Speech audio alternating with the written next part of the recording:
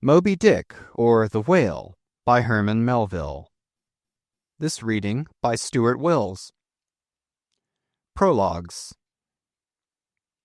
Etymology, supplied by a late consumptive usher to a grammar school.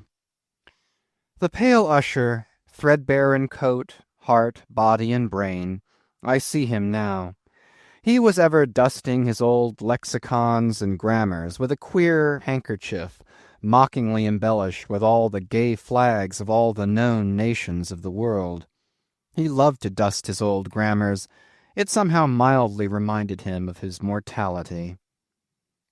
Quote, "While you take in hand to school others and to teach them by what name a whale-fish is to be called in our tongue, leaving out through ignorance the letter H, which almost alone maketh the signification of the word, you deliver that which is not true." Hakluyt. Quote, "Whale, Swedish and Danish hval. This animal is named from roundness or rolling, for in Danish, hvalt is arched or vaulted." Webster's Dictionary. Quote, "Whale. It is more immediately from the Dutch and German valen, Anglo-Saxon valvian, to roll, to wallow." Richardson's Dictionary. Keitos, Greek. Ketus, Latin. Whale, Anglo-Saxon. Hvalt, Danish. Val, Dutch. Hval, Swedish. Hvale, Icelandic. Whale, English. Baleine, French. Balena, Spanish. Piki Nui Nui, Fiji. Piki Nui Nui, Arromanguan.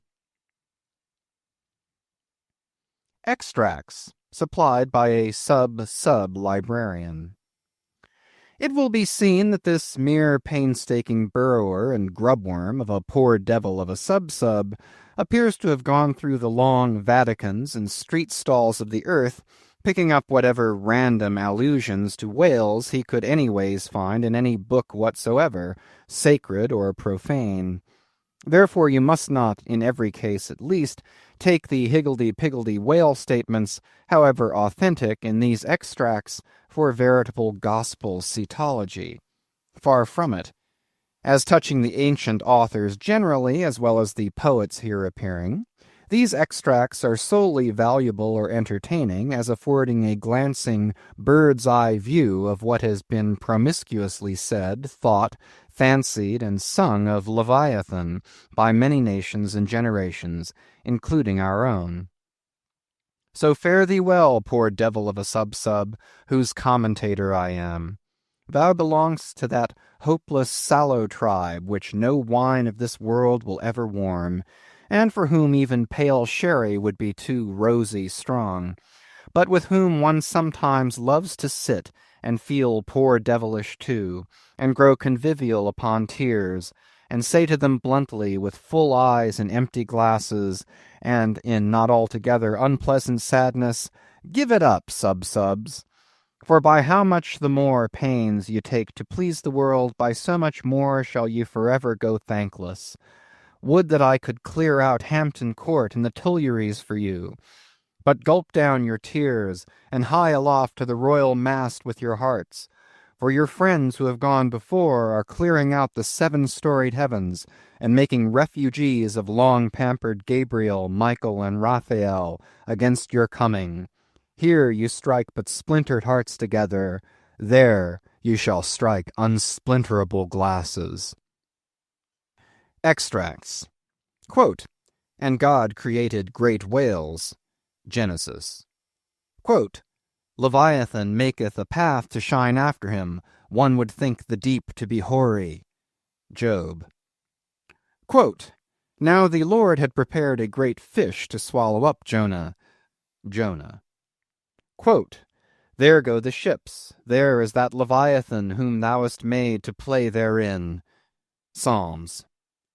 Quote, In that day the Lord, with his sore and great and strong sword, shall punish Leviathan the piercing serpent, even Leviathan that crooked serpent, and he shall slay the dragon that is in the sea.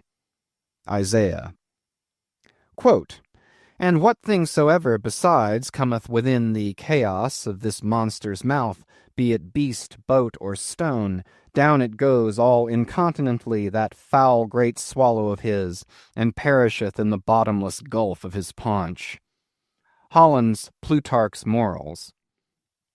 Quote, The Indian Sea breedeth the most and biggest fishes that are, among which the whales and whirlpools called Balaena take up as much in length as 4 acres or arpens of land. Holland's Pliny. Quote, Scarcely had we proceeded 2 days on the sea, when about sunrise a great many whales and other monsters of the sea appeared. Among the former one was of a most monstrous size. This came towards us open-mouthed, raising the waves on all sides and beating the sea before him into a foam. Tooke's Lucian, The True History.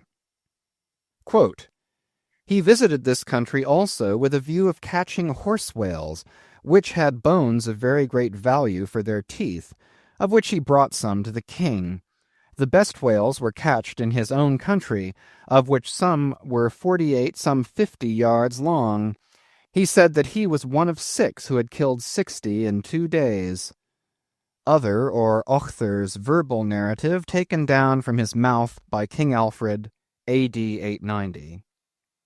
Quote, And whereas all the other things, whether beast or vessel, that enter into the dreadful gulf of this monster's, whale's, mouth, are immediately lost and swallowed up, the sea gudgeon retires into it in great security, and there sleeps. Montaigne, Apology for Raymond Sebond. Quote, Let us fly, let us fly. Old Nick take me if it's not Leviathan, described by the noble prophet Moses in the life of the patient Job. Rabelais. Quote, This whale's liver was 2 cartloads. Stow's Annals. Quote, The great Leviathan that maketh the seas to seethe like boiling pan. Lord Bacon's version of the Psalms. Quote, Touching that monstrous bulk of the whale or orc we have received nothing certain. They grow exceeding fat, insomuch that an incredible quantity of oil will be extracted out of one whale. Ibid, History of Life and Death. Quote, The sovereignest thing on earth is Parmacetti for an inward bruise. King Henry. Quote, Very like a whale. Hamlet. Quote, Which to secure no skill of leech's art mote him avail, but to return again to his wound's worker that with lowly dart, dinting his breast, had bred his restless pain, like as the wounded whale to shore flies through the main. The Fairy Queen. Quote, Immensest whales, the motion of whose vast bodies can in a peaceful calm trouble the ocean till it boil. Sir William Davenant, Preface to Gondibert. Quote, What spermaceti is, men might justly doubt, since the learned Hosmanus, in his work of 30 years, saith plainly, Nescio quid sit. Sir T. Brown, of spermaceti and the spermaceti whale, vide his V.E. Quote, Like Spencer's Talus with his modern flail, he threatens ruin with his ponderous tail. Their fixed javelins in his side he wears, and on his back a grove of pikes appears. Waller's Battle of the Summer Islands. Quote, By art is created that great Leviathan, called a commonwealth or state, in Latin civitas, which is but an artificial man. Opening sentence of Hobbes's Leviathan. Quote, Silly mansoul swallowed it without chewing, as if it had been a sprat in the mouth of a whale. Pilgrim's Progress. Quote, That sea beast, Leviathan, which God of all his works created hugest that swim the ocean's stream. Paradise Lost. Quote, there Leviathan, hugest of living creatures in the deep, stretched like a promontory, sleeps or swims, and seems a moving land, and at his gills draws in, and at his breath spouts out a sea. Ibid. Quote, the mighty whales which swim in a sea of water, and have a sea of oil swimming in them. Fuller's Profane and Holy State. Quote, so close behind some promontory lie the huge Leviathan to attend their prey, and give no chance but swallow in the fry, which through their gaping jaws mistake the way. Dryden's Annus Mirabilis. Quote, while the whale is floating at the stern of the ship, they cut off his head, and tow it with the boat as near the shore as it will come, but it will be aground in 12 or 13 feet water. Thomas Edge's 10 Voyages to Spitzbergen, in Purchas. Quote, in their way they saw many whales sporting in the ocean, and in wantonness fuzzing up the water through their pipes and vents, which nature has placed on their shoulders. Sir T. Herbert's Voyages into Asia and Africa, Harris Call. Quote, here they saw such huge troops of whales that they were forced to proceed with a great deal of caution, for fear they should run their ship upon them. Schouten's Sixth Circumnavigation. Quote, we set sail from the Elbe, wind northeast, in the ship called the Jonas and the Whale. Some say the whale can't open his mouth, but that is a fable. They frequently climb up the mast to see whether they can see a whale, for the first discoverer has a ducat for his pains. I was told of a whale taken near Shetland that had above a barrel of herrings in his belly. One of our harpooneers told me that he caught once a whale in Spitzbergen that was white all over. A Voyage to Greenland, A.D. 1671. Harris Call. Quote, several whales have come in upon this coast, Fife. Anno 1652, 180 feet in length of the whalebone kind came in, which, as I was informed, besides a vast quantity of oil, did afford 500 weight of baleen. The jaws of it stand for a gate in the garden of Pitferren. Sibbald's Fife and Kinross. Quote, myself have agreed to try whether I can master and kill this spermaceti whale, for I could never hear of any of that sort that was killed by any man, such as his fierceness and swiftness. Richard Straffer's Letter from the Bermudas, Philosophical Transactions, A.D. 1668. Quote, whales in the sea god's voice obey. N.E. Primer. Quote, we saw also abundance of large whales, there being more in those southern seas, as I may say, by 100 to 1, than we have had to the northward of us. Captain Cowley's Voyage round the Globe, A.D. 1729. Quote, and the breath of a whale is frequently attended with such an insupportable smell as to bring on a disorder of the brain. Ulloa's South America. Quote, to 50 chosen sylphs of special note, we trust the important charge, the petticoat. Oft we have known that sevenfold fence to fail, though stuffed with hoops and armed with ribs of whale. Rape of the Lock. Quote, if we compare land animals in respect to magnitude with those that take up their abode in the deep, we shall find that they will appear contemptible in the comparison. The whale is doubtless the largest animal in creation. Goldsmith, Natural History. Quote, if you should write a fable for little fishes, you would make them speak like great whales. Goldsmith to Johnson.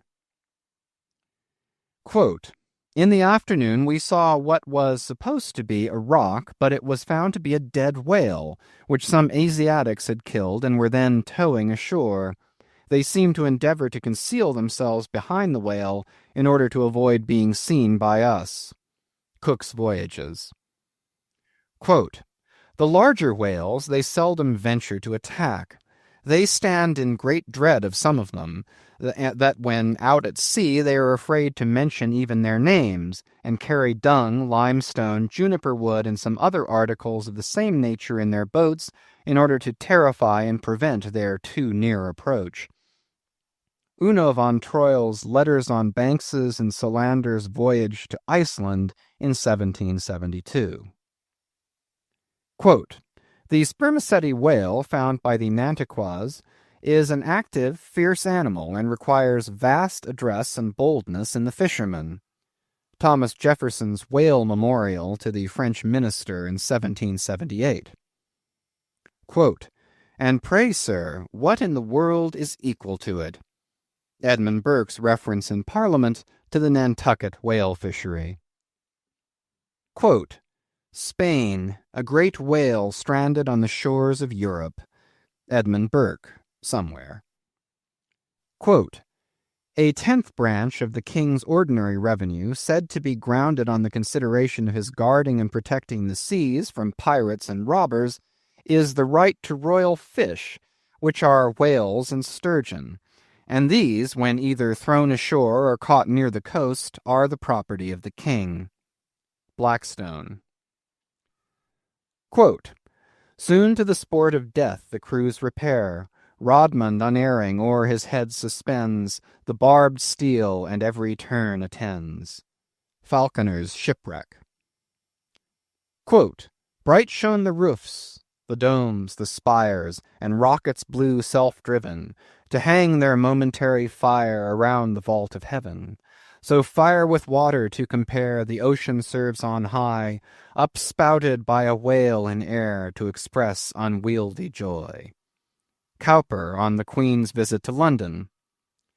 Quote, 10 or 15 gallons of blood are thrown out of the heart at a stroke, with immense velocity.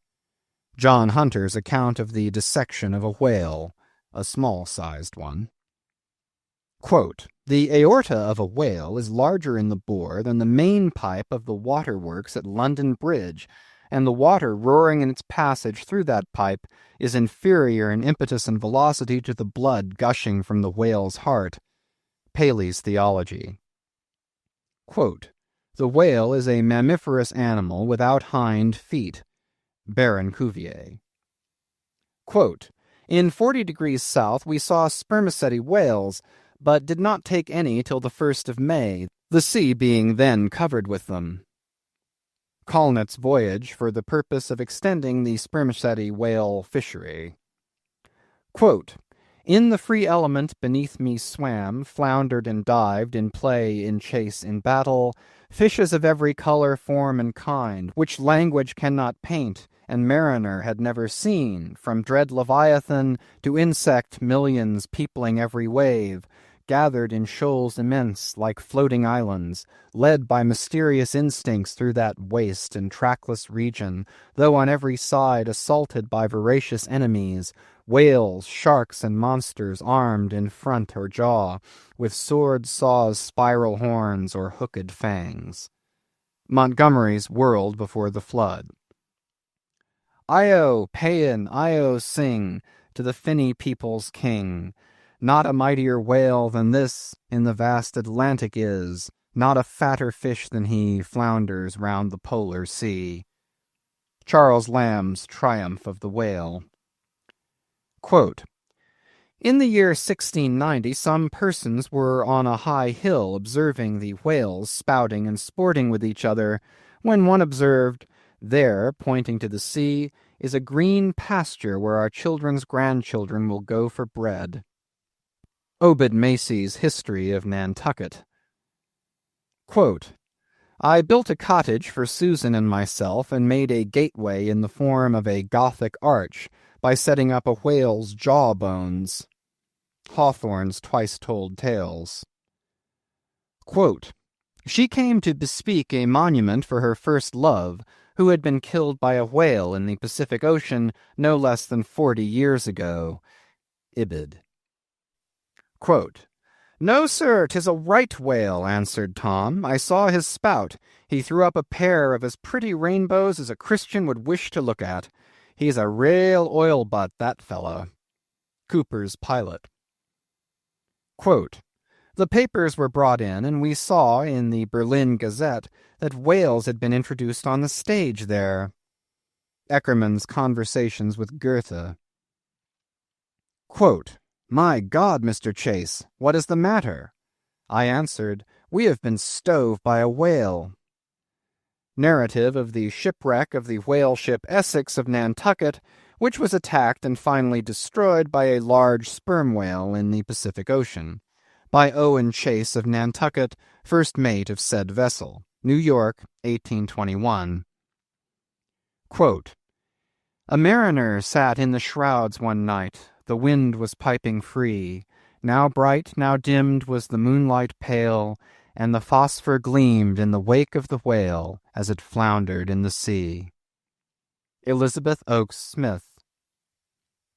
Quote, "The quantity of line withdrawn from the boats engaged in the capture of this one whale amounted altogether to 10,440 yards, or nearly 6 English miles. Sometimes the whale shakes its tremendous tail in the air, which, cracking like a whip, resounds to the distance of 3 or 4 miles. Scoresby. Quote, "Mad with the agonies he endures from these fresh attacks, the infuriated sperm whale rolls over and over. He rears his enormous head, and with wide expanded jaws snaps at everything around him. He rushes at the boats with his head. They are propelled before him with vast swiftness, and sometimes utterly destroyed. It is a matter of great astonishment that the consideration of the habits of so interesting and, in a commercial point of view, so important an animal as the sperm whale should have been so entirely neglected, or should have excited so little curiosity among the numerous, and many of them competent observers, that of late years must have possessed the most abundant and most convenient opportunities of witnessing their habitudes." Thomas Beale's History of the Sperm Whale, 1839. Quote, "The cachalot, sperm whale, is not only better armed than the true whale, Greenland or right whale, in possessing a formidable weapon at either extremity of its body, but also more frequently displays a disposition to employ these weapons offensively, and in a manner at once so artful, bold, and mischievous as to lead to its being regarded as the most dangerous to attack of all the known species of the whale tribe." Frederick de Bell Bennett's Whaling Voyage Round the Globe, 1840. Quote, October 13. "There she blows," was sung out from the masthead. "Where away?" demanded the captain. "3 points off the lee bow, sir." "Raise up your wheel. Steady." "Steady, sir." "Masthead ahoy! Do you see that whale now?" "Aye, aye, sir. A shoal of sperm whales. There she blows. There she breaches." Sing out every time." "Aye, aye, sir." "There she blows. There. Thar she blows. Bows. "How far off?" 2 miles and a half. Thunder and lightning. So near. Call all hands. J. Ross Brown's Etchings of a Whaling Cruise, 1846. Quote, "The whale ship Globe, on board of which vessel occurred the horrid transactions we are about to relate, belonged to the island of Nantucket." Narrative of the Globe by Lay and Hussey survivors, A.D. 1828.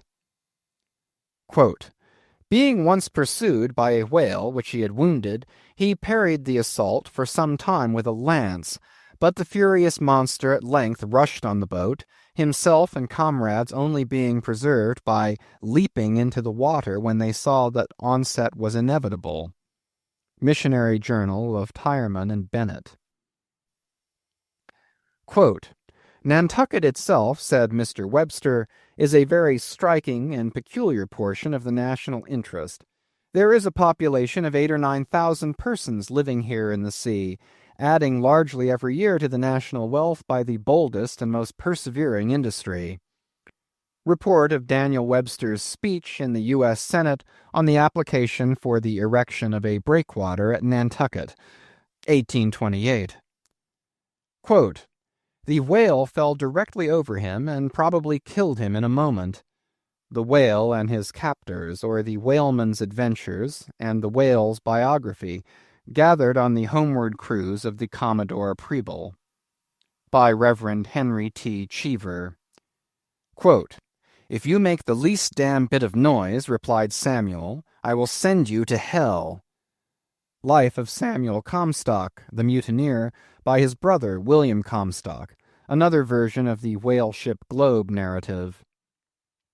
Quote, "The voyages of the Dutch and English to the Northern Ocean, in order if possible to discover a passage through it to India, though they failed of their main object, laid open the haunts of the whale." McCulloch's Commercial Dictionary.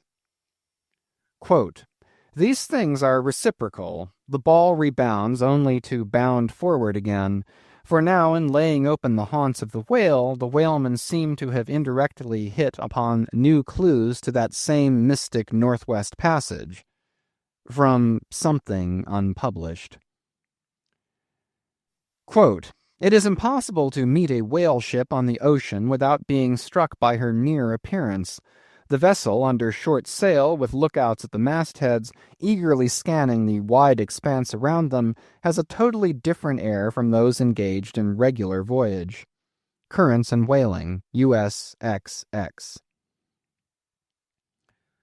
Quote, "Pedestrians in the vicinity of London and elsewhere may recollect having seen large curved bones set upright in the earth, either to form arches over gateways or entrances to alcoves, and they may perhaps have been told that these were the ribs of whales." Tales of a Whale Voyager to the Arctic Ocean. Quote, "It was not till the boats returned from the pursuit of these whales that the whites saw their ship in bloody possession of the savages enrolled among the crew." Newspaper account of the taking and retaking of the whale ship Hobomack. Quote, "It is generally well known that out of the crews of whaling vessels, American, few ever return in the ships on board which they departed." Cruise in a whale boat. Quote, "Suddenly a mighty mass emerged from the water and shot up perpendicularly into the air. It was the whale." Miriam Coffin, or the Whale Fisherman.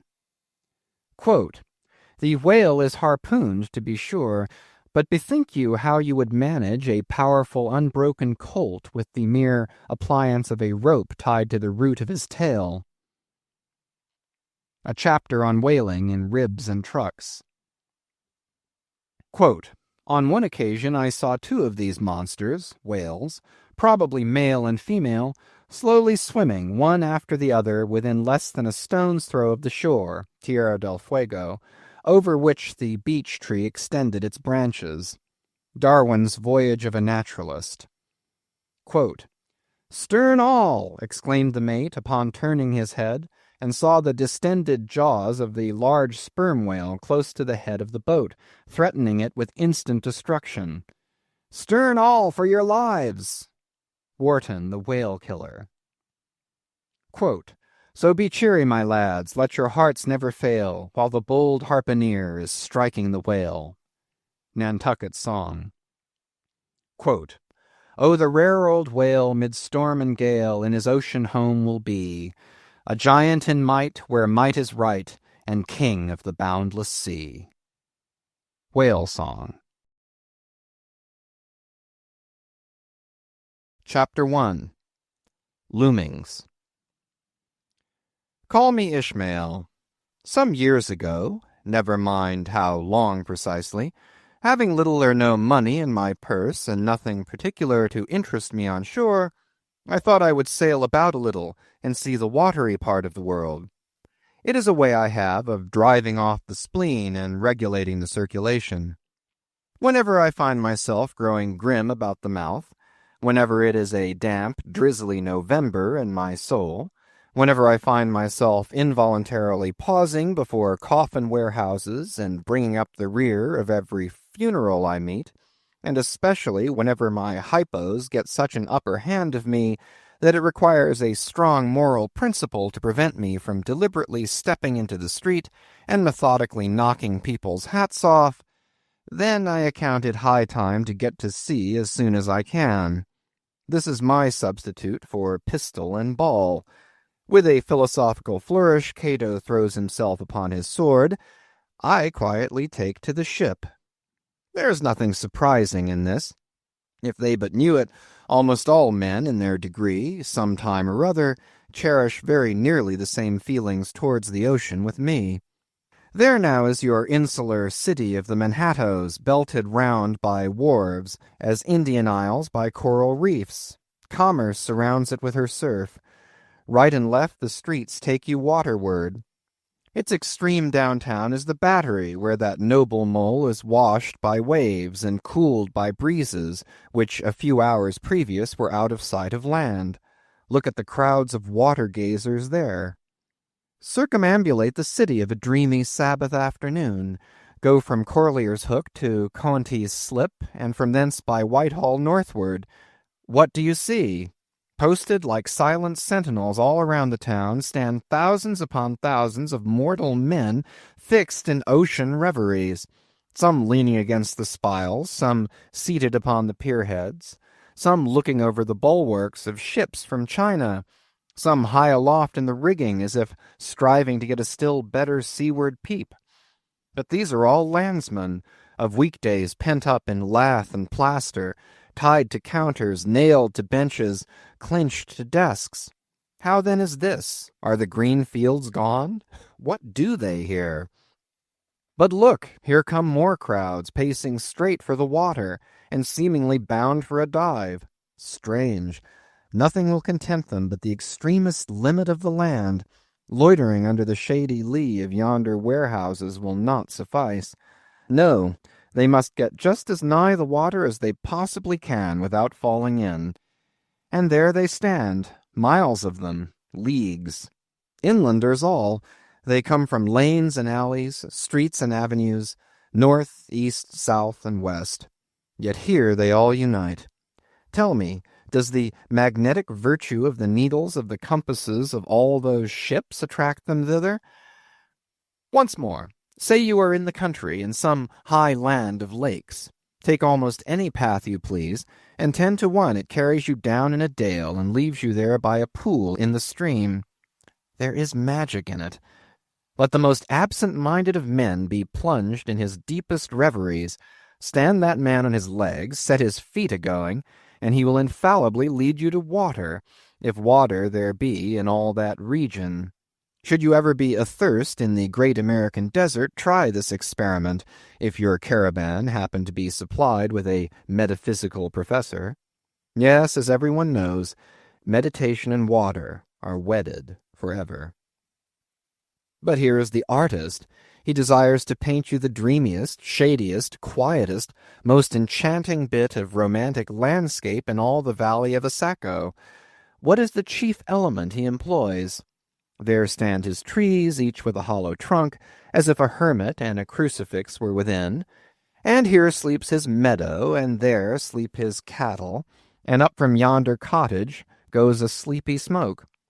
Deep into the distant woodlands winds a mazy way, reaching to overlapping spurs of mountains bathed in their hillside blue. But though the picture lies thus tranced, and though this pine tree shakes down its sighs like leaves upon the shepherd's head, yet all were vain unless the shepherd's eye were fixed upon the magic stream before him.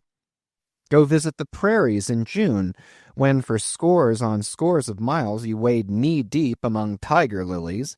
What is the one charm wanting? Water. There is not a drop of water there. Were Niagara but a cataract of sand, would you travel your 1,000 miles to see it? Why did the poor poet of Tennessee, upon suddenly receiving 2 handfuls of silver, deliberate whether to buy him a coat, which he sadly needed, or invest the money in a pedestrian trip to Rockaway Beach? Why is almost every robust, healthy boy with a robust, healthy soul in him at some time or other crazy to go to sea? Why, upon your first voyage as a passenger, did you yourself feel such a mystical vibration when first told that you and your ship were now out of sight of land? Why did the old Persians hold the sea holy? Why did the Greeks give it a separate deity, an own brother of Jove? Surely all of this is not without meaning.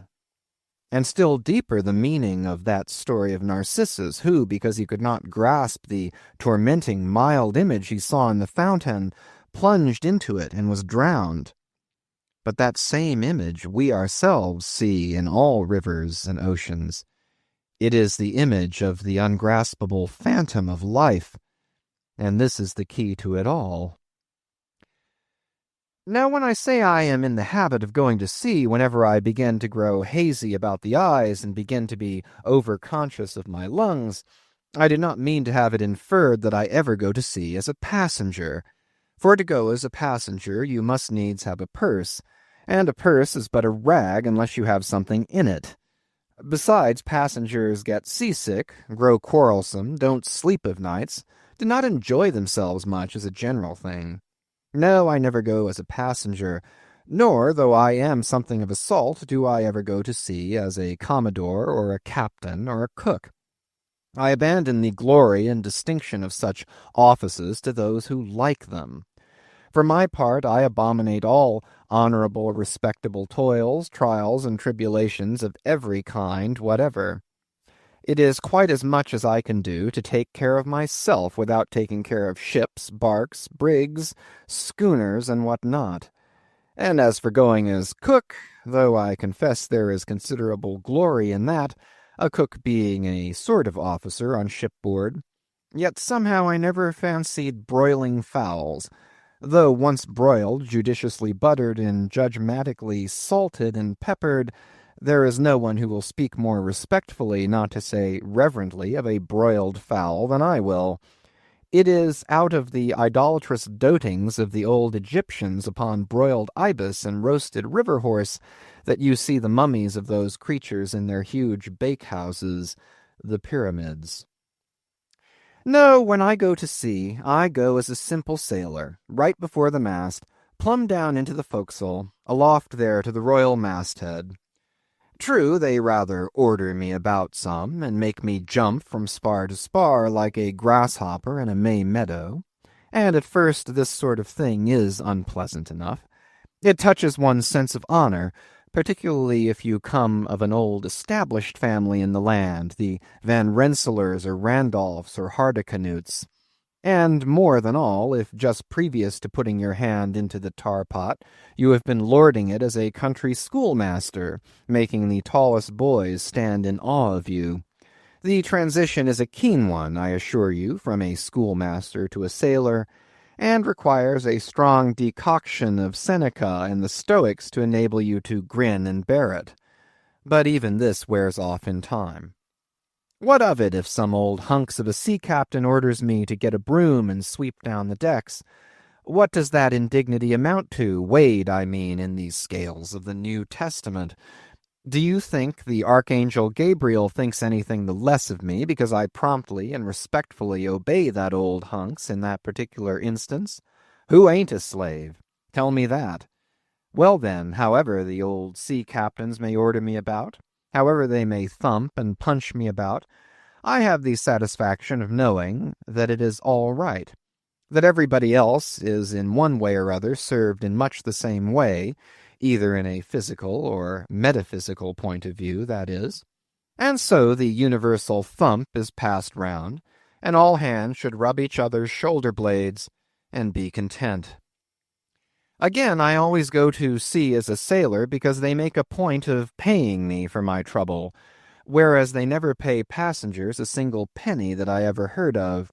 On the contrary, passengers themselves must pay. And there is all the difference in the world between paying and being paid. The act of paying is perhaps the most uncomfortable infliction that the 2 orchard thieves entailed upon us. But being paid, what will compare with it? The urbane activity with which a man receives money is really marvelous, considering that we so earnestly believe money to be the root of all earthly ills, and that on no account can a moneyed man enter heaven. Ah, how cheerfully we consign ourselves to perdition. Finally, I always go to see a sailor because of the wholesome exercise and pure air of the forecastle deck. For as in this world headwinds are far more prevalent than winds from astern, that is, if you never violate the Pythagorean maxim, so for the most part the commodore on the quarterdeck gets his atmosphere at second hand from the sailors on the forecastle. He thinks he breathes it first, but not so. In much the same way do the commonalty lead their leaders in many other things, at the same time that the leaders little suspect it.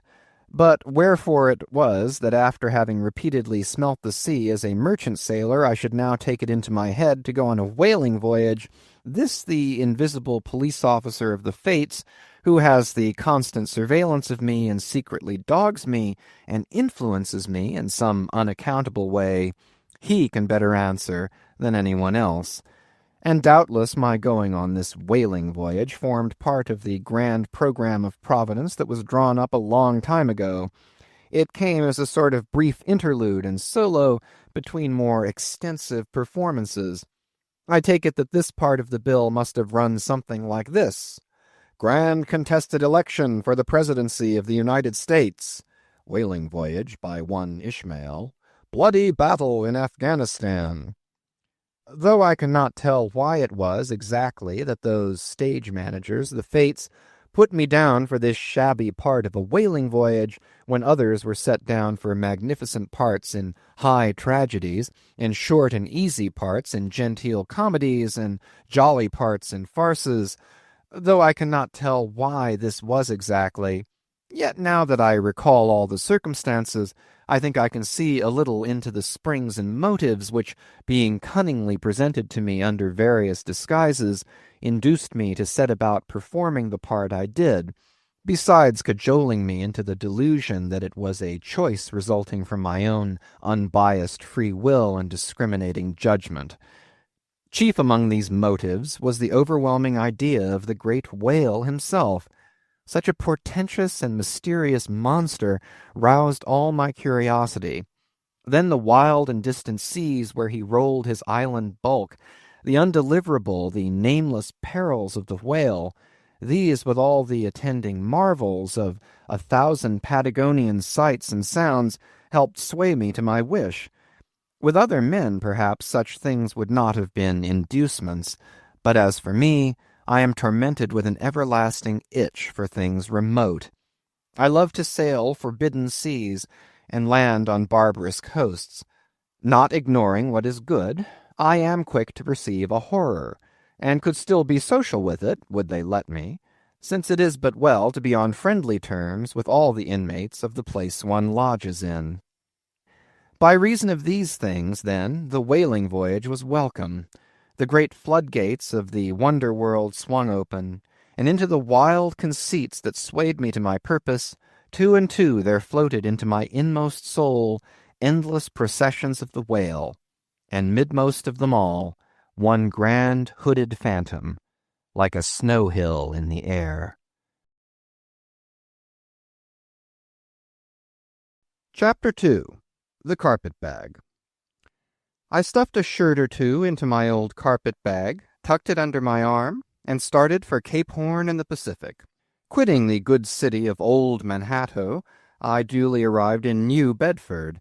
It was a Saturday night in December. Much was I disappointed upon learning that the little packet for Nantucket had already sailed, and that no way of reaching that place would offer till the following Monday. As most candidates for the pains and penalties of whaling stop at this same New Bedford, thence to embark on their voyage, it may as well be related that I, for one, had no idea of so doing. For my mind was made up to sail in no other than a Nantucket craft, because there was a fine, boisterous something about everything connected with that famous old island which amazingly pleased me.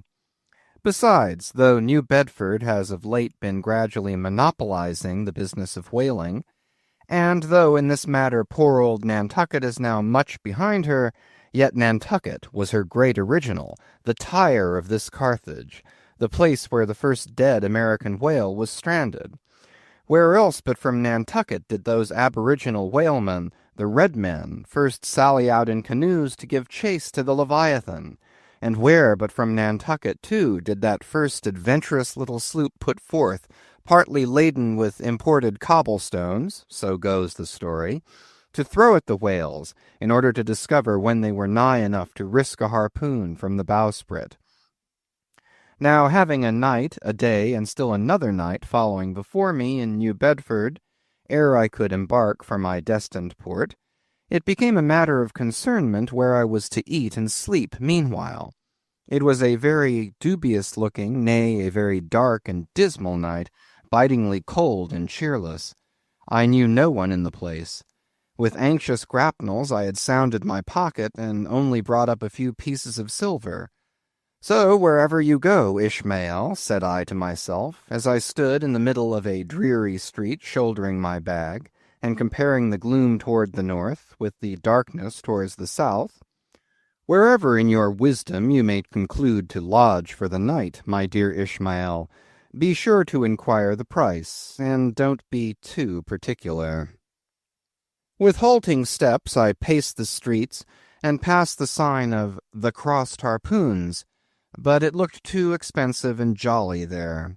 Further on, from the bright red windows of the Swordfish Inn, there came such fervent rays that it seemed to have melted the packed snow and ice before the house, for everywhere else the congealed frost lay 10 inches thick in a hard asphaltic pavement, rather weary for me when I struck my foot against the flinty projections, because from hard, remorseless service the soles of my boots were in a most miserable plight.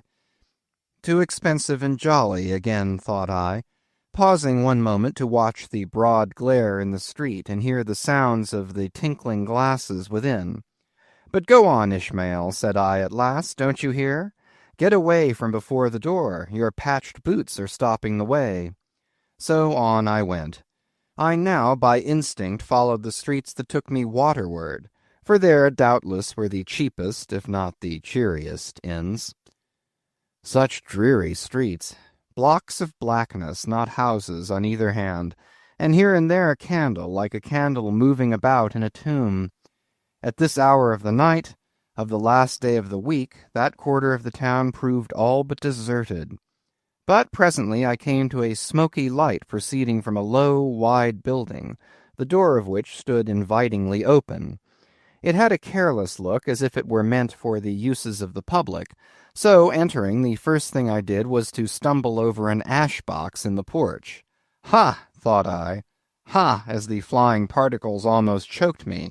Are these ashes from that destroyed city, Gomorrah? But the crossed harpoons and the swordfish? This, then, must needs be the sign of the trap. However, I picked myself up, and hearing a loud voice within, pushed on and opened a second interior door. It seemed a great black parliament sitting in Tophet.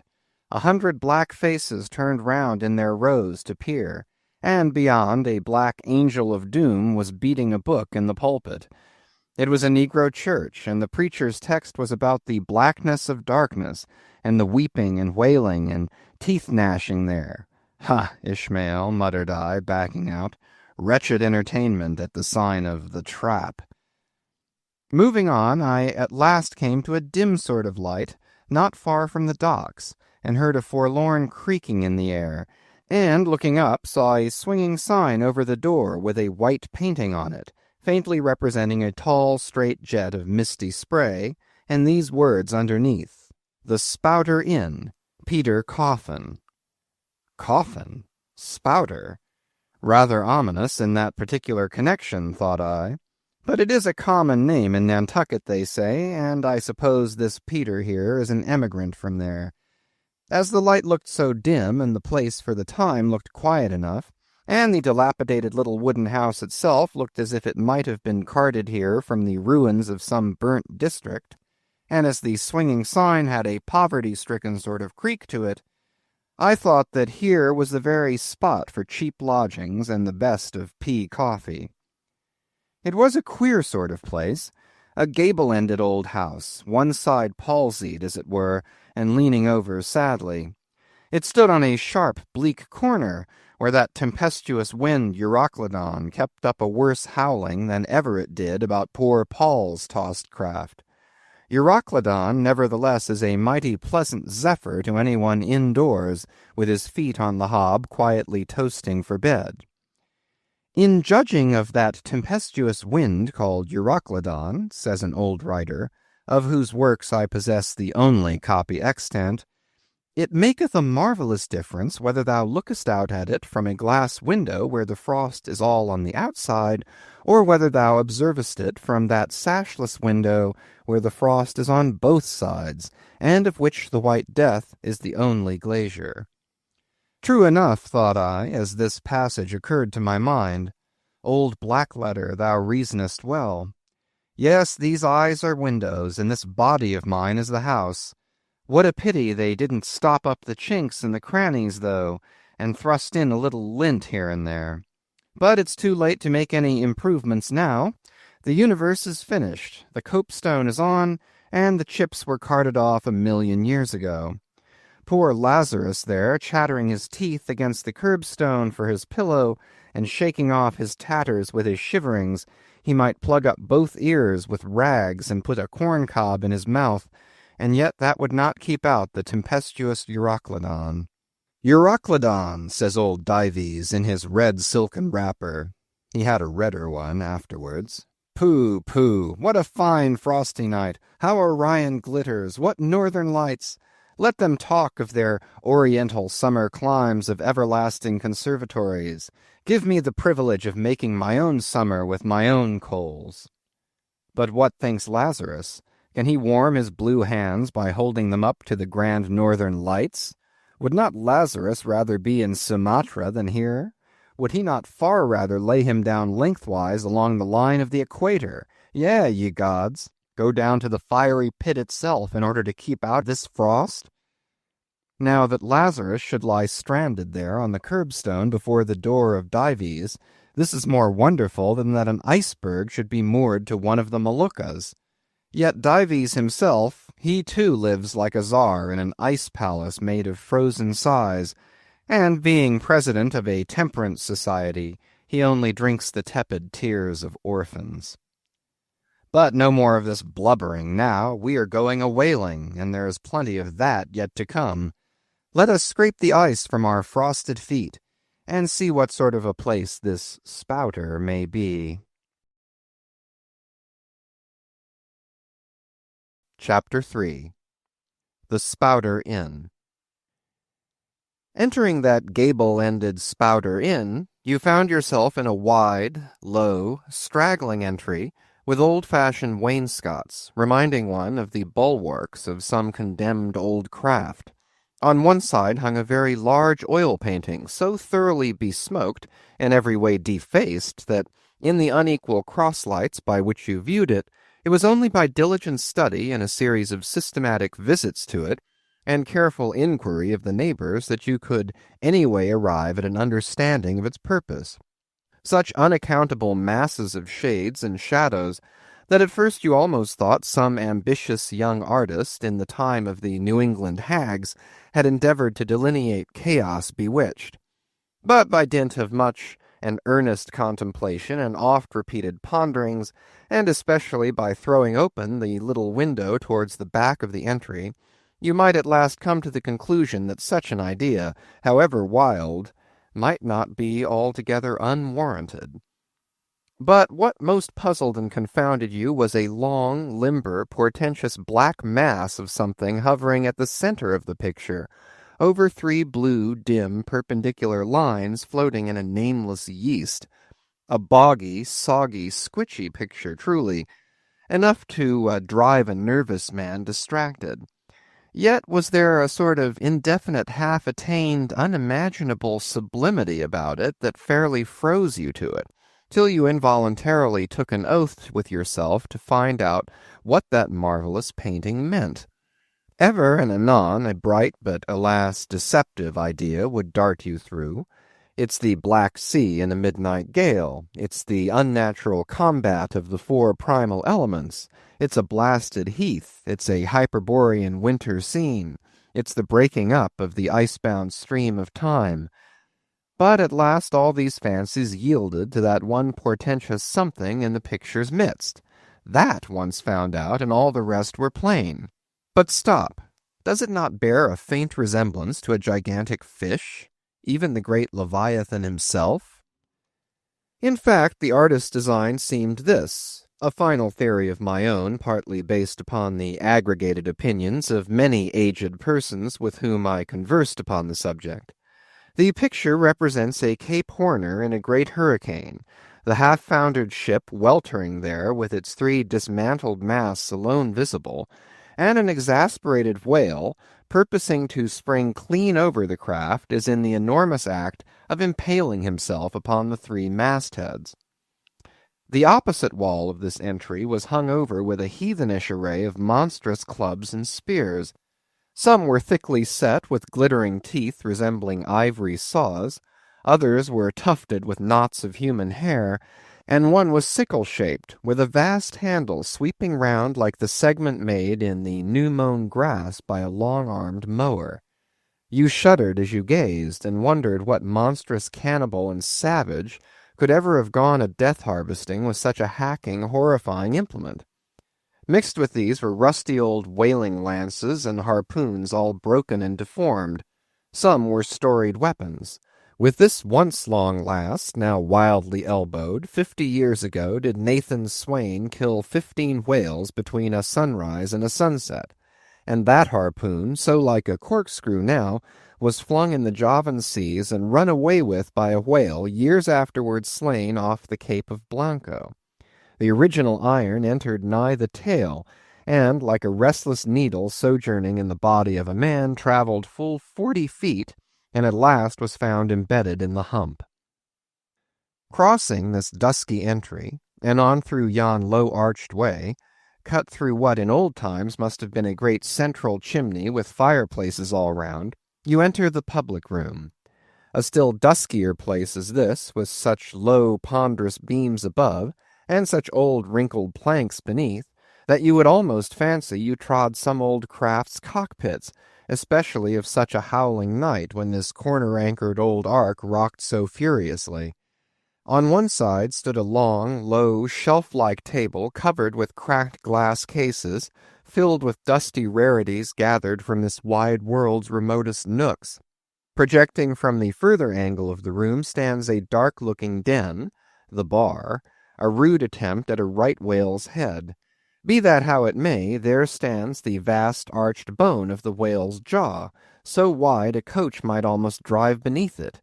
Within are shabby shelves, ranged round with old decanters, bottles, flasks, and in those jaws of swift destruction, like another cursed Jonah, by which name indeed they called him, bustles a little withered old man, who, for their money, dearly sells the sailors deliriums and death. Abominable are the tumblers into which he pours his poison. Though true cylinders without, within the villainous green goggling glasses deceitfully tapered downwards to a cheating bottom. Parallel meridians rudely pecked into the glass surround these footpads goblets. Fill to this mark, and your charge is but a penny.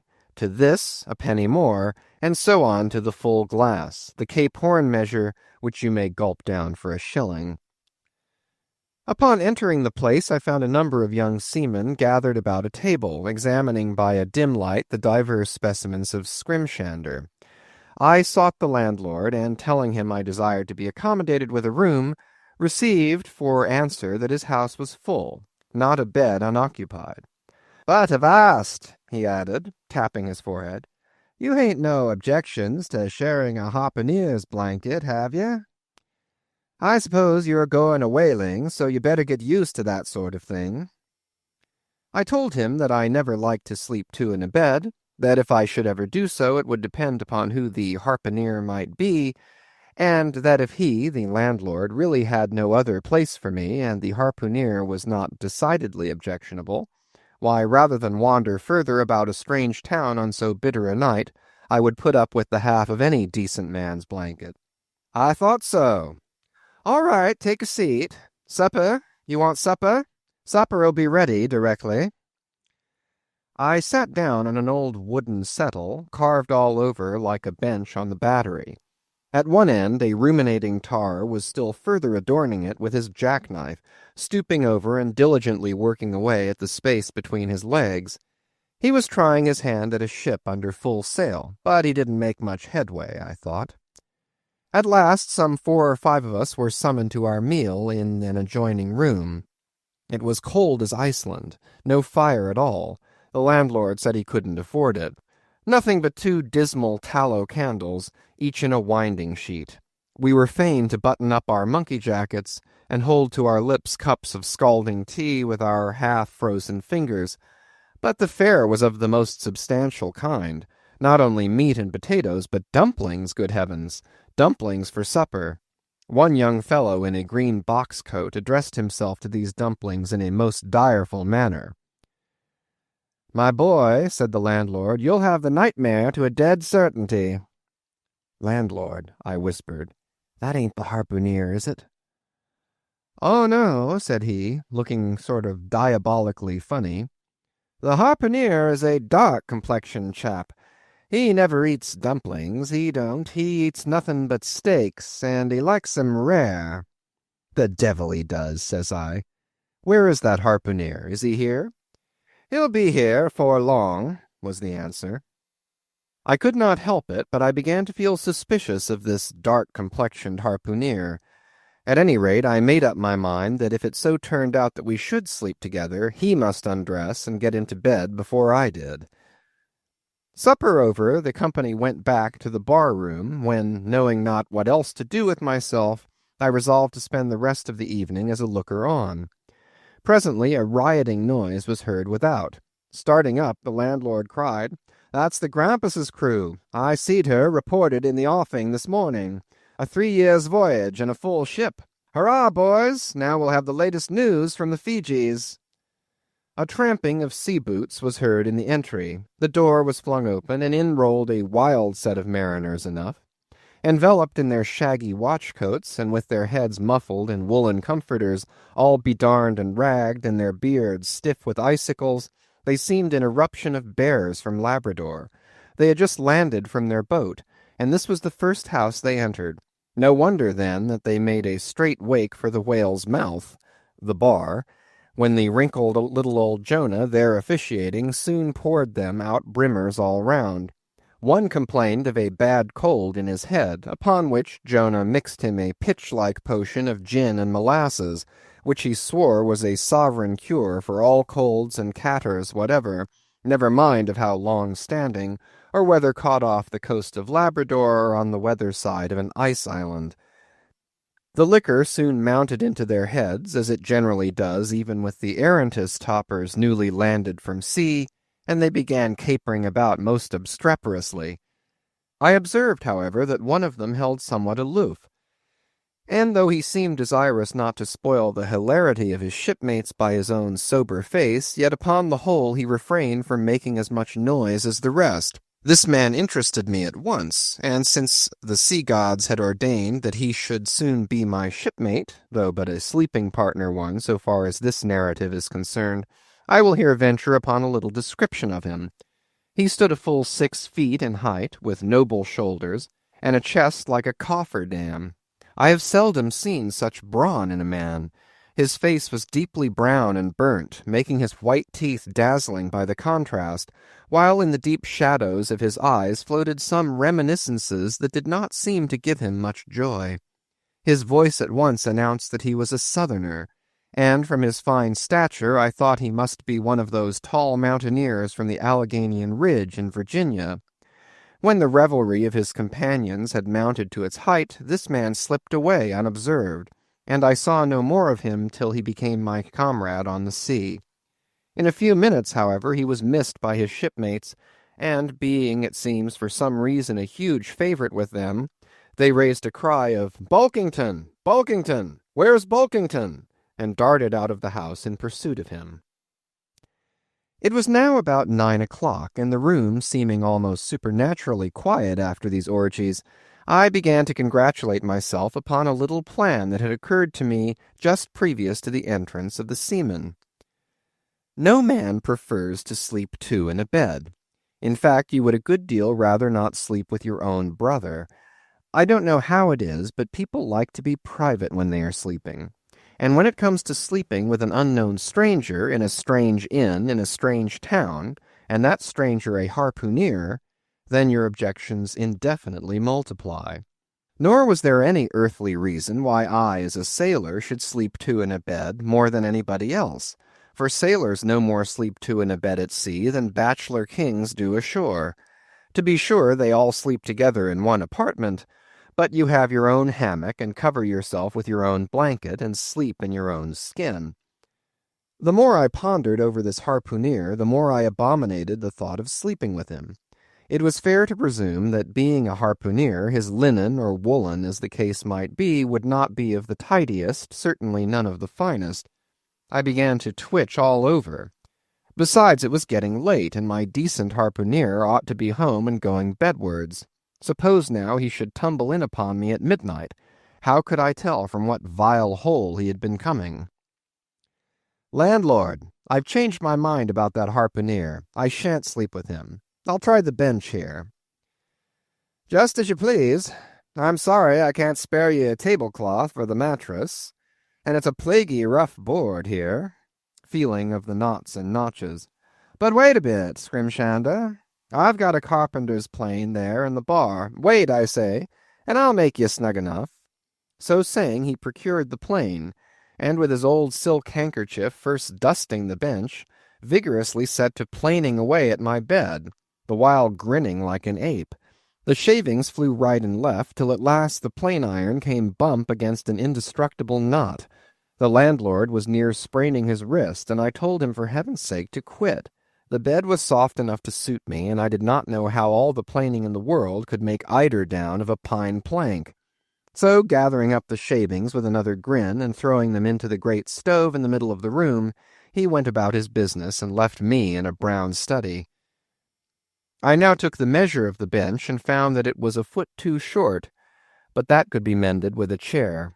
But it was a foot too narrow, and the other bench in the room was about 4 inches higher than the planed one, so there was no yoking them.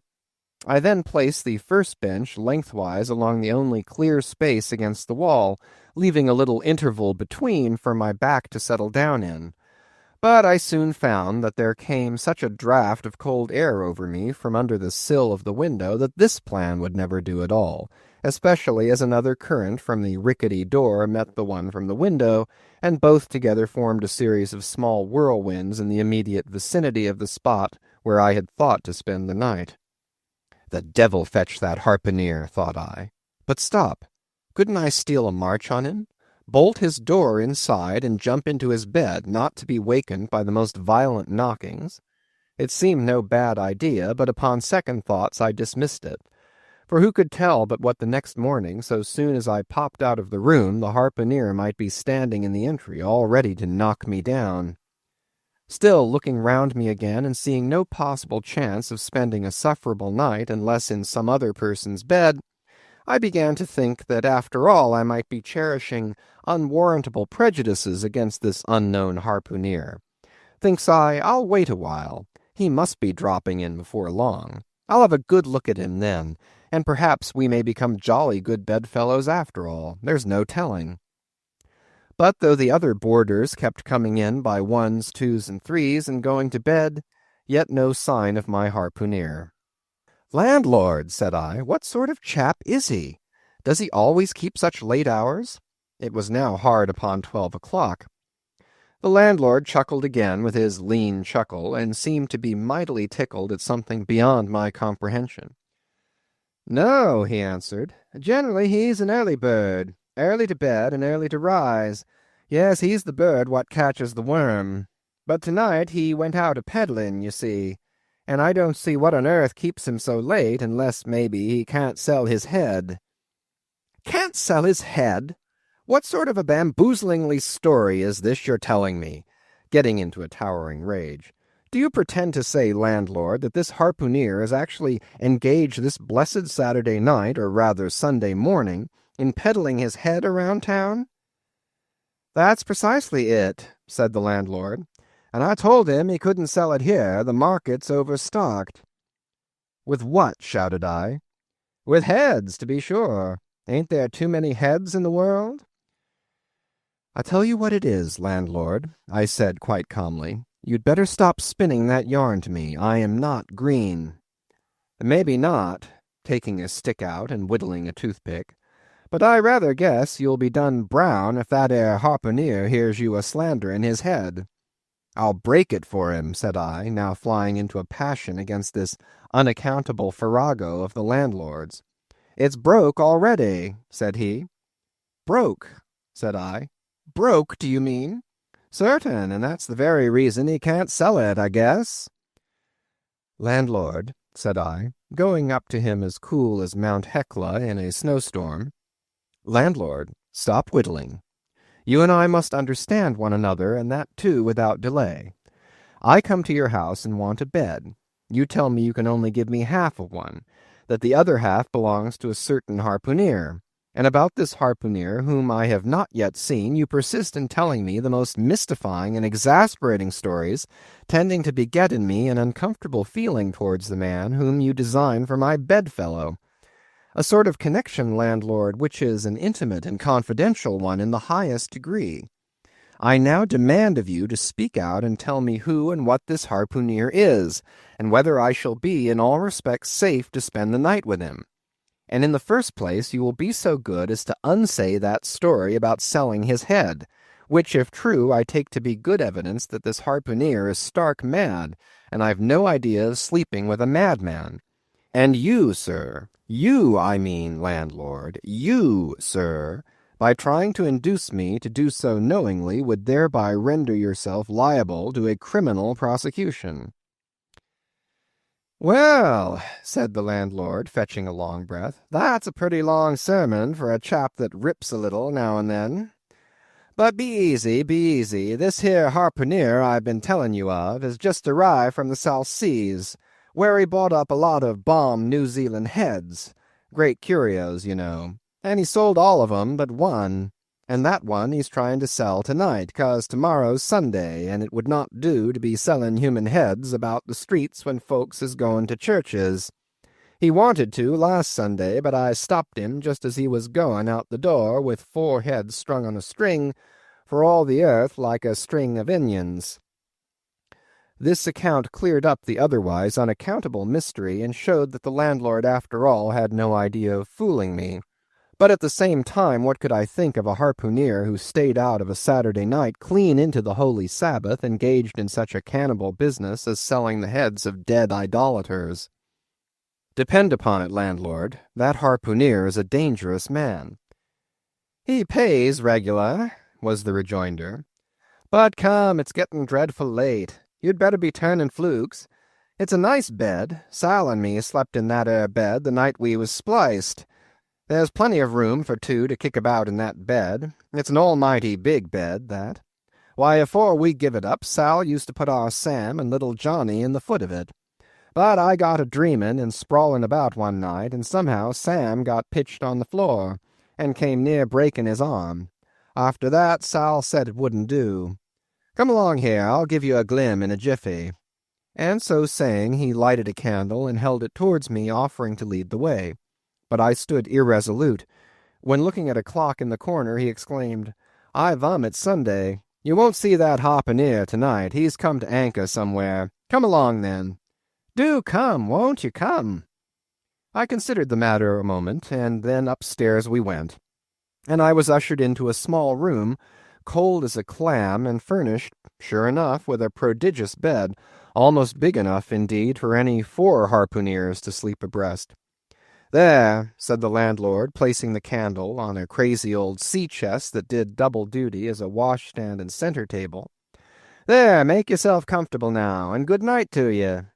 I turned round from eyeing the bed, but he had disappeared. Folding back the counterpane, I stood over the bed. Though none of the most elegant, it yet stood the scrutiny tolerable well. I then glanced round the room, and besides the bedstead and centre table, could see no other furniture belonging to the place, but a rude shelf, the 4 walls, and a papered fireboard representing a man striking a whale. Of things not properly belonging to the room, there was a hammock lashed up and thrown upon the floor in one corner, also a large seaman's bag containing the harpooner's wardrobe, no doubt in lieu of a land trunk. Likewise, there was a parcel of outlandish bone fishhooks on the shelf over the fireplace, and a tall harpoon standing at the head of the bed. But what is this on the chest?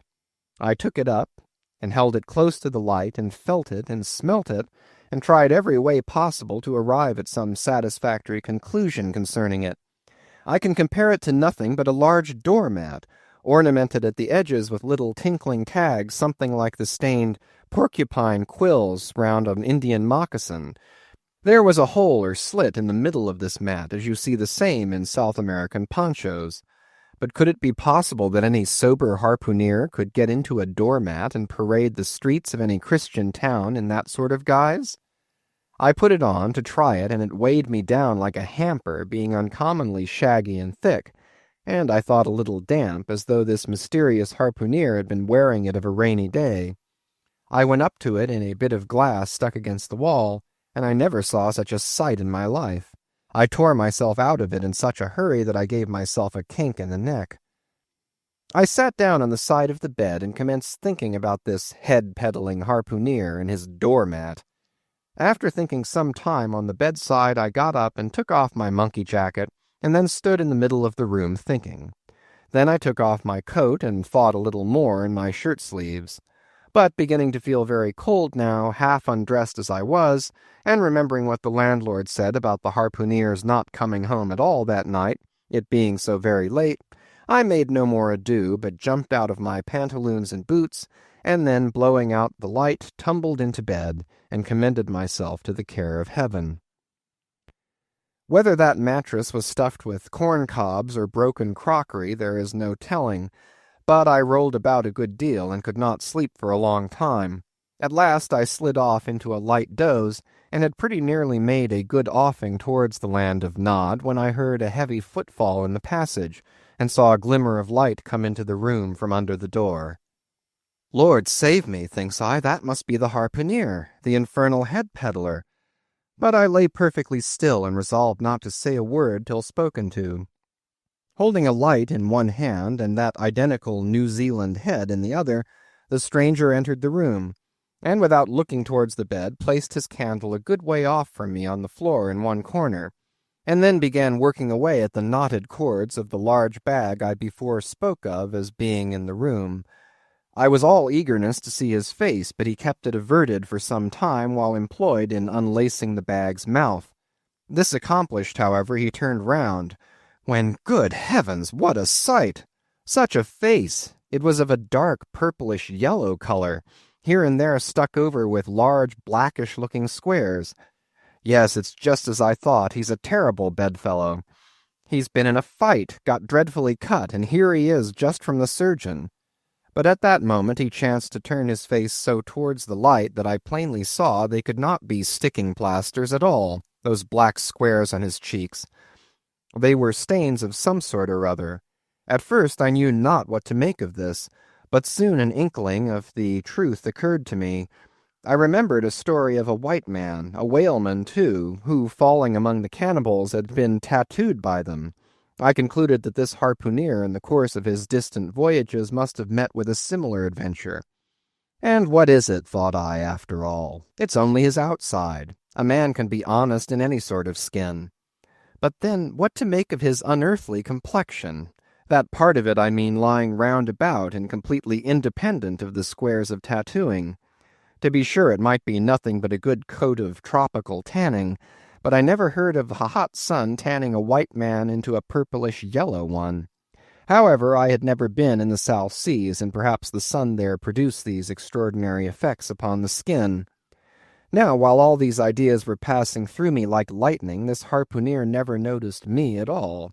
But after some difficulty, having opened his bag, he commenced fumbling in it, and presently pulled out a sort of a tomahawk, and a sealskin wallet with the hair on.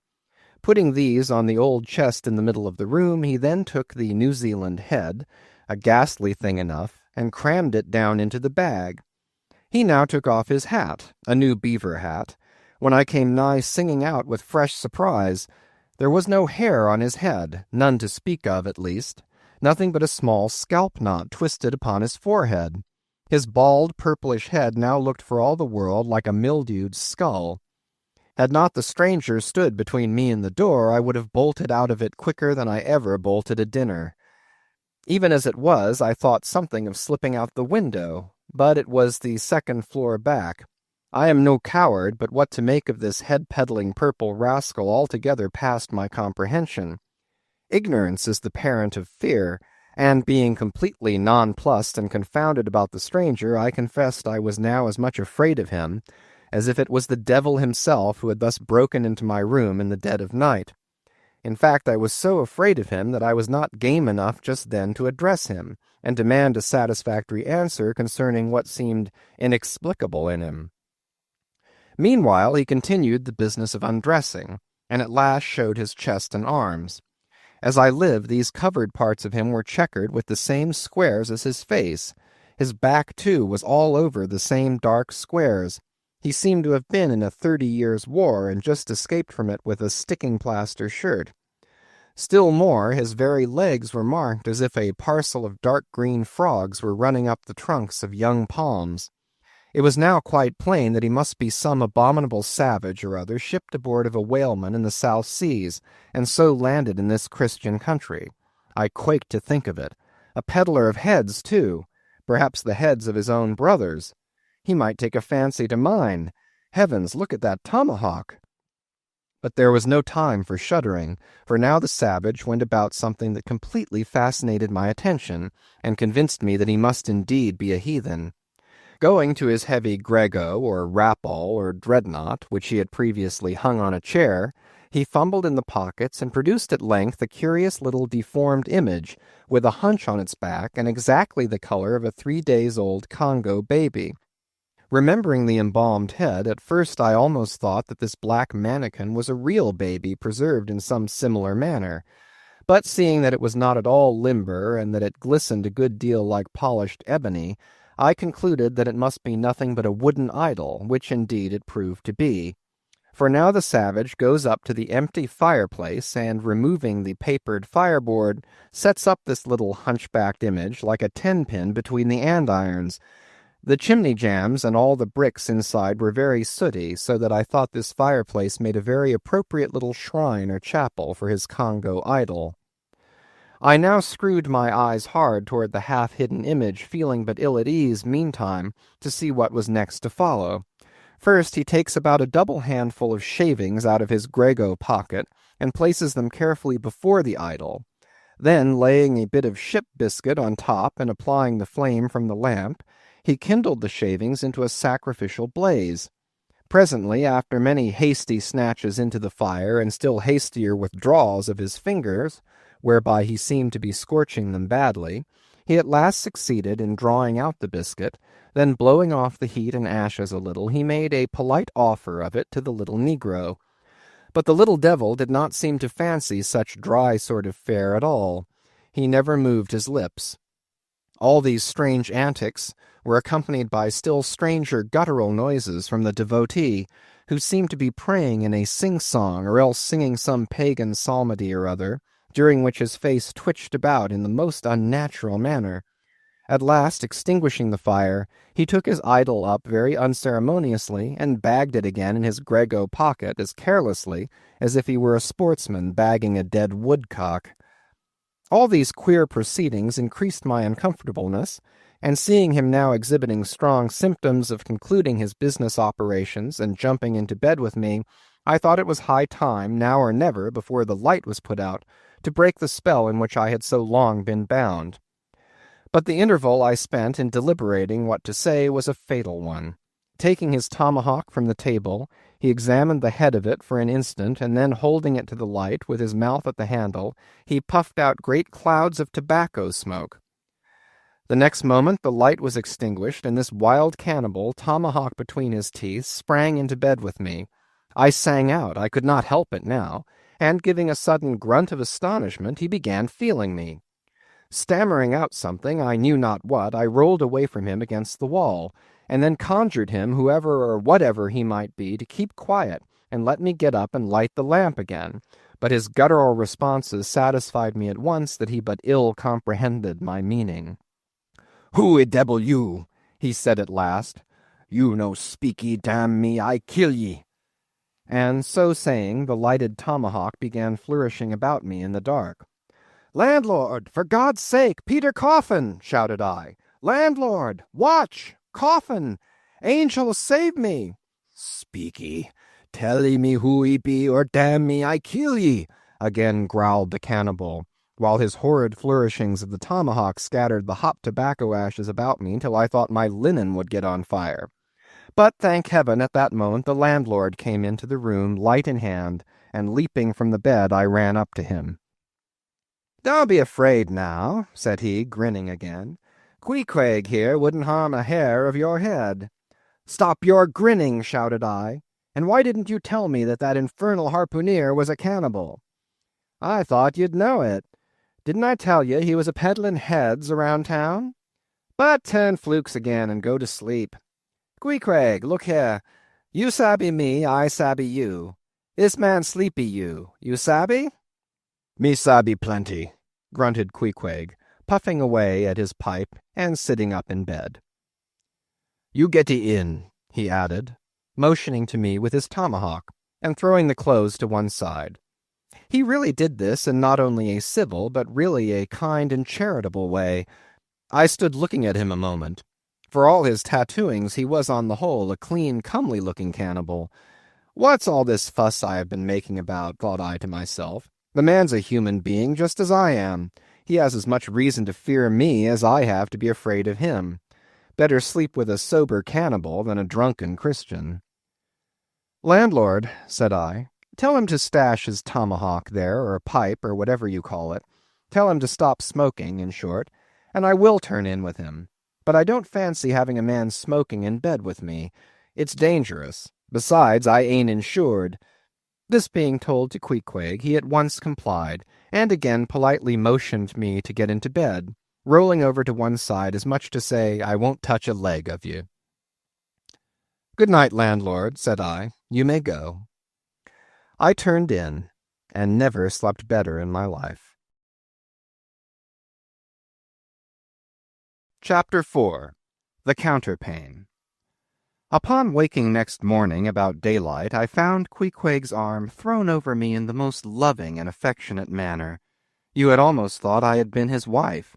The counterpane was of patchwork, full of odd little party-colored squares and triangles, and this arm of his tattooed all over with an interminable Cretan labyrinth of a figure, no two parts of which were of one precise shade, owing, I suppose, to his keeping his arm at sea unmethodically in sun and shade, his shirt-sleeves irregularly rolled up at various times.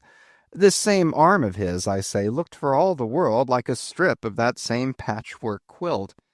Indeed, partly lying on it as the arm did when I first awoke, I could hardly tell it from the quilt, they so blended their hues together, and it was only by the sense of weight and pressure that I could tell that Queequeg was hugging me. My sensations were strange. Let me try to explain them. When I was a child, I well remember a somewhat similar circumstance that befell me. Whether it was a reality or a dream, I never could entirely settle. The circumstance was this. I had been cutting up some caper or other. I think it was trying to crawl up the chimney, as I had seen a little sweep do a few days previous, and my stepmother, who somehow or other was all the time whipping me or sending me to bed supperless, my mother dragged me by the legs out of the chimney and packed me off to bed, though it was only 2 o'clock in the afternoon of the 21st June, the longest day of the year in our hemisphere. I felt dreadfully, but there was no help for it, so upstairs I went to my little room in the 3rd floor, undressed myself as slowly as possible so as to kill time, and with a bitter sigh got between the sheets. I lay there dismally calculating that 16 entire hours must elapse before I could hope for a resurrection. 16 hours in bed. The small of my back ached to think of it. And it was so light, too, the sun shining in at the window and a great rattling of coaches in the streets, and the sound of gay voices all over the house. I felt worse and worse. At last I got up, dressed, and, softly going down in my stocking feet, sought out my stepmother, and suddenly threw myself at her feet, beseeching her as a particular favor to give me a good slippering for my misbehavior, anything indeed but condemning me to lie abed such an endurable length of time. But she was the best and most conscientious of stepmothers, and back I had to go to my room. For several hours I lay there, broad awake, feeling a great deal worse than I have ever done since, even from the greatest subsequent misfortunes. At last I must have fallen into a troubled nightmare of a doze, and slowly waking from it, half steeped in dreams, I opened my eyes, and the before sunlit room was now wrapped in outer darkness. Instantly I felt a shock running through all my frame. Nothing was to be seen, and nothing was to be heard. But a supernatural hand seemed placed in mine. My arm hung over the counterpane, and the nameless, unimaginable, silent form or phantom to which the hand belonged seemed closely seated by my bedside. For what seemed ages piled on ages, I lay there, frozen with the most awful fears, not daring to drag away my hand, yet ever thinking that if I could but stir it 1 single inch, the horrid spell would be broken. I knew not how this consciousness at last glided away from me, but waking in the morning, I shudderingly remembered it all, and for days and weeks and months afterwards, I lost myself in confounding attempts to explain the mystery. Nay, to this very hour, I often puzzle myself with it. Now take away the awful fear, and my sensations at feeling the supernatural hand in mine were very similar in their strangeness to those which I experienced on waking up and seeing Queequeg's pagan arm thrown round me. But at length all the past night's events soberly recurred, one by one, in fixed reality, and then I lay only alive to the comical predicament. For though I tried to move his arm, unlock his bridegroom clasp, yet, sleeping as he was, he still hugged me tightly, as though naught but death should part us twain. I now strove to rouse him. "Queequeg!" But his only answer was a snore. I then rolled over, my neck feeling as if it were in a horse collar, and suddenly felt a slight scratch. Throwing aside the counterpane, there lay the tomahawk, sleeping by the savage's side, as if it were a hatchet-faced baby. A pretty pickle, truly, thought I. A bed here in a strange house in broad day with a cannibal and a tomahawk. Queequeg! In the name of goodness, Queequeg, wake! At length, by dint of much wriggling and loud and incessant expostulations upon the unbecomingness of his hugging a fellow male in that matrimonial sort of style, I succeeded in extracting a grunt, and presently he drew back his arm, shook himself all over like a Newfoundland dog just from the water, and sat up in bed, stiff as a pikestaff, looking at me, and rubbing his eyes as if he did not altogether remember how I came to be there, though a dim consciousness of knowing something about me seemed slowly dawning over him. Meanwhile I lay quietly eyeing him, having no serious misgivings now, and bent upon narrowly observing so curious a creature. When at last his mind seemed made up touching the character of his bedfellow, and he became, as it were, reconciled to the fact, he jumped out upon the floor, and by certain signs and sounds gave me to understand that, if it pleased me, he would dress first, and then leave me to dress afterward, leaving the whole apartment to myself. Thinks I, Queequeg, under the circumstances this is a very civilized overture. But the truth is, these savages have an innate sense of delicacy, say what you will. It is marvelous how essentially polite they are. I pay this particular compliment to Queequeg because he treated me with so much civility and consideration while I was guilty of great rudeness, staring at him from the bed and watching all of his toilette motions, for the time my curiosity getting the better of my breeding. Nevertheless, a man like Queequeg you don't see every day. He and his ways were well worth unusual regarding. He commenced dressing at top by donning his beaver hat, a very tall one, by the by, and then, still minus his trousers, he hunted up his boots. What under the heavens he did it for I cannot tell, but his next movement was to crush himself, boots in hand and hat on, under the bed, when, from sundry violent gaspings and strainings, I inferred he was hard at work booting himself, though by no law of propriety that I ever heard of is any man required to be private when putting on his boots. But Queequeg, do you see, was a creature in the transition stage, neither caterpillar nor butterfly. He was just enough civilized to show off his outlandishness in the strangest possible manners. His education was not yet completed. He was an undergraduate. If he had not been a small degree civilized, he probably would not have troubled himself with boots at all. But then, if he had not been still a savage, he never would have dreamt of getting under the bed to put them on. At last he emerged with his hat very much dented and crushed down over his eyes, and began creaking and limping about the room, as if, not being much accustomed to boots, his pair of damp, wrinkled cowhide ones, probably not made to order either, rather pinched and tormented him at the first go off of a bitter cold morning. Seeing now that there were no curtains to the window, and that the street being very narrow, the house opposite commanded a plain view into the room, and observing more and more the indecorous figure that Queequeg made, staving about with little else but his hat and boots on, I begged him as well as I could to accelerate his toilet somewhat, and particularly to get into his pantaloons as soon as possible. He complied, and then proceeded to wash himself. At that time in the morning any Christian would have washed his face, but Queequeg, to my amazement, contented himself with restricting his ablutions to his chest, arms, and hands. He then donned his waistcoat, and taking up a piece of hard soap on the washstand center table, dipped it into water and commenced lathering his face. I was washing to see where he kept his razor, and lo and behold, he takes the harpoon from the bed corner, slips out the long wooden stock, unsheaths the head, wets it a little on his boot, and striding up to the bit of mirror against the wall, begins a vigorous scraping, or rather harpooning, of his cheeks. Thinks I, Queequeg, this is using Roger's best cutlery with a vengeance. Afterwards I wondered less at this operation when I came to know of what fine steel the head of a harpoon is made, and how exceedingly sharp the long straight edges are always kept. The rest of his toilet was soon achieved, and he proudly marched out of the room, wrapped up in his great pilot monkey jacket, and sporting his harpoon like a marshal's baton. Chapter 5. Breakfast. I quickly followed suit, and descending into the bar-room accosted the grinning landlord very pleasantly.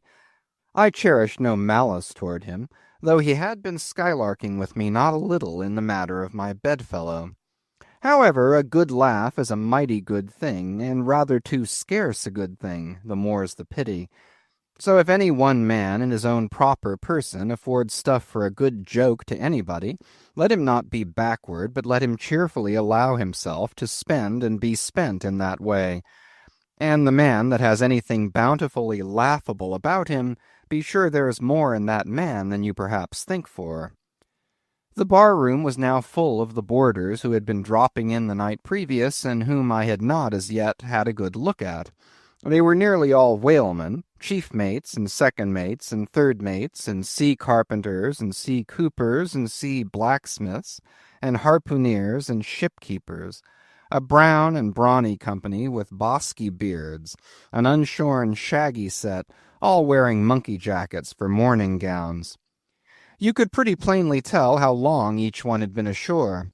This young fellow's healthy cheek is like a sun-toasted pear in hue, and would seem to smell almost as musky. He cannot have been 3 days landed from his Indian voyage. That man next him looks a few shades lighter. You might say a touch of satin wood is in him. In the complexion of a third still lingers a tropic tawn, but slightly bleached withal. He, doubtless, has tarried whole weeks ashore. But who could show a cheek like Queequeg, which, barred with various tints, seemed, like the Andes' western slope, to show forth in one array contrasting climates, zone by zone. "Grub, ho!" now cried the landlord, flinging open a door, and in we went to breakfast. They say that men who have seen the world thereby become quite at ease in manner, quite self-possessed in company. Not always, though. Ledyard, the great New England traveler, and Mungo Park, the Scotch one, of all men they possess the least assurance in the parlor. But perhaps the mere crossing of Siberia in a sledge drawn by dogs, as Ledyard did, or the taking of a long solitary walk on an empty stomach in the Negro heart of Africa, which was the sum of poor Mungo's performances, this kind of travel, I say, may not be the very best mode of attaining a high social polish. Still, for the most part, that sort of thing is to be had anywhere. These reflections just here are occasioned by the circumstance that after we were all seated at the table, and I was preparing to hear some good stories about whaling, to my no small surprise, nearly every man maintained a profound silence. And not only that, but they looked embarrassed. Yes, here were a set of sea-dogs, many of whom, without the slightest bashfulness, had boarded great whales on the high seas, entire strangers to them, and duelled them dead without winking, and yet here they sat at a social breakfast table, all of the same calling, all of kindred tastes, looking round as sheepishly at each other as though they had never been out of sight of some sheepfold among the Green Mountains. A curious sight, these bashful bears, these timid warrior whalemen. But as for Queequeg, why, Queequeg sat there among them, at the head of the table, too, it so chanced, as cool as an icicle. To be sure, I cannot say much for his breeding. His greatest admirer could not have cordially justified his bringing his harpoon into breakfast with him, and using it there without ceremony, reaching over the table with it to the imminent jeopardy of many heads, and grappling the beefsteaks toward him. But that was certainly very coolly done by him, and everyone knows that in most people's estimation, to do anything coolly is to do it genteelly. We will not speak of all Queequeg's peculiarities here, how he eschewed coffee and hot rolls and applied his undivided attention to beefsteaks done rare. Enough that when breakfast was over he withdrew like the rest into the public room, lighted his tomahawk pipe, and was sitting there quietly digesting and smoking with his inseparable hat on when I sallied out for a stroll. Chapter 6. The Street. If I had been astonished at first catching a glimpse of so outlandish an individual as Queequeg circulating among the polite society of a civilized town, that astonishment soon departed upon taking my first daylight stroll through the streets of New Bedford. In thoroughfares nigh the docks, any considerable seaport will frequently offer to view the queerest-looking nondescripts from foreign parts. Even in Broadway and Chestnut streets, Mediterranean mariners will sometimes jostle the affrighted ladies. Regent Street is not unknown to Lascars and Malays. And at Bombay, in the Apollo Green, live Yankees have often scared the natives. But New Bedford beats all Water Street and Wapping. In these last-mentioned haunts you see only sailors, but in New Bedford actual cannibals stand chatting at street corners, savages outright, many of whom yet carry on their bones unholy flesh. It makes the stranger stare. But besides the Fijians, Tonga-Tabouars, Arromangoans, Panangians, and Brigians, and besides the wild specimens of the whaling craft which, unheeded, reel about the streets, you will see other sights still more curious, certainly more comical. There weekly arrive in this town scores of green Vermonters and New Hampshiremen, all athirst for gain and glory in the fishery. They are mostly young, of stalwart frames, fellows who have felled forests and now seek to drop the axe and snatch the whale lance. Many are as green as the Green Mountains whence they came. In some things you would think them but a few hours old. Look there, that chap strutting round the corner. He wears a beaver hat and swallow-tailed coat, girdled with a sailor belt and sheath-knife. Here comes another with a southwester and a bombazine cloak. No town-bred dandy will compare with a country-bred one. I mean a downright bumpkin dandy, a fellow that, in the dog days, will mow his 2 acres in buckskin gloves for fear of tanning his hands. Now, when a country dandy like this takes it into his head to make a distinguished reputation and joins the great whale fishery, you should see the comical things he does upon reaching the seaport. In bespeaking his sea outfit, he orders bell-buttons to his waistcoats, straps to his canvas trousers. Ah, poor hayseed, how bitterly will burst those straps in the first howling gale when thou art driven, straps, button, and all, down the throat of the tempest. But think not that this famous town has only harpooneers, cannibals, and bumpkins to show her visitors. Not at all. Still New Bedford is a queer place. Had it not been for us whalemen, that tract of land would this day perhaps have been in as howling condition as the coast of Labrador. As it is, parts of her back country are enough to frighten one, they look so bony. The town itself is perhaps the dearest place to live in all New England. It is a land of oil, true enough, but not like Canaan, a land also of corn and wine. The streets do not run with milk, nor in the springtime do they pave them with fresh eggs. Yet, in spite of this, nowhere in all America will you find more patrician-like houses, parks and gardens more opulent than in New Bedford. Whence came they? How planted upon this once scraggy scoria of a country? Go and gaze upon the iron emblematical harpoons round yonder lofty mansion, and your question will be answered. Yes, all these brave houses and flowery gardens came from the Atlantic, Pacific, and Indian Ocean. One and all they were harpooned and dragged up hither from the bottom of the sea. Can Herr Alexander perform a feat like that? In New Bedford, fathers, they say, give whales for dowers to their daughters, and portion off their nieces with a few porpoises apiece. You must go to New Bedford to see a brilliant wedding, for they say they have reservoirs of oil in every house, and every night recklessly burn their lengths in spermaceti candles. In summer-time the town is sweet to see, full of fine maples, long avenues of green and gold.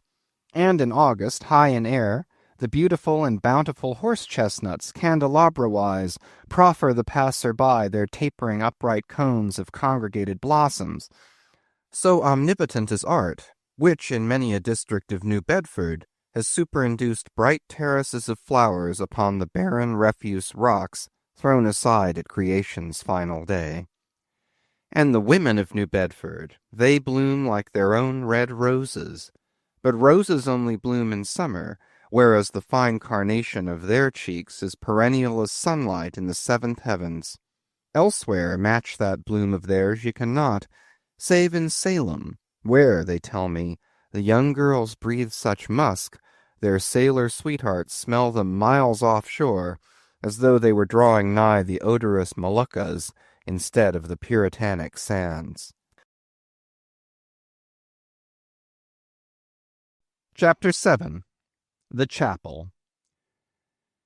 In this same New Bedford there stands a whaleman's chapel, and few are the moody fishermen shortly bound for the Indian Ocean or Pacific who fail to make a Sunday visit to the spot.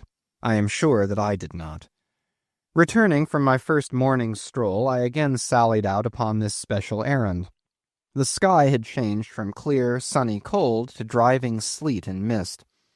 Wrapping myself in my shaggy jacket of the cloth called bearskin, I fought my way against the stubborn storm. Entering, I found a small scattered congregation of sailors and sailors' wives and widows.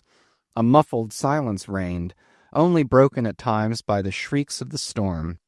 Each silent worshipper seemed purposely sitting apart from the other, as if each silent grief were insular and incommunicable. The chaplain had not yet arrived, and there these silent islands of men and women sat steadfastly eyeing several marble tablets with black borders masoned into the walls on either side of the pulpit. 3 of them ran something like the following, but I do not pretend to quote. Sacred to the memory of John Talbot, who, at the age of 18, was lost overboard near the Isle of Desolation, off Patagonia, November 1st, 1836. This tablet is erected to his memory by his sister. Sacred to the memory of Robert Long, Willis Ellery, Nathan Coleman, Walter Canny, Seth Macy, and Samuel Gleig, forming one of the boat's crews of the ship Eliza, who were towed out of sight by a whale on the offshore ground in the Pacific, December 31st, 1839. This marble is here placed by their surviving shipmates. Sacred to the memory of the late Captain Ezekiel Hardy, who, in the bows of his boat, was killed by a sperm whale on the coast of Japan, August 3rd, 1833. This tablet is erected to his memory by his widow. Shaking off the sleet from my ice-glazed hat and jacket, I seated myself near the door, and turning sideways was surprised to see Queequeg near me. Affected by the solemnity of the scene, there was a wondering gaze of incredulous curiosity in his countenance. This savage was the only person present who seemed to notice my entrance, because he was the only one who could not read, and therefore was not reading those frigid inscriptions on the wall. Whether any of the relatives of the seamen whose names appeared there were now among the congregation, I knew not. But so many are the unrecorded accidents in the fishery, and so plainly did several women present wear the countenance, if not the trappings, of some unceasing grief, that I feel sure that here before me were assembled those in whose unhealing hearts the sight of those bleak tablets sympathetically caused the old wounds to bleed afresh. Oh, ye whose dead lie buried beneath the green grass, who, standing among flowers, can say, Here, here lies my beloved, you know not the desolation that broods in bosoms like these. What bitter blanks in those black-bordered marbles which cover no ashes! What despair in those immovable inscriptions! What deadly voids and unbidden infidelities in the lines that seem to gnaw upon all faith, and refuse resurrections to the beings who have placelessly perished without a grave! As well might those tablets stand in the cave of Elephanta as here.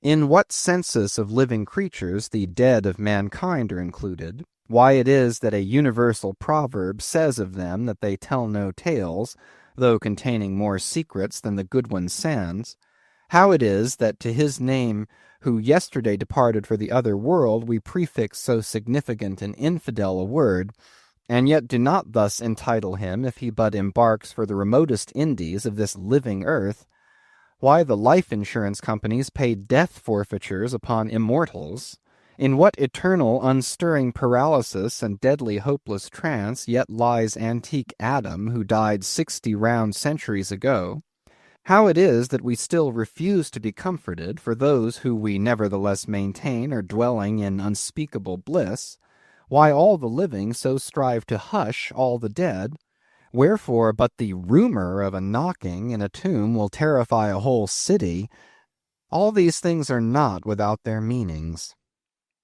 But faith, like a jackal, feeds among the tombs, and even from these dead doubts she gathers her most vital hope. It needs scarcely be told with what feelings on the eve of a Nantucket voyage I regarded those marble tablets, and by the murky light of that dark and doleful day read the fate of the whaleman who had gone before me. Yes, Ishmael, the same fate may be thine. But somehow I grew merry again. Delightful inducements to embark. Fine chance for promotion, it seems. Aye, a stove boat will make me an immortal by brevet. Yes, there is death in this business of whaling, a speechlessly quick, chaotic bundling of a man into eternity. But what then? Methinks we have hugely mistaken this matter of life and death. Methinks that what they call my shadow here on earth is my true substance. Methinks that in looking at things spiritual we are too much like oysters, observing the sun through the water, and thinking that thick water the thinnest of air. Methinks my body is but the lees of my better being. In fact, take my body who will. Take it, I say. It is not me.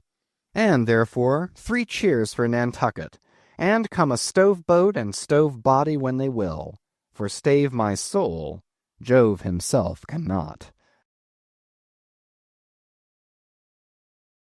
Chapter 8. The Pulpit.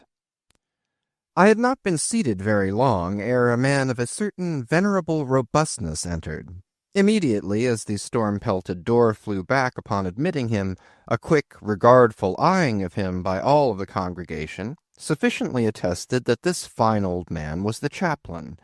Yes, it was the famous Father Mapple, so called by the whalemen, among whom he was a very great favorite. He had been a sailor and a harpooneer in his youth, but for many years past had dedicated his life to the ministry.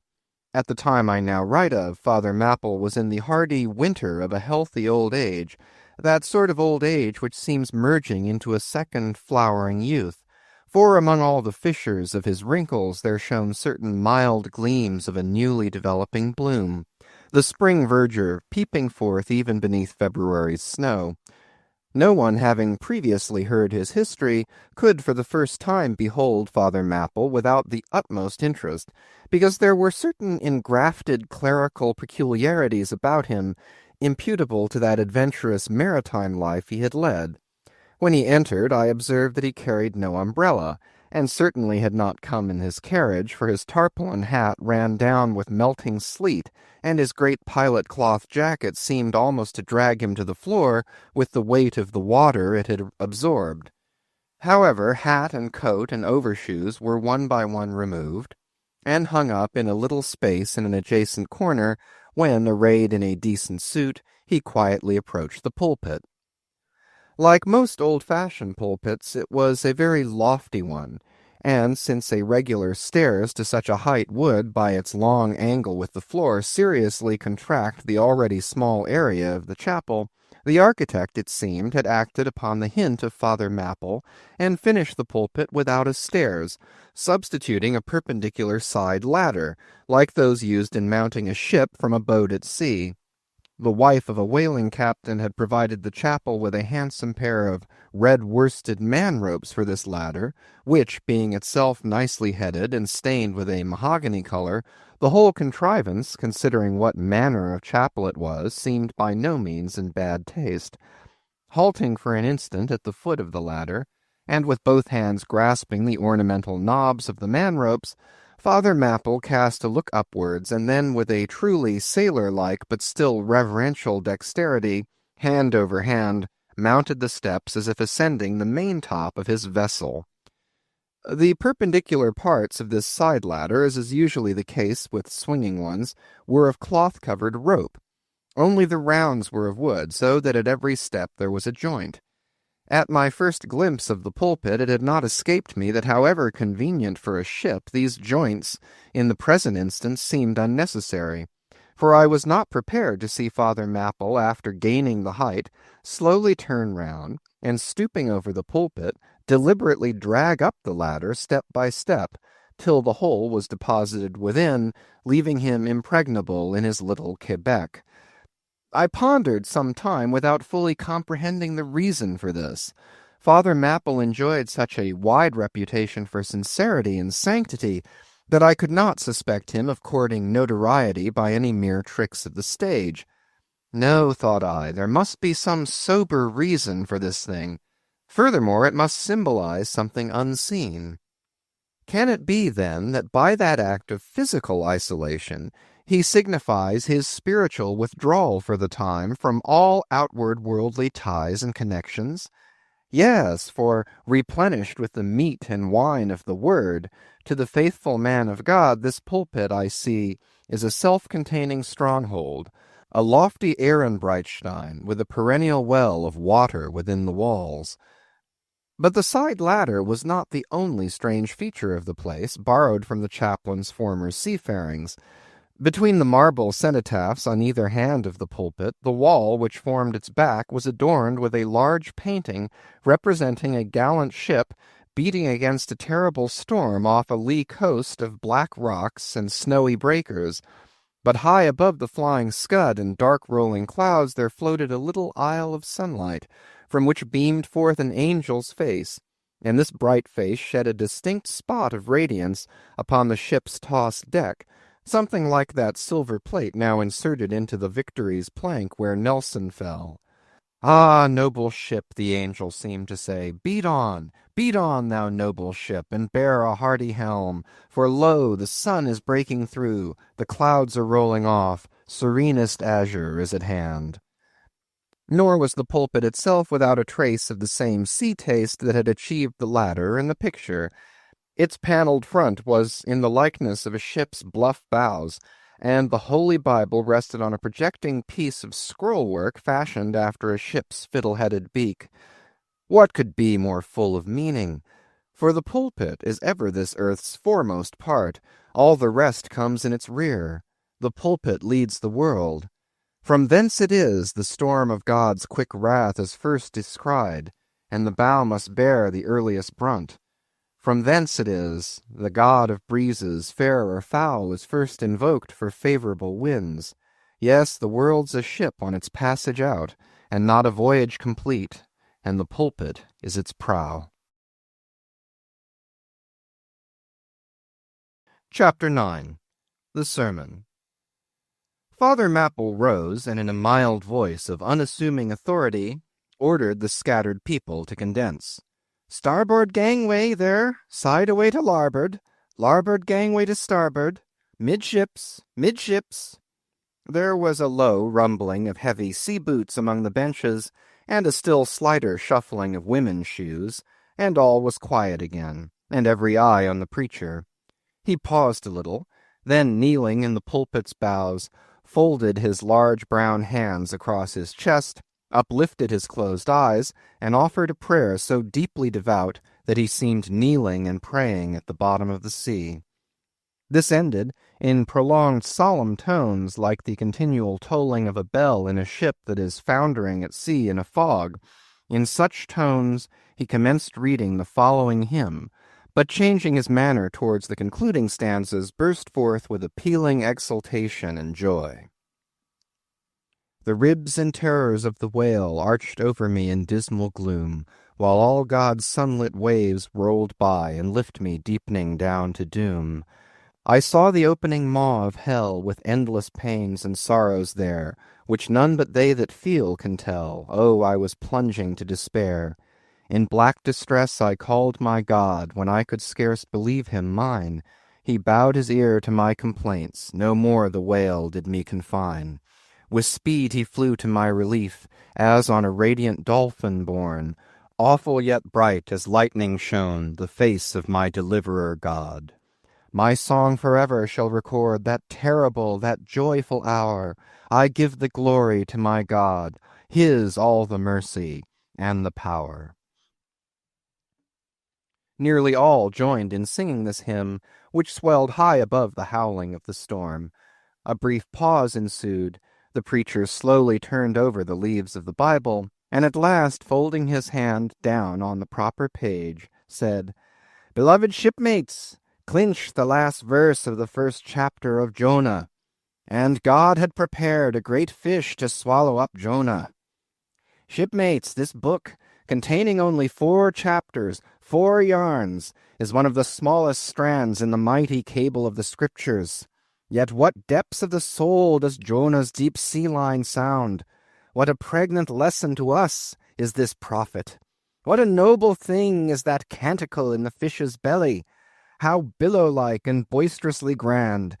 We feel the floods surging over us. We sound with him to the kelpy bottom of the waters. Seaweed and all the slime of the sea is about us. But what is the lesson that this book of Jonah teaches? Shipmates, it is a 2-stranded lesson, a lesson to us all as sinful men, and a lesson to me as a pilot of the living God. As sinful men, it is a lesson to us all because it is the story of the sin, hard-heartedness, suddenly awakened fears, the swift punishment, repentance, prayers, and finally the deliverance and joy of Jonah. As with all sinners among men, the sin of this son of Amittai was in his willful disobedience to the command of God. Never mind now what that command was or how conveyed, which he found a hard command. But all things that God would have us do are hard for us to do. Remember that. And hence he oftener commands us than endeavors to persuade. And if we obey God, we must disobey ourselves. and it is in this disobeying ourselves wherein the hardness of obeying God consists. With this sin of disobedience in him, Jonah still further flouts at God by seeking to flee from him. He thinks that a ship made by men will carry him into countries where God does not reign, but only the captains of this earth. He skulks about the wharves of Joppa, and seeks a ship that's bound for Tarshish. There lurks perhaps a hitherto unheeded meaning here. By all accounts, Tarshish could have been no other city than the modern Cadiz. That's the opinion of learned men. And where is Cadiz, shipmates? Cadiz is in Spain, as far by water from Joppa as Jonah could possibly have sailed in those ancient days, when the Atlantic was an almost unknown sea, because Joppa, the modern Jaffa, shipmates, is on the most easterly coast of the Mediterranean, the Syrian, and Tarshish or Cadiz more than 2,000 miles to the westward from that, just outside the Straits of Gibraltar. See ye not then, shipmates, that Jonah sought to flee worldwide from God? Miserable man! Oh, most contemptible, and worthy of all scorn, with slouched hat and guilty eyes, skulking from his God, prowling among the shipping like a vile burglar hastening to cross the seas. So disordered, self-condemning in his look, that had there been policemen in those days, Jonah, on the mere suspicion of something wrong, had been arrested ere he touched a dick. How plainly he's a fugitive! No baggage, not a hat-box, valise, or carpet-bag.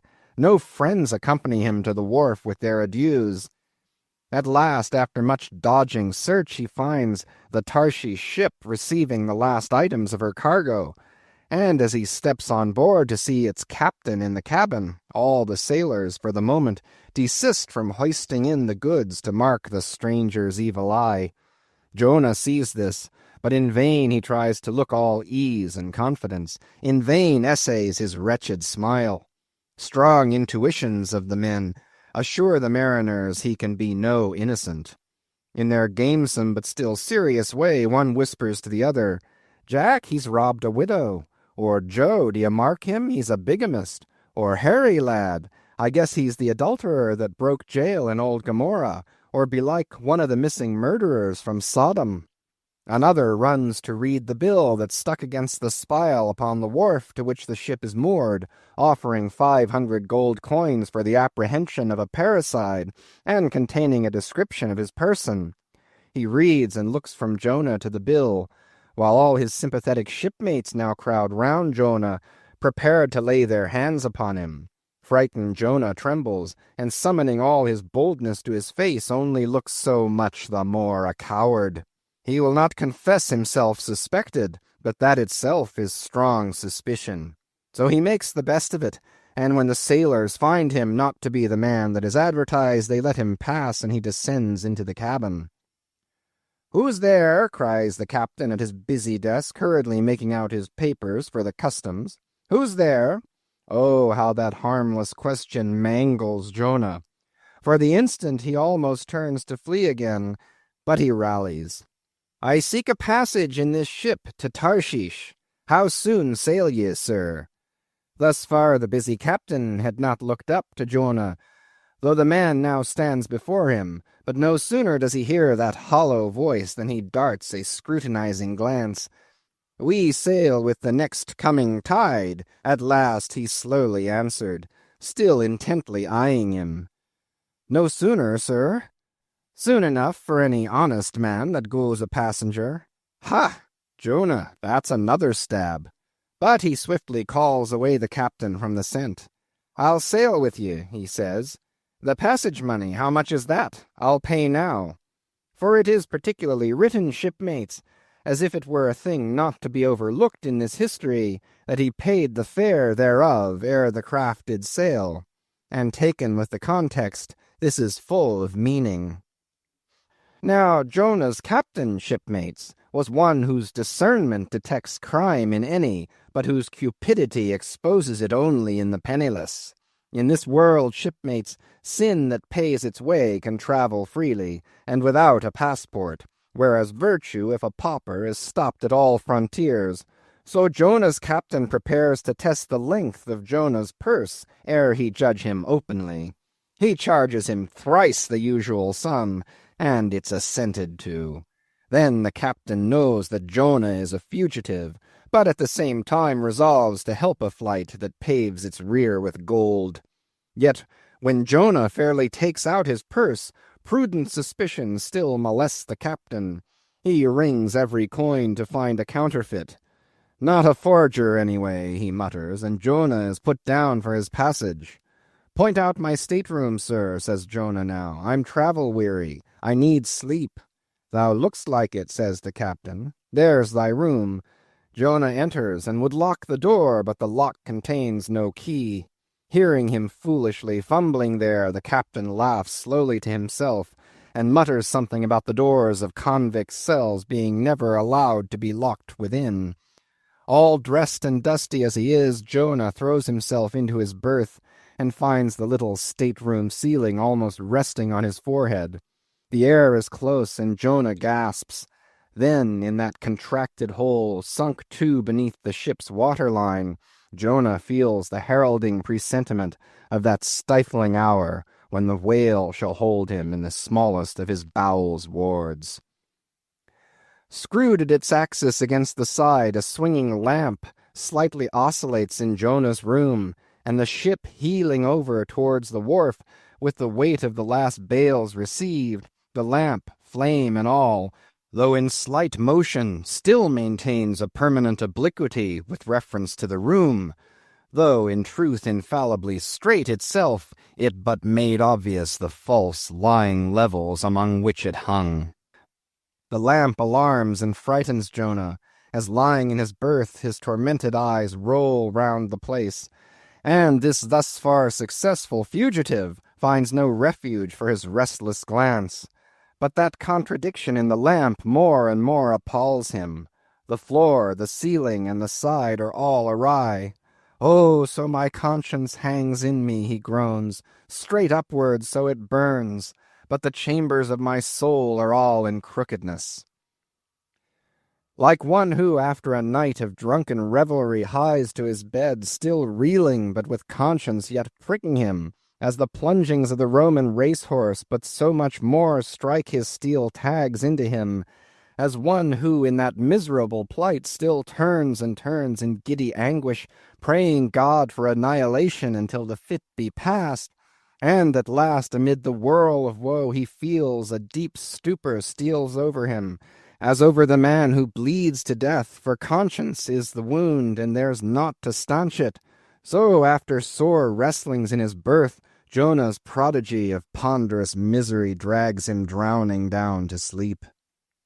And now the time of tide has come, the ship casts off her cables, and from the deserted wharf the uncheered ship for Tarshish, all careening, glides to sea. That ship, my friends, was the first of recorded smugglers. The contraband was Jonah. But the sea rebels. He will not bear the wicked burden. A dreadful storm comes on. The ship is like to break. But now, when the boatswain calls all hands to lighten her, when boxes, bales, and jars are clattering overboard, when the wind is shrieking and the men are yelling, and every plank thunders with trampling feet right over Jonah's head, in all this raging tumult Jonah sleeps his hideous sleep.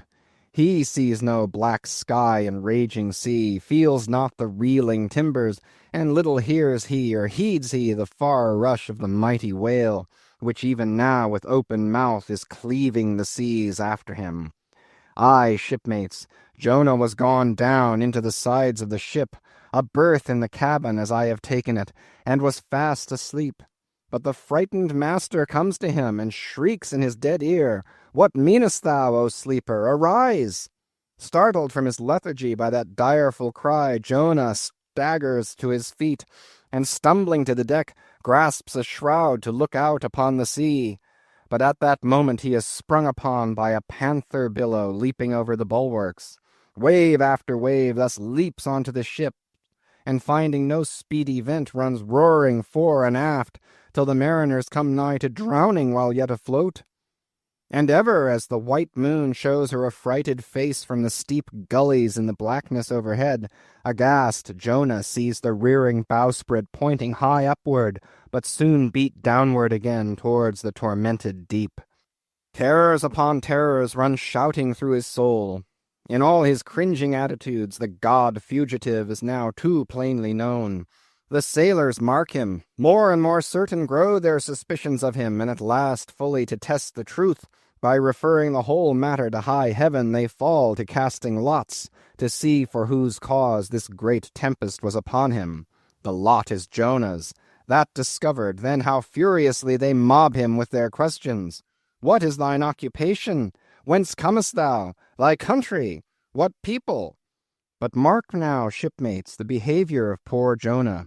The eager mariners but ask him who he is and where from, whereas they not only receive an answer to those questions, but likewise another answer to a question not put by them, but the unsolicited answer is forced from Jonah by the hard hand of God that is upon him.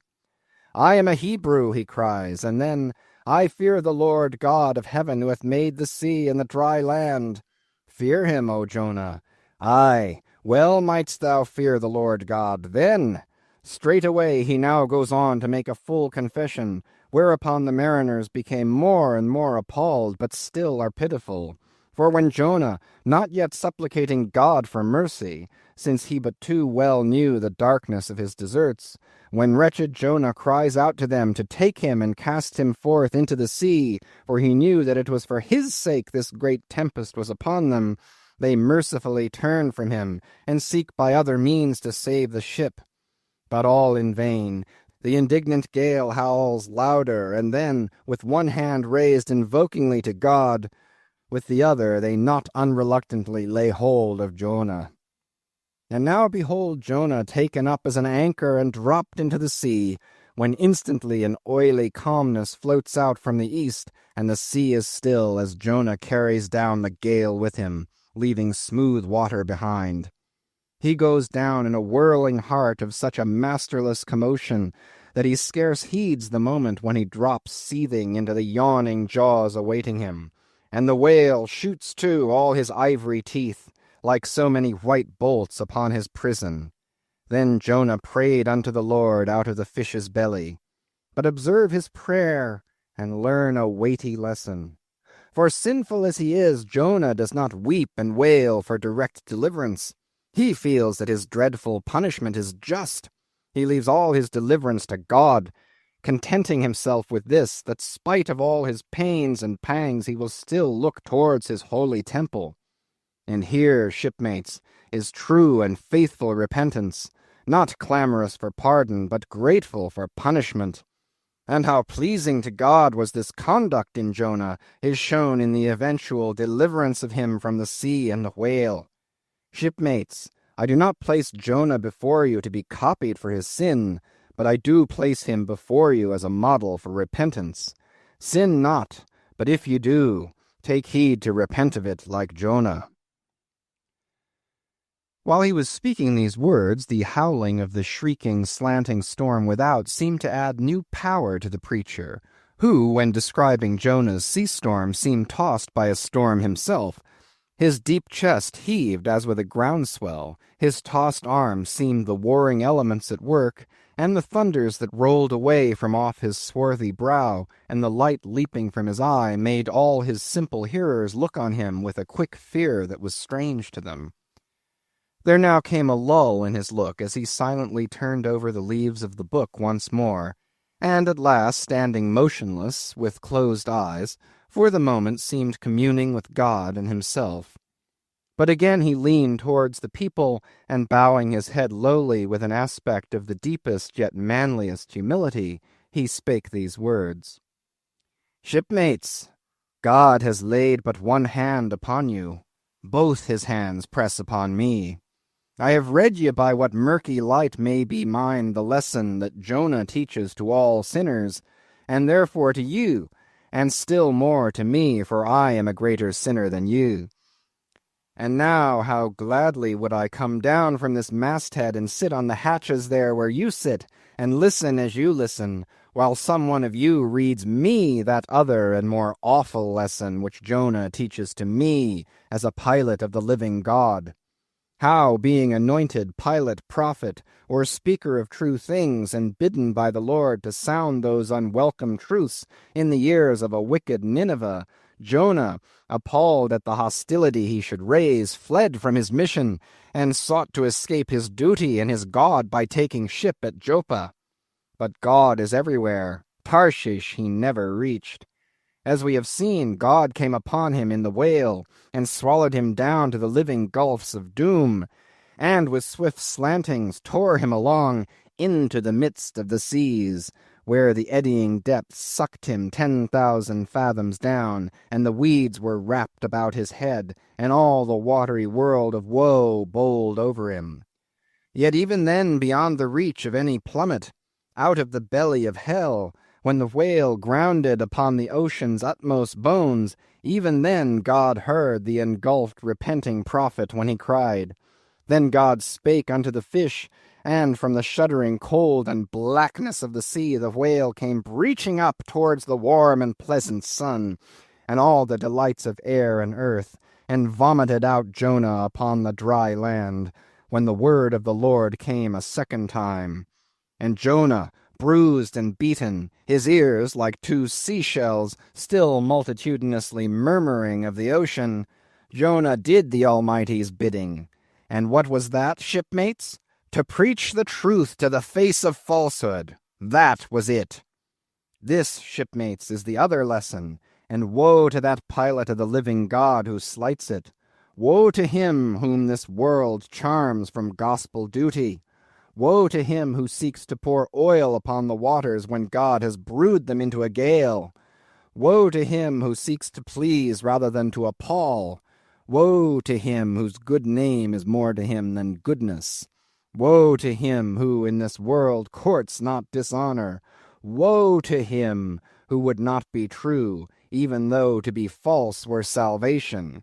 Yea, woe to him who, as the great pilot Paul has it, while preaching to others is himself a castaway. He dropped and fell away from himself for a moment, then lifting his face to them again, showed a deep joy in his eyes as he cried out with a heavenly enthusiasm, "But oh, shipmates, on the starboard hand of every woe there is a sure delight, and higher the top of that delight than the bottom of the woe is deep. Is not the main truck higher than the kelson is low? Delight is to him, a far, far upward and inward delight, who against the proud gods and commodores of this earth ever stands forth his own inexorable self. Delight is to him whose strong arms yet support him, when the ship of this base, treacherous world has gone down beneath him. Delight it is to him who gives no quarter in the truth, and kills, burns, and destroys all sin, though he pluck it out from under the robes of senators and judges.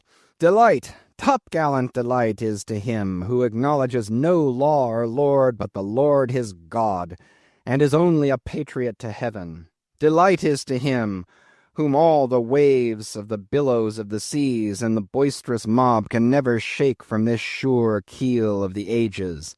An eternal delight and deliciousness will be his, who, coming to lay him down, can say with his final breath, O Father, chiefly known to me by thy rod, mortal or immortal, here I die. I have striven to be thine, more than to be this world's or mine own. Yet this is nothing. I leave eternity to thee. For what is man that he should live out the lifetime of his God?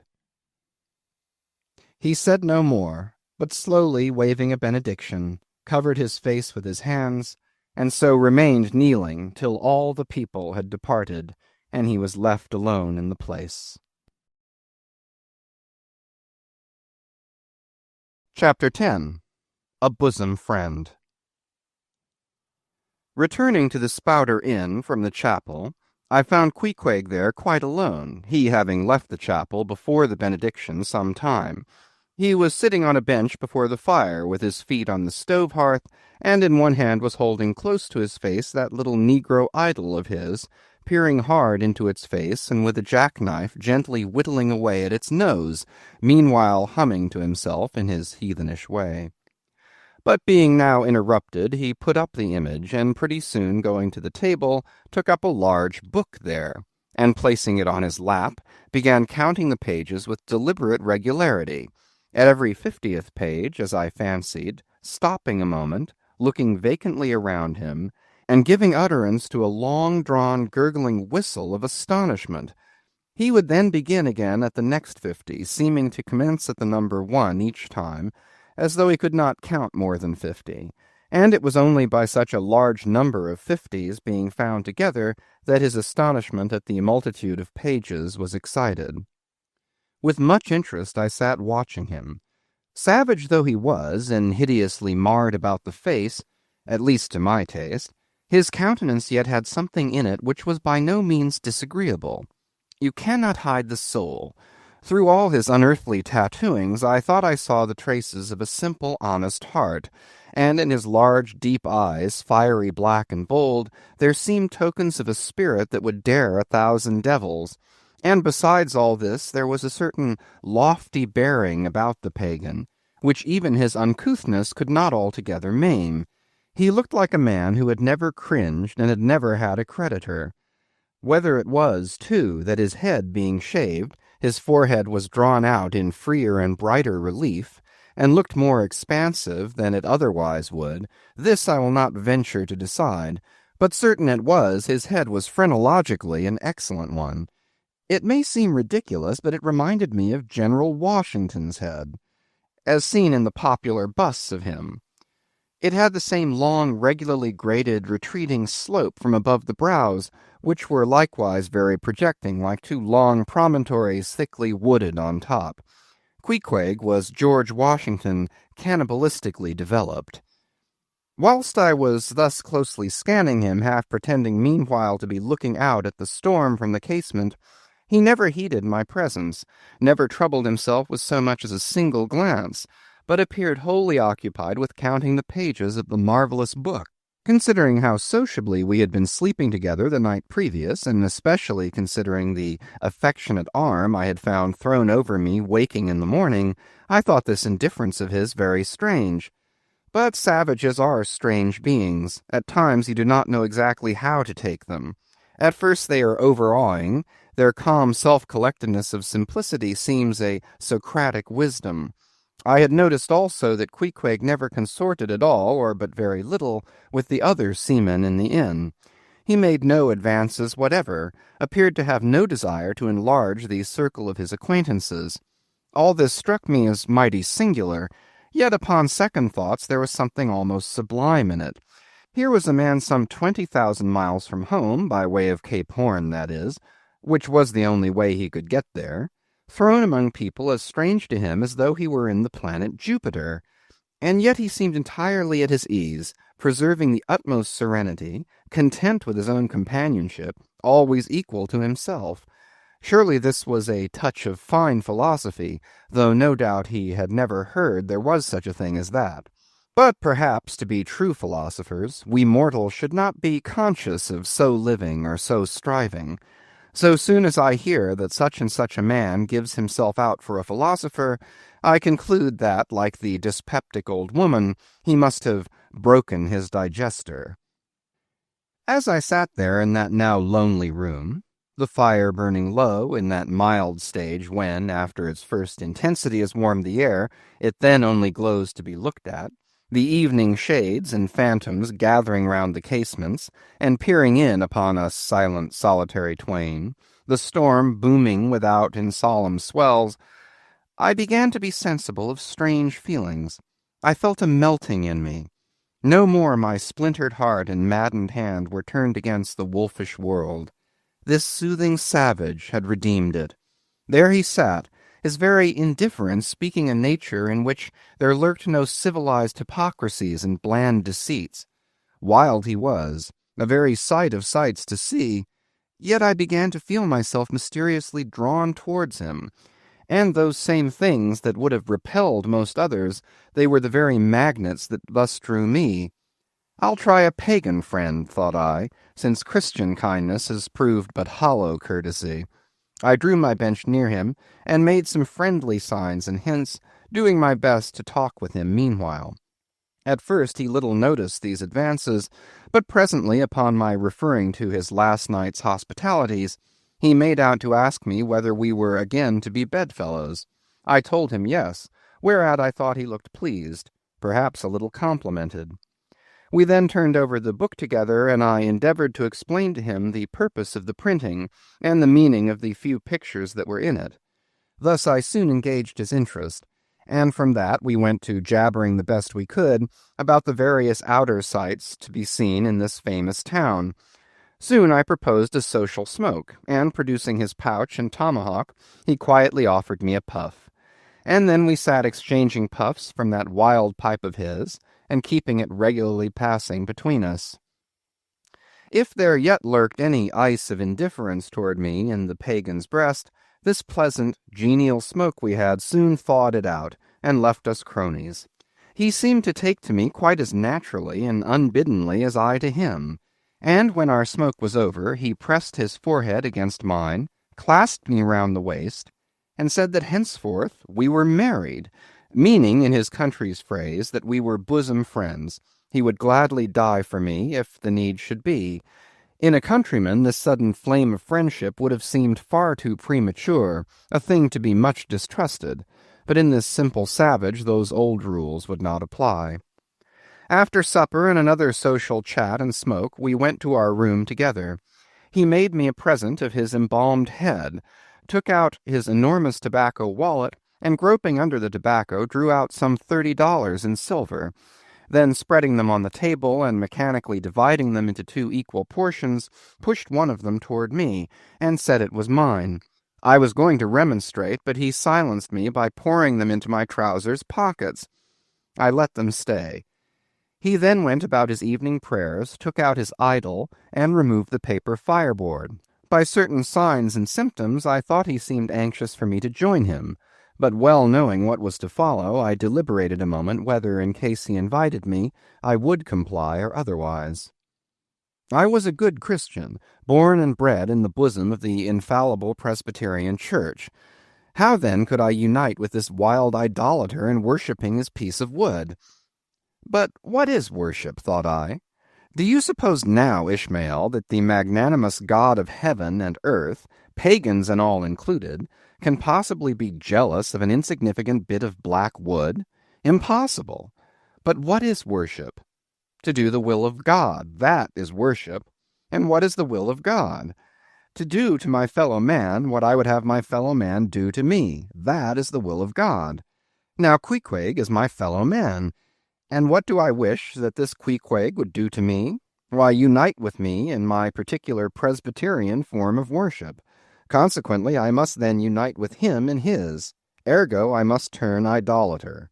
So I kindled the shavings, helped prop up the innocent little idol, offered him burnt biscuit with Queequeg, salaamed before him twice or thrice, kissed his nose, and that done, we undressed and went to bed, at peace with our own consciences and all the world. But we did not go to sleep without some little chat. How it is I know not, but there is no place like a bed for confidential disclosures between friends. Man and wife, they say, there open the very bottom of their souls to each other, and some old couples often lie and chat over old times till nearly morning. Thus, then, in our heart's honeymoon, lay I and Queequeg, a cozy, loving pair. Chapter 11.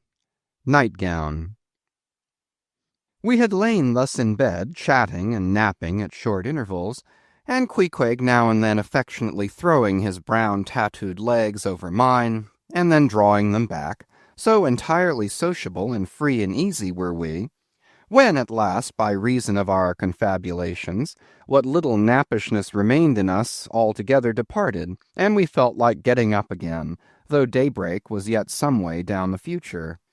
Yes, we became very wakeful, so much so that our recumbent position began to grow wearisome, and by little and little we found ourselves sitting up, the clothes well tucked around us, leaning against the headboard with our 4 knees drawn up close together and our 2 noses bending over them, as if our knee-pans were warming pans. We felt very nice and snug, the more so since it was so chilly out of doors. Indeed, out of bedclothes, too, seeing that there was no fire in the room. The more so, I say, because truly to enjoy bodily warmth, some small part of you must be cold, for there is no quality in this world that is not what it is merely by contrast. Nothing exists in itself. If you flatter yourself that you are all over comfortable, and have been so for a long time, then you cannot be said to be comfortable any more. But if, like Queequeg and me in the bed, the tip of your nose or the crown of your head be slightly chilled, why then indeed, in the general consciousness, you feel most delightfully and unmistakably warm. For this reason, a sleeping apartment should never be furnished with a fire, which is one of the luxurious discomforts of the rich. For the height of this sort of deliciousness is to have nothing but the blanket between you and your snugness and the cold of the outer air. Then there you lie like the one warm spark in the heart of an Arctic crystal. We had been sitting in this crouching manner for some time when all at once I thought I would open my eyes. For when between sheets, whether by day or by night, and whether asleep or awake, I have a way of always keeping my eyes shut, in order the more to concentrate on the snugness of being in bed. Because no man can ever feel his own identity aright except his eyes be closed, as if darkness were indeed the proper element of our essences, though light be more congenial to our clayey part. Upon opening my eyes, then, and coming out of my own pleasant and self-created darkness into the imposed and coarse outer gloom of the unilluminated 12 o'clock at night, I experienced a disagreeable revulsion. Nor did I at all object to the hint from Queequeg that perhaps it were best to strike a light, seeing that we were so wide awake, and besides he felt a strong desire to have a few quiet puffs from his tomahawk. Be it said that though I had felt such a strong repugnance to his smoking in the bed the night before, yet see how elastic our stiff prejudices grow when love comes once to bend them. For now I like nothing better than to have Queequeg smoking by me, even in bed, because he seemed to be full of such serene household joy then. I no more felt unduly concerned for the landlord's policy of insurance. I was only alive to the condensed, confidential comfortableness of sharing a pipe and a blanket with a real friend. With our shaggy jackets drawn about our shoulders, we now passed the tomahawk from one to the other, till slowly there grew over us a blue-hanging tester of smoke, illuminated by the flame of the new-lit lamp. Whether it was that this undulating tester rolled the savage away to far-distant scenes, I know not. But he now spoke of his native island, and eager to hear his history, I begged him to go on and tell it. He gladly complied.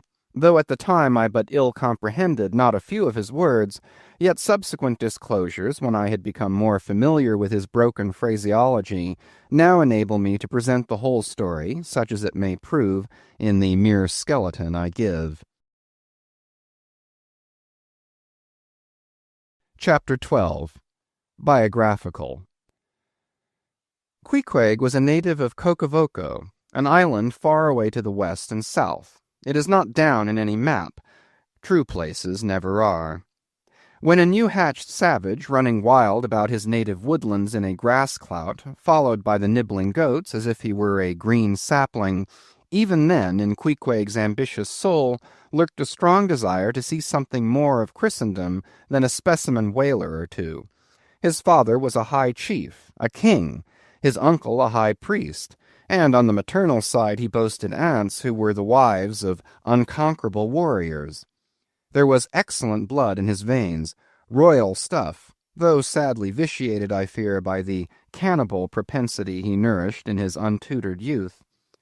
A Sag Harbor ship visited his father's bay, and Queequeg sought a passage to the Christian lands. But the ship, having her full complement of seamen, spurned his suit, and not all the king his father's influence could prevail. But Queequeg vowed a vow. Alone in his canoe he paddled off to a distant strait, which he knew the ship must pass through when she quitted the island. On one side was a coral reef, on the other a low tongue of land, covered with mangrove thickets that grew out into the water. Hiding his canoe, still afloat among these thickets, with its prow seaward, he sat down in the stern, paddle low in hand, and when the ship was gliding by, like a flash he darted out, gained her side, and with one backward dash of his foot, capsized and sank the canoe, climbed up the chains, and throwing himself at full length upon the deck, grappled a ringbolt there, and swore not to let go, though hacked in pieces. In vain the captain threatened to throw him overboard, suspended a cutlass over his naked wrists. Queequeg was the son of a king, and Queequeg budged not. Struck by his desperate dauntlessness and his wild desire to visit Christendom, the captain at last relented, and told him he might make himself at home. But this fine young savage, this sea prince of Wales, never saw the captain's cabin. They put him down among the sailors and made a whaleman of him. But like Tsar Peter, content to toil in the shipyards of foreign cities, Queequeg disdained no seeming ignominy, if thereby he might happily gain the power of enlightening his untutored countrymen. For at bottom, so he told me, he was actuated by a profound desire to learn among the Christians the arts whereby to make his people still happier than they were, and more than that, still better than they were. But alas, the practices of whalemen soon convinced him that even Christians could be both miserable and wicked, infinitely more so than all his father's heathens. Arrived at last in Old Sag Harbor, and seeing what the sailors did there, and going on to Nantucket, and seeing how they spent their wages in that place also, poor Queequeg gave it up for lost. Thought he, it's a wicked world in all meridians. I'll die a pagan. And thus, an old idolater at heart, he yet lived among these Christians, wore their clothes, and tried to talk their gibberish, hence the queer ways about him, though now some time from home. By hints I asked him whether he did not propose going back, and having a coronation, since he might now consider his father dead and gone, he being very old and feeble at the last accounts. He answered no, not yet, and added that he was fearful Christianity, or rather Christians, had unfitted him for ascending the pure and undefiled throne of 30 pagan kings before him. But by and by, he said, he would return, as soon as he felt himself baptized again. For the nonce, however, he proposed to sail about and sow his wild oats in all 4 oceans. They had made a harpooner of him, and that barbed iron was in lieu of a scepter now. I asked him what might be his immediate purpose touching his future movements. He answered to go to sea again in his old vocation. Upon this I told him that whaling was my own design, and informed him of my intention to sail out of Nantucket, as being the most promising port for an adventurous whaleman to embark from. He at once resolved to accompany me to that island, ship aboard the same vessel, get into the same watch, the same boat, the same mess with me, in short, to share my every hap, with both my hands in his, boldly dip into the potluck of both worlds. To all this I joyously assented, for besides the affection I now felt for Queequeg, he was an experienced harpooner, and as such could not fail to be of great usefulness to one who, like me, was wholly ignorant of the mysteries of whaling, though well acquainted with the sea, as known to merchant seamen. His story being ended with his pipe's last dying puff, Queequeg embraced me, pressed his forehead against mine, and blowing out the light, we rolled over from each other this way and that, and very soon were sleeping. Chapter 13. Wheelbarrow. Next morning, Monday, after disposing of the embalmed head to a barber for a block, I settled my own and comrade's bill, using, however, my comrade's money. The grinning landlord, as well as the boarders, seemed amazingly tickled at the sudden friendship which had sprung up between me and Queequeg, especially as Peter Coffin's cock and bull stories about him had previously so much alarmed me concerning the very person whom I now companied with. We borrowed a wheelbarrow, and embarking our things, including my own poor carpet-bag and Queequeg's canvas sack and hammock, away went down to the Moss, a little Nantucket packet schooner moored at the wharf. As we were going along, the people stared, not at Queequeg so much, for they were used to seeing cannibals like him in their streets, but at seeing him and me on such confidential terms. But we heeded them not, going along wheeling the barrow by turns, and Queequeg now and then stopping to adjust the sheath on his harpoon barbs. I asked him why he carried such a troublesome thing with him ashore, and whether all whaling ships did not find their own harpoons. To this, in substance, he replied that, though what I hinted was true enough, yet he had a particular affection for his own harpoon, because it was of assured stuff, well tried in many a mortal combat, and deeply intimate with the hearts of whales. In short, like many inland reapers and mowers, who go into the farmers' meadows armed with their own scythes, though in no wise obliged to furnish them, even so Queequeg, for his own private reasons, preferred his own harpoon. Shifting the barrow from my hand to his, he told me a funny story about the first wheelbarrow he had ever seen. It was in Sag Harbor. The owners of his ship, it seems, had lent him one, in which to carry his heavy chest to his boarding-house. Not to seem ignorant about the thing, though in truth he was entirely so concerning the precise way in which to manage the barrow, Queequeg put his chest upon it, lashes it fast, and then shoulders the barrow and marches up the wharf. Why, said I, Queequeg, you might have known better than that, one would think. Didn't the people laugh? Upon this he told me another story. The people of his island of Cocavoco, it seems, at their wedding feasts express the fragrant water of young coconuts into a large stained calabash, like a punch bowl. And this punch bowl always forms the great central ornament on the braided mat where the feast is held. Now a certain grand merchant ship once touched at Cocavoco, and its commander, from all accounts a very stately, punctilious gentleman, at least for a sea captain, this commander was invited to the wedding feast of Queequeg's sister, a pretty young princess just turned of 10. Well, when all the wedding guests were assembled at the bride's bamboo cottage, this captain marches in, and being assigned the post of honor, placed himself over against the punch bowl, and between the high priest and his majesty the king, Queequeg's father. Grace being said, for those people have grace as well as we, though Queequeg told me that unlike us, who at such times look downward to our platters, they, on the contrary, copying the ducks, glance upward to the great giver of all feasts.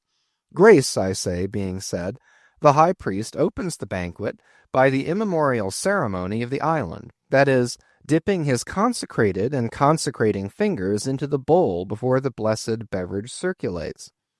Seeing himself placed next to the priest, and noting the ceremony, and thinking himself, being captain of a ship, as having plain precedence over a mere island king, especially in the king's own house, the captain coolly proceeds to wash his hands in the punch bowl, taking it, I suppose, for a huge finger-glass. "Now," said Queequeg, "what you think now? Didn't our people laugh?" At last, passage paid and luggage safe, we stood on board the schooner. Hoisting sail, it glided down the Acushnet River. On one side New Bedford rose in terraces of streets, their ice-covered trees all glittering in the clear, cold air. Huge hills and mountains of casks on casks were piled upon her wharves, and side by side the world-wandering whale ships lay silent and safely moored at last, while from others came a sound of carpenters and coopers, with blended noises of fires and forges to melt the pitch, all betokening that new cruises were on the start, that one most perilous and long voyage ended only begins a second, and a second ended only begins a third, and so on, forever and for aye. Such is the endlessness, yea, the intolerableness of all earthly effort. Gaining the more open water, the bracing breeze waxed fresh. The little Moss tossed the quick foam from her bows as a young colt his snortings. How I snuffed that Tartar air! How I spurned that turnpike earth, that common highway all overdented with the marks of slavish heels and hoofs, and turned me to admire the magnanimity of the sea which will permit no records. At the same foam fountain, Queequeg seemed to drink and reel with me. His dusky nostrils swelled apart, he showed his filed and pointed teeth. On we flew, and, our offing gained, the Moss did homage to the blast, ducked and dived her bows as a slave before the Sultan. Sideways leaning, we sideways darted, every rope-yarn tingling like a wire, the two tall masts buckling like Indian canes in land tornadoes. So full of this reeling scene were we as we stood by the plunging bowsprit that for some time we did not notice the jeering glances of the passengers, a lubber-like assembly, who marveled that two fellow beings should be so companionable, as though a white man were anything more dignified than a whitewashed Negro. But there were some boobies and bumpkins there who, by their intense greenness, must have come from the heart and center of all verdure. Queequeg caught one of these young saplings mimicking him behind his back. I thought the bumpkin's hour of doom was come. Dropping his harpoon, the brawny savage caught him in his arms, and by an almost miraculous dexterity and strength sent him high up bodily into the air. Then, slightly tapping his stern in mid-somerset, the fellow landed with bursting lungs upon his feet, while Queequeg, turning his back upon him, lighted his tomahawk pipe and passed it to me for a puff. "Capting! Capting!" yelled the bumpkin, running towards that officer. "Capting! Capting! Here's the devil!" "Hello, you, sir!" cried the captain, a gaunt rib of the sea, stalking up to Queequeg. "What in thunder do you mean by that? Don't you know you might have killed that chap?" "What him say?" said Queequeg, as he mildly turned to me. "He say," said I, "that you came near killy that man there," pointing to the still shivering greenhorn. "Killy!" cried Queequeg, twisting his tattooed face into an unearthly expression of disdain. "Ah, him bevy small fishy. Queequeg no killy so smally fishy. Queequeg killy big whale." "Look you," roared the captain, "I'll killy you, you cannibal, if you try any more of your tricks aboard here, so mind your eye." But it so happened just then that it was high time for the captain to mind his own eye. The prodigious strain upon the mainsail had parted the weather sheet, and the tremendous boom was now flying from side to side, completely sweeping the entire after part of the deck. The poor fellow whom Queequeg had handled so roughly was swept overboard. All hands were in a panic, and to attempt snatching at the boom to stay it seemed madness. It flew from right to left and back again almost in one ticking of a watch, and every instant seemed on the point of snapping into splinters. Nothing was done, and nothing seemed capable of being done. Those on deck rushed toward the bows and stood eyeing the boom as if it were the lower jaw of an exasperated whale. In the midst of this consternation, Queequeg dropped deftly to his knees, and crawling under the path of the boom, whipped hold of a rope, secured one end to the bulwarks, and then flinging the other like a lasso, caught it round the boom as it swept over his head, and at the next jerk the spar was that way trapped, and all was safe. The schooner was run into the wind, and while the hands were clearing away the stern-boat, Queequeg, stripped to the waist, darted from the side with a long, living arc of a leap. For 3 minutes or more he was seen swimming like a dog, throwing his long arms straight out before him, and by turns revealing his brawny shoulders through the freezing foam. I looked at the grand and glorious fellow, but saw no one to be saved. The greenhorn had gone down. Shooting himself perpendicularly from the water, Queequeg now took an instant's glance around him, and seeming to see just how matters were, dived down and disappeared. A few minutes more, and he rose again, one arm still striking out, and with the other dragging a lifeless form. The boat soon picked them up. The poor bumpkin was restored. All hands voted Queequeg a noble trump. The captain begged his pardon. From that hour I clove to Queequeg like a barnacle. Yea, till poor Queequeg took his last long dive. Was there ever such unconsciousness? He did not seem to think that he at all deserved a medal from the humane and magnanimous societies. He only asked for water, fresh water, something to wipe the brine off. That done, he put on dry clothes, lighted his pipe, and leaning against the bulwarks and mildly eyeing those around him, seemed to be saying to himself, "It's a mutual joint-stock world in all meridians. We cannibals must help these Christians." Chapter 14. Nantucket. Nothing more happened on the passage worthy of mentioning, so after a fine run we safely arrived in Nantucket. Nantucket. Take out your map and look at it. See what a real corner of the world it occupies, how it stands there away offshore, more lonely than the Eddystone lighthouse. Look at it. A mere hillock and elbow of sand, all beach and without a background.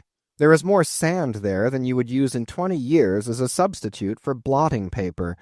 Some gamesome whites will tell you that they have to plant weeds there, that they don't grow naturally, that they import Canada thistles, that they have to send beyond seas for a spile to stop a leak in an oil cask, that pieces of wood in Nantucket are carried about like bits of the true cross in Rome, that people there plant toadstools before their house to get under the shade in summertime, that one blade of grass makes an oasis, 3 blades in a day's walk a prairie, that they wear quicksand shoes, something like Laplander snowshoes, that they are so shut up, belted about, every way enclosed, surrounded, and made an utter island of by the ocean, that to their very chairs and tables small clams will sometimes be found adhering, as to the backs of sea turtles.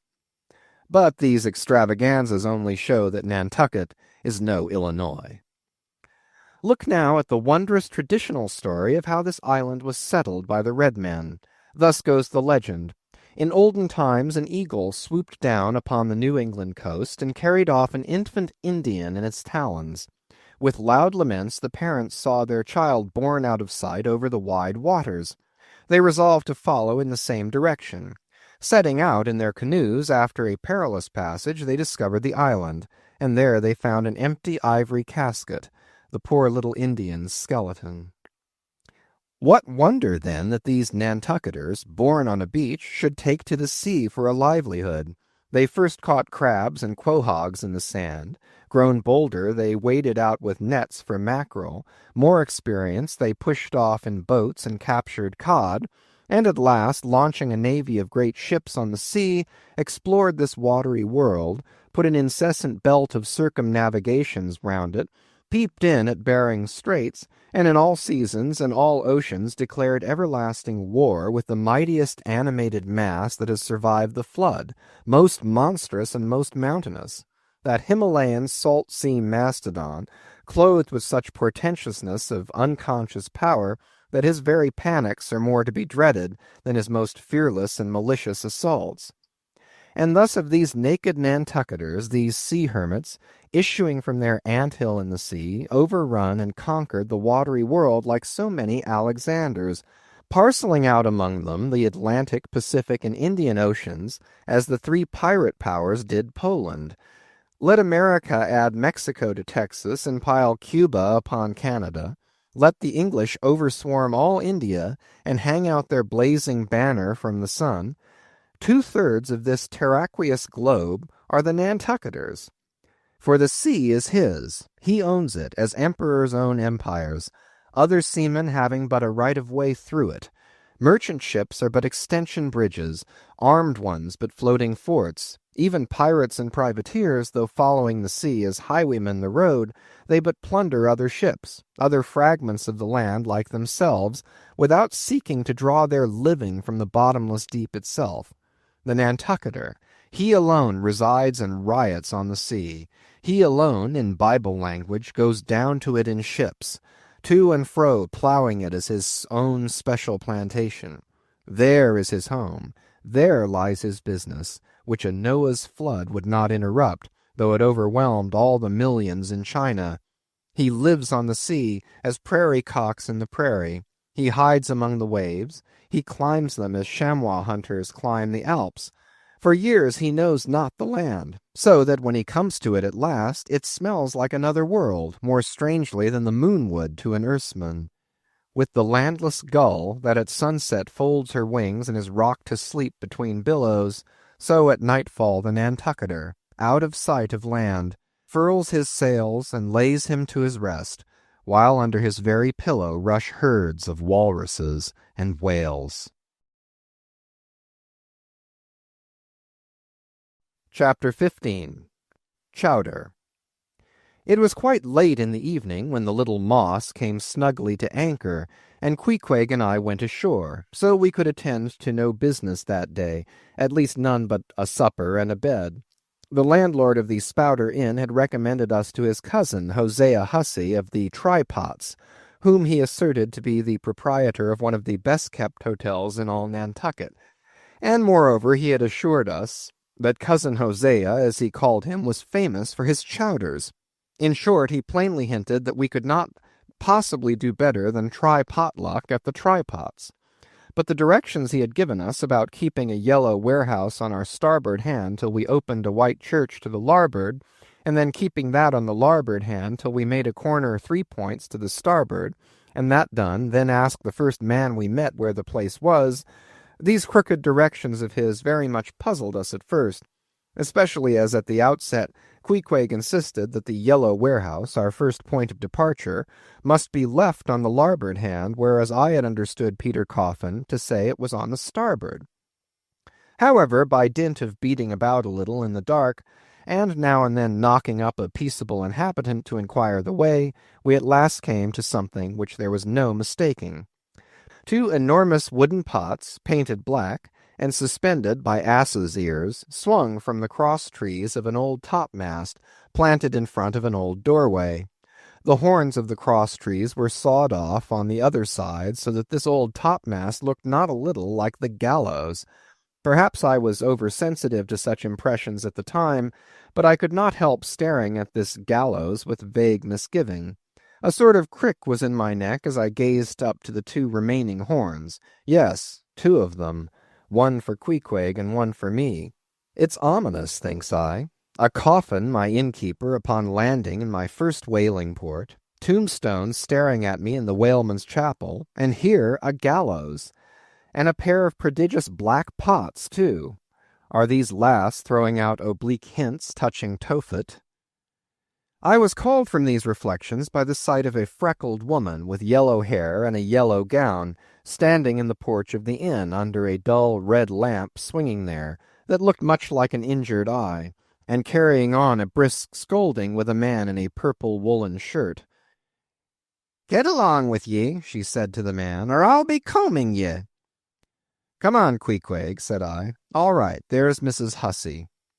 And so it turned out, Mr. Hosea Hussey being from home, but leaving Mrs. Hussey entirely competent to attend to all his affairs. Upon making known our desires for supper and a bed, Mrs. Hussey, postponing further scolding for the present, ushered us into a little room, and seating us at a table spread with the relics of a recently concluded repast, turned round to us and said, "Clam or cod?" "What's that about cods, ma'am?" said I, with much politeness. "Clam or cod?" she repeated. "A clam for supper? A cold clam? Is that what you mean, Mrs. Hussey?" says I.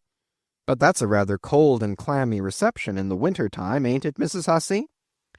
But being in a great hurry to resume scolding the man in the purple shirt, who was waiting for it in the entry, and seeming to hear nothing but the word clam, Mrs. Hussey hurried towards an open door leading to the kitchen, and bawling out, "Clam for 2," disappeared. "Queequeg," said I, "do you think that we can make out a supper for us both on 1 clam?" However, a warm and savory steam from the kitchen served to belie the apparently cheerless prospect before us. But when that smoking chowder came in, the mystery was delightfully explained. Oh, sweet friends, hearken to me. It was made of small, juicy clams, scarcely bigger than hazelnuts, mixed with pounded ship biscuit and salted pork cut up into little flakes, the whole enriched with butter and plentifully seasoned with pepper and salt. Our appetites being sharpened by the frosty voyage, and in particular Queequeg seeing his favorite fishing food before him, and the chowder being surpassingly excellent, we dispatched it with great expedition. When, leaning back a moment, and bethinking me of Mrs. Hussey's clam and cod announcement, I thought I would try a little experiment. Stepping to the kitchen door, I uttered the word "cod" with great emphasis, and resumed my seat. In a few moments, the savory steam came forth again, but with a different flavor, and in good time a fine cod chowder was placed before us. We resumed business, and while plying our spoons in the bowl, thinks I to myself, I wonder now if this here has any effect on the head. What's that stultifying saying about chowder-headed people? But look, Queequeg, ain't that a live eel in your bowl? Where's your harpoon? Fishiest of all fishy places was the Trypots, which well deserved its name, for the pots there were always boiling chowders. Chowder for breakfast, and chowder for dinner, and chowder for supper, till you began to look for fish bones coming through your clothes. The area before the house was paved with clam shells. Mrs. Hussey wore a polished necklace of codfish vertebrae, and Hosea Hussey had his account books bound in superior old shark skin. There was a fishy flavor to the milk, too, which I could not at all account for, till one morning, happening to take a stroll along the beach among some fishermen's boats, I saw Hosea's brindled cow feeding on fish remnants, and marching along the sand with each foot in a cod's decapitated head, looking very slipshod, I assure you. Supper concluded, we received a lamp, and directions from Mrs. Hussey concerning the nearest way to bed. But as Queequeg was about to precede me up the stairs, the lady reached forth her arm, and demanded his harpoon. She allowed no harpoon in her chambers. "Why not?" said I. "Every true whaleman sleeps with his harpoon." "But why not?" "Because it's dangerous," says she.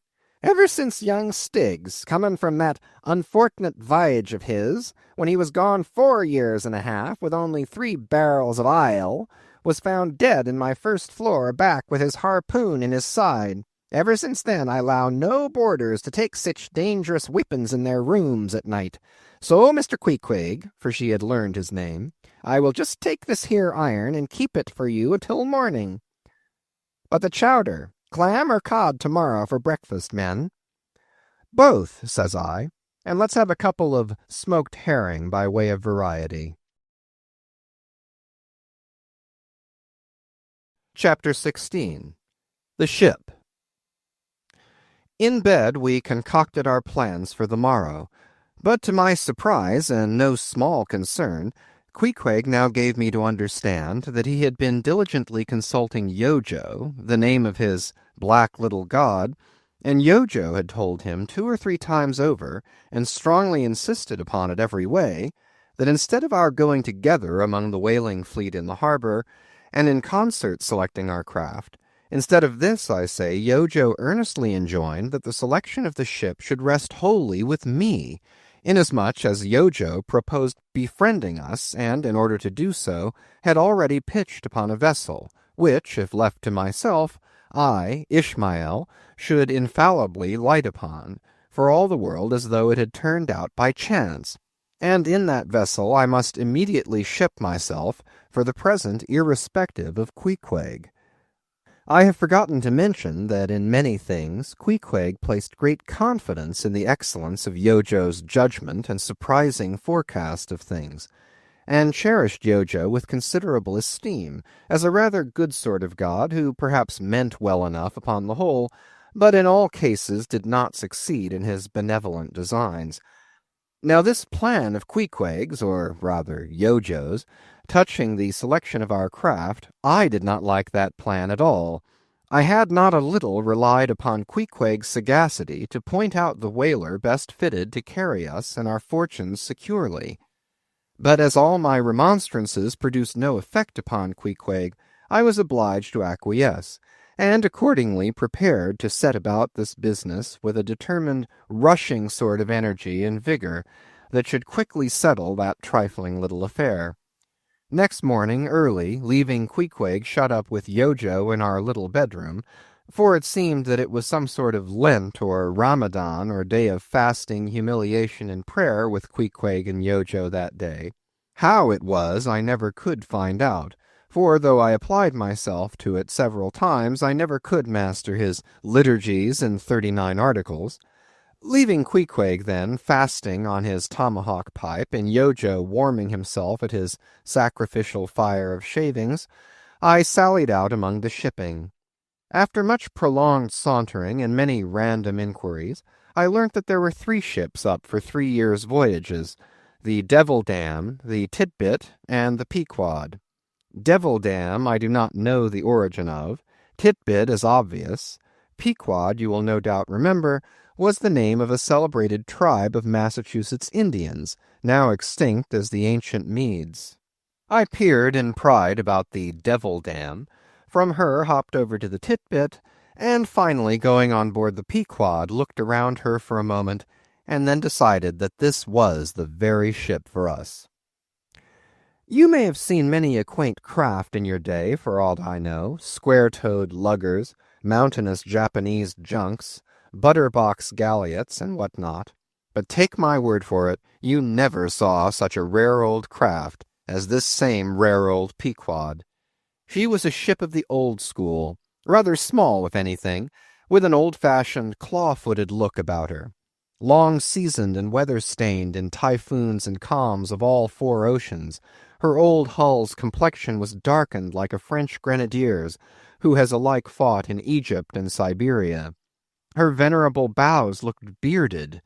Her masts, cut somewhere on the coasts of Japan, where her original ones were lost overboard in a gale, her masts stood stiffly up, like the spines of the three old kings of Cologne.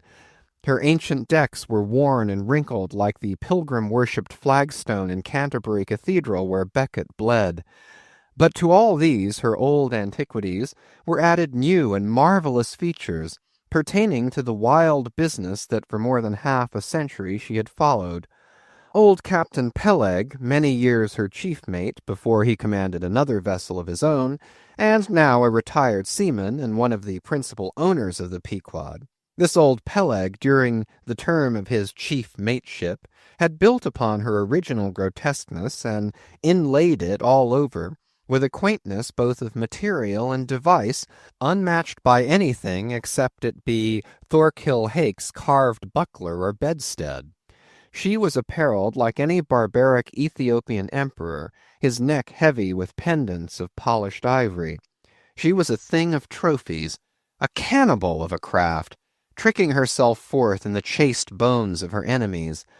All round her unpanelled, open bulwarks were garnished like one continuous jaw, with the long, sharp teeth of the sperm whale inserted there for pins to fasten her old hempen thews and tendons to. Those thews ran not through base blocks of land wood, but deftly travelled over sheaves of sea ivory. Scorning a turnstile wheel at her reverend helm, she sported there a tiller, and that tiller was in one mass, curiously carved from the long, narrow lower jaw of her hereditary foe. The helmsman who steered by that tiller in a tempest felt like the Tartar when he holds back his fiery steed by clutching its jaw. A noble craft, but somehow a most melancholy. All noble things are touched with that. Now, when I looked about the quarter-deck for someone having authority in order to propose myself as a candidate for the voyage, at first I saw nobody. But I could not well overlook a strange sort of tent, or rather wigwam, pitched a little behind the mainmast. It seemed only a temporary erection used in port. It was of a conical shape, some 10 feet high, consisting of the long, huge slabs of limber black bone taken from the middle and highest part of the jaws of the right whale. Planted with their broad ends on the deck, a circle of these slabs, laced together, mutually sloped towards each other, and at the apex united in a tufted point, where the loose, hairy fibers waved to and fro like the topknot on some old Potawatomi sachem's head. A triangular opening faced towards the bows of the ship, so that the insider commanded a complete view forward. And half concealed in this queer tenement I at length found one who, by his aspect, seemed to have authority, and who, it being noon, and the ship's work suspended, was now enjoying respite from the burden of command. He was seated on an old-fashioned oaken chair, wriggling all over with curious carving, and the bottom of which was formed of a stout interlacing of the same elastic stuff of which the wigwam was constructed. There was nothing so very particular, perhaps, about the appearance of the elderly man I saw. He was brown and brawny, like most old seamen, and heavily rolled up in blue pilot cloth, cut in the Quaker style. Only there was a fine and almost microscopic network of the minutest wrinkles interlacing round his eyes, which must have arisen from his continual sailings in many hard gales, and always looking to windward, for this causes the muscles about the eyes to become pursed together. Such eye wrinkles are very effectual in a scowl. "Is this the captain of the Pequod?" said I, advancing to the door of the tent. Supposing it be the captain of the Pequod, what dost thou want of him? He demanded. I was thinking of shipping. Thou wast thou? I see thou art no Nantucketer.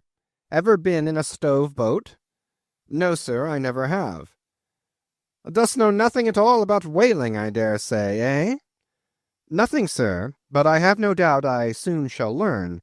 I've been several voyages in the merchant service, and I think that— Merchant service be damned. Talk not that lingo to me. Dost see that leg? I'll take that leg away from thy stern if ever thou talkest of the marchant service to me again. Marchant service, indeed. I suppose now ye feel considerable proud of having served in those marchant ships. But flukes, man, what makes thee want to go a-whaling, eh? It looks a little suspicious, don't it, eh? Hast not been a pirate, hast thou? Didst not rob thy last captain, didst thou? Didst not think of murdering the officers when thou gettest to sea? I protested my innocence of these things. I saw that under the mask of these half-humorous innuendos this old seaman, as an insulated Quakerish Nantucketer, was full of his insular prejudices, and rather distrustful of all aliens unless they hailed from Cape Cod or the Vineyard. But what takes thee a-whaling? I want to know that before I think of shipping ye. Well, sir, I want to see what whaling is. I want to see the world. Want to see what whaling is, eh? Have ye clapped an eye on Captain Ahab? Who is Captain Ahab, sir? Aye, I thought so. Captain Ahab is the captain of this ship? I am mistaken, then. I thought I was speaking to the captain himself. Thou art speaking to Captain Peleg. That's who you're speaking to, young man. It belongs to me and Captain Bildad to see the Pequod fitted out for the voyage and supplied with all her needs, including crew. We are part owners and agents. But as I was going to say, if thou wantest to know what whaling is, as thou tellest ye do, I can put you in the way of finding it out before ye bind yourself to it past backing out. Clap eye on Captain Ahab, young man, and thou wilt find that he has only one leg. What do you mean, sir? Was the other lost by a whale? Lost by a whale? Young man, come nearer to me. It was devoured, chewed up, crunched by the monstrousest parmacetti that ever chipped a boat. Ah. I was a little alarmed by his energy, perhaps also a little touched at the hearty grief in his concluding exclamation, but said as calmly as I could, What you say is no doubt true enough, sir, but how could I know there was any peculiar ferocity in that particular whale, though indeed I might have inferred as much from the simple fact of the accident. Now look ye, young man, thy lungs are a sort of a soft, d'ye see? Thou dost not talk shark a bit. Sure ye been to sea before now? Sure of that? Sir, said I thought I told you that I had been 4 voyages in the merchant— Hard down on that! Mind what I said about the marchant service. Don't aggravate me, I won't have it. But let us understand each other. I have given thee a hint about what whaling is. Do ye yet feel inclined for it? I do, sir. Very good. Now art thou the man to pitch a harpoon down a live whale's throat, and then jump after it? Answer, quick. I am, sir, if it should be positively indispensable to do so, not to be got rid of, that is, which I don't take to be the fact. Good again. Now then, thou not only wantest to go whaling to find out by experience what whaling is, but ye also want to go in order to see the world. Was that not what ye said? I thought so. Well then, just step forward there and take a peep over the weather bow, and then back to me and tell me what ye see there. For a moment I stood a little puzzled by this curious request, not knowing exactly how to take it, whether humorously or in earnest. But concentrating all his crow's feet into one scowl, Captain Peleg started me on the errand. Going forward and glancing over the weather bow, I perceived that the ship swinging to her anchor with the flood tide was now obliquely pointing towards the open ocean. The prospect was unlimited, but exceedingly monotonous and forbidding. not the slightest variety that I could see. "Well, what's the report?" said Peleg when I came back. "What did you see?" "Not much," I replied. "Nothing but water. Considerable horizon, though, and there's a squall coming up, I think." "Well, what dost thou think, then, of seeing the world? Do you wish to go round Cape Horn to see any more of it, eh? Can't you see the world where you stand?" I was a little staggered, but go a-whaling I must, and I would, and the Pequod was as good a ship as any, I thought the best, and all this I now repeated to Peleg. Seeing me so determined, he expressed his willingness to ship me. "And thou mayest as well sign the papers right off," he added. "Come along with ye." And so saying, he led the way below deck into the cabin. Seated on the transom was what seemed to me a most uncommon and surprising figure. It turned out to be Captain Bildad, who, along with Captain Peleg, was one of the largest owners of the vessel, the other shares, as is sometimes the case in these ports, being held by a crowd of old annuitants, widows, fatherless children, and chancery wards, each owning about the value of a timber-head or a foot of plank or a nail or two in the ship. People in Nantucket invest their money in whaling vessels the same way that you do yours in approved state stocks bringing in good interest. Now Bildad, like Peleg, and indeed many other Nantucketers, was a Quaker, the island having been originally settled by that sect, and to this day its inhabitants in general retain in an uncommon measure the peculiarities of the Quaker, only variously and anomalously modified by things altogether alien and heterogeneous. For some of these same Quakers are the most sanguinary of all sailors and whale hunters. They are fighting Quakers. They are Quakers with a vengeance. So that there are instances among them of men who, named with Scripture names, a singularly common fashion on the island, and in childhood naturally imbibing the stately dramatic thee and thou of the Quaker idiom, still from the audacious daring and boundless adventure of their subsequent lives, strangely blend with these unoutgrown peculiarities 1,000 bold dashes of character not unworthy of a Scandinavian sea king or a poetical pagan Roman. And when these things unite in a man of greatly superior natural force, with a globular brain and a ponderous heart, who has also, by the stillness and seclusion of many long night watches in the remotest waters, and beneath constellations never seen here at the north, been led to think untraditionally and independently, receiving all nature's sweet or savage impressions fresh from her own virgin, voluntary, and confiding breast, and thereby chiefly, but with some help from accidental advantages, to learn a bold and nervous lofty language, that man makes one in a whole nation's senses, a mighty pageant creature formed for noble tragedies. Nor will it at all detract from him, dramatically regarded, if either by birth or other circumstances he have what seems a half-wilful overruling morbidness at the bottom of his nature. For all men tragically great are made so through a certain morbidness. Be sure of this, O young ambition, all mortal greatness is but disease. But as yet we have not to do with such a one, but with quite another, and still a man who, if indeed peculiar, it only results again from another phase of the Quaker, modified by individual circumstances. Like Captain Peleg, Captain Bildad was a well-to-do, retired whaleman. But unlike Captain Peleg, who cared not a rush for what are called serious things, and indeed deemed those selfsame serious things the veriest of all trifles, Captain Bildad had not only been originally educated according to the strictest sect of Nantucket Quakerism, but all his subsequent ocean life and the sight of many unclad lovely island creatures round the Horn, all that had not moved this native-born Quaker one single jot, had not so much as altered one angle of his vest. Still, for all this immutableness, there was some lack of common consistency about the worthy Captain Bildad.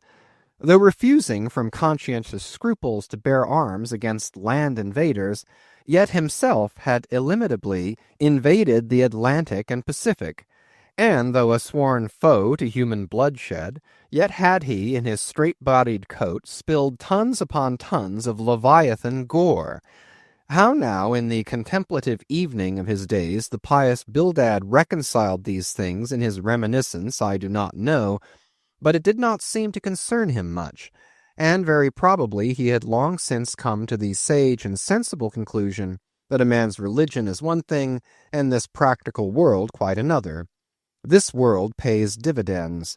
Rising from a little cabin boy in short clothes of the drabbest drab to a harpooneer in the broad shad-bellied waistcoat, from that becoming boat-header, chief mate, and captain, and finally a ship-owner, Bildad, as I hinted before, had concluded his adventurous career by wholly retiring from active life at the goodly age of 60, and dedicating his remaining days to the quiet receiving of his well-earned income. Now, Bildad, I am sorry to say, had the reputation of being an incorrigible old hunks, and in his seagoing days a bitter, hard taskmaster. They told me in Nantucket, though it certainly seems a curious story, that when he sailed the old Cattegut whaleman, his crew, upon arriving home, were mostly all carried ashore to the hospital, sore exhausted and worn out. For a pious man, especially for a Quaker, he was certainly rather hard-hearted, to say the least. He never used to swear, though, at his men, they said, but somehow he got an inordinate quantity of cruel, unmitigated hard work out of them. When Bildad was a chief mate, to have his drab-colored eye intently looking at you made you feel completely nervous, till you could clutch something, a hammer or a marling spike, and go to work like mad at something or other, never mind what. Indolence and idleness perished before him. His own person was the exact embodiment of his utilitarian character. On his long, gaunt body he carried no spare flesh, no superfluous beard, his chin having a soft, economical nap to it, like the worn nap of his broad-brimmed hat. Such, then, was the person that I saw seated on the transom when I followed Captain Peleg down into the cabin. The space between the decks was small, and there, bolt upright, sat old Bildad, who always sat so, and never leaned, and this to save his coat-tails. His broad brim was placed beside him, his legs were stiffly crossed, his drab vesture was buttoned up to his chin, and spectacles on nose, he seemed absorbed in reading from a ponderous volume. "Bildad!" cried Captain Peleg. "At it again, Bildad, eh? You've been studying those scriptures now for the last 30 years, to my certain knowledge. How far you get, Bildad?" As if long habituated to such profane talk from his old shipmate, Bildad, without noticing his present irreverence, quietly looked up and, seeing me, glanced again inquiringly towards Peleg. "He says he's our man, Bildad," said Peleg. "He wants to ship." "Does thee?" said Bildad in a hollow tone, and turning round to me. "I dost," said I unconsciously, he was so intense a Quaker. "What do you think of him, Bildad?" said Peleg. "He'll do," said Bildad, eyeing me, and then went on spelling away at his book in a mumbling tone quite audible. I thought him the queerest old Quaker I ever saw, especially as Peleg, his friend and old shipmate, seemed such a blusterer. But I said nothing, only looking round me sharply. Peleg now threw open a chest, and drawing forth the ship's articles, placed pen and ink before him, and seated himself at a little table. I began to think it was high time to settle with myself at what terms I would be willing to engage for the voyage. I was already aware that in the whaling business they paid no wages, but all hands, including the captain, received certain shares of the profit, called lays, and that these lays were proportioned to the degree of importance pertaining to the respective duties of the ship's company. I was also aware that being a green hand at whaling, my own lay could not be very large, but considering that I was used to the sea, could steer a ship, splice a rope, and all that, I made no doubt that from all I had heard I should be offered at least the 275th lay, that is, the 275th part of the clear net proceeds of the voyage, whatever that might eventually amount to. And though the 275th lay was what they call a rather long lay, yet it was better than nothing, and if we had a lucky voyage, might pretty nearly pay for the clothing I would wear out on it, not to speak of my 3 years' beef and board, for which I would not have to pay 1 stiver. It might be thought that this was a very poor way to accumulate a princely fortune, and so it was, a very poor way indeed. But I am one of those that never take on about princely fortunes, and am quite content if the world is ready to board and lodge me, while I am putting up at this grim sign of the thundercloud. Upon the whole, I thought that the 275th lay would be about the fair thing, but I would not have been surprised if I had been offered the 200th, considering I was of a broad-shouldered make. But one thing, nevertheless, that made me a little distrustful about receiving a generous share of the profits was this. Ashore I had heard something of both Captain Peleg and his unaccountable old crony Bildad, how that they, being the principal proprietors of the Pequod, therefore the other and more inconsiderable scattered owners left nearly the whole management of the ship's affairs to these two, and I did not know but what the stingy old Bildad might have a mighty deal to say about shipping hands, especially as I now found him on board the Pequod quite at home there in the cabin, and reading his Bible as if at his own fireside. Now, while Peleg was vainly trying to mend a pen with his jackknife, old Bildad, to my no small surprise, considering that he was such an interested party in these proceedings, Bildad never heeded us, but went on mumbling to himself out of his book, "Lay not up for yourselves treasures upon earth, where moth—" "Well, Captain Bildad," interrupted Peleg, "what do you say? What lay shall we give this young man?" "Thou knowest best," was the sepulchral reply. "The 777th wouldn't be too much, would it? Where moth and rust do corrupt, but lay—" Lay, indeed, thought I, and such a lay! The 777th? Well, old Bildad, you are determined that I, for one, shall not lay up many lays here below, where moth and rust do corrupt. It was an exceedingly long lay, that indeed, and though from the magnitude of the figure it might at first deceive the landsman, yet the slightest consideration will show that though 777 is a pretty large number, yet when you come to make a tenth of it, you will see, as I say, that the 777th part of a farthing is a good deal less than 777 gold doubloons, and so thought I at the time. "I blast your eyes, Bildad," cried Peleg. "Thou dost not want to swindle this young man. He must have more than that." 777th, again said Bildad, without lifting his eyes, and then went on mumbling, "For where your treasure is, there will your heart be also." "I am going to put him down for the 300th, said Peleg. "Do you hear that, Bildad? The 300th lay, I say."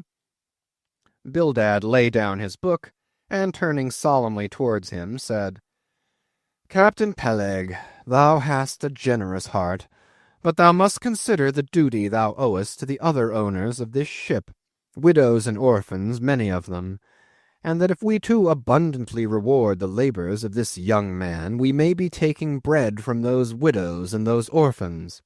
The 777th lay, Captain Peleg." "Thou Bildad!" roared Peleg, starting up and clattering about the cabin.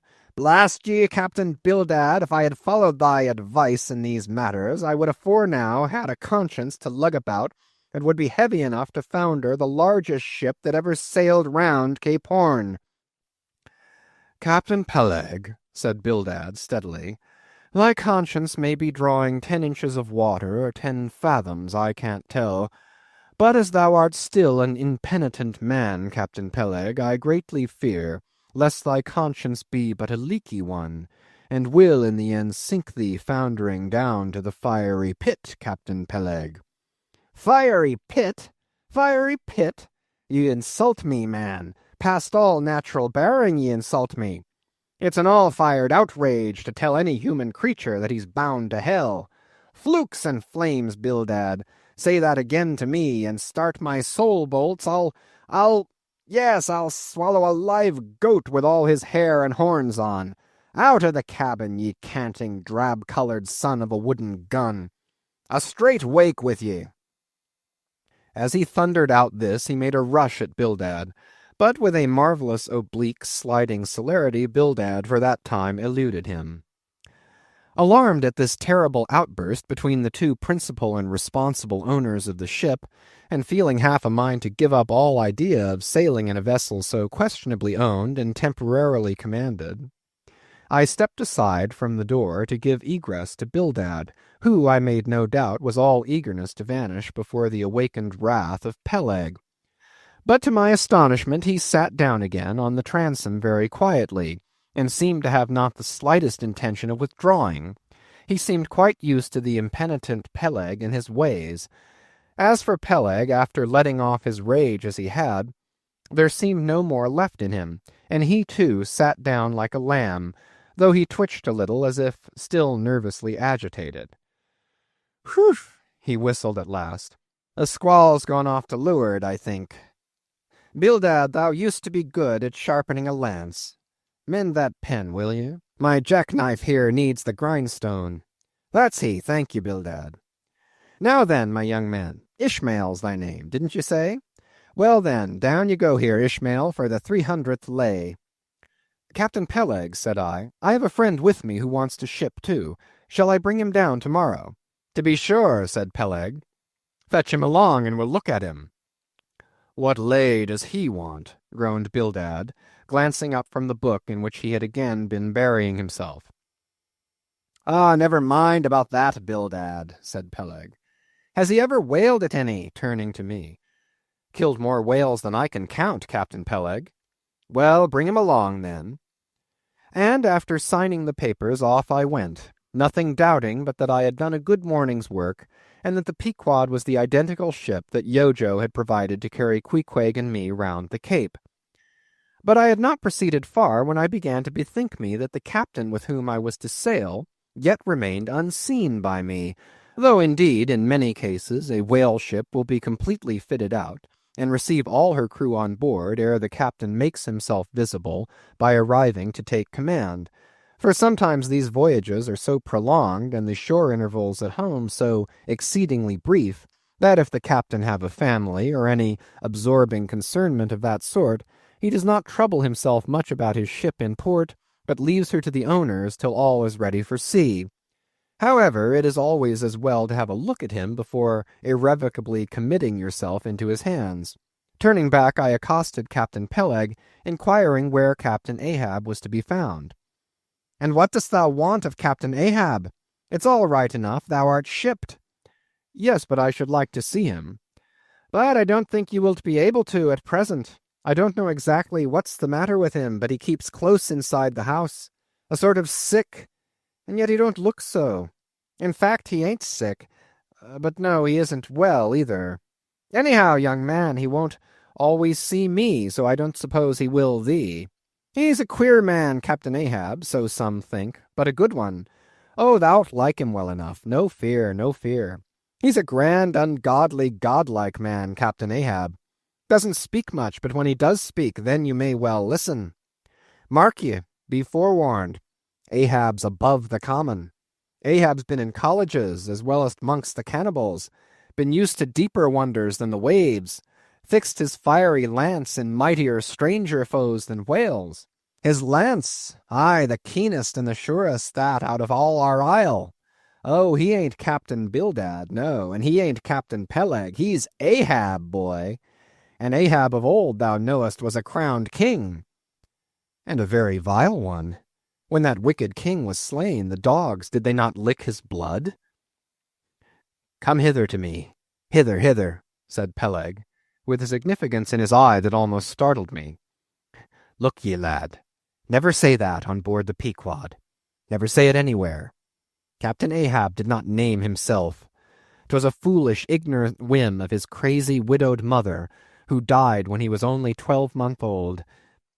And yet the old squaw Tistig at Gayhead said that the name would somehow prove prophetic, and perhaps other fools like her may tell thee the same. I wish to warn thee, it's a lie. I know Captain Ahab well. I've sailed with him as mate years ago. I know what he is, a good man. Not a pious good man like Bildad, but a swearing good man. Something like me, only there's a good deal more of him. Aye, aye, I know that he was never very jolly, and I know that on the passage home he was a little out of his mind for a spell, but it was the sharp shooting pains in his bleeding stump that brought that about, as anyone might see. I know, too, that ever since he lost his leg last voyage by that accursed whale, he's been a kind of moody, desperate moody, and savage sometimes. But that will all pass off. And once for all, let me tell ye and assure thee, young man, it's better to sail with a moody, good captain than a laughing bad one. So good-bye to thee, and wrong not Captain Ahab, because he happens to have a wicked name. Besides, my boy, he has a wife, not 3 voyages wedded, a sweet, resigned girl. Think of that. And by that sweet girl that old man has a child. Hold ye then, can there be any utter, hopeless harm in Ahab? No, no, my lad. Stricken, blasted if he be, Ahab has his humanities. As I walked away, I was full of thoughtfulness. What had been incidentally revealed to me of Captain Ahab filled me with a certain wild vagueness of painfulness concerning him, and somehow at the time I felt a sympathy and a sorrow for him, but for I don't know what, unless it was the cruel loss of his leg. And yet I also felt a strange awe of him, but that sort of awe which I cannot at all describe was not exactly awe. I did not know what it was, but I felt it, and it did not disincline me towards him, though I felt impatience at what seemed like mystery in him, so imperfectly as he was known to me then. However, my thoughts were at length carried in other directions, so that for the present dark Ahab slipped my mind. Chapter 17. The Ramadan. As Queequeg's Ramadan, or fasting and humiliation, was to continue all day, I did not choose to disturb him till towards nightfall, for I cherished the greatest respect towards everybody's religious obligations, never mind how comical, and couldn't find it in my heart to undervalue even a congregation of ants worshipping a toadstool, or those other creatures in certain parts of our earth who, with a degree of footmanism quite unprecedented in other planets, bow down before the torso of a deceased landed proprietor merely on account of the inordinate possessions yet owned and rented in his name. I say we good Presbyterian Christians should be charitable in these things, and not fancy ourselves so vastly superior to other mortals, pagans and what not, because of their half-crazy conceits on these subjects. There was Queequeg now, certainly entertaining the most absurd notions about Yojo and his Ramadan, but what of that? Queequeg thought he knew what he was about, I suppose. He seemed to be content, and there let him rest. All our arguing with him would not avail. Let him be, I say, and heaven have mercy on us all, Presbyterians and pagans alike, for we are all somehow dreadfully cracked about the head, and sadly need mending. Towards evening, when I felt assured that all his performances and rituals must be over, I went up to his room and knocked at the door, but no answer. I tried to open it, but it was fastened inside. "Queequeg," said I softly through the keyhole, all silent. "I say, Queequeg, why don't you speak? It's I, Ishmael." But all remained still as before. I began to grow alarmed. I had allowed him such abundant time I thought he might have had an apoplectic fit. I looked through the keyhole, but the door opening into an odd corner of the room, the keyhole prospect was but a crooked and sinister one. I could only see part of the footboard of the bed, and a line of the wall, but nothing more. I was surprised to behold, resting against the wall, the wooden shaft of Queequeg's harpoon, which the landlady the evening previous had taken from him before our mounting to the chamber. That's strange, thought I, but at any rate, since the harpoon stands yonder, and he seldom or never goes abroad without it, therefore he must be inside here, and no possible mistake. "Queequeg! Queequeg!" All still. Something must have happened. Apoplexy. I tried to burst open the door, but it stubbornly resisted. Running downstairs, I quickly stated my suspicions to the first person I met, the chambermaid. "La, la," she cried, "I thought something must be the matter. I went to make the bed after breakfast, and the door was locked, and not a mouse to be heard, and it's been just so silent ever since. But I thought maybe you had both gone off and locked your baggage in for safekeeping. La la, ma'am, mistress, murder, Mrs. Hussey, apoplexy. And with these cries she ran toward the kitchen, I following. Mrs. Hussey soon appeared with a mustard pot in one hand and a vinegar cruet in the other, having just broken away from the occupation of attending to the castors and scolding her little black boy meantime. "Woodhouse," cried I, "which way to it? Run, for God's sake, and fetch something to pry open the door. The axe, the axe! He's had a stroke, depend upon it." And so saying, I was unmethodically rushing upstairs again empty-handed, when Mrs. Hussey interposed the mustard pot and vinegar cruet and the entire castor of her countenance. "What's the matter with you, young man? Get the axe. For God's sake, run for the doctor, someone, while I pry it open." "Look here," said the landlady, quickly putting down the vinegar cruet, so as to have one hand free. "Look here. Are you talking about prying open any of my doors?" And with that she seized my arm. "What's the matter with you? What's the matter with you, shipmate?" In as calm but as rapid a manner as possible, I gave her to understand the whole case. Unconsciously clapping the vinegar cruet to one side of her nose, she ruminated for an instant, then exclaimed, "No, I haven't seen it since I put it there." Running to the little closet under the landing of the stairs, she glanced in, and returning told me that Queequeg's harpoon was missing. "He's killed himself," she cried. "It's unfortunate Stiggs done over again. There goes another counterpane. God pity his poor mother. It'll be the ruin of my house. Has the poor lad a sister? Where's that girl? There, Betty, go to Snarls the painter and tell him to paint me a sign with 'No suicides permitted here, and no smoking in the parlor.' Might as well kill both birds at once. Kill! Ah, the Lord be merciful to his ghost. What's that noise there? You, young man, avast there!" And running up after me, she caught me as I was again trying to force open the door. "I don't allow it. I won't have my premises spoiled. Go for the locksmith. There's one about a mile from here. But avast!" putting her hand in her side pocket. "Here's a key that'll fit, I guess. Let's see." And with that she turned it in the lock, but alas, Queequeg's supplemental bolt remained undrawn within. "Have to burst it open," said I, and was running down the entry a little for a good start when the landlady caught at me, again vowing that I should not break down her premises.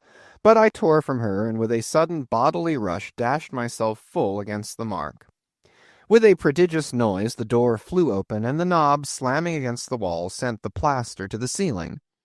And there, good heavens, there sat Queequeg, altogether cool and self-collected, right in the middle of his room, squatting on his hams and holding Yojo on the top of his head. He looked neither one way nor the other way, but sat like a carved image with scarce a sign of active life. "Queequeg," said I, going up to him. "Queequeg, what's the matter with you?" "He ain't been sittin' so all day, has he?" said the landlady. But all we said, not a word could we drag out of him. I almost felt like pushing him over so as to change his position, for it was almost intolerable. It seemed so painfully and unnaturally constrained, especially as in all probability he had been sitting so for upwards of 8 or 10 hours, going too without his regular meals. "Mrs. Hussey," said I, "he's alive at all events, so leave us if you please, and I will see to this strange affair myself." Closing the door upon the landlady, I endeavored to prevail upon Queequeg to take a chair, but in vain. There he sat, and all he could do, for all my polite arts and blandishments, he would not move a peg, nor say a single word, nor even look at me, nor notice my presence in the slightest way. I wonder, thought I, if this can possibly be a part of his Ramadan. Do they fast on their hams that way in his native island? It must be so. Yes, it's part of his creed, I suppose. Well, then, let him rest. He'll get up sooner or later, no doubt. It can't last forever, thank God, and his Ramadan only comes once a year, and I don't believe it's very punctual then. I went down to supper. After sitting a long time listening to the long stories of some sailors who had just come from a plum-pudding voyage, as they call it, that is, a short whaling voyage in a schooner or brig confined to the north of the line in the Atlantic Ocean only. After listening to these plum-puddingers till nearly 11 o'clock, I went upstairs to go to bed, feeling quite sure by this time Queequeg must certainly have brought his Ramadan to a termination. But no, there he was, just where I had left him. He had not stirred an inch. I began to grow vexed with him. It seemed so downright senseless and insane to be sitting there all day and half the night on his hams in a cold room, holding a piece of wood on his head. For heaven's sake, Queequeg, get up and shake yourself. Get up and have some supper. You'll starve. You'll kill yourself, Queequeg. But not a word did he reply. Despairing of him, therefore, I determined to go to bed and to sleep, and no doubt before a great while he would follow me. But previous to turning in, I took my heavy bearskin jacket and threw it over him, as it promised to be a very cold night, and he had nothing but his ordinary round jacket on. For some time, do all I would, I could not get into the faintest doze. I had blown out the candle, and the mere thought of Queequeg, not 4 feet off, sitting there in that uneasy position, stark alone in the cold and dark, this made me really wretched. Think of it, sleeping all night in the same room with a wide-awake pagan on his hams in this dreary, unaccountable Ramadan. But somehow I dropped off at last, and knew nothing more till break of day, when, looking over the bedside, there squatted Queequeg, as if he had been screwed down to the floor. But as soon as the first glimpse of sun entered the window, up he got, with stiff and grating joints, but with a cheerful look, limped towards me where I lay, pressed his forehead against mine, and said his Ramadan was over. Now, as I before hinted, I have no objection to any person's religion, be it what it may, so long as that person does not kill or insult any other person, because that other person don't believe it also. But when a man's religion becomes really frantic, when it is a positive torment to him, and, in fine, makes this earth of ours an uncomfortable inn to lodge in, then I think it high time to take that individual aside and argue the point with him. And just so I now did with Queequeg. Queequeg, said I, get into bed now, and lie and listen with me. Then I went on, beginning with the rise and progress of the primitive religions, and coming down to the various religions of the present time, during which time I labored to show Queequeg that all these Lents, Ramadans, and prolonged ham-squattings in cold, cheerless rooms were stark nonsense, bad for the health, useless for the soul, opposed, in short, to the obvious laws of hygiene and common sense. I told him, too, that he, being in other things such an extremely sensible and sagacious savage, it pained me, very badly pained me, to see him now so deplorably foolish about this ridiculous Ramadan of his. Besides, argued I, fasting makes the body cave in, hence the spirit caves in, and all thoughts born of a fast must necessarily be half-starved. This is the reason why most dyspeptic religionists cherish such melancholy notions about their hereafters.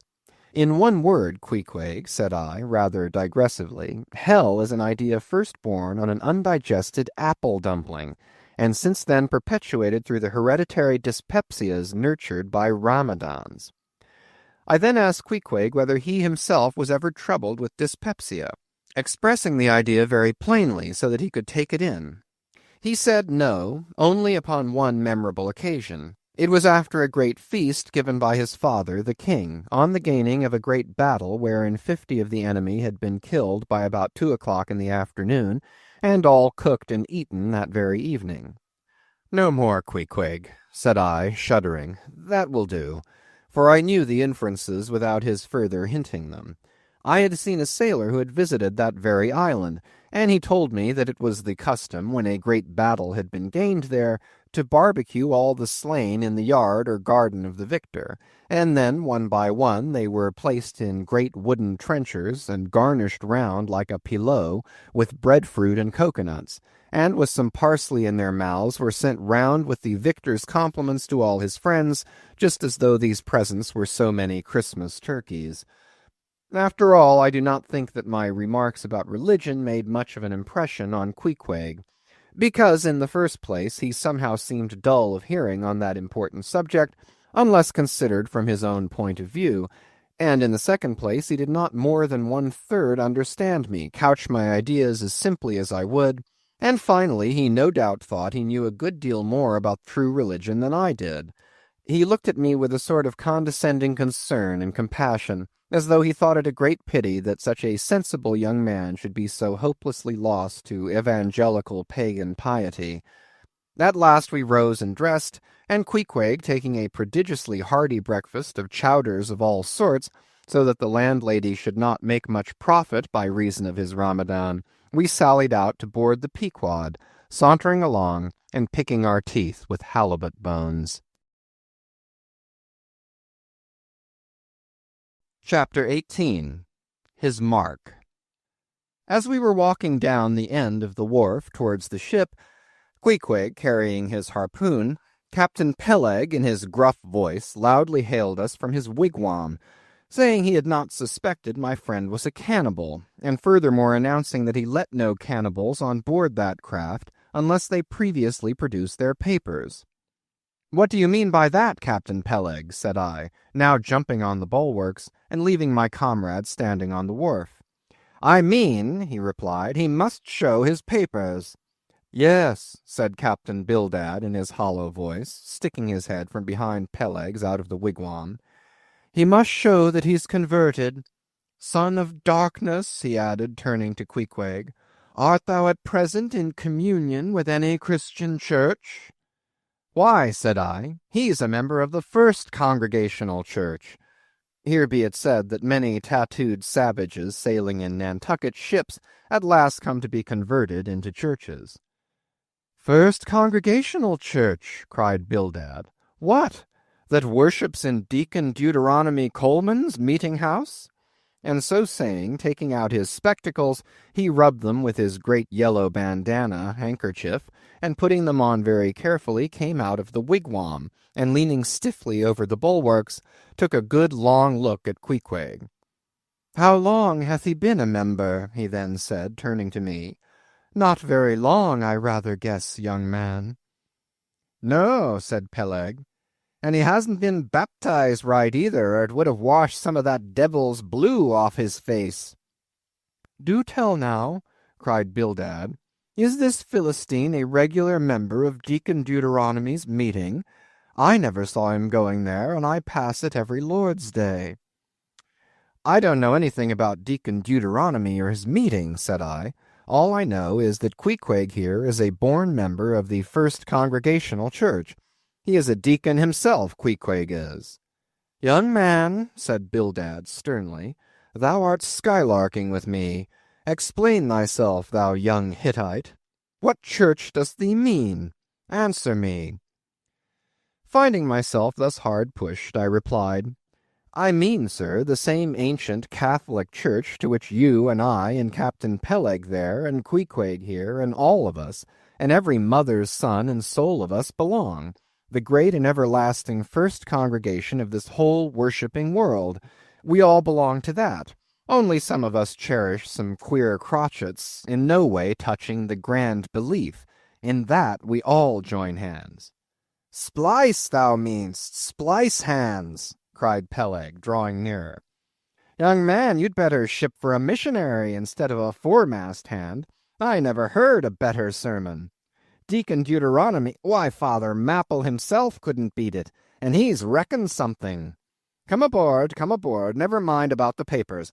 I say, tell Quohog there, what's that you call him? Tell Quohog to step along. By the great anchor, what a harpoon he's got there. Looks like good stuff, that, and he handles it about right. I say, Quohog, or whatever your name is, did you ever stand in the head of a whaleboat? Did you ever strike a fish?" Without saying a word, Queequeg, in his wild sort of way, jumped upon the bulwarks, from thence into the bows of one of the whaleboats hanging to the side, and then bracing his left knee and poising his harpoon, cried out in some such way as this: "Cap'n, you see him small drop tar on water there? You see him? Well, s'pose him one whale eye. Well den." And taking sharp aim at it, he darted the iron right over Bildad's broad brim, clean across the ship's deck, and struck the glistening tar spot out of sight. "Now," said Queequeg, quietly hauling in the line, S'pose him whaley eye. Why, dat whale dead." "Quick, Bildad," said Peleg, his partner, who, aghast at the close vicinity of the flying harpoon, had retreated towards the cabin gangway. "Quick, I say you, Bildad, and get the ship's papers. We must have Quahog, in one of our boats. Look ye, Quahog, we'll give you the 90th lay, and that's more than ever was given a harpooneer yet out of Nantucket." So down we went into the cabin, and to my great joy Queequeg was soon enrolled among the same ship's company to which I myself belong. When all preliminaries were over, and Peleg had got everything ready for signing, he turned to me and said, "I guess Quahog there don't know how to write, does he? I say, Quahog, blast ye, dost thou sign thy name, or make thy mark?" But at this question Queequeg, who had twice or thrice before taken part in similar ceremonies, looked no ways abashed, but taking the offered pen, copied upon the paper in the proper place an exact counterpart of the queer round figure which was tattooed upon his arm, so that through Captain Peleg's obstinate mistake touching his appellative, it stood something like this: Quahog, his mark, X. Meanwhile, Captain Bildad sat earnestly and steadfastly eyeing Queequeg, and at last, rising solemnly and fumbling in the huge pockets of his broad-skirted drab coat, took out a bundle of tracts, and selecting one entitled "The Latter Day Coming, or No Time to Lose," placed it in Queequeg's hands, and grasping them and the book with both his, looked earnestly into his eyes and said, "Son of darkness, I must do my duty by thee. I am part owner of this ship, and feel concerned for the souls of all its crew. If thou still clingest to thy pagan ways, which I sadly fear, I beseech thee remain not for aye a Belial bondsman. Spurn the idle bell, and the hideous dragon. Turn from the wrath to come. Mind thine eye, I say. Ah, goodness gracious! Steer clear of the fiery pit." Something of the salt sea yet lingered in old Bildad's language, heterogeneously mixed with scriptural and domestic phrases. Avast there, Bildad! Avast now spoiling our harpooneer!" cried Peleg. "Pious harpooneers never make good voyagers. It takes the shark out of 'em. No harpooneer is worth a straw who ain't pretty sharkish. There was young Nat Swain, once the bravest boat-header out of all Nantucket and the Vineyard. He joined the meeting and never came to good. He got so frightened about his plaguey soul that he shrinked and steered away from whales for fear of afterclaps in case he got stove and went to Davy Jones." Peleg, said Bildad, lifting his eyes and hands, "thou thyself, as I myself, hast seen many a perilous time. Thou knowest, Peleg, what it is to have the fear of death. How then canst thou prate in this ungodly guise? Thou beliest thine own heart, Peleg. Tell me, when this same Pequod here had her 3 masts overboard in that typhoon on Japan, that same voyage when thou went mate with Captain Ahab, didst thou not think of death and the judgment then?" Hear him now," cried Peleg, marching across the cabin and thrusting his hands far down into his pockets. "Hear him, all of ye. Think of that, when every moment we thought the ship would sink. Death and the judgment then? What? With all 3 masts making such an everlasting thundering against the side and every sea breaking over us fore and aft? Think of death and the judgment then? No time to think about death then. Life was what Captain Ahab and I was thinking of, and how to save all hands, how to rig jury masts, how to get into the nearest port. That's what I was thinking of." Bildad said no more, but buttoning up his coat, stalked on deck, where we followed him. There he stood, very quietly overlooking some sailmakers who were mending a topsail in the waist. Now and then he stooped to pick up a patch or save an end of tarred twine, which otherwise might have been wasted. Chapter 19. The Prophet. "Shipmates, have ye shipped in that ship?" Queequeg and I had just left the Pequod and were sauntering away from the water, for the moment each occupied with his own thoughts, when the above words were put to us by a stranger, who, pausing before us, levelled his massive forefinger at the vessel in question. He was but shabbily apparelled in faded jacket and patched trousers, a rag of a black handkerchief investing his neck.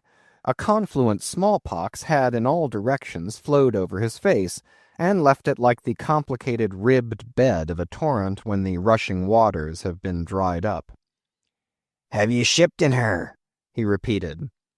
"You mean the ship Pequod, I suppose," said I, trying to gain a little more time for an uninterrupted look at him. "Aye, the Pequod.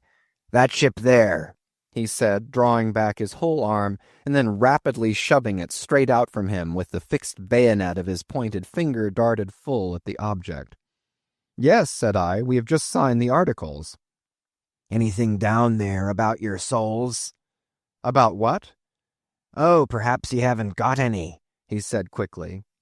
"No matter, though. I know many chaps that haven't got any. Good luck to 'em, and they are all the better off for it. A soul is a sort of a fifth wheel to a wagon." "What are you jabbering about, shipmate?" said I. "He's got enough, though, to make up for all deficiencies of that sort and other chaps," abruptly said the stranger, placing a nervous emphasis upon the word he. "Queequeg," said I, "let's go. This fellow is broken loose from somewhere. He's talking about something and somebody we don't know." "Stop!" cried the stranger. "You said true. You haven't seen Old Thunder yet, have you?" "Who's Old Thunder?" said I, again riveted with the insane earnestness of his manner. "Captain Ahab." "What, the captain of our ship, the Pequod?" "Aye, among some of us old sailor chaps he goes by that name. You haven't seen him yet, have you?"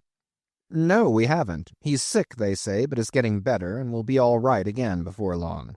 "All right again before long," laughed the stranger, with a solemnly derisive sort of laugh. "Look ye, when Captain Ahab is all right, then this left arm of mine will be all right. Not before." "What do you know about him?" "What did they tell you about him? Say that." "They didn't tell much of anything about him, only I've heard he's a good whale hunter and a good captain to his crew." That's true, yes, both true enough. But you must jump when he gives an order. Step and growl, growl and go. That's the word with Captain Ahab. But nothing about the thing that happened to him off Cape Horn long ago, when he lay like dead for 3 days and nights. Nothing about that deadly scrimmage with the Spaniard before the altar in Santa. Heard nothing about that, eh? Nothing about the silver calabash he spat into, and nothing about losing his leg last voyage according to the prophecy? Didn't you hear a word about them matters and something more, eh? No, I don't think you did. How could you? Who knows it? Not all Nantucket, I guess. But howsever, mayhap you've heard tell about the leg, and how he lost it. Aye, you've heard of that, I dare say. Oh, yes, that everyone knows a'most. I mean, they know he's only one leg, and that a parmis said he took the other off." "My friend," said I, "what all this gibberish of yours is about I don't know, and I don't much care, for it seems to me that you must be a little damaged in the head. But if you are speaking of Captain Ahab, of that ship there, the Pequod, then let me tell you that I know all about the loss of his leg." "All about it, eh? Sure you do? All?" "Pretty sure." With finger pointed and eye leveled at the Pequod, the beggar-like stranger stood a moment, as if in troubled reverie, and then, starting a little, turned and said, "You've shipped, have you? Names down on the papers? Well, well, what's signed is signed, and what's to be will be, and then again perhaps it won't be, after all. Anyhow, it's all fixed and arranged already, and some sailors or other must go with him, I suppose. As well these as any other men, God pity 'em. Morning to you, shipmates, morning. The ineffable heavens bless ye. I'm sorry I stopped ye." "Look here, friend," said I, "if you have anything important to tell us, out with it. But if you are only trying to bamboozle us, you're mistaken in your game. That's all I have to say." "And it's said very well. and I like to hear a chap talk up that way. You are just the man for him, the likes of you. Morning to your shipmates, morning. Oh, when you get there, tell 'em I've concluded not to make one of 'em. Ah, my dear fellow, you can't fool us that way. You can't fool us.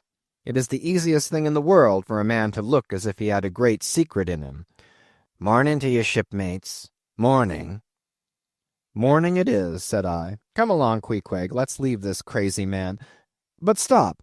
Tell me your name, will you? Elijah. Elijah, thought I, and we walked away, both commenting after each other's fashion upon this ragged old sailor, and agreed that he was nothing but a humbug trying to be a bugbear. But we had not gone perhaps above 100 yards when, chancing to turn a corner and looking back as I did so, who should be seen but Elijah following us, though at a distance. Somehow the sight of him struck me so that I said nothing to Queequeg of his being behind, but passed on with my comrade, anxious to see whether the stranger would turn the same corner that we did. He did, and then it seemed to me that he was dogging us, but with what intent I could not for the life of me imagine. This circumstance, coupled with his ambiguous half-hinting, half-revealing, shrouded sort of talk, now begat in me all kinds of vague wonderments and half-apprehensions, and all connected with the Pequod and Captain Ahab, and the leg he had lost, and the Cape Horn fit, and the silver calabash, and what Captain Peleg had said of him when I left the ship on the day previous, and the prediction of the squaw Tistig, and the voyage we had bound ourselves to sail, and 100 other shadowy things. I was resolved to satisfy myself whether this ragged Elijah was really dogging us or not, and with that intent crossed the way with Queequeg, and on that side of it retraced our steps. But Elijah passed on without seeming to notice us. This relieved me, and once more and finally, as it seemed to me, I pronounced him, in my heart, a humbug. Chapter 20. All astir. A day or two passed, and there was great activity aboard the Pequod. Not only were the old sails being mended, but new sails were coming on board, and bolts of canvas and coils of rigging. In short, everything betokened that the ship's preparations were hurrying to a close. Captain Peleg seldom or never went ashore, but sat in his wigwam keeping a sharp lookout upon the hands. Bildad did all the purchasing and providing at the stores, and the men employed in the hold and on the rigging were working till long after nightfall. On the day following Queequeg's signing the articles, word was given at all the inns where the ship's company were stopping that their chests must be on board before night, for there was no telling how soon the vessel might be sailing. So Queequeg got down our traps, resolving, however, to sleep ashore till the last. But it seems they always give very long notice in these cases, and the ship did not sail for several days. But no wonder, there was a good deal to be done, and there is no telling how many things to be thought of before the Pequod was fully equipped. Everyone knows what a multitude of things, beds, saucepans, knives and forks, shovels and tongs, napkins, nutcrackers, and what not, are indispensable to the business of housekeeping. Just so with whaling, which necessitates a 3 years' housekeeping upon the wide ocean, far from all grocers, costermongers, doctors, bakers, and bankers. And though this also holds true of merchant vessels, yet not by any means to the same extent as with whalemen. For besides the great length of the whaling voyage, the numerous articles peculiar to the prosecution of the fishery, and the impossibility of replacing them at the remote harbors usually frequented, it must be remembered that of all ships, whaling vessels are the most exposed to accidents of all kinds, and especially to the destruction and loss of the very things upon which the success of the voyage most depends. Hence the spare boats, spare spars, and spare lines and harpoons, and spare everythings almost but a spare captain and duplicate ship. At the period of our arrival at the island, the heaviest storage of the Pequod had been almost completed, comprising her beef, bread, water, fuel, and iron hoops and staves. But as before hinted, for some time there was a continual fetching and carrying on board of divers odds and ends of things, both large and small. Chief among those who did this fetching and carrying was Captain Bildad's sister, a lean old lady of a most determined and indefatigable spirit, but withal very kind-hearted, who seemed resolved that if she could help it, nothing should be found wanting in the Pequod, after once fairly getting to sea. At one time she would come on board with a jar of pickles for the steward's pantry, another time with a bunch of quills for the chief mate's desk, where he kept his log, a third time with a roll of flannel for the small of someone's rheumatic back. Never did any woman better deserve her name, which was Charity, Aunt Charity, as everyone called her. And like a sister of charity did this charitable Aunt Charity bustle about hither and thither, ready to turn her hand and heart to anything that promised to yield safety, comfort, and consolation to all on board a ship in which her beloved brother Bildad was concerned, and in which she herself owned a score or two of well-saved dollars. But it was startling to see this excellent-hearted Quakeress coming on board, as she did the last day, with a long oil ladle in one hand and a still longer whaling lance in the other. Nor was Bildad himself nor Captain Peleg at all backward. As for Bildad, he carried about with him a long list of the articles needed, and at every fresh arrival down went his mark opposite that article upon the paper. Every once in a while Peleg came hobbling out of his whalebone den, roaring at the men down the hatchways, roaring up to the riggers at the masthead, and then concluding by roaring back into his wigwam. During these days of preparation, Queequeg and I often visited the craft, and as often I asked about Captain Ahab, and how he was, and when he was going to come on board his ship. To these questions they would answer that he was getting better and better, and was expected aboard every day. Meantime the two captains, Peleg and Bildad, could attend to everything necessary to fit the vessel for the voyage. If I had been downright honest with myself, I would have seen very plainly in my heart that I did but half fancy being committed this way to so long a voyage, without once laying my eyes on the man who was to be the absolute dictator of it, so soon as the ship sailed out upon the open sea. But when a man suspects any wrong, it sometimes happens that if he be already involved in the matter, he insensibly strives to cover up his suspicions even from himself. And much this way it was with me. I said nothing, and tried to think nothing. At last it was given out that some time next day the ship would certainly sail. So next morning Queequeg and I took a very early start. Chapter 21. Going Aboard. It was nearly 6 o'clock, but only grey, imperfect, misty dawn when we drew nigh the wharf. "There are some sailors running ahead there, if I see right," said I to Queequeg. "It can't be shadows. She's off by sunrise, I guess. Come on." "Avast!" cried a voice, whose owner, at the same time coming close behind us, laid a hand upon both our shoulders, and then, insinuating himself between us, stood stooping forward a little, in the uncertain twilight, strangely peering from Queequeg to me. It was Elijah. "Going aboard?" "Hands off, will you?" said I. "Looky here," said Queequeg, shaking himself. "Go away." "Ain't going aboard, then?" "Yes, we are," said I, "but what business is that of yours? Do you know, Mr. Elijah, that I consider you a little impertinent?" No, I wasn't aware of that," said Elijah, slowly and wonderingly looking from me to Queequeg with the most unaccountable glances. "Elijah," said I, "you will oblige my friend and me by withdrawing. We are going to the Indian and Pacific Oceans, and would prefer not to be detained." "Ye be ye? Coming back before breakfast?" "He's cracked, Queequeg," said I. "Come on." "Halloa!" cried stationary Elijah, hailing us when we had removed a few paces. "Never mind him," said I. "Queequeg, come on."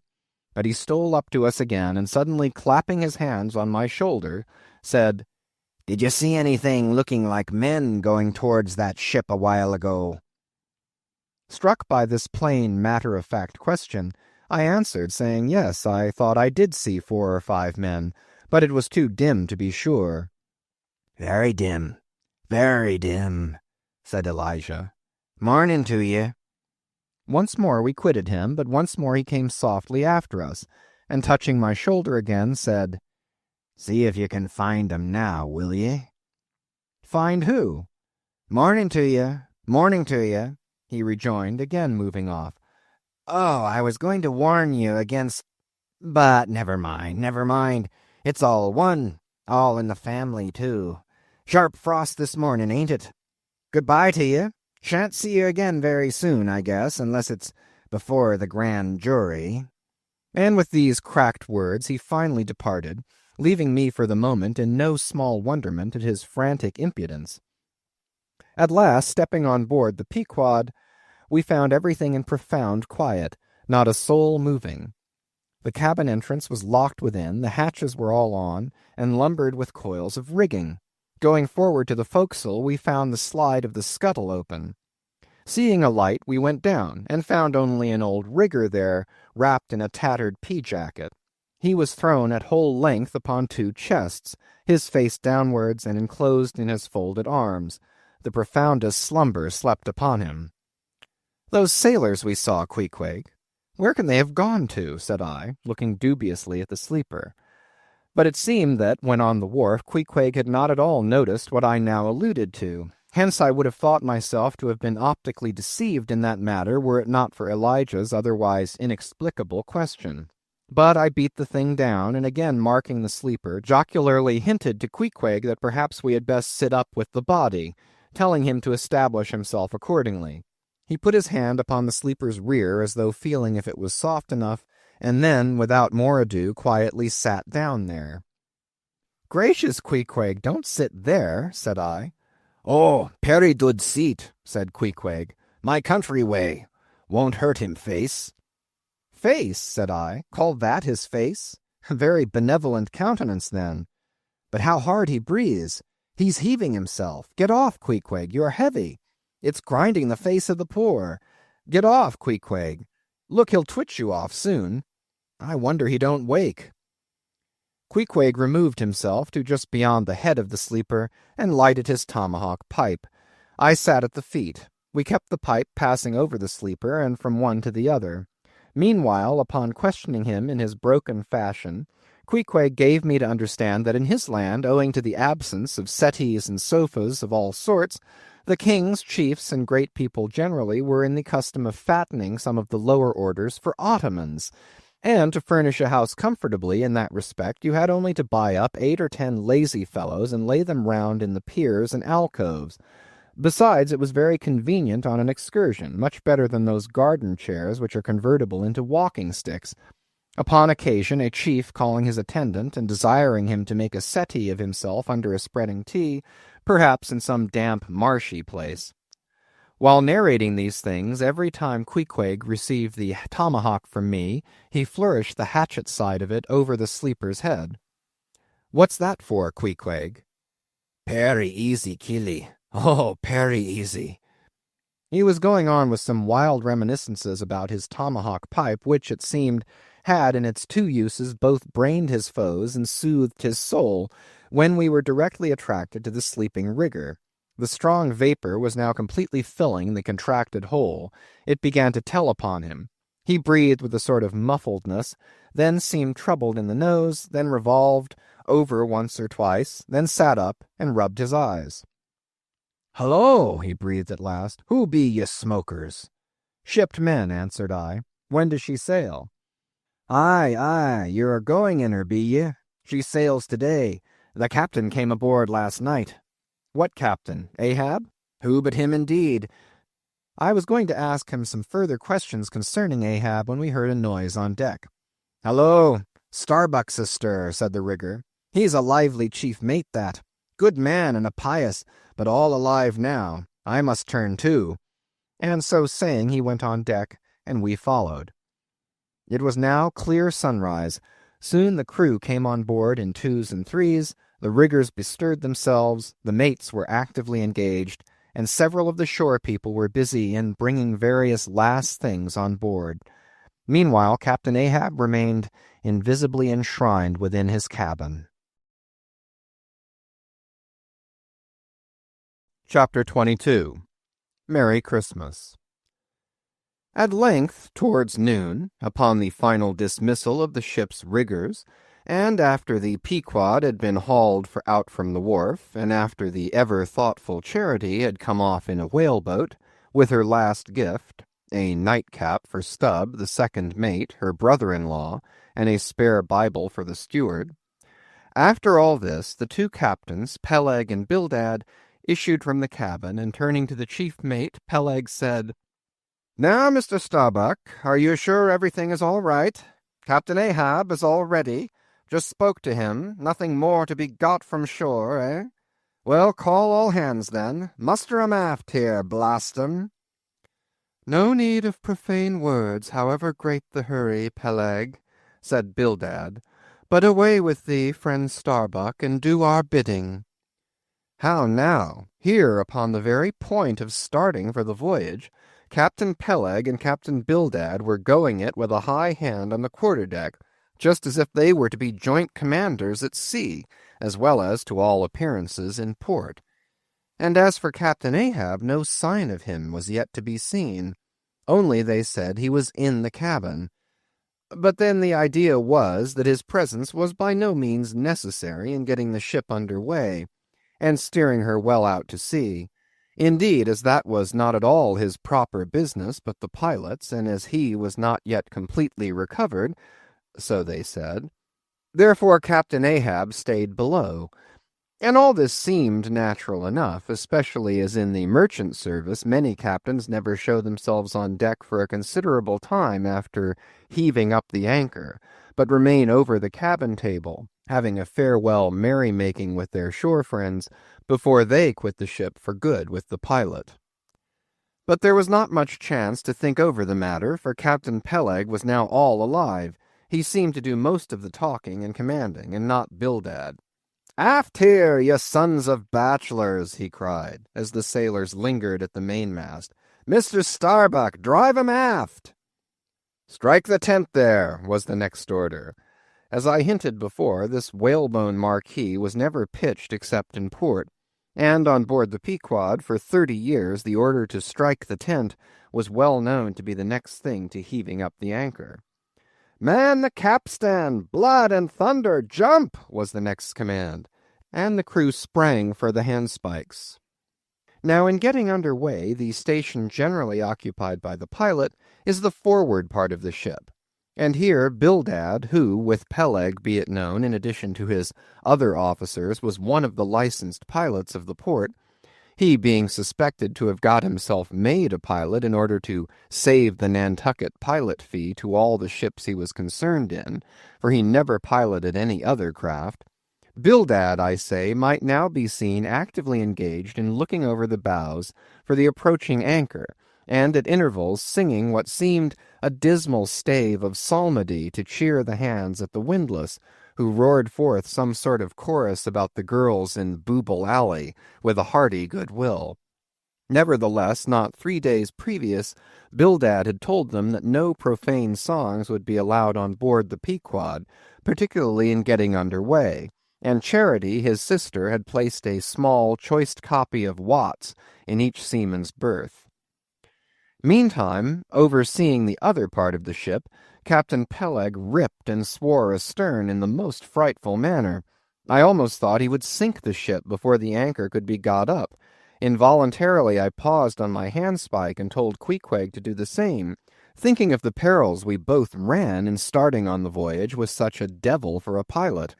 I was comforting myself, however, with the thought that in pious Bildad might be found some salvation, spite of his 777th lay, when I felt a sudden sharp poke in my rear, and, turning round, was horrified at the apparition of Captain Peleg in the act of withdrawing his leg from my immediate vicinity. That was my first kick.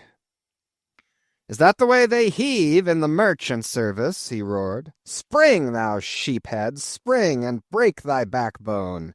Why don't you spring, I say, all of ye? Spring! Quohog! Spring, thou chap with the red whiskers! Spring there, Scotch cap! Spring, thou green pants! Spring, I say, all of ye, and spring your eyes out!" And so saying, he moved along the windlass, here and there using his leg very freely, while imperturbable Bildad kept leading off with his psalmody. Thinks I, Captain Peleg must have been drinking something today. At last the anchor was up, the sails were set, and off we glided. It was a short, cold Christmas, and as the short northern day merged into night, we found ourselves almost broad upon the wintry ocean, whose freezing spray cased us in ice as in polished armor.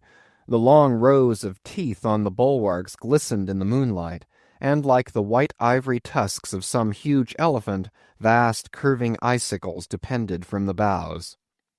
Lank Bildad, as pilot, headed the first watch, and ever and anon, as the old craft deep-dived into the green seas and sent the shivering frost all over her, and the winds howled and the cordage rang, his steady notes were heard. Sweet fields beyond the swelling flood stand dressed in living green, so to the Jews old Canaan stood, while Jordan rolled between. Never did those sweet words sound more sweetly to me than then. They were full of hope and fruition. Spite of this frigid winter night in the boisterous Atlantic, spite of my wet feet and wetter jacket, there was yet, it then seemed to me, many a pleasant haven in store, and meads and glades so eternally vernal that the grass shot up by the spring, untrodden, unwilted, remains at midsummer. At last we gained such an offing that the two pilots were needed no longer. The stout sailboat that had accompanied us began ranging alongside. It was curious and not unpleasing how Peleg and Bildad were affected at this juncture, especially Captain Bildad. For loath to depart yet, very loath to leave for good a ship bound on so long and perilous a voyage, beyond both stormy capes, a ship in which some thousands of his hard-earned dollars were invested, a ship in which an old shipmate sailed as captain, a man almost as old as he, once more starting to encounter all the terrors of the pitiless jaw, loath to say good-bye to a thing so every way brimful of every interest to him, poor old Bildad lingered long, paced the deck with anxious strides, ran down into the cabin to speak another farewell word there, again came on deck, and looked to windward, looked towards the wide and endless waters, only bounded by the far-off, unseen eastern continents, looked toward the land, looked aloft, looked right and left, looked everywhere and nowhere, and at last, mechanically coiling a rope upon its pin, convulsively grasped stout Peleg by the hand, and holding up a lantern for the moment stood gazing heroically in his face, as much to say, "Nevertheless, friend Peleg, I can stand it. Yes, I can." As for Peleg himself, he took it more like a philosopher.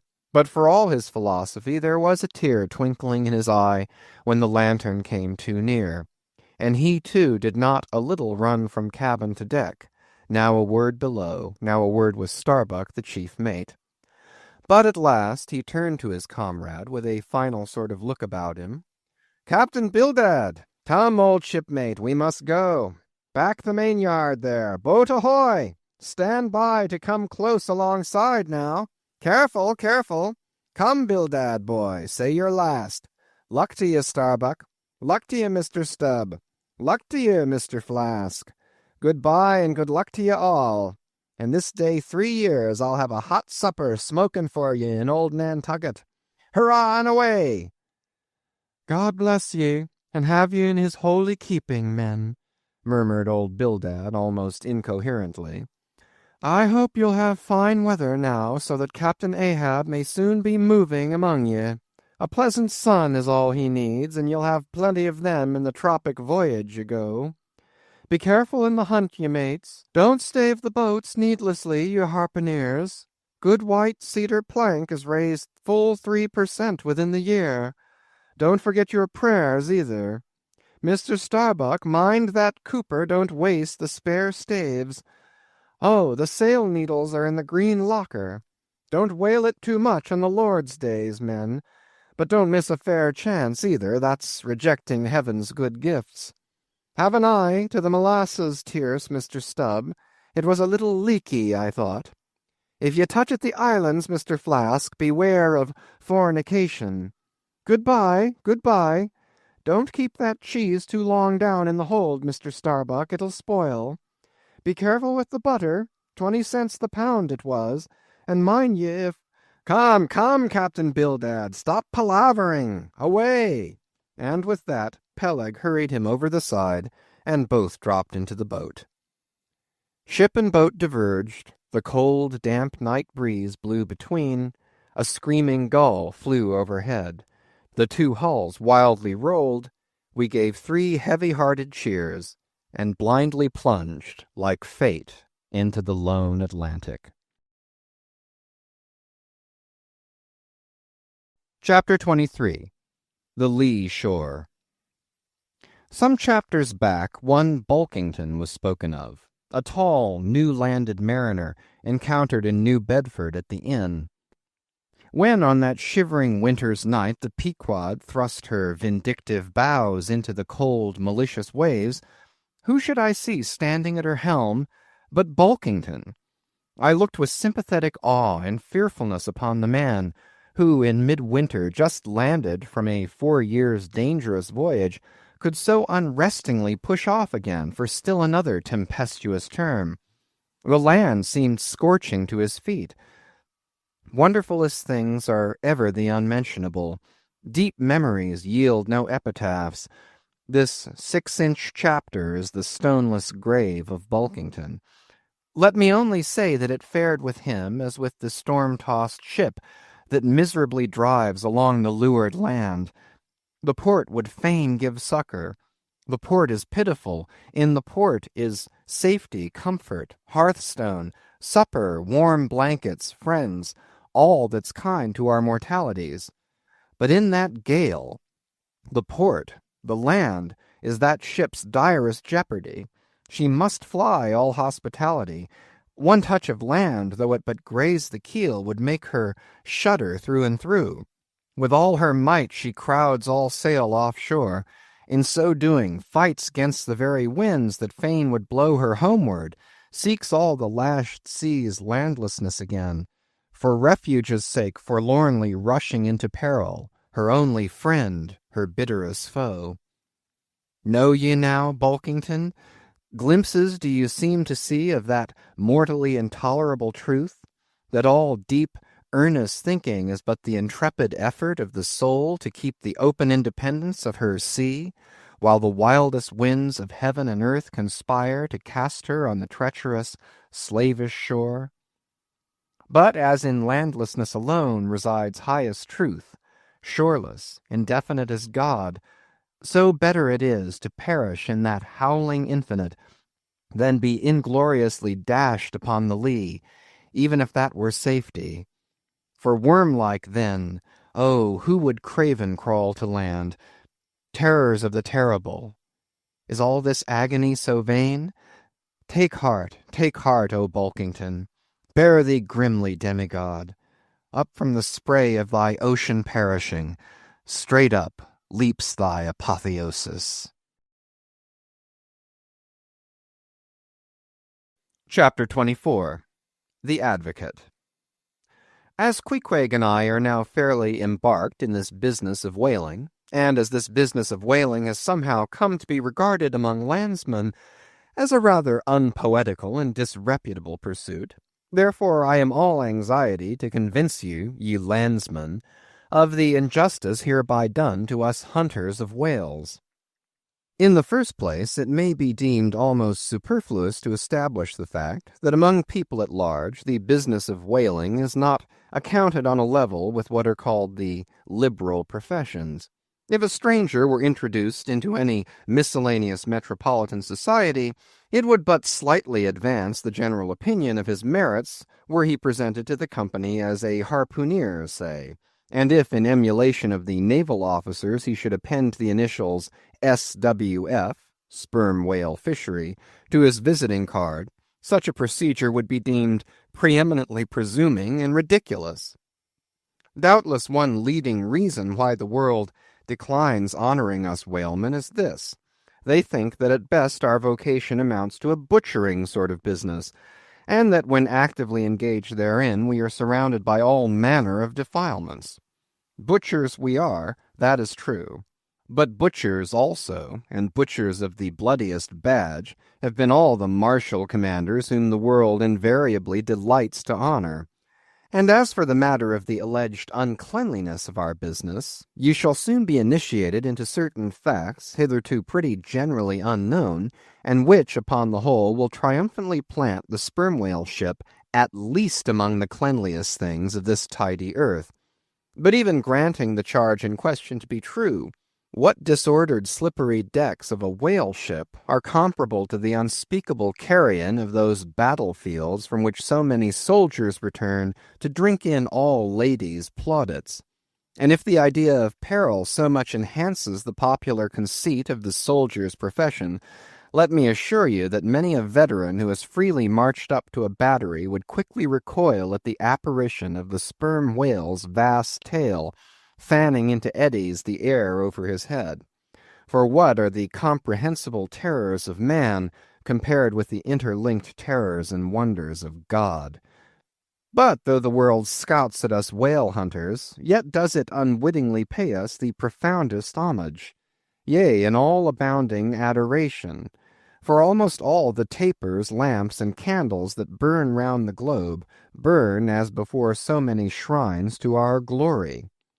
But look at this matter in other lights. Weigh it in all sorts of scales. See what we whalemen are and have been.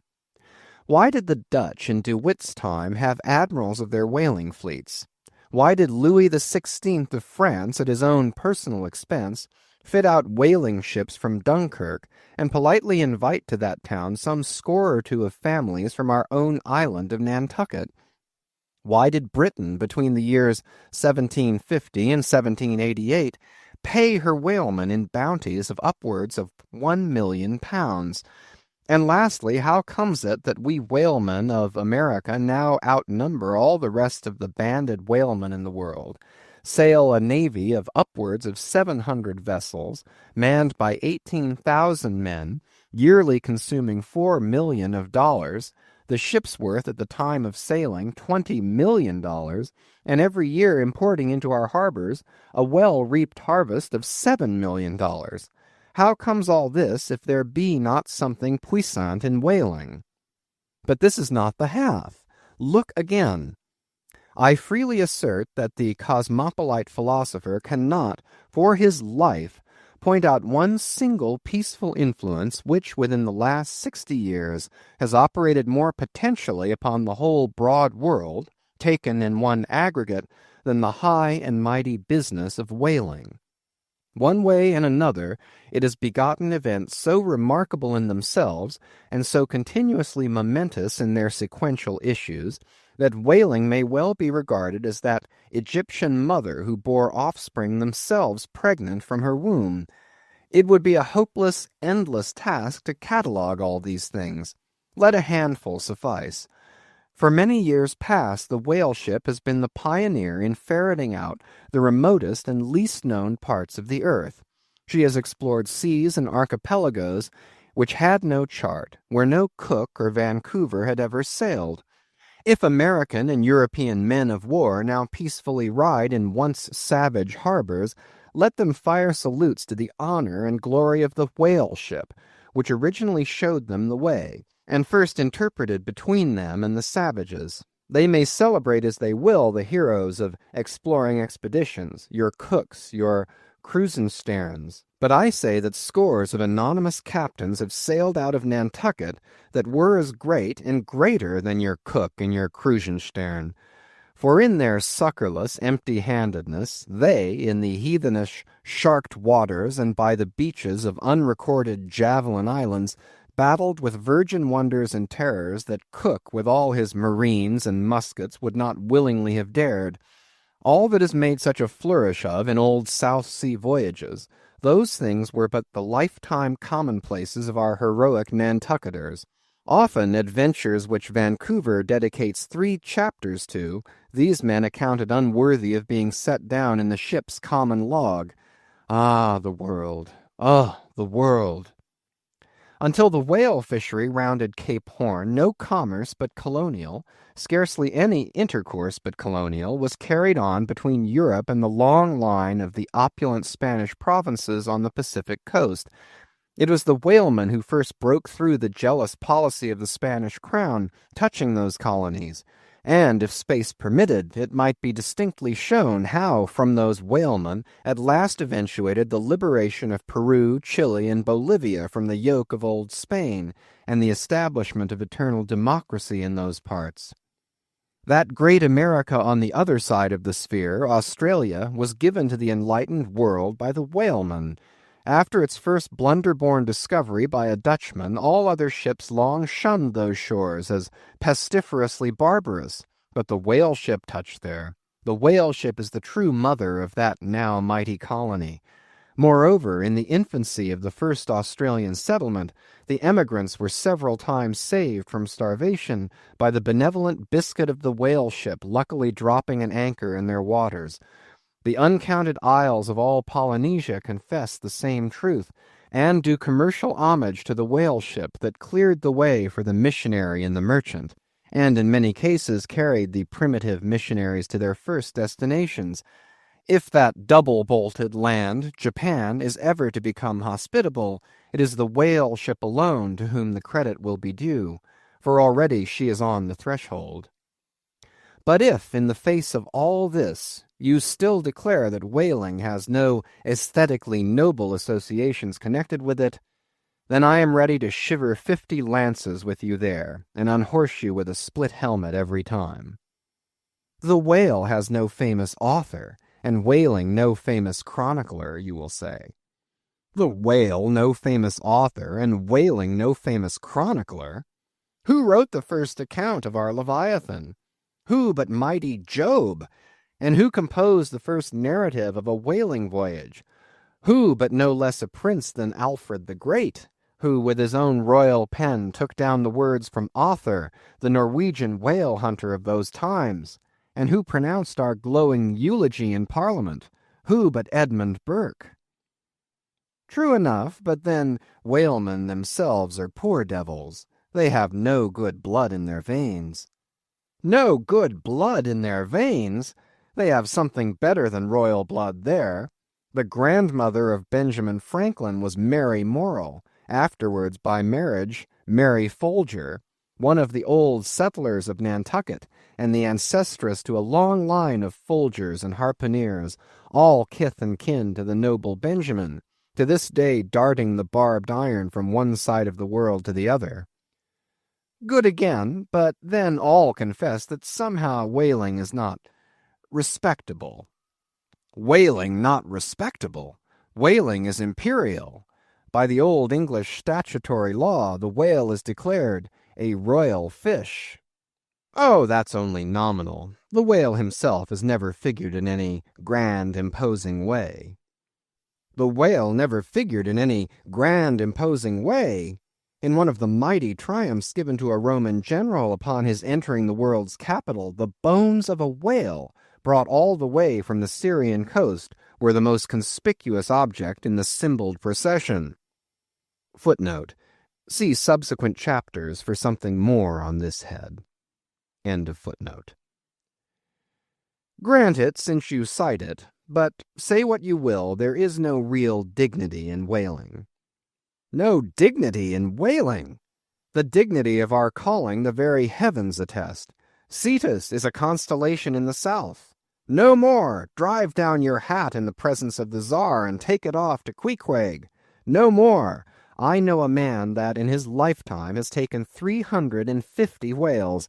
I account that man more honorable than that great captain of antiquity who boasted of taking as many walled towns. And as for me, if by any possibility there be any as yet undiscovered prime thing in me, if I shall ever deserve any real repute in that small but high hushed world which I might not be unreasonably ambitious of, if hereafter I shall do anything that, upon the whole, a man might rather have done than to have left undone, if at my death my executors, or more properly my creditors, find any precious manuscripts in my desk, then here I prospectively ascribe all the honor and the glory to whaling, for a whale ship was my Yale College and my Harvard. Chapter 25. Postscript.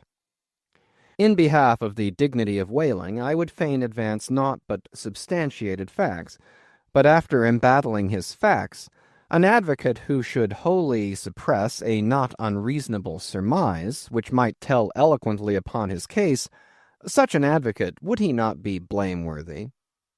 It is well known that at the coronation of kings and queens, even modern ones, a certain curious process of seasoning them for their functions is gone through. There is a salt cellar of state, so called, and there may be a castor of state. How they use the salt precisely, who knows? Certain I am, however, that a king's head is solemnly oiled at his coronation, even as a head of salad. Can it be, though, that they anoint it with a view of making his interior run well as they anoint machinery? Much might be ruminated here concerning the essential dignity of this regal process, because in common life we esteem but meanly and contemptibly a fellow who anoints his hair and palpably smells of that anointing.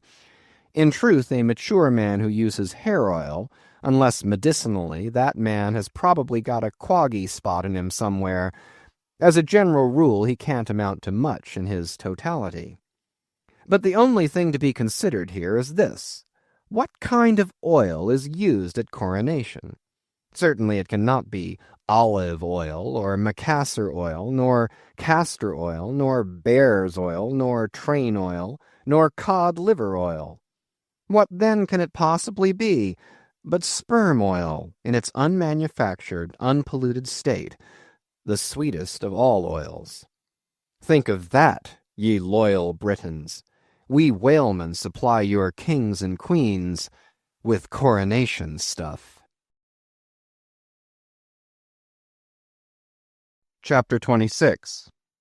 Knights and Squires. The chief mate of the Pequod was Starbuck, a native of Nantucket, and a Quaker by descent.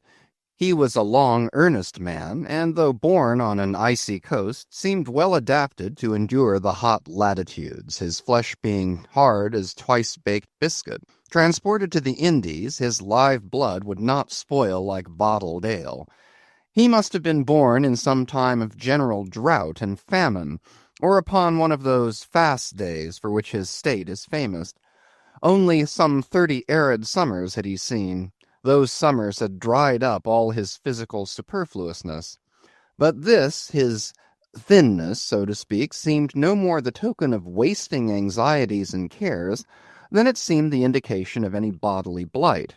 It was merely the condensation of the man. He was by no means ill-looking, quite the contrary. His pure, tight skin was an excellent fit, and closely wrapped up in it, and embalmed with inner health and strength like a revivified Egyptian, this Starbuck seemed prepared to endure for long ages to come, and to endure always as now, for be it polar snow or torrid sun, like a patent chronometer, his interior vitality was warranted to do well in all climates. Looking into his eyes, you seemed to see there the yet lingering images of those thousandfold perils he had calmly confronted through life. A staid, steadfast man, whose life for the most part was a telling pantomime of action, and not a tame chapter of sounds. Yet for all his hardy sobriety and fortitude, there were certain qualities in him which at times affected, and in some cases seemed well nigh to overbalance all the rest. Uncommonly conscientious for a seaman, and endued with a deep natural reverence, the wild watery loneliness of his life did therefore strongly incline him to superstition, but to that sort of superstition which in some organizations seems rather to spring, somehow, from intelligence than from ignorance. Outward portents and inward presentiments were his, and if at times these things bent the welded iron of his soul, so much more did his far-away domestic memories of his young Cape wife and child tend to bend him still more from the original ruggedness of his nature, and open him still further to those latent influences which, in some honest-hearted men, restrain the gush of daredevil daring so often evinced by others in the more perilous vicissitudes of the fisheries. "I will have no man in my boat," said Starbuck, "who is not afraid of a whale." By this he seemed to mean not only that the most reliable and useful courage was that which arises from the fair estimation of the encountered peril, but that an utterly fearless man is a far more dangerous comrade than a coward. "Aye, aye," said Stubb, the second mate.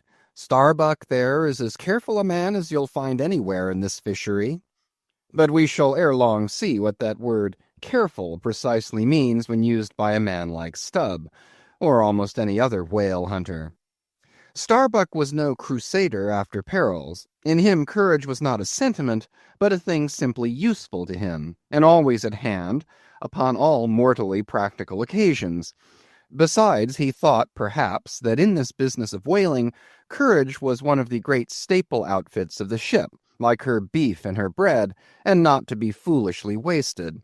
Therefore he had no fancy for lowering for whales after sundown, nor for persisting in fighting a fish that too much persisted in fighting him. For, thought Starbuck, I am here in this critical ocean to kill whales for my living, and not to be killed by them for theirs. And that hundreds of men had been so killed, Starbuck well knew. What doom was his own father's? Where in the bottomless deeps could he find the torn limbs of his brother? With memories like these in him, and moreover given to a certain superstitiousness, as has been said, the courage of this Starbuck, which could nevertheless still flourish, must indeed have been extreme.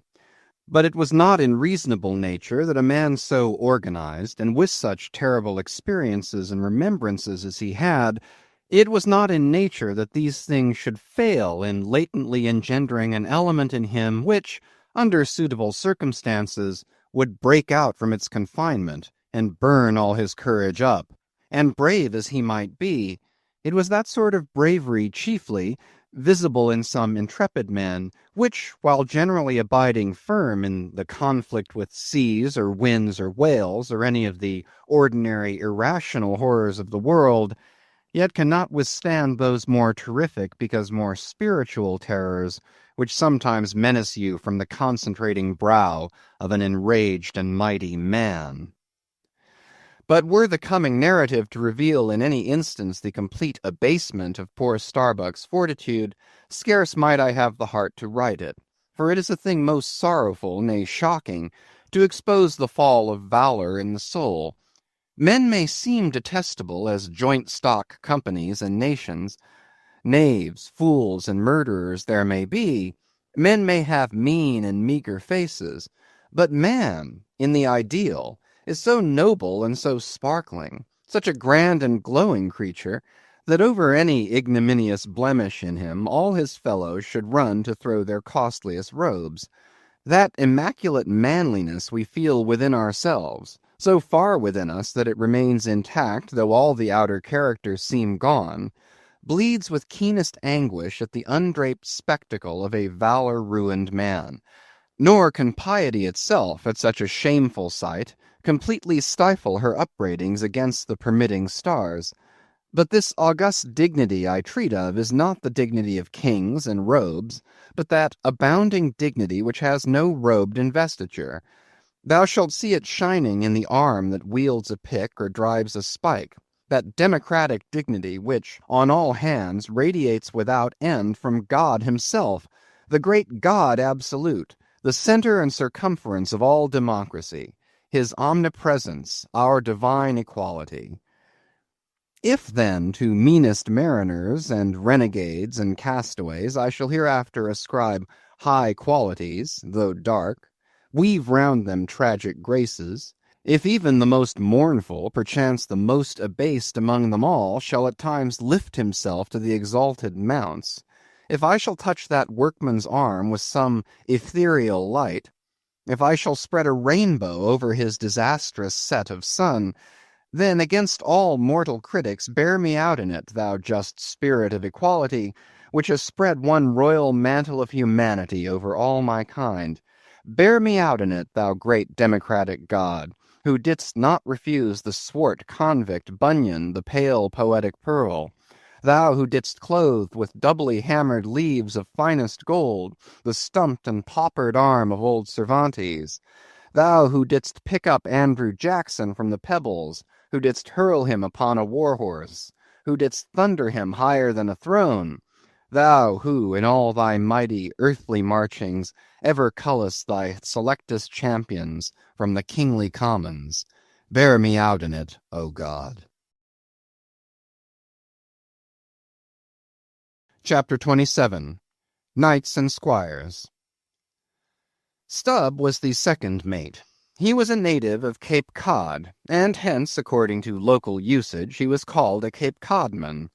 A happy-go-lucky, neither craven nor valiant, taking perils as they came with an indifferent air, and while engaged in the most imminent crisis of the chase, toiling away calm and collected as a journeyman joiner engaged for the year. Good-humoured, easy, and careless, he presided over his whaleboat as if the most deadly encounter were but a dinner, and his crew all invited guests. He was as particular about the comfortable arrangement of his part of the boat as an old stage driver is about the snugness of his box. When close to the whale, in the very deathlock of the fight, he handled his unpitying lance coolly and off-handedly, as a whistling tinker his hammer. He would hum over his old rig-a-dig tunes while flank and flank with the most exasperated monster. Long usage had, for this Stubb, converted the jaws of death into an easy chair. What he thought of death itself there was no telling. Whether he ever thought of it at all might be a question. But if he ever did chance to cast his mind that way after a comfortable dinner, no doubt, like a good sailor, he took it to be a sort of a call to the watch to tumble aloft and bestir themselves there, about something which he would find out when he obeyed the order, and not sooner. What, perhaps, with other things, made Stubb such an easy-going, unfearing man, so cheerfully trudging off with the burden of life in a world full of grave peddlers, all bowed to the ground with their packs, what helped to bring about that almost impious good humour of his, that thing must have been his pipe. For, like his nose, his short, black little pipe was one of the regular features of his face. You would almost as soon have expected him to turn out of his bunk without his nose as without his pipe. He kept a whole row of pipes there ready loaded, stuck in a rack, within easy reach of his hand, and whenever he turned in, he smoked them all out in succession, lighting one from another to the end of the chapter, then loading them again to be in readiness anew. For when Stubb dressed, instead of first putting his legs into his trousers, he put his pipe into his mouth.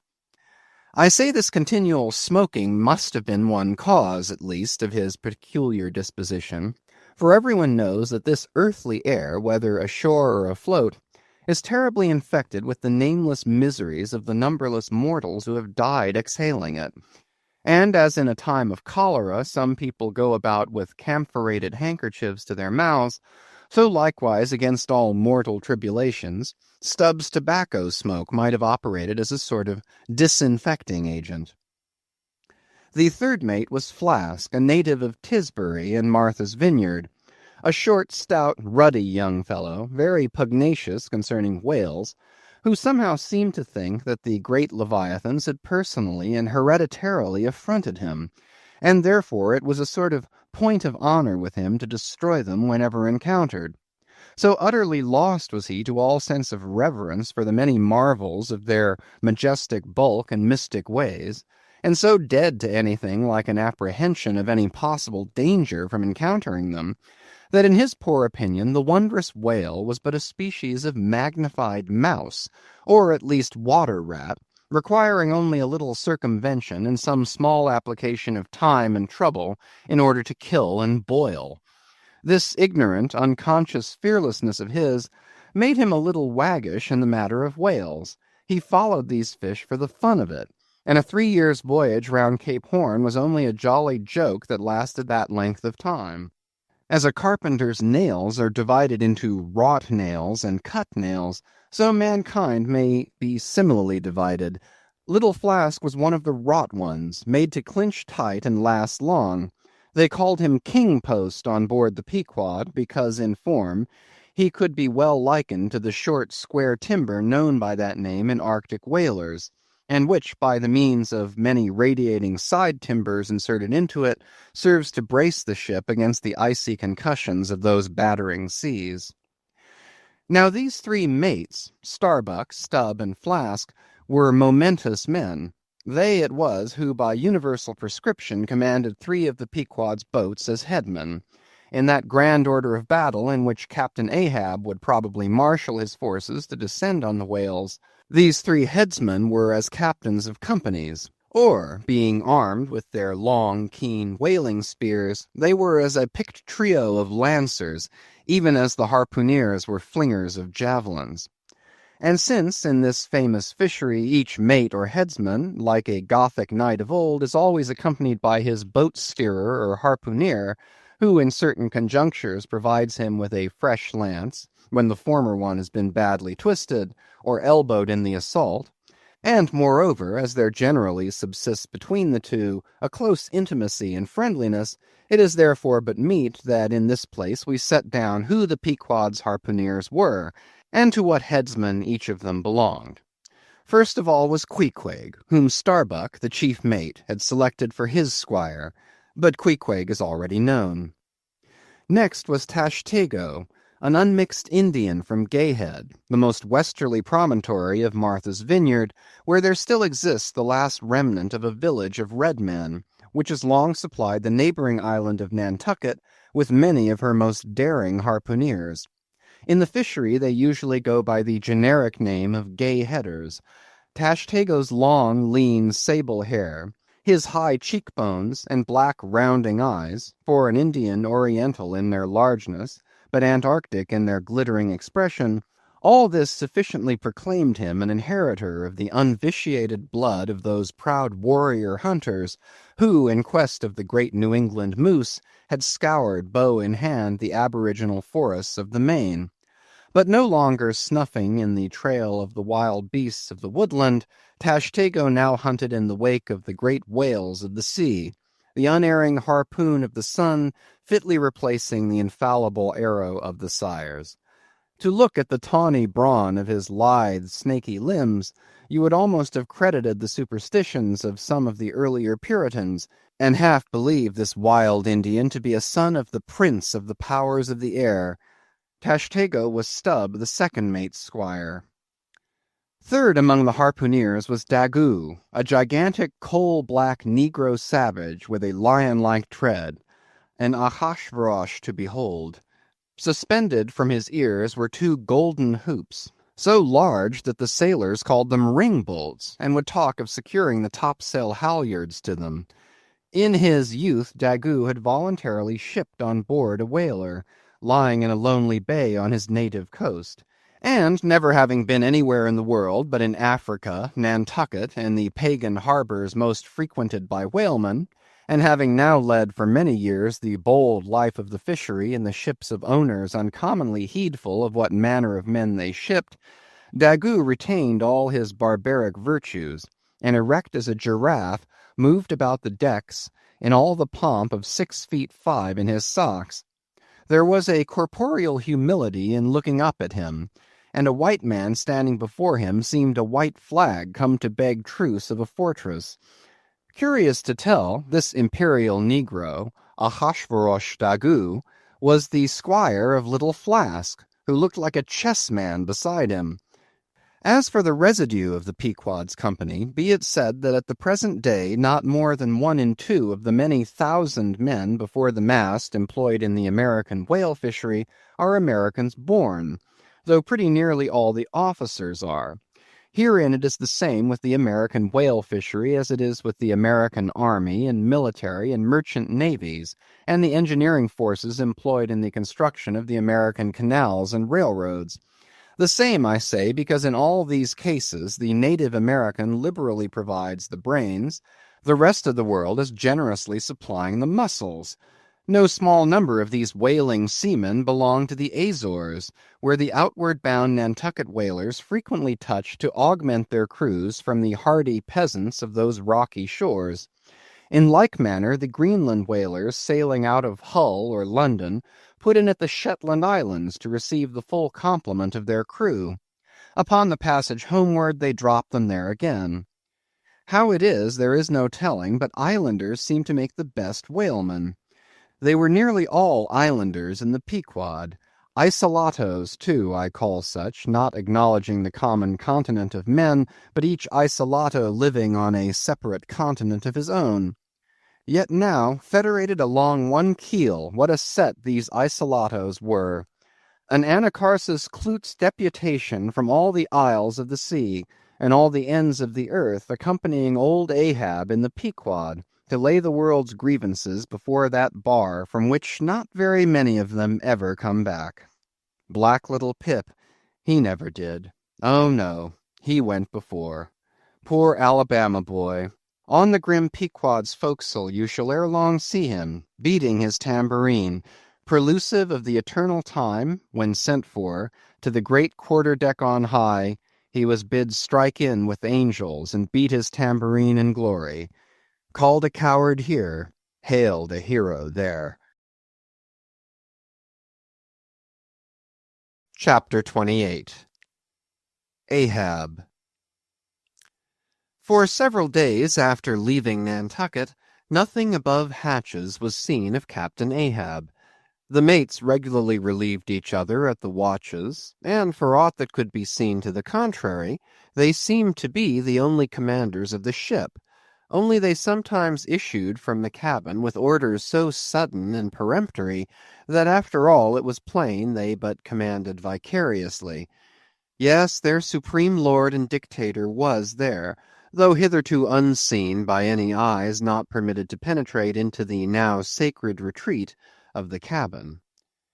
Every time I ascended to the deck from my watches below, I instantly gazed aft, to mark if any strange face were visible, for my first vague disquietude touching the unknown captain, now in the seclusion of the sea, became almost a perturbation.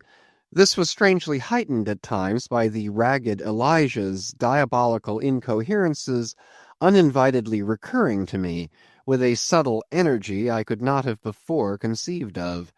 But poorly could I withstand them, much as in other moods I was almost ready to smile at the solemn whimsicalities of that outlandish prophet of the wharves. But whatever it was of apprehensiveness or uneasiness, to call it so, which I felt, whenever I came to look about me in the ship, it seemed against all warranty to cherish such emotions. For though the harpooneers, with the great body of the crew, were a far more barbaric, heathenish, and motley set than any of the tame merchant ship companies which my previous experiences had made me acquainted with, still I ascribed this, and rightly ascribed it, to the fierce uniqueness of the very nature of that wild Scandinavian vocation in which I had so abandonedly embarked. But it was especially the aspect of the three chief officers of the ship, the mates, which was most forcibly calculated to allay these colourless misgivings, and induce confidence and cheerfulness in every presentment of the voyage. Three better, more likely sea officers and men, each in his own different way, could not readily be found, and they were every one of them Americans, a Nantucketer, a Vineyarder, a Cape man. Now, it being Christmas when the ship shot from outer harbour, for a space we had biting polar weather, though all the time running away from it to the southward, and by every degree and minute of latitude which we sailed, gradually leaving that merciless winter and all its intolerable weather behind us. It was one of those less lowering but still grey and gloomy enough mornings of the transition, when, with a fair wind, the ship was rushing through the water with a vindictive sort of leaping and melancholy rapidity, that as I mounted to the deck at the call of the forenoon watch, so soon as I levelled my glance toward the taffrail, foreboding shivers ran over me. Reality outran apprehension. Captain Ahab stood upon his quarter-deck. There seemed no sign of common bodily illness about him, nor of the recovery from any. He looked like a man cut away from the stake, when the fire has overrunningly wasted all the limbs without consuming them, or taking away one particle from their compacted, aged robustness. His whole high, broad form seemed made of solid bronze, and shaped in an unalterable mould like Cellini's cast Perseus. threading its way out from among his grey hairs, and continuing right down one side of his tawny, scorched face and neck, till it disappeared in his clothing, you saw a slender rod-like mark, lividly whitish. It resembled that perpendicular seam sometimes made in the straight lofty trunk of a great tree, when the upper lightning tearingly darts down it, and without wrenching a single twig peels and grooves out the bark from top to bottom, ere running off into the soil, leaving the tree still greenly alive, but branded. Whether that mark was born with him, or whether it was the scar left by some desperate wound, no one could certainly say. By some tacit consent throughout the voyage, little or no allusion was made to it, especially by the mates. But once Tashtego Senior, an old gay-head Indian among the crew, superstitiously asserted that not till he was full 40 years old did Ahab become that way branded, and then it came upon him not in the fury of any mortal fray, but in an elemental strife at sea. Yet this wild hint seemed inferentially negatived by what a grey Manxman insinuated, an old sepulchral man, who, having never before sailed out of Nantucket, had never ere this laid eye upon wild Ahab. Nevertheless, the old sea traditions, the immemorial credulities, popularly invested this old Manxman with preternatural powers of discernment, so that no white sailor seriously contradicted him when he said that if ever Captain Ahab should be tranquilly laid out, which might hardly come to pass, so he muttered, then whoever should do that last office for the dead would find a birthmark on him from crown to sole. So powerfully did the whole grim aspect of Ahab affect me, and the livid brand which streaked it, that for the first few moments I hardly noted that not a little of this overbearing grimness was owing to the barbaric white leg upon which he partly stood. It had previously come to me that this ivory leg had at sea been fashioned from the polished bone of a sperm whale's jaw. "Aye, he was dismasted off Japan," said the old gay-head Indian once, "but like his dismasted craft, he shipped another mast without coming home for it. He has a quiver of 'em." I was struck with the singular posture he maintained. Upon each side of the Pequod's quarter-deck, and pretty close to the mizzen shrouds, there was an auger hole, bored about half an inch or so into the plank.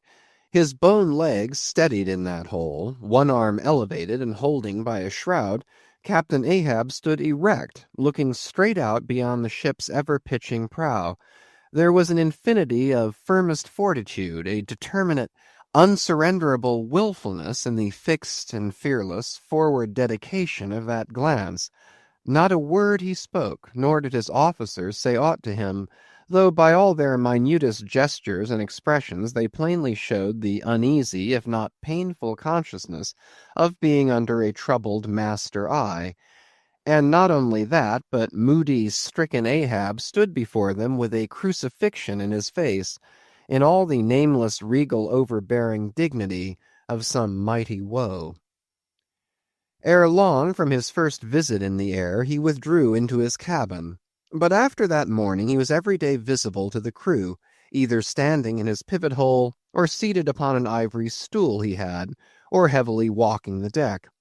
As the sky grew less gloomy, indeed began to grow a little genial, he became still less and less a recluse, as if when the ship had sailed from home, nothing but the dead wintry bleakness of the sea had then kept him so secluded.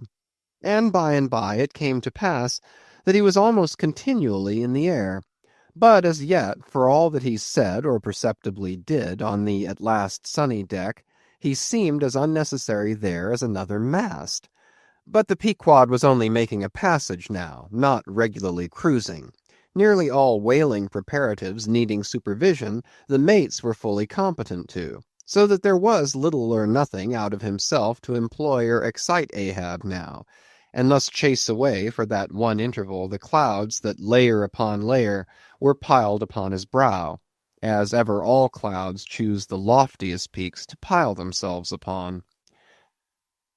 Nevertheless, ere long, the warm, warbling persuasiveness of the pleasant holiday weather we came to seemed gradually to charm him from his mood. For as when the red-cheeked dancing girls, April and May, trip home to the wintry misanthropic woods, even the barest, ruggedest, most thunder-cloven old oak will at least send forth some few green sprouts to welcome such glad-hearted visitants, so Ahab did, in the end, a little respond to the playful allurings of that girlish air. More than once did he put forth the faint blossom of a look which, in any other man, would have soon flowered out in a smile. Chapter 29. Enter Ahab, to him Stubb. Some days elapsed, and, ice and icebergs all astern, the Pequod now went rolling through the bright Quito spring, which at sea almost perpetually reigns on the threshold of the eternal August of the tropic.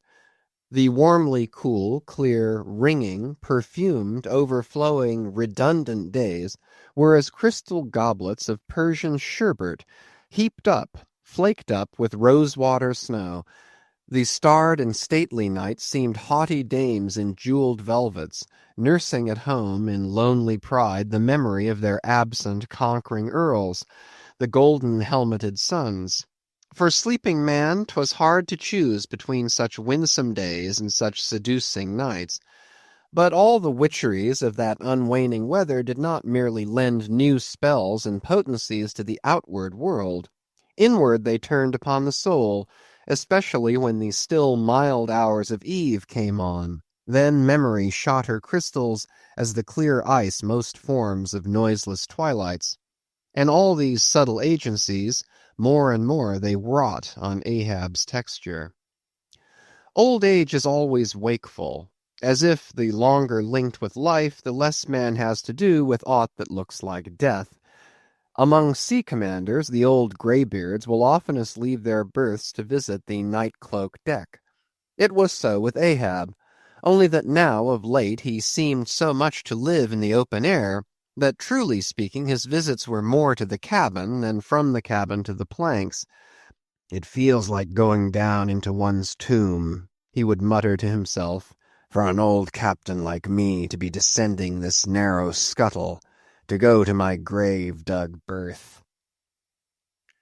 So almost every 24 hours, when the watches of the night were set and the band on deck sentineled the slumbers of the band below, and when, if a rope was to be hauled upon the forecastle, the sailors flung it not rudely down as by day, but with some cautiousness dropped it to its place for fear of disturbing their slumbering shipmates, when this sort of steady quietude would begin to prevail, habitually the silent steersman would watch the cabin scuttle, and ere long the old man would emerge, gripping at the iron banister to help his crippled way.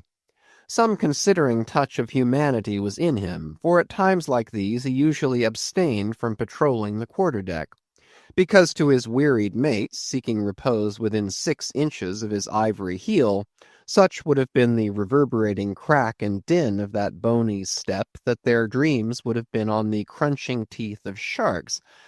But once the mood was on him too deep for common regardings, and as with heavy lumber-like pace he was measuring the ship from taffrail to mainmast, Stubb, the old second mate, came up from below, with a certain unassured deprecating humorousness, hinted that if Captain Ahab was pleased to walk the planks, then no one could say nay, but there might be some way of muffling the noise, hinting something indistinctly and hesitatingly about a globe of tow and the insertion into it of the ivory heel. Ah, Stubb, thou didst not know Ahab then. "Am I a cannon-ball, Stubb," said Ahab, "that thou wouldst wad me that fashion? But go thy ways, I had forgot. Below to thy nightly grave, where such as ye sleep between shrouds, to use ye to filling one at last. Down, dog, and kennel." Starting at the unforeseen concluding exclamation of the so suddenly scornful old man, Stubb was speechless for a moment, and then said excitedly, "I am not used to be spoken to that way, sir. I do but less than half like it, sir. Avast! Gritted Ahab between his set teeth, and violently moving away as if to avoid some passionate temptation. No, sir, not yet, said Stubb, emboldened. I will not tamely be called a dog, sir. And be called 10 times a donkey and a mule and an ass, and be gone, or I'll clear the world of thee. As he said this, Ahab advanced upon him with such overbearing terrors in his aspect that Stubb involuntarily retreated. I was never served so before without giving a hard blow for it, muttered Stubb as he found himself descending the cabin scuttle. It's very queer. Stop, Stubb. Somehow, now, I don't well know whether to go back and strike him, or what's that? Down here on my knees and pray for him? Yes, that was the thought coming up in me. But it would be the first time I ever did pray. It's queer, very queer. And he's queer, too. I take him fore and aft. He's about the queerest old man Stubb ever sailed with. How he flashed at me, his eyes like powder pans. Is he mad? Anyway, there's something on his mind, as sure as there must be something on a deck when it cracks. He ain't in his bed now, either, more than 3 hours out of 24, and he don't sleep then. Didn't that doughboy, the steward, tell me that of a morning he always finds the old man's hammock clothes all rumpled and tumbled, and the sheets down at the foot, and the coverlid almost tied into knots, and the pillow a sort of frightful hot, as though a baked brick had been on it. A hot old man. I guess he's got what some folks ashore call a conscience. It's a kind of tick-dolly row, they say. Worse nor a toothache. Well, I don't know what it is, but the Lord keep me from catching it. He's full of riddles. I wonder what he goes into the afterhold for every night, as Doughboy tells me he suspects. What's that for, I should like to know? Who's made appointments with him in the hold? Ain't that queer now? But there's no telling. It's the old game.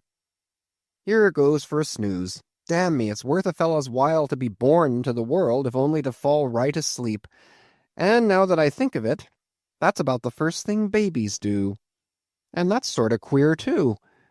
Damn me, but all things are queer, come to think of 'em. But that's against my principles. Think not is my 11th commandment, and sleep when you can is my 12th. So here goes again. How's that? Didn't he call me a dog? Blazes, he called me 10 times a donkey and piled a lot of jackasses on top of that. He might as well have kicked me and be done with it. Maybe he did kick me, and I didn't observe it. I was so taken all aback with his brow, somehow. It flashed like a bleached bone. What the devil's the matter with me? I don't stand right on my legs. Coming afoul of that old man has a sort of turned me wrong side out. By the Lord, I must have been dreaming, though. How? But the only way is to stash it. So here goes to hammock again, and in the morning I'll see how this plaguey juggling thinks over by daylight. Chapter 30. The Pipe. When Stubb had departed, Ahab stood for a while leaning over the bulwarks, and then, as had been usual with him of late, calling a sailor of the watch, he sent him below for his ivory stool and also his pipe. Lighting his pipe at the binnacle lamp and planting the stool on the weather side of the deck, he sat and smoked. In old Norse times the thrones of the sea-loving Danish kings were fabricated, saith tradition, of the tusks of the narwhal. How could one look at Ahab, then, seated on that tripod of bones, without bethinking him of the royalty it symbolized? For a Khan of the plank, and a king of the sea, and a great lord of leviathans was Ahab. Some moments passed, during which the thick vapor came from his mouth in quick and constant puffs, which blew back again into his face. How now? He soliloquized at last, withdrawing the tube. This smoking no longer soothes. Oh, my pipe! Hard must it go with me if thy charm be gone. Here have I been, unconsciously toiling, not pleasuring, ay, and ignorantly smoking to windward all the while. to windward, and with such nervous whiffs, as if, like the dying whale, my final jets were the strongest and fullest of trouble. What business have I with this pipe? This thing that is meant for sereneness, to send up mild white vapors among mild white hairs, not among torn iron-grey locks like mine. I'll smoke no more. He tossed the still-lighted pipe into the sea. The fire hissed in the waves. The same instant the ship shot by the bubble the sinking pipe made. With slouched hat, Ahab lurchingly paced the planks. Chapter 31 Queen Mab. Next morning, Stubb accosted Flask. Such a queer dream, King Post, I never had. You know the old man's ivory leg? Well, I dreamed he kicked me with it. And when I tried to kick back, upon my soul, my little man, I kicked my leg right off. And then presto, Ahab seemed a pyramid, and I, like a blazing fool, kept kicking at it. But what was still more curious, Flask, you know how curious all dreams are, through all this rage that I was in, I somehow seemed to be thinking to myself that after all it was not much of an insult, that kick from Ahab. Why, thinks I, what's the row? It's not a real leg, only a false leg. And there's a mighty difference between a living thump and a dead thump. That's what makes a blow from the hand, Flask, 50 times more savage to bear than a blow from a cane. The living member. That makes the living insult, my little man. And thinks I to myself all the while, mind, while I was stubbing my silly toes against that cursed pyramid, so confoundedly contradictory was it all the while, I say, I was thinking to myself, what's his leg now but a cane? A whalebone cane. Yes, thinks I. It was only a playful cudgeling, in fact only a whaleboning that he gave me, not a base kick. Besides, thinks I, look at it once, why, the end of it, the foot part, what a small sort of end it is, whereas if a broad-footed farmer kicked me, there's a devilish broad insult. But this insult is whittled down to a point only. But now comes the greatest joke of the dream, Flask. While I was battering away at the pyramid, a sort of badger-haired old merman, with a hump on his back, takes me by the shoulders and slews me round. "What are you about?" says he. Slid, man, but I was frightened. Such a fizz. But somehow next moment I was over the fright. "What am I about?" says I at last. "And what business is that of yours, I should like to know, Mr. Humpback? Do you want a kick?" By the Lord, Flask, I had no sooner said that than he turned round his stern to me, bent over, and dragging up a lot of seaweed he had for a clout, what do you think I saw? Why, thunder alive, man, his stern was stuck full of marlin spikes, with the points out. Says I, on second thoughts, I guess I won't kick you, old fellow. "Wise Stubb," says he, "wise Stubb," and kept muttering it all the time, a sort of eating of his own gums like a chimney hag. Seeing he wasn't going to stop saying over his wise Stubb, I thought I might as well fall to kicking the pyramid again. But I had only just lifted my foot for it when he roared out, "Stop that kicking." "Hallo," says I, "what's the matter now, old fellow?" "Look ye here," says he, "let's argue the insult. Captain Ahab kicked you, didn't he?" "Yes, he did," says I, "right here it was."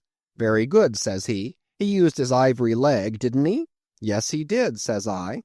"Well then," says he, "wise Stubb, what have you to complain of? Didn't he kick you with right good will? It wasn't a common pitch-pine leg he kicked with, was it? No, you were kicked by a great man, and with a beautiful ivory leg, Stubb. It's an honor. I consider it an honor. Listen, wise Stubb. In old England, the greatest lords think it great glory to be slapped by a queen, and made garter knights of. But be your boast, Stubb, that ye were kicked by old Ahab, and made a wise man of. Remember what I say. Be kicked by him. Account his kicks honors, and on no account kick back, for you can't help yourself, wise Stubb. Don't you see that pyramid?" With that, he all of a sudden seemed somehow, in some queer fashion, to swim off into the air. I snored, rolled over, and there I was in my hammock. Now what do you think of that dream, Flask? I don't know, it seems sort of foolish to me, though. Maybe, but it's made a wise man of me, Flask. You see Ahab standing there, sideways looking over the stern? Well, the best thing you can do, Flask, is to let the old man alone. Never speak to him, whatever he says. Hello! What's that he shouts? Hark! Masthead there! Look sharp, all of you. There are whales hereabouts. If you see a white one, split your lungs for him. What do you think of that now, Flask? Ain't there a small drop of something queer about that, eh? A white whale. Did you mark that, man? Look ye, there's something special in the wind. Stand by for it, Flask. Ahab has that's bloody on his mind. But, Mum, he comes this way. Chapter 32. Etymology. Already we are boldly launched upon the deep, but soon we shall be lost in its unshored, harborless immensities. Ere that come to pass, ere the Pequod's weedy hull rolls side by side with the barnacled hulls of the Leviathan, at the outset it is but well to attend to a matter almost indispensable to a thorough appreciative understanding of the more special Leviathanic revelations and illusions of all sorts which are to follow. It is some systematized exhibition of the whale in his broad genera that I would now fain put before you, yet it is no easy task. The classification of the constituents of a chaos, nothing less is here essayed. Listen to what the best and latest authorities have laid down. Quote, no branch of zoology is so much involved as that which is entitled cetology, end quote, says Captain Scoresby, A.D. 1820. Quote, it is not my intention, were it in my power, to enter into the inquiry as to the true method of dividing the cetacea into groups and families. Utter confusion exists among historians of this animal, end quote, sperm whale, says Surgeon Beale, A.D. 1839. Quote, unfitness to pursue our research in the unfathomable waters, end quote. Quote, impenetrable veil covering our knowledge of the cetacea, end quote. Quote, a field strewn with thorns, end quote. Quote, all these incomplete indications but serve to torture us naturalists, end quote. Thus speak of the whale, the great Cuvier and John Hunter, and Lesson, those lights of zoology and anatomy. Nevertheless, though of real knowledge there be little, yet of books there are a plenty, and so in some small degree with cetology or the science of whales. Many are the men, small and great, old and new, landsmen and seamen, who have at large or in little written of the whale. Run over a few, the authors of the Bible, Aristotle, Pliny, Aldrovandi, Sir Thomas Browne, Gesner, Ray, Linnaeus, Rondeletius, Willoughby, Green, Artedi, Sibbald, Brisson, Martin, Lacépède, Bonterre, Desmarais, Baron Cuvier, Frederick Cuvier, John Hunter, Owen, Scoresby, Beale, Bennett, J. Ross Browne, the author of Miriam Coffin, Olmsted, and the Reverend T. Cheever. But to what ultimate generalizing purpose all these have written, the above cited extracts will show. Of the names in this list of whale authors, only those following Owen ever saw living whales, and but one of them was a real professional harpooner and whaleman, I mean Captain Scoresby. On the separate subject of the Greenland or right whale, he is the best existing authority. But Scoresby knew nothing and says nothing of the great sperm whale, compared with which the Greenland whale is almost unworthy mentioning. And here be it said that the Greenland whale is a usurper upon the throne of the seas. He is not even by any means the largest of the whales. Yet, owing to the long priority of his claims, and the profound ignorance which, until some 70 years back, invested the then fabulous or utterly unknown sperm whale, and which ignorance to this present day still reigns in all but some few scientific retreats and whale ports, this usurpation has been every way complete. Reference to nearly all the Leviathanic allusions in the great poets of past days will satisfy you that the Greenland whale, without one rival, was to them the monarch of the seas. But the time has at last come for a new proclamation. This is Charing Cross. Hear ye, good people all. The Greenland whale is deposed. The great sperm whale now reigneth. There are only two books in being which at all pretend to put the living sperm whale before you, and at the same time in the remotest degree succeed in the attempt. Those books are Beale's and Bennett's, both in their time surgeons to English South Sea whale ships, and both exact and reliable men. The original matter touching the sperm whale to be found in their volumes is necessarily small, but so far as it goes, it is of excellent quality, though mostly confined to scientific description.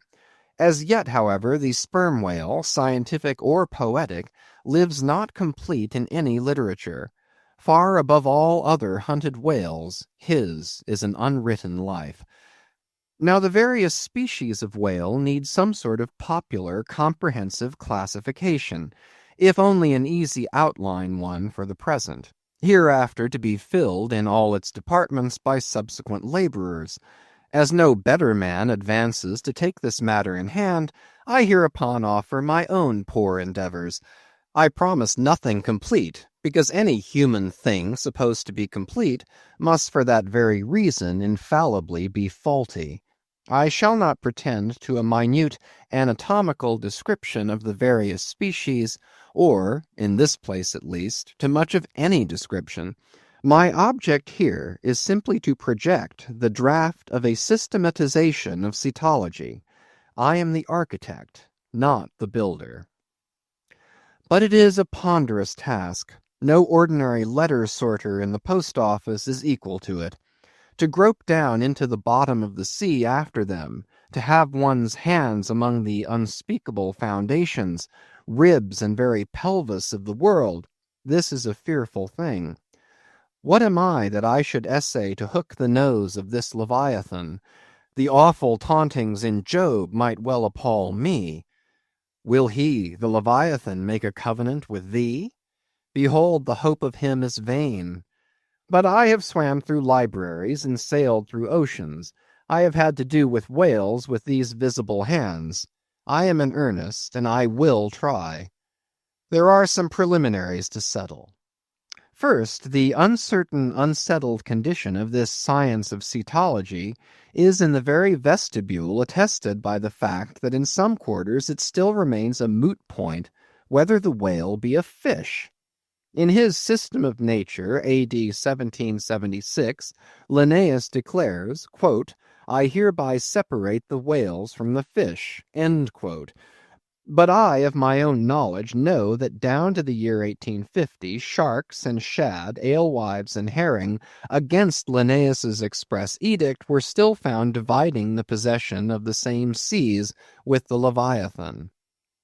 The grounds upon which Linnaeus would fain have banished the whales from the waters he states as follows, quote, on account of their warm bilocular heart, their lungs, their movable eyelids, their hollow ears, penem intrantem feminam mamis lactanem, and finally, quote, ex lege naturae jure meritoque, end quote. I submitted all this to my friends Simeon Macy and Charlie Coffin of Nantucket, both messmates of mine in a certain voyage, and they united in the opinion that the reasons set forth were altogether insufficient. Charlie profanely hinted they were humbug. Be it known that, waiving all argument, I take the good old-fashioned ground that the whale is a fish, and call upon holy Jonah to back me. This fundamental thing settled, the next point is, in what internal respect does the whale differ from other fish? Above, Linnaeus has given you those items, but in brief they are these, lungs and warm blood, whereas all other fish are lungless and cold-blooded. Next, how shall we define the whale by his obvious externals so as conspicuously to label him for all time to come? To be short, then, a whale is a spouting fish with a horizontal tail. There you have him. However contracted, that definition is the result of expanded meditation. A walrus spouts much like a whale, but the walrus is not a fish because he is amphibious. But the last term of the definition is still more cogent, as coupled with the first. Almost anyone must have noticed that all the fish familiar to landsmen have not a flat but a vertical or up and down tail, whereas among spouting fish the tail, though it may be similarly shaped, invariably assumes a horizontal position. By the above definition of what a whale is, I do by no means exclude from the Leviathanic Brotherhood any sea creature hitherto identified with the whale by the best informed Nantucketers, nor, on the other hand, link with it any fish hitherto authoritatively regarded as alien. Hence, all the smaller spouting and horizontal-tailed fish must be included in this ground plan of cetology. Now then, come the grand divisions of the entire whale host.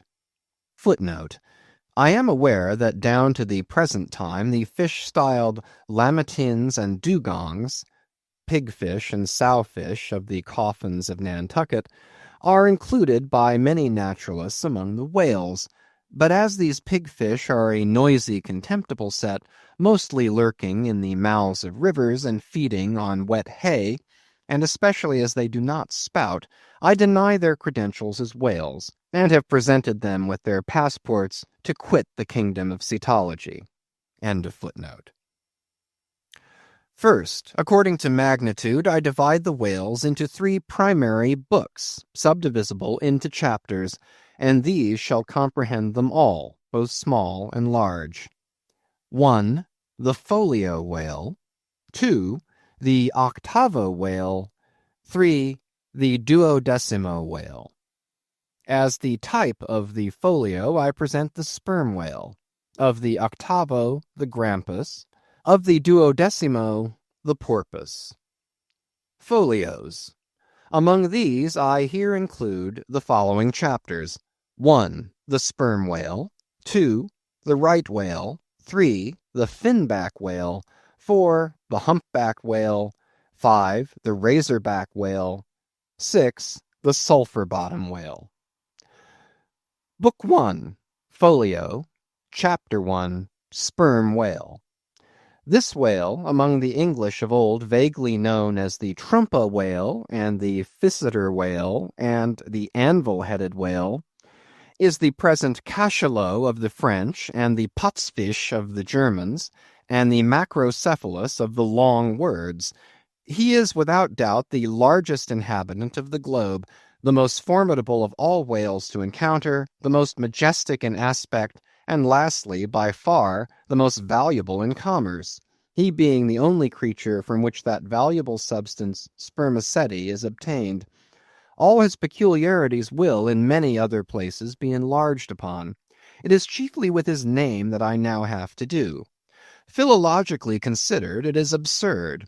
Some centuries ago, when the sperm whale was almost wholly unknown in his own proper individuality, and when his oil was only accidentally obtained from the stranded fish, in those days spermaceti, it would seem, was popularly supposed to be derived from a creature identical with the one then known in England as the Greenland or right whale. It was the idea also that this same spermaceti was that quickening humor of the Greenland whale which the first syllable of the word literally expresses.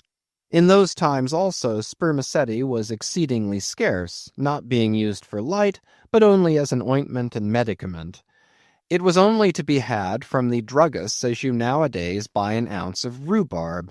When, as I opine, in the course of time, the true nature of spermaceti became known, its original name was still retained by the dealers, no doubt to enhance its value by a notion so strangely significant of its scarcity.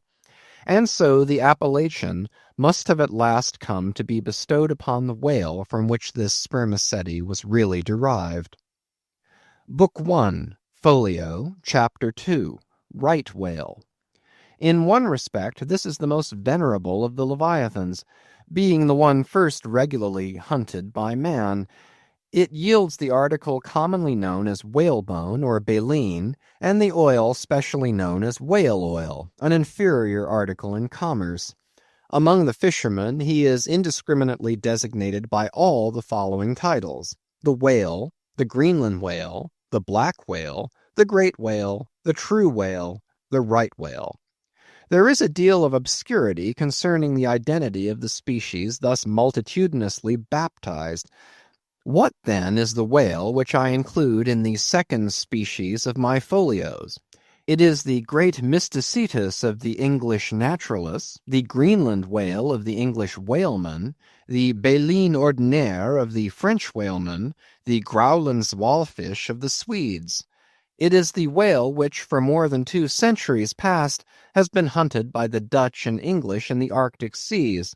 It is the whale which the American fishermen have long pursued in the Indian Ocean, on the Brazil banks, in the Norwest coast, and in various other parts of the world designated by them right whale cruising grounds. Some pretend to see a difference between the Greenland whale of the English and the right whale of the Americans, but they precisely agree in all their grand features. Nor has there yet been presented a single determinate fact upon which to ground a radical distinction. It is by endless subdivisions based upon the most inconclusive differences that some departments of natural history become so repellingly intricate. The right whale will elsewhere be treated of at some length with reference to elucidating the sperm whale. Book 1, Folio, Chapter 3, Finback. Under this head I reckon a monster which, by the various names of finback, tall spout, and long john, has been seen almost in every sea, and is commonly the whale whose distant jet is so often descried by passengers crossing the Atlantic, in the New York packet tracks.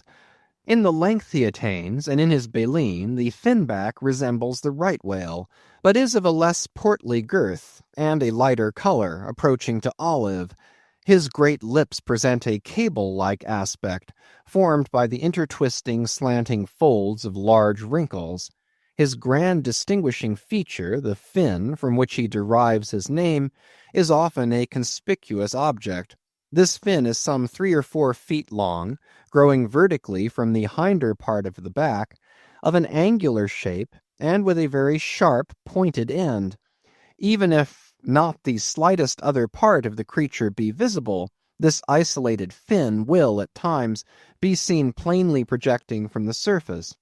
When the sea is moderately calm, and slightly marked with spherical ripples, and this gnomon-like fin stands up and casts shadows upon the wrinkled surface, it may well be supposed that the watery circle surrounding it somewhat resembles a dial, with its style and wavy hour lines graved on it.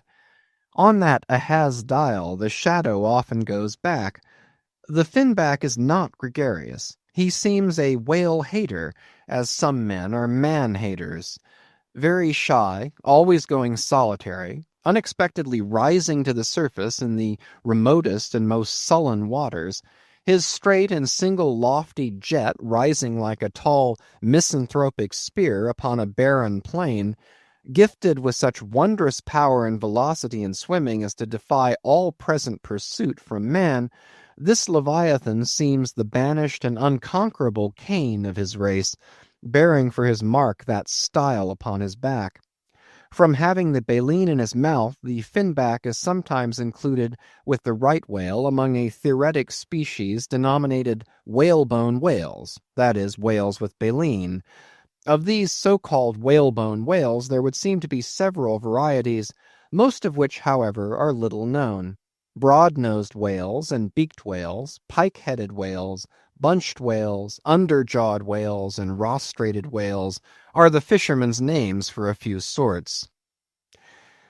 In connection with this appellative of whalebone whales, it is of great importance to mention that however such a nomenclature may be convenient in facilitating allusions to some kinds of whales, Yet it is in vain to attempt a clear classification of the Leviathan, founded upon either his baleen, or hump, or fin, or teeth, notwithstanding that those marked parts or features very obviously seem better adapted to afford the basis for a regular system of cetology than any other detached bodily distinctions which the whale in his kinds presents.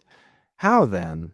The baleen, hump, back fin, and teeth, these are things whose peculiarities are indiscriminately dispersed among all sorts of whales, without any regard to what may be the nature of their structure and other and more essential particulars. Thus the sperm whale and the humpback whale each has a hump, but there the similitude ceases. Then this same humpback whale and the Greenland whale, each of these has baleen, but there again the similitude ceases. And it is just the same with the other parts above mentioned.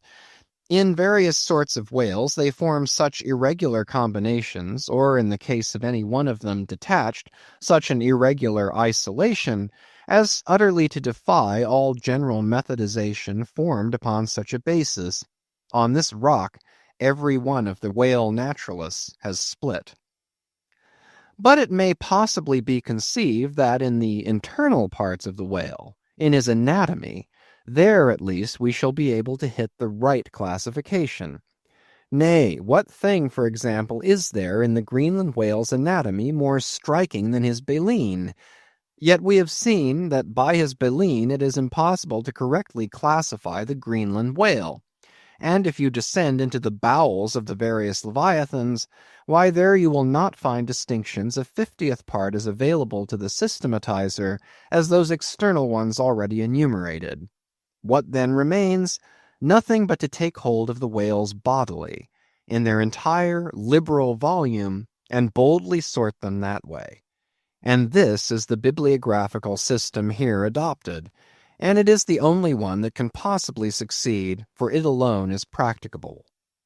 To proceed. Book 1, Folio, Chapter 4, Humpback. This whale is often seen on the northern American coast. He has been frequently captured there and towed into harbor. He has a great pack on him like a peddler, or you might call him the elephant and castle whale. At any rate, the popular name for him does not sufficiently distinguish him, since the sperm whale also has a hump, though a smaller one. His oil is not very valuable. He has baleen. He is the most gamesome and light-hearted of all whales, making more gay foam and white water generally than any other of them. Book 1, Folio, Chapter 5, Razorback. Of this whale little is known but his name. I have seen him at a distance off Cape Horn. Of a retiring nature, he eludes both hunters and philosophers.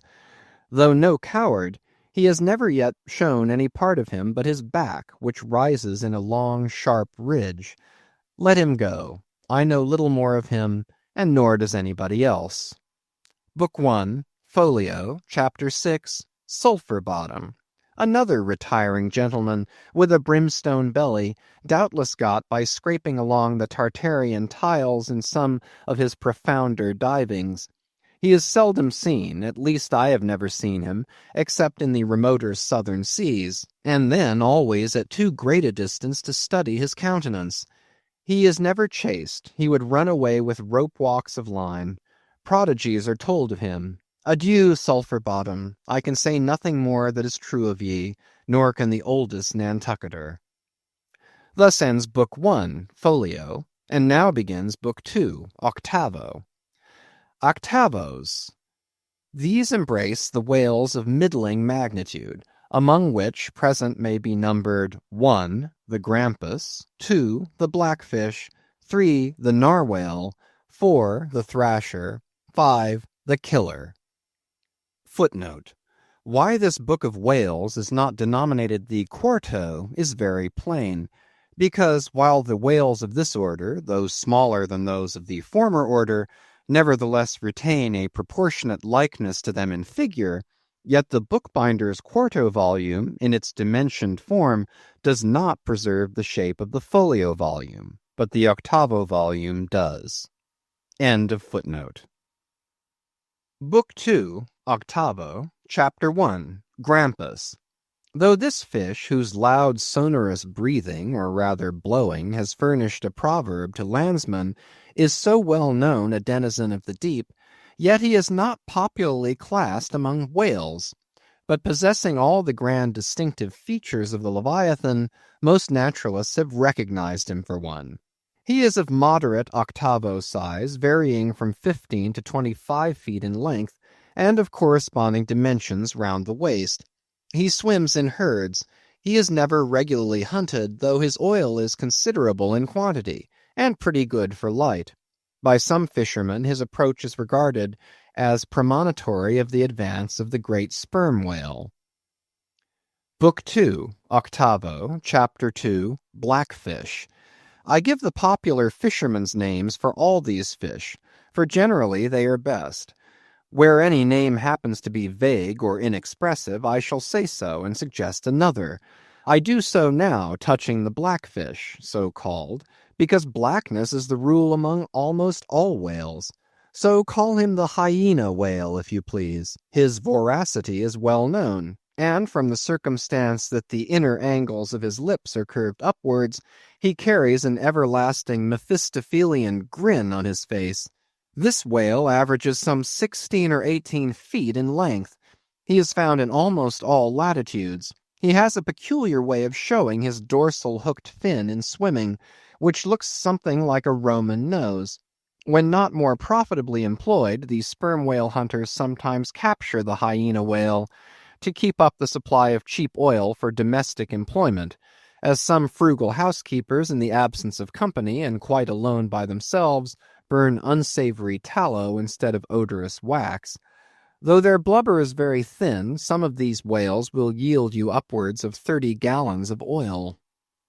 Book 2, Octavo, Chapter 3, Narwhale, that is, nostril whale. Another instance of a curiously named whale, so named, I suppose, from his peculiar horn being originally mistaken for a peaked nose. The creature is some 16 feet in length, while its horn averages 5 feet, though some exceed 10 and even attain to 15 feet. Strictly speaking, this horn is but a lengthened tusk, growing out from the jaw in a line a little depressed from the horizontal. But it is only found on the sinister side, which has an ill effect, giving its owner something analogous to the aspect of a clumsy left-handed man. What precise purpose this ivory horn or lance answers, it would be hard to say. It does not seem to be used like the blade of the swordfish and billfish, though some sailors tell me that the narwhale employs it for a rake in turning over the bottom of the sea for food. Charlie Coffin said it was used for an ice piercer, for the narwhale, rising to the surface of the polar sea, and finding it sheeted with ice, thrusts his horn up and so breaks through. But you cannot prove either of these surmises to be correct. My own opinion is that however this one-sided horn may really be used by the narwhale, however that may be, it would certainly be very convenient to him for a folder in reading pamphlets. The narwhale I have heard called the tusked whale, the horned whale, and the unicorn whale. He is certainly a curious example of the unicornism to be found in almost every kingdom of animated nature. From certain cloistered old authors I have gathered that this same sea unicorn's horn was in ancient days regarded as the great antidote against poison, and as such preparations of it brought immense prices. It was also distilled to a volatile salts for fainting ladies, the same way that the horns of the male deer are manufactured into hartshorn. Originally it was in itself accounted an object of great curiosity. Blackletter tells me that Sir Martin Frobisher, on his return from that voyage when Queen Bess did gallantly wave her jewelled hand to him from a window of Greenwich Palace as his bold ship sailed down the Thames, quote, "When Sir Martin returned from that voyage," saith Blackletter, "on bended knees he presented to her Highness a prodigious long horn of the narwhale, which for a long period after hung in the castle at Windsor." End quote. An Irish author avers that the Earl of Leicester on bended knees did likewise present to her highness another horn pertaining to a land beast of the unicorn nature. The narwhale has a very picturesque leopard-like look, being of a milk-white ground color dotted with round and oblong spots of black. His oil is very superior, clean and fine, but there is little of it, and he is seldom hunted. He is mostly found in the circumpolar seas. Book 2, Octavo, Chapter 4, Killer. Of this whale little is precisely known to the Nantucketer, and nothing at all to the professed naturalist. From what I have seen of him at a distance, I should say he was about the bigness of a grampus. He is very savage, a sort of Fiji fish. He sometimes takes the great folio whales by the lip and hangs there like a leech till the mighty brute is worried to death. The killer is never hunted. I never heard what sort of oil he has. Exception might be taken to the name bestowed upon this whale on the ground of its indistinctness, for we are all killers on land and on sea, Bonapartes and sharks included. Book 2, Octavo, Chapter 5, Thrasher. This gentleman is famous for his tail, which he uses for a ferule in thrashing his foes. He mounts the folio whale's back, and as he swims, he works his passage by flogging him, as some schoolmasters get along in the world by a similar process. Still less is known of the thrasher than of the killer. Both are outlaws, even in the lawless seas. Thus ends Book 2, Octavo, and begins Book 3, Duodecimo. Duodecimos. These include the smaller whales. 1. The huzzah porpoise.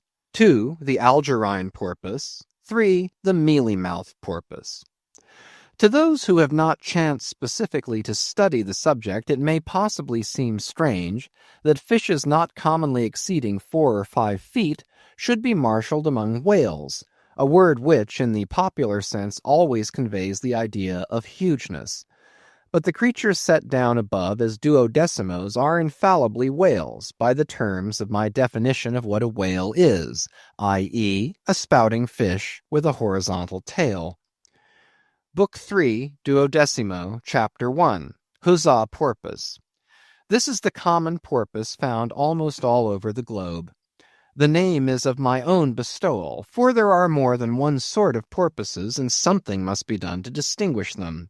I call him thus because he always swims in hilarious shoals, which, upon the broad sea, keep tossing themselves to heaven like caps in a 4th of July crowd. Their appearance is generally hailed with delight by the mariner. Full of fine spirits, they invariably come from the breezy billows to windward. They are the lads that always live before the wind. They are accounted a lucky omen. If you yourself can withstand 3 cheers at beholding these vivacious fish, then heaven help ye. The spirit of godly gamesomeness is not in ye. A well-fed, plump huzzah porpoise will yield you 1 good gallon of good oil, but the fine and delicate fluid extracted from his jaws is exceedingly valuable.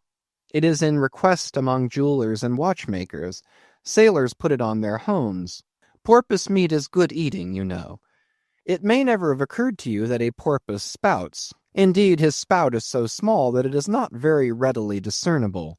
But the next time you have a chance, watch him, and you will then see the great sperm whale himself in miniature. Book 3, Duodecimo, Chapter 2, Algerine Porpoise.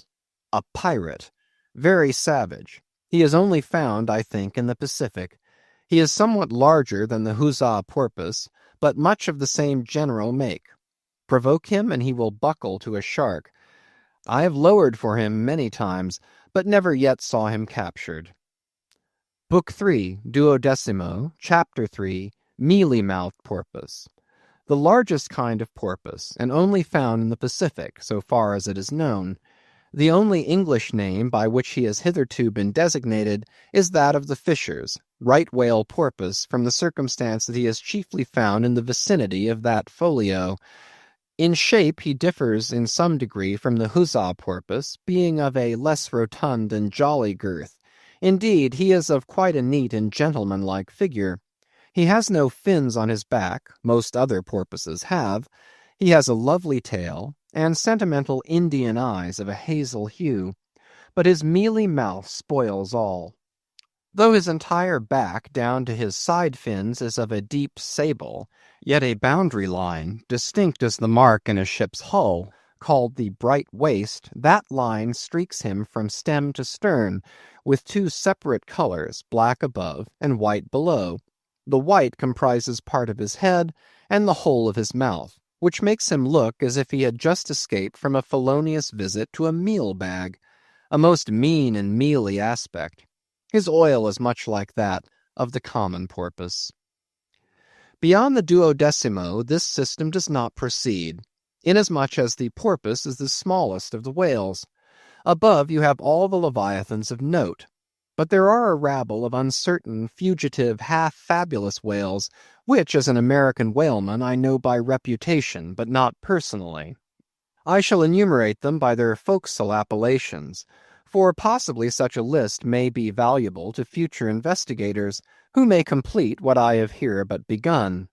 If any of the following whales shall hereafter be caught and marked, then he can readily be incorporated into this system, according to his folio, octavo, or duodecimo magnitude. The bottlenose whale, the junk whale, the pudding-headed whale, the cape whale, the leading whale, the cannon whale, the scrag whale, the coppered whale, the elephant whale, the iceberg whale, the quag whale, the blue whale, etc.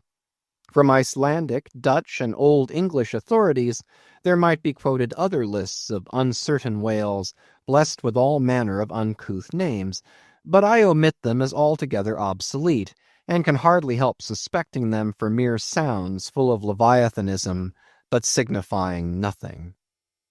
Finally, it was stated at the outset that this system would not be here and at once perfected. You cannot but plainly see that I have kept my word, but I now leave my cetological system standing thus unfinished, even as the great cathedral of Cologne was left, with the crane still standing upon the top of the uncompleted tower. For small erections may be finished by their first architects.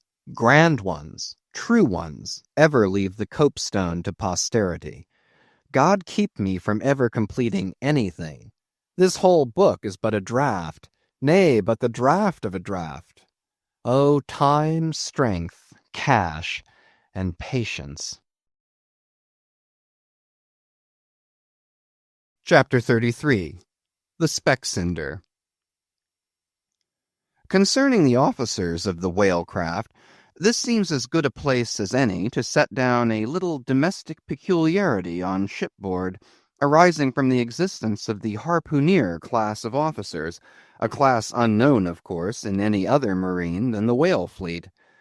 The large importance attached to the harpooneer's vocation is evinced by the fact that originally, in the old Dutch fishery, 2 centuries or more ago, the command of a whale ship was not wholly lodged in the person now called the captain, but was divided between him and an officer called the Speck-Cinder. Literally, this word means fat cutter. Usage, however, in time made it equivalent to chief harpooneer. In those days, the captain's authority was restricted to the navigation and general management of the vessel, while over the whale-hunting department and all its concerns, the Speck-Cinder or chief harpooneer reigned supreme. In the British Greenland fishery, under the corrupted title of Specksioneer, this old Dutch official is still retained, but his former dignity is sadly abridged. At present he ranks simply as senior harpooneer, and as such is but one of the captain's more inferior subalterns. Nevertheless, as upon good conduct of the harpooneers the success of a whaling voyage largely depends, and since in the American fishery he is not only an important officer in the boat, but under certain circumstances, night watches on a whaling ground, the command of the ship's deck is also his. Therefore the grand political maxim of the sea demands that he should nominally live apart from the men before the mast, and be in some way distinguished as their professional superior, though always by them familiarly regarded as their social equal. Now, the grand distinction drawn between officer and man at sea is this: the first lives aft, the last forward.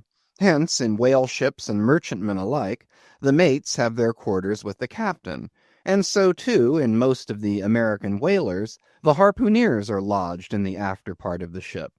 That is to say, they take their meals in the captain's cabin and sleep in a place indirectly communicating with it.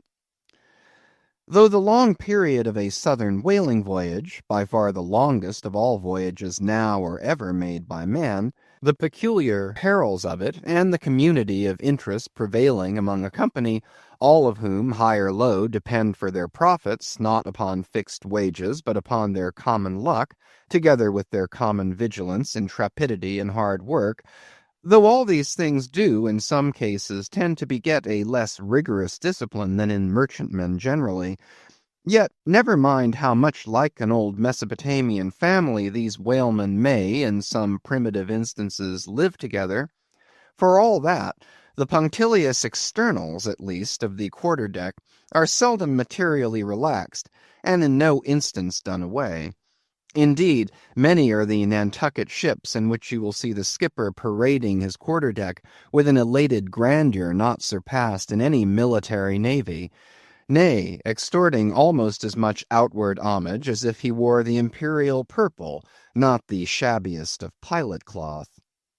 And though of all men the moody captain of the Pequod was the least given to that sort of shallowest assumption, and though the only homage he ever exacted was implicit, instantaneous obedience, though he required no man to remove the shoes from his feet ere stepping upon the quarter-deck, and though there were times when, owing to peculiar circumstances connected with events hereafter to be detailed, he addressed them in unusual terms, whether of condescension or in terrorem or otherwise, yet even Captain Ahab was by no means unobservant of the paramount forms and usages of the sea.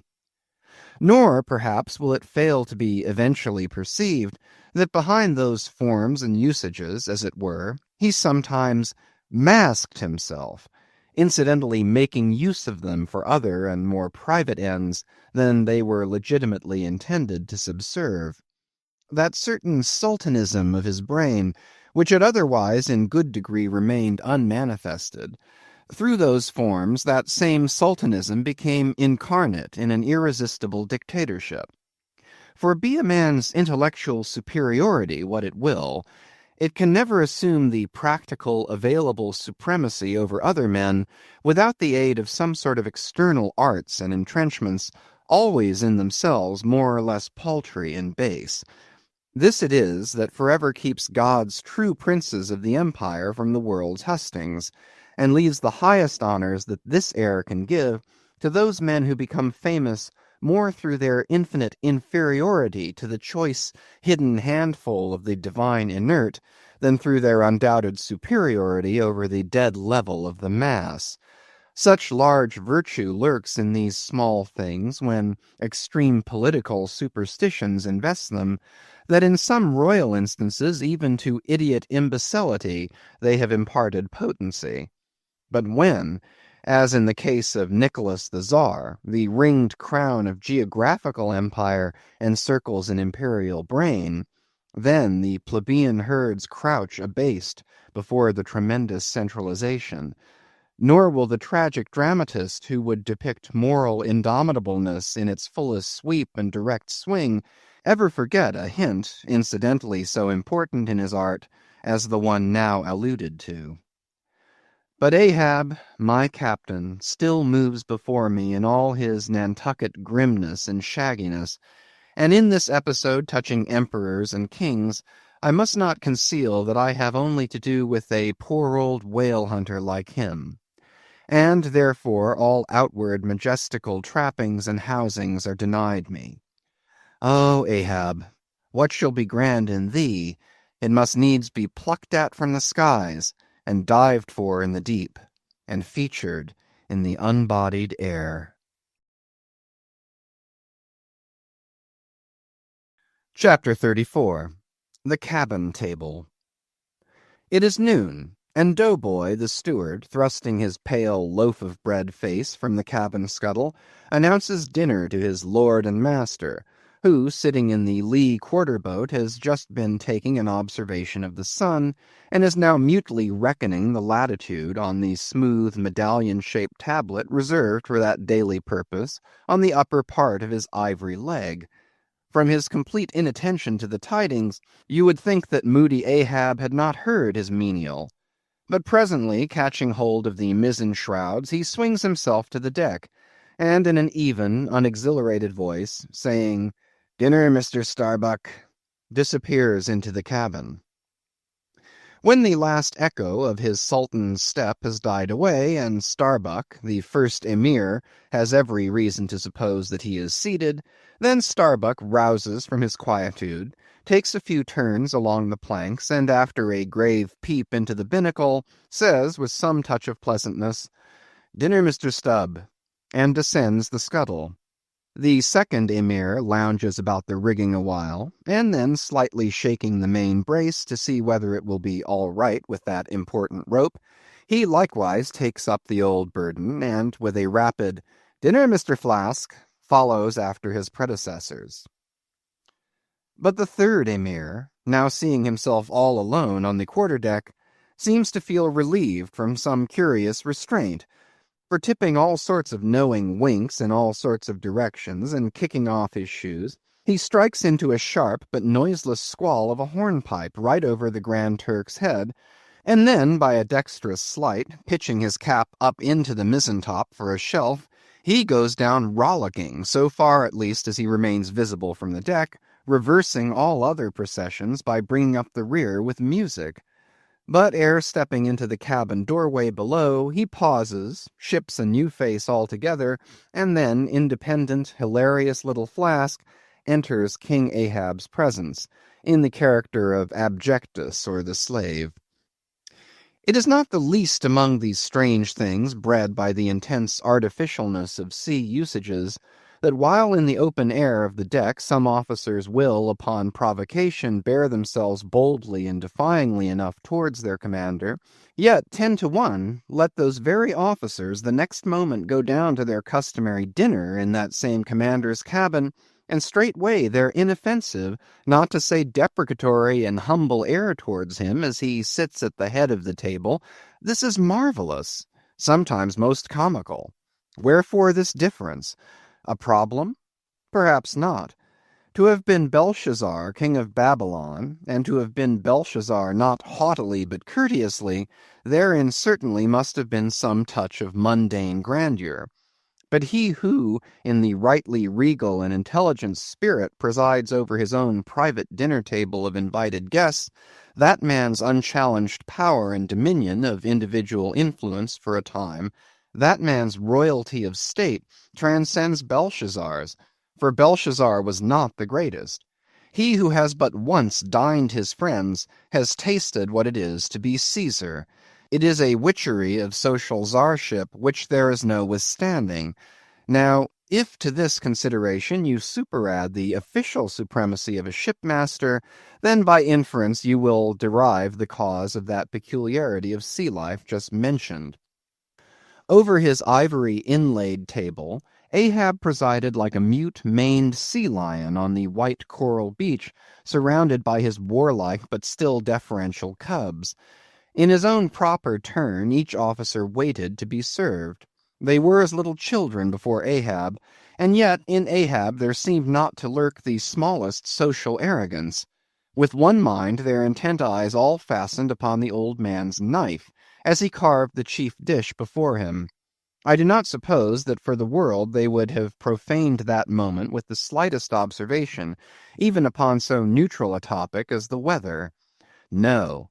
And when reaching out his knife and fork, between which the slice of beef was locked, Ahab thereby motioned Starbuck's plate towards him, the mate received his meat as though receiving alms, and cut it tenderly, and a little started if, perchance, the knife grazed against the plate, and chewed it noiselessly, and swallowed it not without circumspection.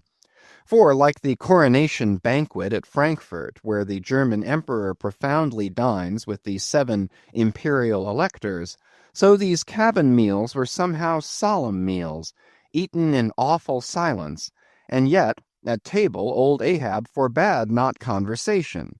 Only he himself was dumb. What a relief it was to choking Stubb when a rat made a sudden racket in the hold below. And poor little Flask, he was the youngest son, and little boy of this weary family party.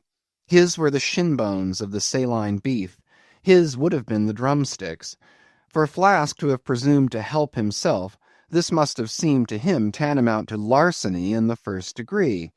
Had he helped himself at that table, doubtless never more would he have been able to hold his head up in this honest world. Nevertheless, strange to say, Ahab never forbade him. And had Flask helped himself, the chances were Ahab had never so much as noticed it. Least of all did Flask presume to help himself to butter. Whether he thought the owners of the ship denied it to him, on account of its clouding his clear, sunny complexion, or whether he deemed that on so long a voyage in such marketless waters butter was at a premium, and therefore was not for him a subaltern, however it was, Flask, alas, was a butterless man. Another thing, Flask was the last person down at dinner, and Flask is the first man up. Consider, for hereby Flask's dinner was badly jammed in point of time. Starbuck and Stubb both had the start of him, and yet they also have the privilege of lounging in the rear. If Stubb even, who is but a peg higher than Flask, happens to have but a small appetite, and soon shows symptoms of concluding his repast, then Flask must bestir himself. He will not get more than 3 mouthfuls that day, for it is against holy usage for Stubb to precede Flask to the deck. Therefore it was that Flask once admitted in private that ever since he had arisen to the dignity of an officer, from that moment he had never known what it was to be otherwise than hungry, more or less. For what he ate did not so much relieve his hunger as keep it immortal in him. Peace and satisfaction, thought Flask, have forever departed from my stomach. I am an officer, but how I wish I could fish a bit of old-fashioned beef in the forecastle as I used to when I was before the mast. There's the fruits of promotion now. There's the vanity of glory. There's the insanity of life. Besides, if it were so that any mere sailor of the Pequod had a grudge against Flask, in Flask's official capacity, all that sailor had to do in order to obtain ample vengeance was to go aft at dinner-time and get a peep at Flask through the cabin skylight, sitting silly and dumbfounded before awful Ahab. Now Ahab and his 3 mates formed what may be called the first table in the Pequod's cabin. After their departure, taking place in inverted order to their arrival, the canvas cloth was cleared, or rather was restored to some hurried order by the pallid steward, and then the 3 harpooneers were bidden to the feast, they being its residuary legatees. They made a sort of temporary servants' hall of the high and mighty cabin. In strange contrast to the hardly tolerable constraint and nameless invisible domineerings of the captain's table was the entire carefree license and ease, the almost frantic democracy of those inferior fellows, the harpooneers. While their masters, the mates, seemed afraid of the sound of the hinges of their own jaws, the harpooneers chewed their food with such a relish that there was a report to it. They dined like lords. They filled their bellies like Indian ships all day loading with spices. Such portentous appetites had Queequeg and Tashtego that to fill out the vacancies made by the previous repast, often the pale doughboy was fain to bring on a great baron of salt junk, seemingly quarried out of the solid ox. And if he were not lively about it, if he did not go with a nimble hop, skip, and a jump, then Tashtego had an ungentlemanly way of accelerating him by darting a fork at his back, harpoon-wise, and once Daggoo, seized with a sudden humor, assisted Doughboy's memory by snatching him up bodily and thrusting his head into a great empty wooden trencher, while Tashtego, knife in hand, began laying out the circle preliminary to scalping him. He was naturally a very nervous, shuddering sort of little fellow, this bread-faced steward. the progeny of a bankrupt baker and a hospital nurse. And what with the standing spectacle of the black, terrific Ahab and the periodical, tumultuous visitations of these three savages, Doughboy's whole life was one continual lip quiver. Commonly, after seeing the harpooneers furnished with all things they demanded, he would escape from their clutches into his little pantry adjoining, and fearfully peep out at them through the blinds of its door till all was over. It was a sight to see Queequeg seated over against Tashtego, opposing his filed teeth to the Indians, crosswise to them Daggoo seated on the floor, for a bench would have brought his hearse-plumed head to the low car lines, at every motion of his colossal limbs making the low cabin framework to shake, as when an African elephant goes passenger in a ship. But for all this, the great Negro was wonderfully abstemious, not to say dainty.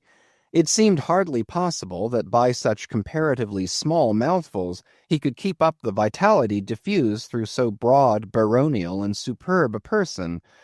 But, doubtless, this noble savage fed strong and drank deep of the abounding element of air, and through his dilated nostrils snuffed in the sublime life of the worlds.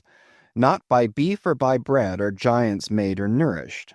But Queequeg, he had a mortal barbaric smack of the lip in eating, an ugly sound enough, so much so that the trembling doughboy almost looked to see whether any marks of teeth lurked in his own lean arms. And when he would hear Tashtego singing out for him to produce himself, that his bones might be picked, the simple-witted steward all but shattered the crockery hanging round him in the pantry by his sudden fits of the palsy. Nor did the whetstone which the harpooneers carried in their pockets for their lances and other weapons, and with which whetstones at dinner they would ostentatiously sharpen their knives, that grating sound did not at all tend to tranquilize poor doughboy. How could he forget that, in his island days, Queequeg, for one, must certainly have been guilty of some murderous convivial indiscretions? Alas, doughboy, hard fares the white waiter who waits upon cannibals. Not a napkin should he carry on his arm, but a buckler.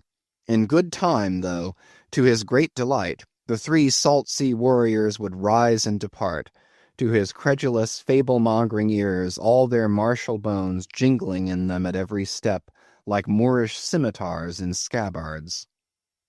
But though these barbarians dined in the cabin and nominally lived there, still, being anything but sedentary in their habits, they were scarcely ever in it except at meal-times, and just before sleeping time when they passed through it to their own peculiar quarters. In this one matter Ahab seemed no exception to most American whale captains, who, as a set, rather incline to the opinion that by rights the ship's cabin belongs to them, and that it is by courtesy alone that anybody else is at any time permitted there. So that in real truth the mates and harpooneers of the Pequod might more properly be said to have lived out of the cabin than in it. For when they did enter it, it was something as a street door enters a house, turning inwards for a moment only to be turned out the next, and as a permanent thing residing in the open air. Nor did they lose much hereby. In the cabin was no companionship. Socially, Ahab was inaccessible. Though nominally included in the census of Christendom, he was still alien to it. He lived in the world as the last of the grizzly bears lived in settled Missouri. And as when spring and summer had departed, that wild Logan of the woods, burying himself in the hollow of a tree, lived out the winter there, sucking his own paws, so in his inclement, howling old age, Ahab's soul, shut up in the caved trunk of his body, there fed upon the sullen paws of its gloom. Chapter 35. The Masthead. It was during the more pleasant weather that in due rotation with the other seamen my first masthead came round. In most American whalemen, the mastheads are manned almost simultaneously with the vessels leaving her port, even though she may have 15,000 miles and more to sail ere reaching her proper cruising ground. And if, after a 3, 4, or 5 years' voyage, she is drawing nigh home with anything empty in her, say an empty vial even, Then her mastheads are kept manned to the last, and not till her skysail poles sail in amongst the spires of the port does she altogether relinquish the hope of capturing one whale more. Now, as this business of standing mastheads, ashore or afloat, is a very ancient and interesting one, let us in some measure expatiate here. I take it that the earliest standers of mastheads were the old Egyptians, because in all my researches I find none prior to them. For though their progenitors, the builders of Babel, must doubtless by their tower have intended to rear the loftiest masthead in all Asia or Africa either, yet, ere the final truck was put to it, as that great stone mast of theirs may be said to have gone by the board, in the dread gale of God's wrath, therefore we cannot give these Babel builders priority over the Egyptians, and that the Egyptians were a nation of masthead standers is an assertion based upon the general belief among archaeologists that the first pyramids were founded for astronomical purposes, a theory singularly supported by the peculiar stair-like formation of all four sides of those edifices, whereby, with prodigious long upliftings of their legs, those old astronomers were wont to mount to the apex, and sing out for new stars, even as the lookouts of a modern ship sing out for a sail, or a whale just bearing in sight. In St. Stylites, the famous Christian hermit of old times, who built him a lofty stone pillar in the desert and spent the whole latter portion of his life on its summit, hoisting his food from the ground with a tackle, in him we have a remarkable instance of a dauntless stander of mastheads, who was not to be driven from his place by fogs or frosts, rain, hail, or sleet, but valiantly facing everything out to the last, literally died at his post. Of modern standers of mastheads we have but a lifeless set, mere stone, iron, and bronze men, who, though well capable of facing out a stiff gale, are entirely incompetent to the business of singing out upon discovering any strange sight. There is Napoleon, who, upon the top of the column of Vendôme, stands with arms folded, some 150 feet in the air, careless now who rules the decks below, whether Louis Philippe, Louis Blanc, or Louis the Devil. Great Washington, too, stands high aloft on his towering mainmast in Baltimore, and like one of Hercules' pillars, his column marks that point of human grandeur beyond which few mortals will go. Admiral Nelson, also, on a capstan of gunmetal, stands his masthead in Trafalgar Square, and ever, when most obscured by that London smoke, token is yet given that a hidden hero is there. For where there is smoke there must be fire. But neither great Washington, nor Napoleon, nor Nelson will answer a single hail from below, however madly invoked to befriend by their counsels the distracted decks upon which they gaze. However it may be surmised that their spirits penetrate through the thick haze of the future, and descry what shoals and what rocks must be shunned. It may seem unwarrantable to couple in any respect the masthead standards of the land with those of the sea, but that in truth it is not so is plainly evinced by an item for which Obed Macy, the sole historian of Nantucket, stands accountable. The worthy Obed tells us that in the early times of the whale fishery, ere ships were regularly launched in pursuit of the game, the people of that island erected lofty spars along the sea-coast, to which the lookouts ascended by means of nailed cleats, something as fowls go upstairs in a hen-house. A few years ago this same plan was adopted by the bay whalemen of New Zealand, who, upon descrying the game, gave notice to the ready-manned boats nigh the beach. But this custom has now become obsolete. Turn we, then, to the one proper masthead, that of a whale ship at sea. The three mastheads are kept manned from sunrise to sunset, the seamen taking their regular turns, as at the helm, and relieving each other every 2 hours. In the serene weather of the tropics it is exceedingly pleasant, the masthead. Nay, to a dreamy, meditative man it is delightful. There you stand, 100 feet above the silent decks, striding along the deep, as if the masts were gigantic stilts, while beneath you, and between your legs, as it were, swim the hugest monsters of the sea. even as ships once sailed between the boots of the famous Colossus at Old Rhodes. There you stand, lost in the infinite series of the sea, with nothing ruffled but the waves. The tranced ship indolently rolls, the drowsy trade winds blow, everything resolves you into a languor. For the most part, in this tropic whaling life, the sublime uneventfulness invests you. You hear no news, read no gazettes, extras with startling accounts of commonplaces never delude you into unnecessary excitements. You hear of no domestic afflictions, bankrupt securities, fall of stocks, are never troubled with the thought of what you shall have for dinner, for all your meals for 3 years and more are snugly stowed in casks, and your bill of fare is immutable.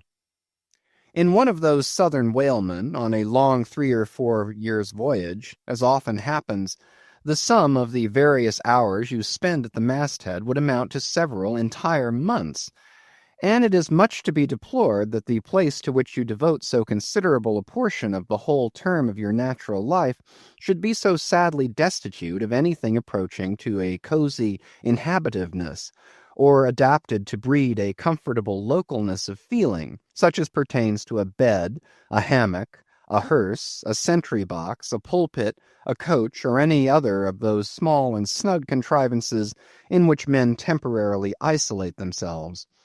Your most usual point of perch is the head of the topgallant mast, where you stand upon 2 thin parallel sticks, almost peculiar to whalemen, called the topgallant cross-trees.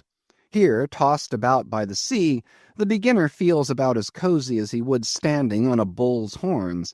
To be sure, in cold weather you may carry your house aloft with you in the shape of a watch-coat, but properly speaking, the thickest watch-coat is no more of a house than the unclad body, for as the soul is glued inside of its fleshy tabernacle, and cannot freely move about in it, nor even move out of it without running great risk of perishing, like an ignorant pilgrim crossing the snowy Alps in winter, so a watch-coat is not so much of a house as it is a mere envelope, or additional skin encasing you. You cannot put a shelf or chest of drawers in your body, and no more can you make a convenient closet of your watch-coat. Concerning all this, it is much to be deplored that the mastheads of a southern whale ship are unprovided with those enviable little tents or pulpits called crow's nests, in which the lookouts of a Greenland whaler are protected from the inclement weather of the frozen seas. In the fireside narrative of Captain Sleet, entitled A Voyage Among the Icebergs in Quest of the Greenland Whale, and incidentally for the rediscovery of the lost Icelandic colonies of Old Greenland, in this admirable volume, all standers of mastheads are furnished with a charmingly circumstantial account of the then recently invented crow's nest of the Glacier, which was the name of Captain Sleet's good craft. He called it the Sleet's crow's nest in honor of himself, he being the original inventor and patentee, and free from all ridiculous false delicacy, and holding that if we call our own children after our own names, we fathers being the original inventors and patentees, so likewise we should denominate after ourselves any other apparatus we may beget. In shape, the Sleet's crow's nest is something like a large tierce or pipe. It is open above, however, where it is furnished with a movable side screen to keep to windward of your head in a hard gale. Being fixed on the summit of the mast, you ascend into it through a little trap hatch in the bottom. On the after side, or the side next to the stern of the ship, is a comfortable seat with a locker underneath for umbrellas, comforters, and coats. In front is a leather rack in which to keep your speaking trumpet, pipe, telescope, and other nautical conveniences. When Captain Sleet in person stood his masthead in this crow's nest of his, he tells us that he always had a rifle with him, also fixed in the rack, together with a powder flask and shot, for the purpose of popping off the stray narwhals or vagrant sea unicorns infesting those waters, for you cannot successfully shoot at them from the deck owing to the resistance of the water, but to shoot down upon them is a very different thing. Now, it was plainly a labor of love for Captain Sleet to describe, as he does, all the little detailed conveniences of his crow's nest, But though he so enlarges upon many of these, and though he treats us to a very scientific account of his experiments in this crow's nest, with a small compass he kept there for the purpose of counteracting the errors resulting from what is called the local attraction of all binnacle magnets, an error ascribable to the horizontal vicinity of the iron in the ship's planks, and in the Glacier's case, perhaps, to there having been so many broken-down blacksmiths among her crew, I say that though the captain is very discreet and scientific here, yet for all his learned binnacle deviations, azimuth compass observations, and approximate errors, he knows very well, Captain Sleet, that he was not so much immersed in those profound magnetic meditations as to fail being attracted occasionally towards that well-replenished little case bottle so nicely tucked in on one side of his crow's nest within easy reach of his hand. Though upon the whole I greatly admire and even love the brave, the honest, and learned captain, yet I take it very ill of him that he should so utterly ignore that case bottle, seeing what a faithful friend and comforter it must have been, while with mittened fingers and hooded head he was studying the mathematics aloft there in that bird's nest within 3 or 4 perches of the pole.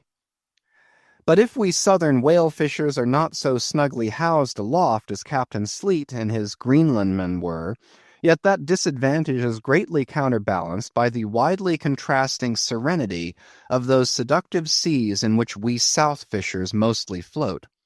For one, I used to lounge up in the rigging very leisurely, resting in the top to have a chat with Queequeg, or any one else off duty whom I might find there. Then, ascending a little way further, and throwing a lazy leg over the topsail yard, take a preliminary view of the watery pastures, and so at last mount to my ultimate destination. Let me make a clean breast of it here, and frankly admit that I kept but sorry guard.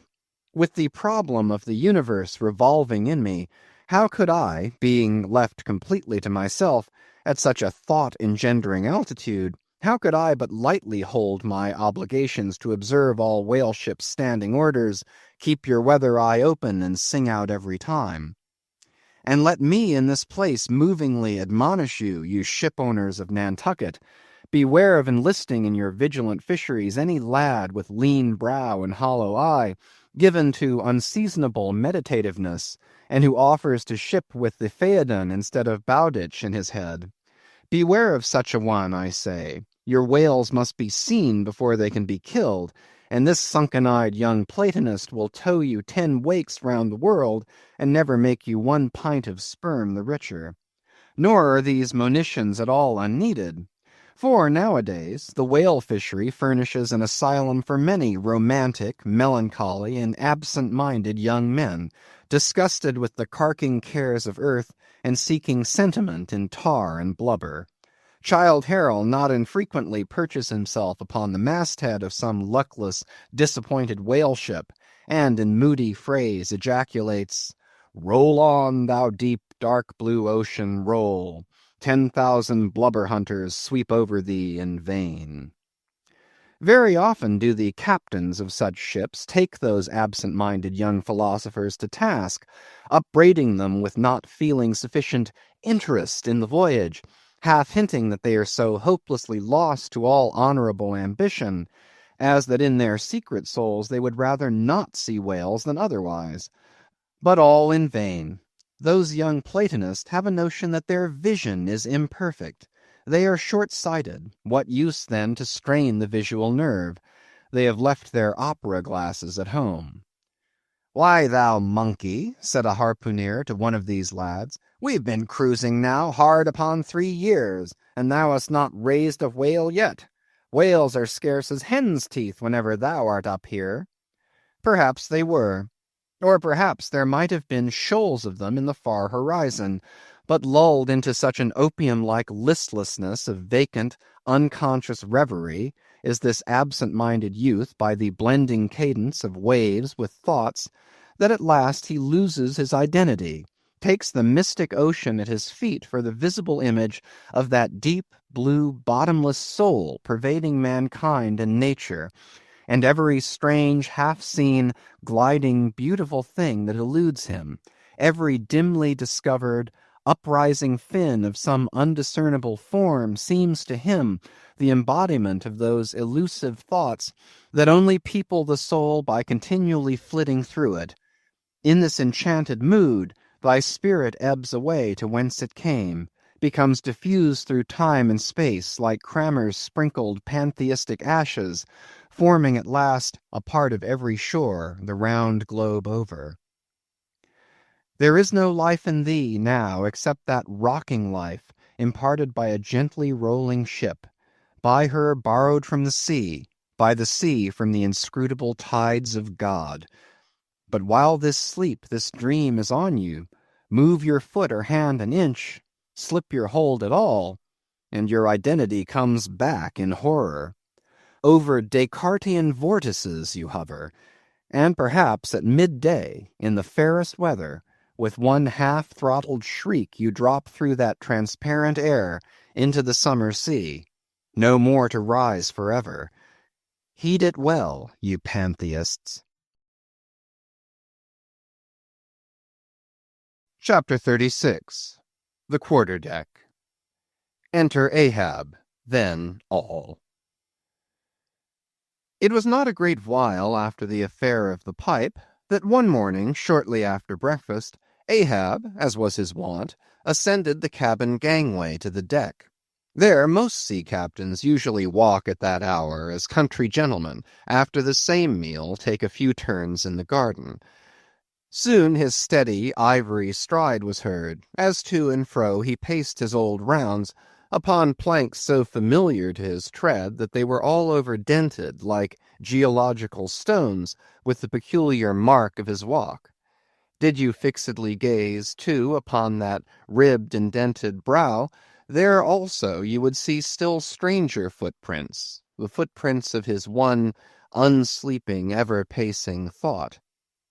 But on the occasion in question those dents looked deeper, even as his nervous step that morning left a deeper mark.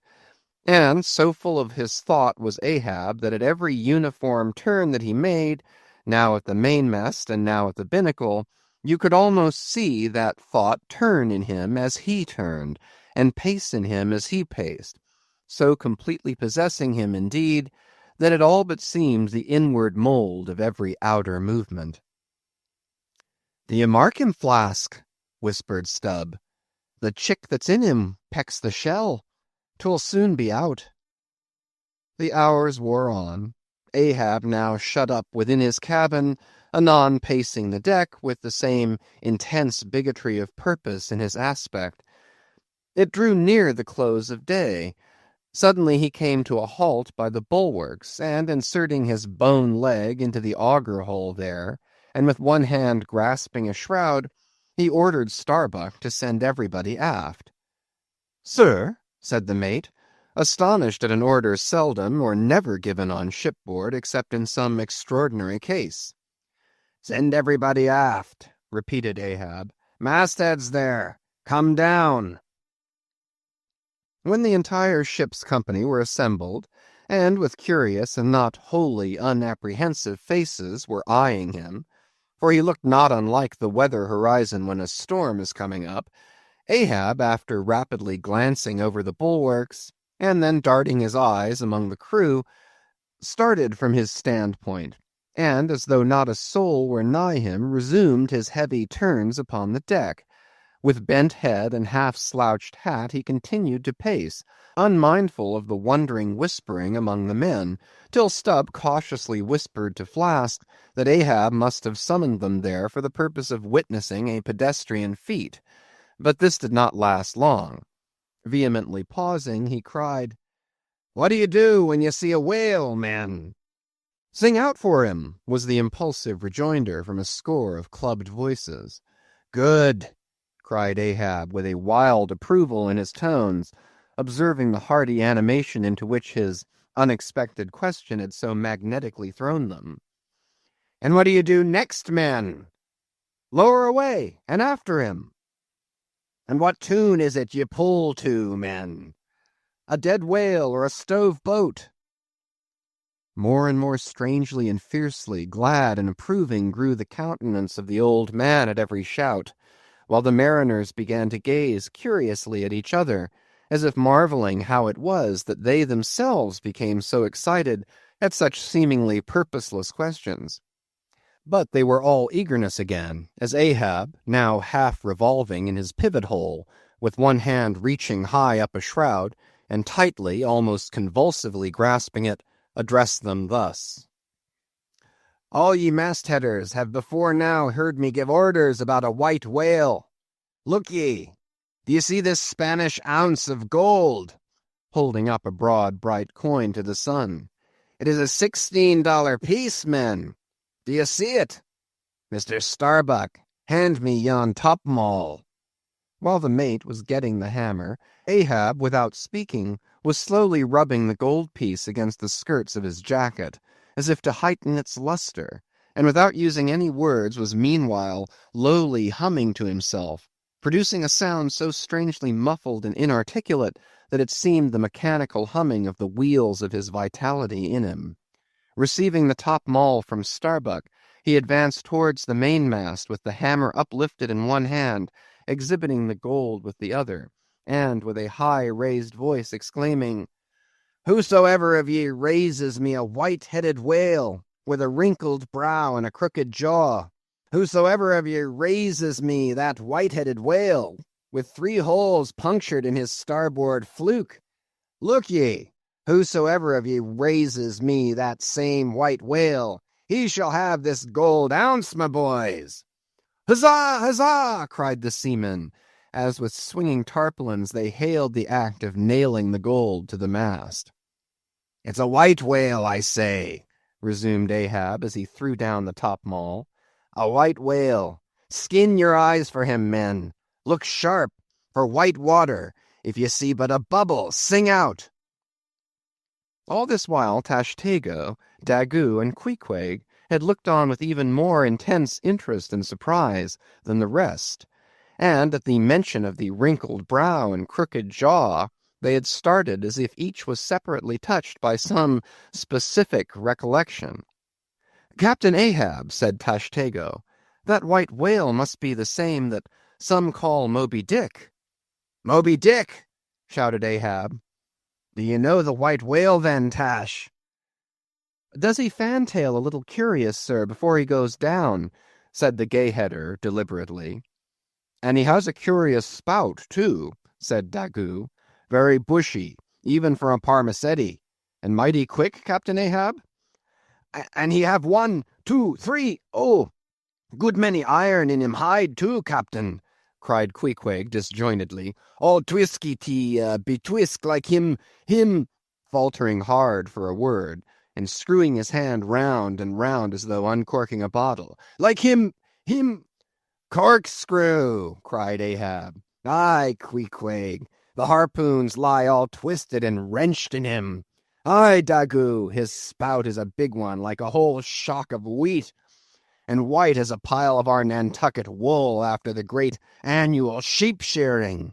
Aye, Tashtego, and he fantails like a split jib in a squall. Death and devils, men, it is Moby Dick you have seen. Moby Dick! Moby Dick!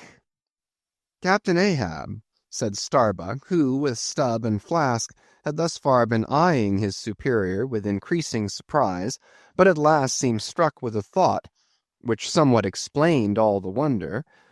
Captain Ahab, I have heard of Moby Dick, but it was not Moby Dick that took off thy leg. Who told thee that?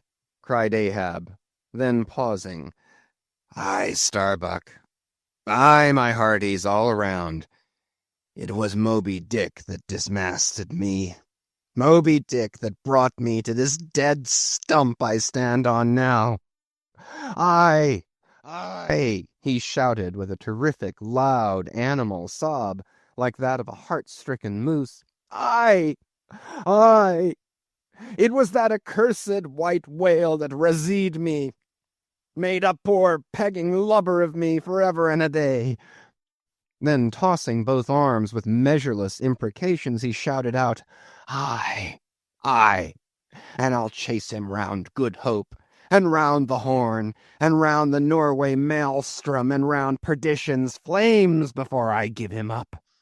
And this is what ye have shipped for, men, to chase that white whale on both sides of land, and over all sides of the earth, till he spouts black blood and rolls fin out. What say ye, men? Will ye splice hands on it now? I think ye do look brave." "Aye, aye," shouted the harpooneers and the seamen, running closer to the excited old man. "A sharp eye for the white whale! A sharp lance for Moby Dick!" "God bless ye!" He seemed to half sob and half shout. "God bless ye, men! Steward, go draw the great measure of grog. But what's this long face about, Mr. Starbuck? Wilt thou not chase the white whale? Art not game for Moby Dick?" "I am game for his crooked jaw, and for the jaws of death too, Captain Ahab, if it fairly come in the way of the business we follow. But I came here to hunt whales, not my commander's vengeance. How many barrels will thy vengeance yield thee, even if thou gettest it, Captain Ahab? It will not fetch thee much in our Nantucket market." "Nantucket market? Hoot! But come closer, Starbuck. Thou requirest a little lower layer. If money's to be the measurer, man, and the accountants have computed their great counting-house the globe by girdling it with guineas, 1 to every 3 parts of an inch, and let me tell thee that my vengeance will fetch a great premium here." "He smites his chest," whispered Stubb. "What's that for? Methinks it rings most vast, but hollow." "Vengeance on a dumb brute," cried Starbuck, "that simply smote thee from blindest instinct. Madness! To be enraged with a dumb thing, Captain Ahab, seems blasphemous."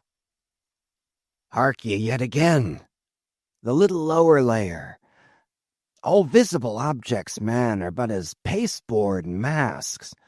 But in each event, in the living act, the undoubted deed, there some unknown but still reasoning thing puts forth the mouldings of its features from behind the unreasoning mask. If man will strike, strike through the mask. How can the prisoner reach outside except by thrusting through the wall? To me the white whale is that wall, shoved near to me. Sometimes I think there's naught beyond, but 'tis enough. He tasks me, he heaps me. I see in him outrageous strength, but with an inscrutable malice sinewing it. That inscrutable thing is chiefly what I hate. And be the white whale agent, or be the white whale principal, I will wreak that hate upon him. Talk not to me of blasphemy, man. I'd strike the sun if it insulted me. For could the sun do that, then I could do the other, since there is ever a sort of fair play herein, jealousy presiding over all creations. But not my master man is even that fair play. Who's over me? Truth hath no confines. Take off thine eye, more intolerable than fiends' glarings as a doltish stare. So, thou reddenest and palest. My heat has melted thee to anger glow. But look ye, Starbuck, what is said in heat, that thing unsays itself. There are men from whom warm words are small indignity. I meant not to incense thee. Let it go. Look. See yonder Turkish cheeks of spotted tawn, living, breathing pictures painted by the sun. The pagan leopards, the unrecking and unworshipping things that live and seek and give no reason for the torrid life they feel. The crew, man, the crew.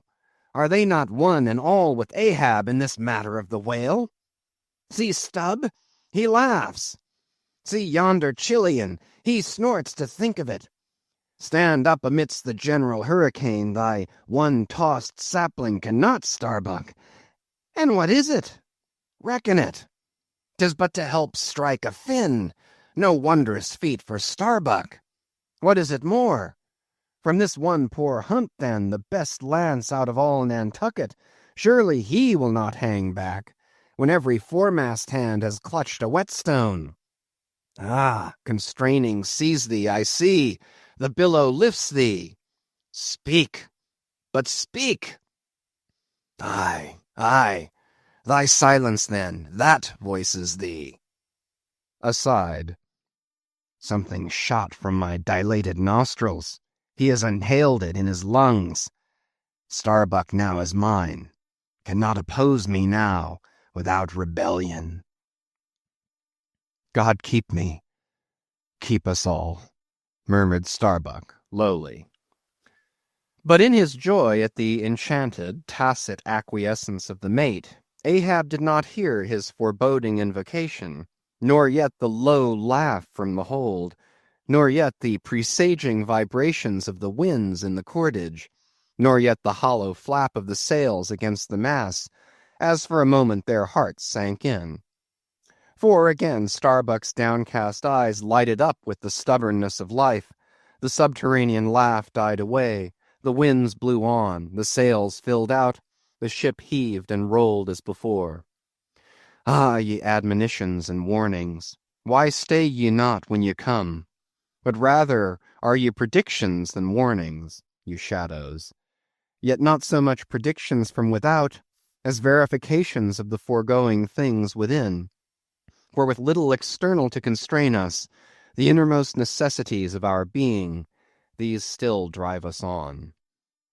The measure! The measure! Cried Ahab. Receiving the brimming pewter and turning to the harpooneers, he ordered them to produce their weapons. Then, ranging them before him near the capstan, with their harpoons in their hands, while his 3 mates stood at his side with their lances and the rest of the ship's company formed a circle round the group, he stood for an instant searchingly eyeing every man of his crew. But those wild eyes met his, as the bloodshot eyes of the prairie wolves meet the eye of their leader, ere he rushes on at their head in the trail of the bison, but, alas, only to fall into the hidden snare of the Indian. Drink and pass, he cried, handing the heavy charged flagon to the nearest seaman. The crew alone now drink. Round with it, round. Short draughts, long swallows, men. 'Tis hot as Satan's hoof.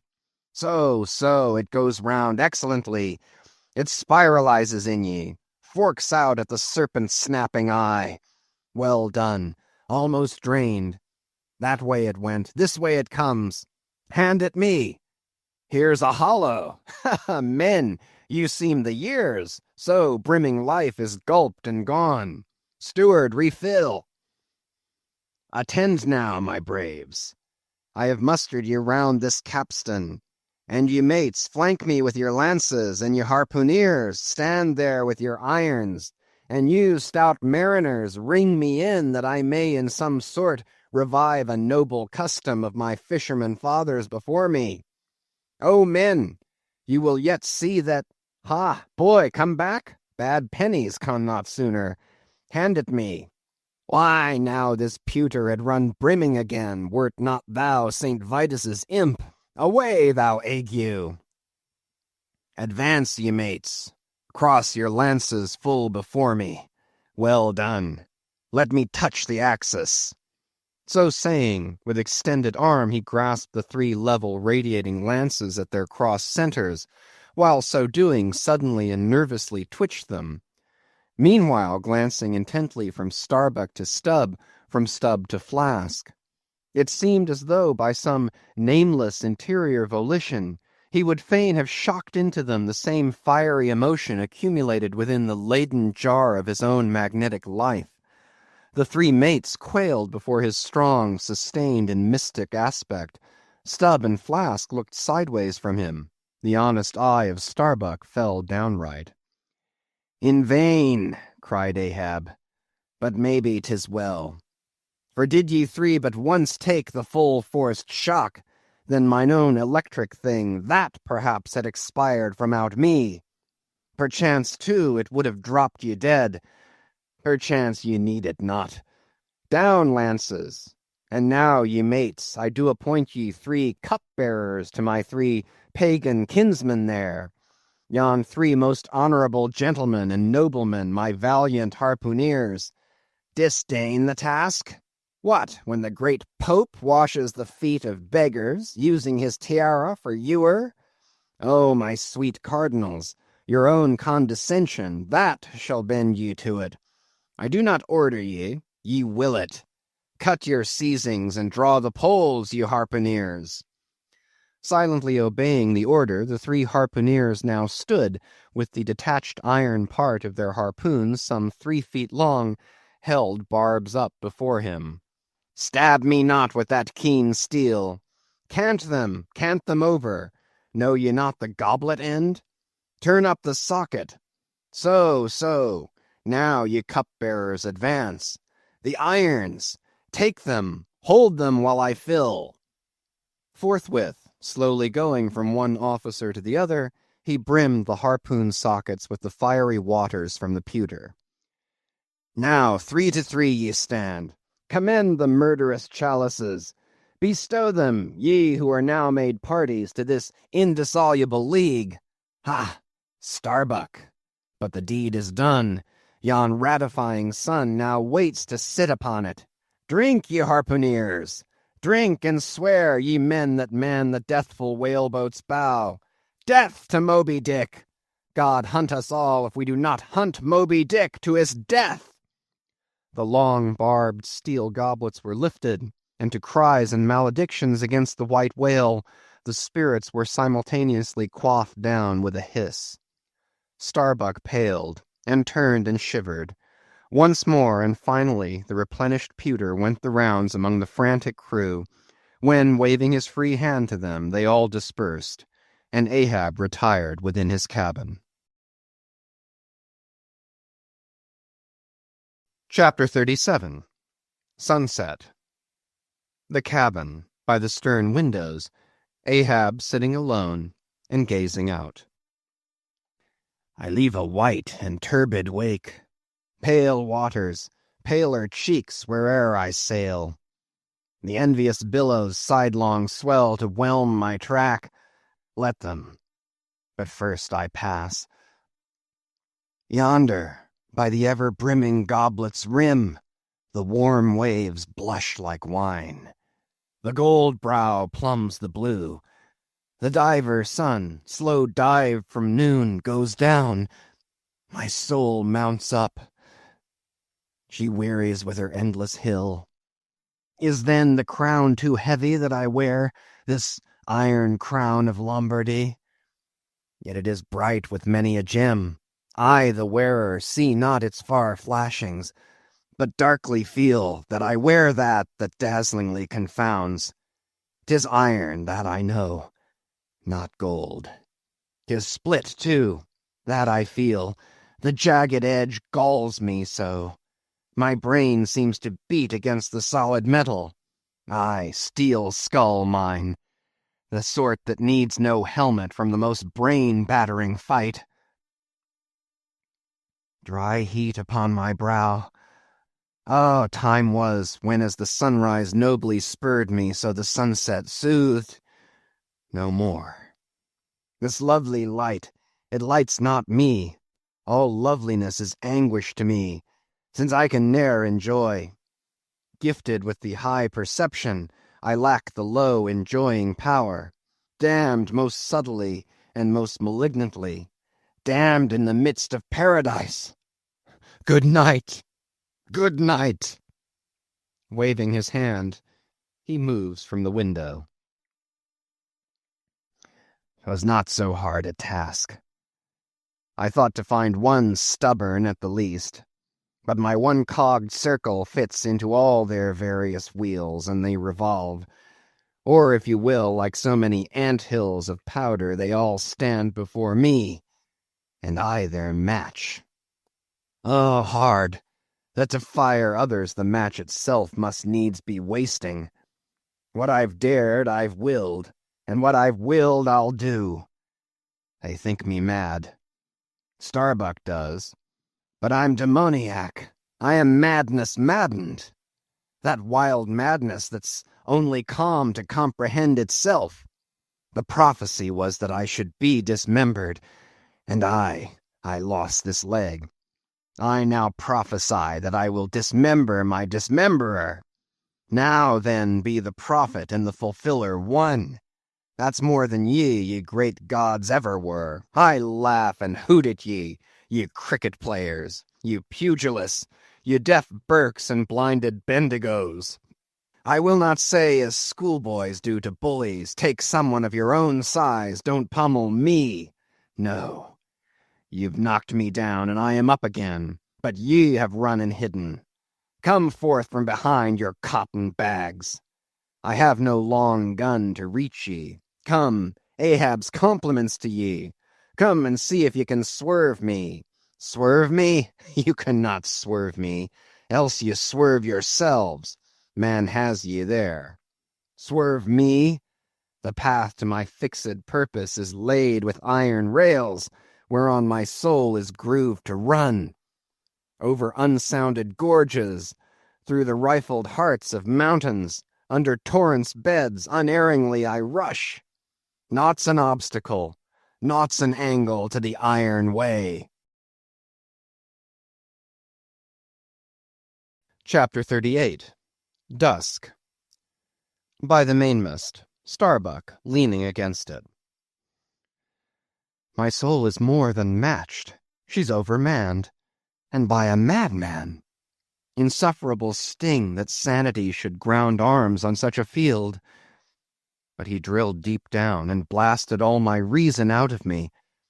I think I see his impious end, but feel that I must help him to it. Will I, nill I, the ineffable thing has tied me to him, tows me with a cable I have no knife to cut. Horrible old man. Who's over him, he cries. Aye, he would be a democrat to all above. Look how he lords it over all below. Oh, I plainly see my miserable office, to obey rebelling, and worse yet, to hate with a touch of pity. For in his eyes I read some lurid woe would shrivel me up, had I it. Yet is there hope, time and tide flow wide. The hated whale has the round watery world to swim in, as the small goldfish has its glassy globe. His heaven-insulting purpose God may wedge aside. I would uphart, were it not like lead. But my whole clock's run down, my heart the all-controlling weight I have no key to lift again. A burst of revelry from the forecastle. Oh, God, to sail with such a heathen crew that have small touch of human mothers in them, whelped somewhere by the sharkish sea. The white whale is their demigorgon. Hark! The infernal orgies, that revelry is forward. Mark the unfaltering silence aft. Methinks it pictures life. Foremost through the sparkling sea shoots the gay, embattled, bantering bow, but only to drag dark Ahab after it, where he broods within his sternward cabin, builded over the dead water of the wake, and further on hunted by its wolfish gurglings. The long howl thrills me through. Peace, ye revellers, and set the watch. Oh, life! 'Tis an hour like this, with soul beat down and held to knowledge, as wild, untutored things are forced to feed. Oh, life! 'Tis now that I do feel the latent horror in thee. But 'tis not me. That horror's out of me. And with the soft feeling of the human in me, yet I will try to fight ye, ye grim phantom futures. Stand by me. Hold me. Bind me, O ye blessed influences. Chapter 39. First Night Watch, Foretop. Stubb, solus, and mending a brace. Ha, ha, ha, ha! Ahem. Clear my throat. I've been thinking over it ever since, and that ha-ha's the final consequence. Why so? Because a laugh's the wisest, easiest answer to all that's queer, and come what will, one's comfort's always left. That unfailing comfort is, it's all predestinated. I heard not all his talk with Starbuck, But to my poor eye, Starbuck then looked something as I the other evening felt. Be sure the old mogul had fixed him, too. I twigged it, knew it, had the gift, might readily have prophesied it. For when I clapped my eye upon his skull, I saw it. Well, Stubb, wise Stubb, that's my title. Well, Stubb, what of it, Stubb? Here's a carcass. I know not all that may be coming, but be it what it will, I'll go to it laughing. Such a waggish leering as lurks in all your horribles. I feel funny. Fala, lira, skira. What's my juicy little pair at home doing now? Crying its eyes out? Giving a party to the last arrived harpooneers, I dare say. Gay as a frigate's pennant, and so am I. Fala, lira, skira. Oh! We'll drink tonight with hearts as light to love as gay as fleeting, as bubbles that swim on beaker's brim and break on the lips while meeting. A brave stave, that. Who calls? Mr. Starbuck. Aye, aye, sir. Aside. He's my superior. He has his, too, if I'm not mistaken. Aye, aye, sir. Just through with this job. Coming. Chapter 40. Midnight. Forecastle. Harpooneers and sailors. Foresail rises and discovers the watch standing, lounging, leaning, and lying in various attitudes, all singing in chorus. Farewell and adieu to you, Spanish ladies. Farewell and adieu to you, ladies of Spain. Our captain's commanded. First Nantucket sailor. Oh, boys, don't be sentimental. It's bad for the digestion. Take a tonic and follow me. Sings, and all follow. Our captain stood upon the deck, a spyglass in his hand, a viewing of those gallant whales that blew at every strand. Oh, your tubs and your boats, my boys, and by your braces stand, and we'll have one of those fine whales. Hand, boys, over hand. So be cheery, my lads, may your hearts never fail, while the bold harpooneer is striking the whale. Mate's voice from the quarter-deck. 8 bells there, forward. Second Nantucket sailor. Avast the chorus. 8 bells there. Do you hear, bell boy? Strike the bell 8, thou pip, thou blackling, and let me call the watch. I've the sort of mouth for that, the hogshead mouth. So, thrusts his head down the scuttle. Starbolines, ahoy! 8 bells there below, tumble up! Dutch sailor. Grand snoozing tonight, matey. Fat night for that. I mark this in our old mogul's wine. It's quite deadening to some as filliping to others. We sing, they sleep. I lie down there like ground tear butts. At 'em again. There, take this copper pump and hail 'em through it. Tell 'em to avast dreaming of their lasses. Tell 'em it's the resurrection, that they must kiss their last and come to judgment. That's the way. That's it. Thy throat ain't spoiled with eating Amsterdam butter. French sailor. Hist, boys! Let us have a jig or two before we ride to anchor in Blanket Bay. What say ye? There comes the other watch. Stand by, all legs. Pip! Little Pip! Hurrah with your tambourine! Pip, sulky and sleepy. Don't know where it is. French sailor. Beat thy belly then, and wag thy ears. Jig it, men, I say, merry's the word. Hurrah! Damn me, won't you dance? Form now, Indian file, and gallop into the double shuffle. Throw yourselves! Legs, legs! Iceland sailor. I don't like your floor, matey. It's too springy to my taste. I'm used to ice floors. I'm sorry to throw cold water on the subject, but excuse me. Maltese sailor.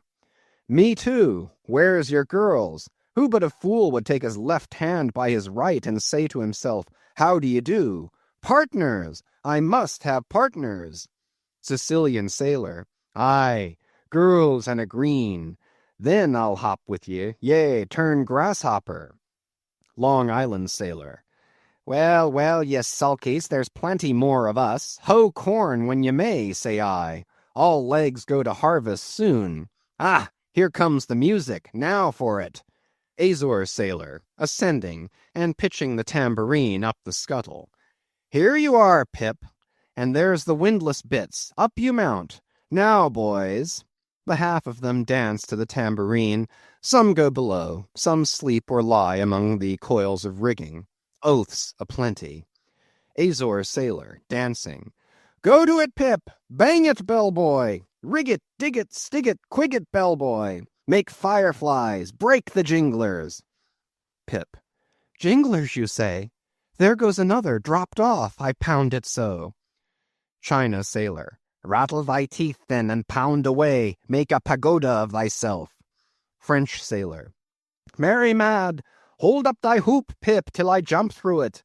Split jibs! Tear yourselves! Tashtego, quietly smoking. That's the white man. He calls that fun. Humph! I save my sweat. Old Manx sailor. I wonder whether those jolly lads bethink them of what they are dancing over. I'll dance over your grave, I will. That's the bitterest threat of your night women, that beat headwinds round corners. Oh, Christ! To think of the green navies and the green-skulled crew. Well, well, belike the whole world's a ball, as you scholars have it, and so 'tis right to make one ballroom of it. Dance on, lads, you're young. I was once. Third Nantucket sailor. Spell! Oh, whew! This is worse than pulling after whales in a calm. Give us a whiff, Tash. They cease dancing and gather in clusters. Meantime the sky darkens, the wind rises. Lascar sailor. By Brahma, boys, it'll douse sail soon. The sky-born, high-tide Ganges turn to wind. Thou showest thy black brow, Siva.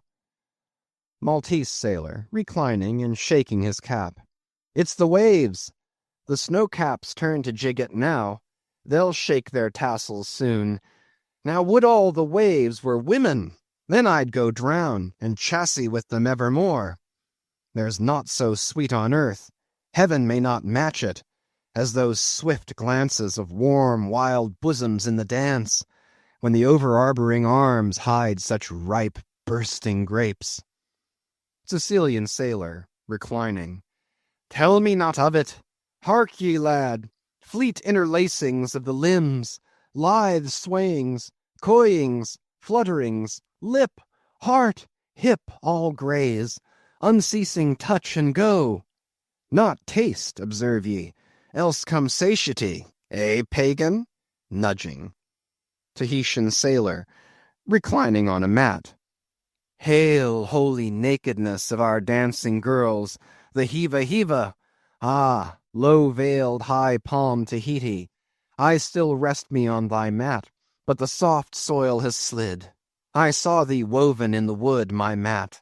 Green the first day I brought ye thence, now worn and wilted quite. Ah me! Not thou nor I can bear the change. How then, if so be transplanted to yon sky? Hear I the roaring streams from Pirohite's peak of spears when they leap down the crags and drown the villages? The blast! The blast! Up, spine, and meet it! Leaps to his feet. Portuguese sailor. How the sea rolls, swashing against the side. Stand by for reefing, hearties. The winds are just crossing swords. Pell-mell they go lunging presently. Danish sailor. Crack, crack, old ship. So long as thou crackest, thou holdest. Well done. The mate there holds you to it stiffly. He's no more afraid than the Isle fort at Kattegat, put there to fight the Baltic with storm-lashed guns, on which the sea salt cakes.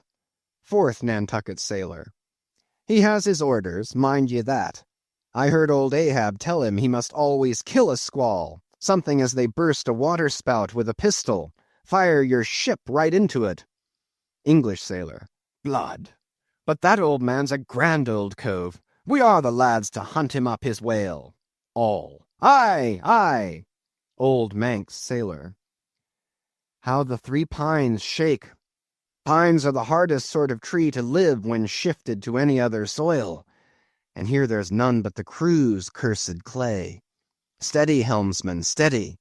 This is the sort of weather when brave hearts snap ashore and keeled hulls split at sea. Our captain has his birthmark. Look yonder, boys, there's another in the sky, lurid like, ye see, all else pitch black. Daggoo. What of that? Who's afraid of black's afraid of me. I'm quarried out of it. Spanish sailor, aside. He wants to bully, eh? The old grudge makes me touchy. Advancing.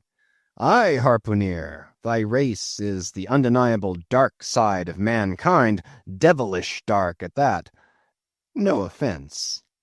Daggoo, grimly. None. St. Jago's sailor.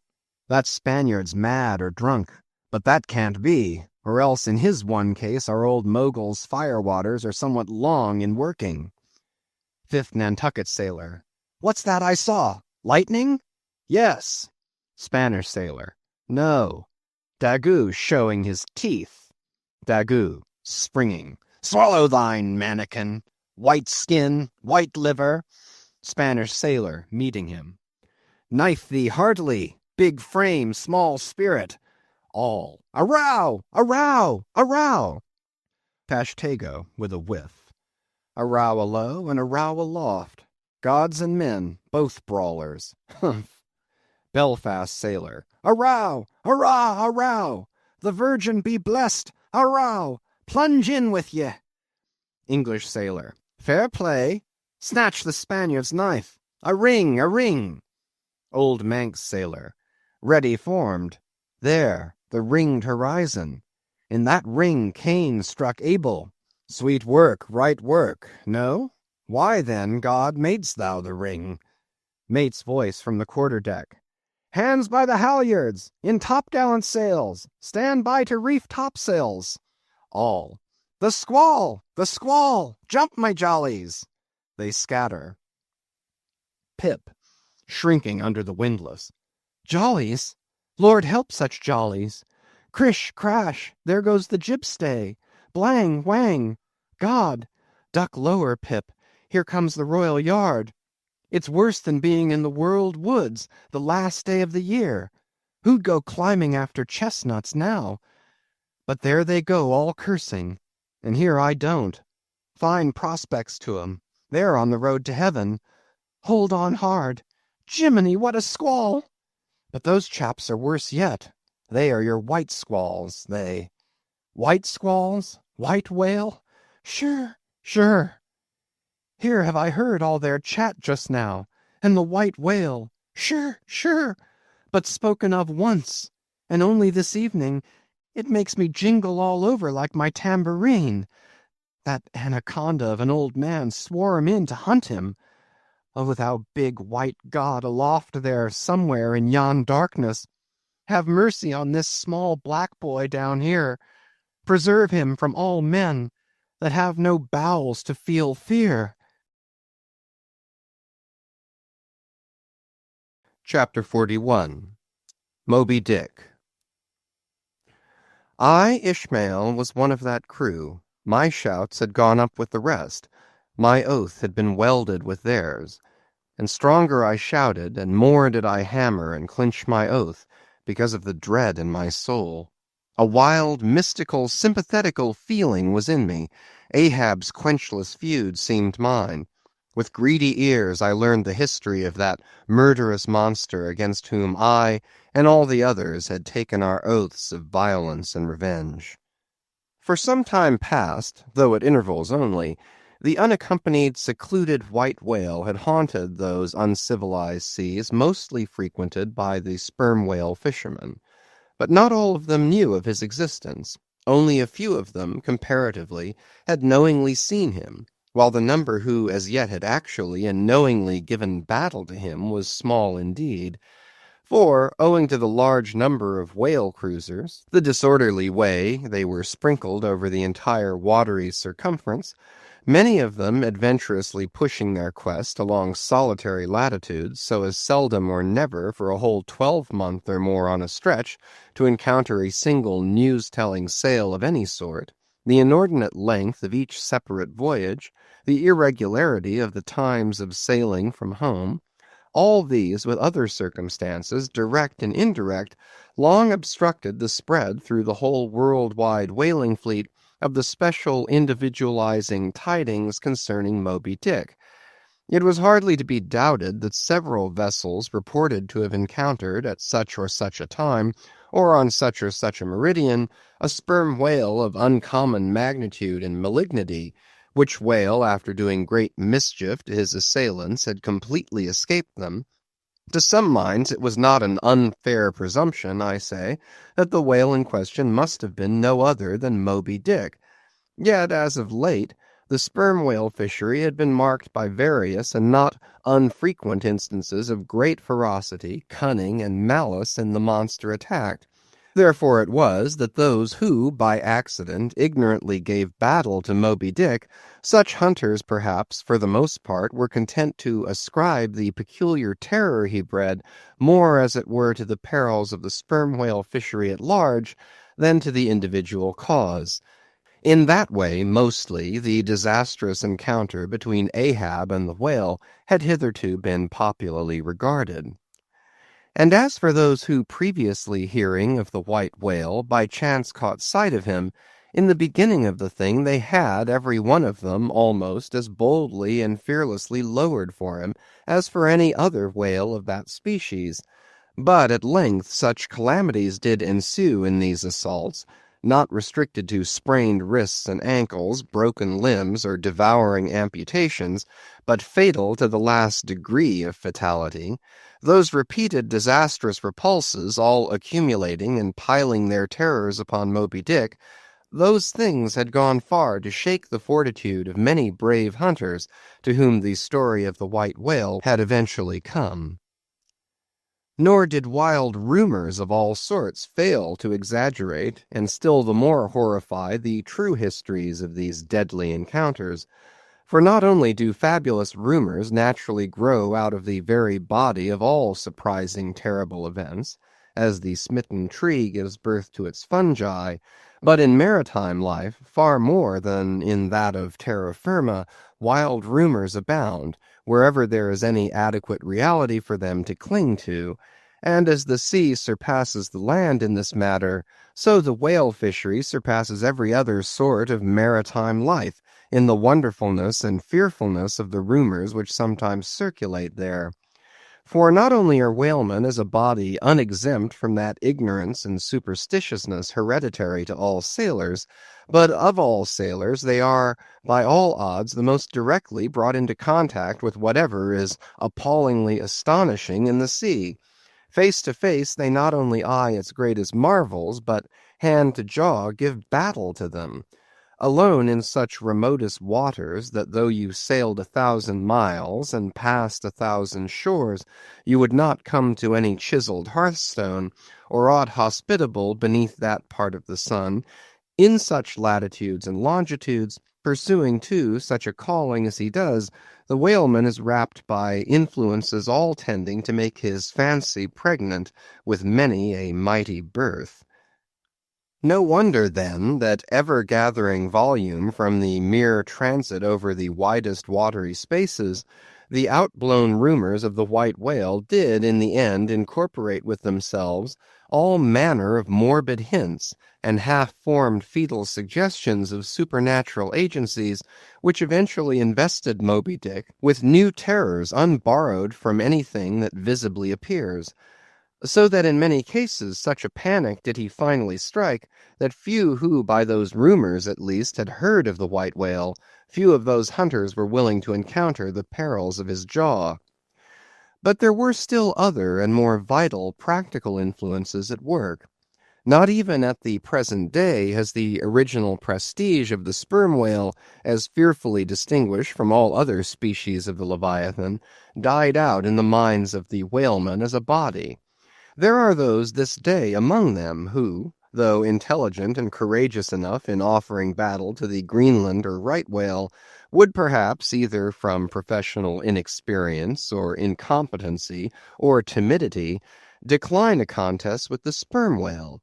At any rate, there are plenty of whalemen, especially among those whaling nations not sailing under the American flag, who have never hostilely encountered the sperm whale, but whose sole knowledge of the Leviathan is restricted to the ignoble monster primitively pursued in the north.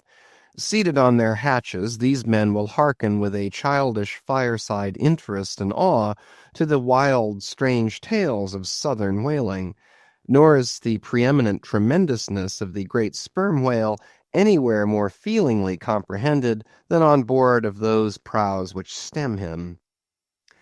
And as if the now tested reality of his might had in former legendary times thrown its shadow before it, we find some book naturalists, Olason and Pavelson, declaring the sperm whale not only to be a consternation to every other creature in the sea, but also to be so incredibly ferocious as continually to be athirst for human blood. Nor even down to so late a time as Cuvier's were these or almost similar impressions effaced. For in his natural history the Baron himself affirms that at sight of the sperm whale all fish, sharks included, are struck with the most lively terrors, and often in the precipitancy of their flight dash themselves against the rocks with such violence as to cause instantaneous death.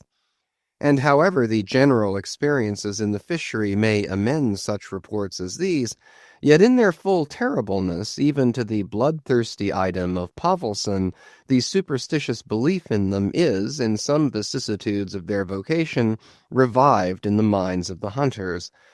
So that, overawed by the rumors and portents concerning him, not a few of the fishermen recalled, in reference to Moby Dick, the earlier days of the sperm whale fishery, when it was oftentimes hard to induce long-practiced right whalemen to embark in the perils of this new and daring warfare, such men protesting that although other leviathans might be hopefully pursued, yet to chase and point lance at such an apparition as the sperm whale was not for mortal man, that to attempt it would be inevitably to be torn into a quick eternity. On this head there are some remarkable documents that may be consulted. Nevertheless, some there were who, even in the face of these things, were ready to give chase to Moby Dick, and a still greater number who, chancing only to hear of him distantly and vaguely, without the specific details of any certain calamity, and without superstitious accompaniments, were sufficiently hardy not to flee from the battle if offered. One of the wild suggestions referred to, as at last coming to be linked with the white whale in the minds of these superstitiously inclined, was the unearthly conceit that Moby Dick was ubiquitous, that he had actually been encountered in opposite latitudes at one and the same instant of time. Nor, credulous as such minds might have been, was this conceit altogether without some faint show of superstitious probability. For, as the secrets of the currents of the seas have never yet been divulged, even to the most erudite research, so the hidden ways of the sperm whale when beneath the surface remain in great part unaccountable to his pursuers, and from time to time have originated the most curious and contradictory speculations regarding them, especially concerning the mystic modes whereby, after sounding to a great depth, he transports himself with such vast swiftness to the most widely distant points. It is a thing well known to both American and English whale ships, and as well a thing placed upon authoritative record years ago by Scoresby, that some whales have been captured far north in the Pacific, in whose bodies have been found the barbs of harpoons darted in the Greenland seas. Nor is it to be gainsaid that in some of these instances it has been declared that the interval of time between the two assaults could not have exceeded very many days. Hence, by inference, it has been believed by some whalemen that the Northwest Passage, so long a problem to man, was never a problem to the whale. So that here, in the real living experience of living men, the prodigies related in old times of the inland Strelo mountain in Portugal, near whose top there was said to be a lake in which the wrecks of ships floated up to the surface, and that still more wonderful story of the Arethusa fountain near Syracuse, whose waters were believed to have come from the Holy Land by an underground passage, these fabulous narrations are almost fully equaled by the realities of the whaleman.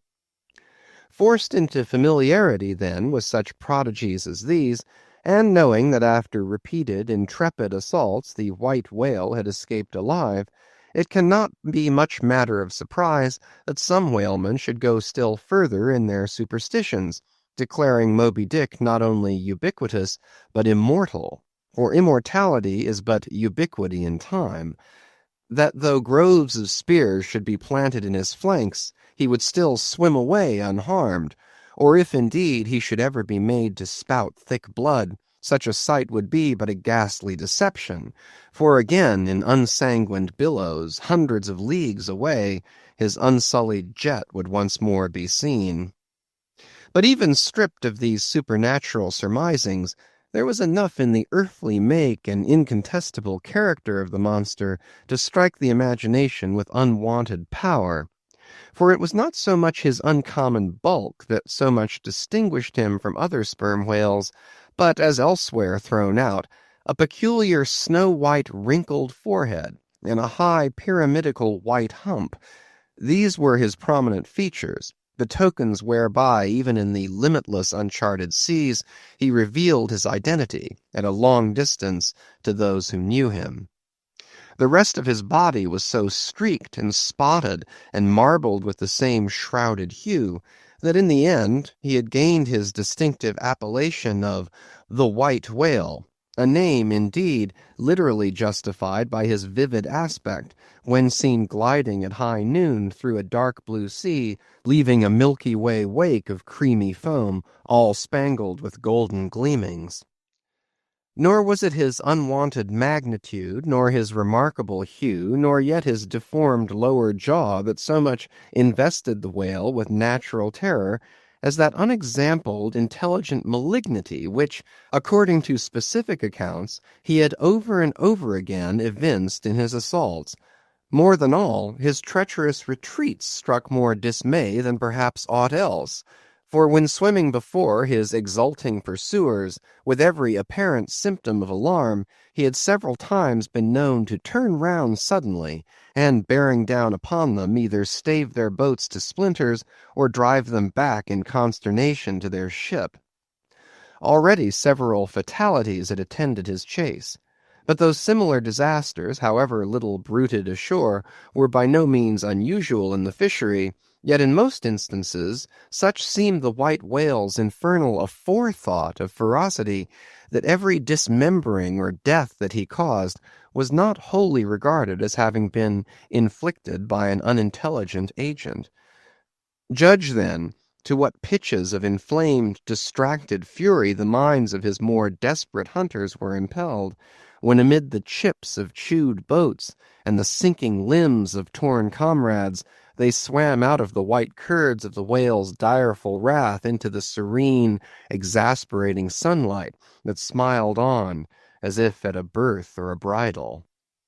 His 3 boats stove around him, and oars and men both whirling in the eddies.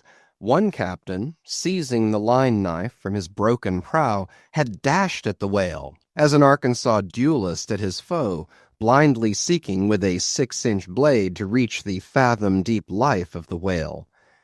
That captain was Ahab, and then it was that, suddenly sweeping his sickle-shaped lower jaw beneath him, Moby Dick had reaped away Ahab's leg, as a mower a blade of grass in the field. No turbaned Turk, no hired Venetian or Malay could have smote him with more seeming malice. Small reason was there to doubt, then, that ever since that almost fatal encounter, Ahab had cherished a wild vindictiveness against the whale. All the more fell, for that in his frantic morbidness he at last came to identify with him not only all his bodily woes, but all his intellectual and spiritual exasperations. The white whale swam before him as the monomaniac incarnation of all those malicious agencies which some deep men feel eating in them, till they are left living on with half a heart and half a lung. That intangible malignity which has been from the beginning, to whose dominion even the modern Christians ascribe 1/2 of the worlds, which the ancient Ophites of the East reverenced in their statue devil, Ahab did not fall down and worship it like them, but deliriously transferring its ideas to the abhorred white whale, he pitted himself all mutilated against it. all that most maddens and torments, all that stirs up the lees of things, all truth with malice in it, all that cracks the sinews and cakes the brain, all the subtle demonisms of life and thought, all evil to crazy Ahab, were visibly personified and made practically assailable in Moby Dick. He piled upon the white whale's hump the sum of all the general rage and hate felt by his whole race from Adam down, and then, as if his chest had been a mortar, he burst his hot heart's shell upon it.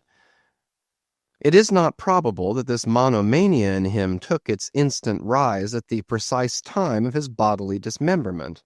Then, in darting at the monster, knife in hand, he had but given loose to a sudden, passionate, corporal animosity, and when he received the stroke that tore him, he probably but felt the agonizing bodily laceration, but nothing more. Yet when by this collision forced to turn towards home, and for long months of days and weeks Ahab and Anguish lay stretched together in one hammock, rounding in midwinter that dreary howling Patagonian cape, then it was that his torn body and gashed soul bled into one another, and so interfusing, made him mad. That it was only then, on the homeward voyage after the encounter, that the final monomania seized him, seems all but certain from the fact that, at intervals during the passage, he was a raving lunatic, and though unlimbed of a leg, yet such vital strength yet lurked in his Egyptian chest, and was moreover intensified by his delirium, that his mates were forced to lace him fast, even there as he sailed, raving in his hammock.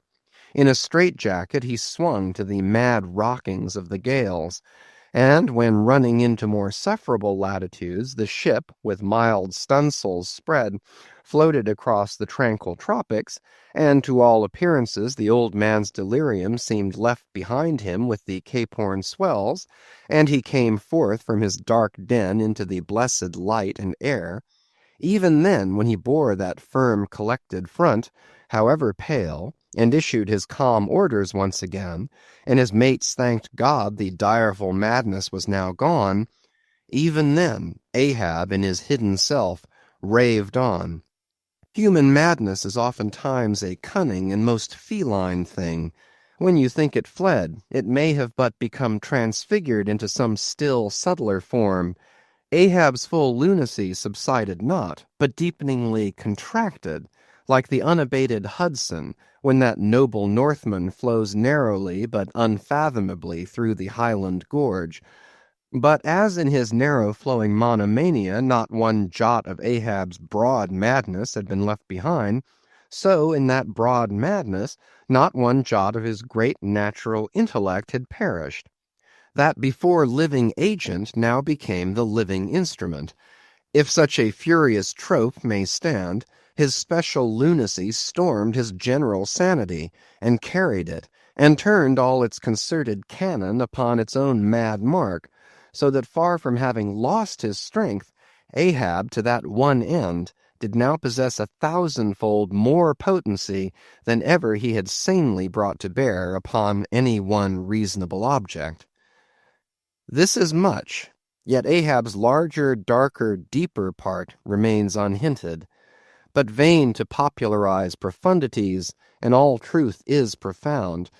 Winding far down from within the very heart of this spiked Hôtel de Cluny where we here stand, however grand and wonderful, now quit it, and take your way, ye nobler, sadder souls, to those vast Roman halls of Thermes, where far beneath the fantastic towers of man's upper earth, his root of grandeur, his whole awful essence, sits in bearded state, an antique buried beneath antiquities and throned on torsos. So with a broken throne the great gods mock that captive king. So like a caryatid his patient sits, upholding on his frozen brow the piled entablatures of ages. Wind ye down there, ye prouder, sadder souls. Question that proud, sad king. A family likeness? Aye, he did beget ye, ye young exiled royalties, and from your grim sire only will the old state secret come. Now in his heart Ahab had some glimpse of this, namely, all my means are sane, my motive and my object mad. Yet without power to kill or change or shun the fact, he likewise knew that to mankind he did long dissemble, in some sort did still. But that thing of his dissembling was only subject to his perceptibility, not to his will determinate. Nevertheless, so well did he succeed in that dissembling, that when with ivory leg he stepped ashore at last, no Nantucketer thought him otherwise than but naturally grieved, and that to the quick, with the terrible casualty which had overtaken him. The report of his undeniable delirium at sea was likewise popularly ascribed to a kindred cause. And so too all the added moodiness which always afterwards, to the very day of sailing in the Pequod on the present voyage, sat brooding on his brow. Nor is it so very unlikely that far from distrusting his fitness for another whaling voyage, on account of such dark symptoms, the calculating people of that prudent isle were inclined to harbor the conceit that for those very reasons he was all the better qualified and set on edge for a pursuit so full of rage and wildness as the bloody hunt of whales. Gnawed within and scorched without by the infixed, unrelenting fangs of some incurable idea, such a one, could he be found, would seem the very man to dart his iron and lift his lance against the most appalling of all brutes. Or if for any reason thought to be corporeally incapacitated for that, yet such a one would seem superlatively competent to cheer and howl on his underlings to the attack. But be all this as it may, certain it is that, with the mad secret of his unabated rage bolted up and keyed in him, Ahab had purposely sailed upon the present voyage with the one only and all-engrossing object of hunting the white whale. Had any one of his old acquaintances on shore but half dreamed of what was lurking in him then, how soon would their aghast and righteous souls have wrenched the ship from such a fiendish man. They were bent on profitable cruises, the profit to be counted down in dollars from the mint. He was intent on an audacious, immitigable, and supernatural revenge. Here, then, was this grey-headed, ungodly old man, chasing with curses a Job's whale round the world, at the head of a crew, too, chiefly made up of mongrel renegades, and castaways, and cannibals, morally enfeebled also by the incompetence of mere unaided virtue or right-mindedness in Starbuck, the invulnerable jollity of indifference and recklessness in Stubb, and the pervading mediocrity in Flask. Such a crew, so officered, seemed specially picked and packed by some infernal fatality to help him in his monomaniac revenge. How it was that they so aboundingly responded to the old man's ire, by what evil magic their souls were possessed, that at times his hate seemed almost theirs, the white whale as much their insufferable foe as his, how all this came to be, what the white whale was to them, or how to their unconscious understandings also, in some dim, unsuspected way, he might have seemed the gliding great demon of the seas of life, all this to explain would be to dive deeper than Ishmael can go. The subterranean miner that works in us all, how can one tell whither leads his shaft by the ever-shifting muffled sound of his pick? Who does not feel the irresistible arm drag? What skiff in tow of a 74 can stand still? For one, I gave myself up to the abandonment of the time and the place, but while yet all a rush to encounter the whale, could see naught in that brute but the deadliest ill. Chapter 42. The Whiteness of the Whale. What the white whale was to Ahab has been hinted. What at times he was to me, as yet remains unsaid. Aside from those more obvious considerations touching Moby Dick, which could not but occasionally awaken in any man's soul some alarm, there was another thought, or rather vague, nameless horror concerning him, which at times by its intensity completely overpowered all the rest, and yet so mystical and well-nigh ineffable was it, that I almost despair of putting it in a comprehensible form. It was the whiteness of the whale that above all things appalled me. But how can I hope to explain myself here?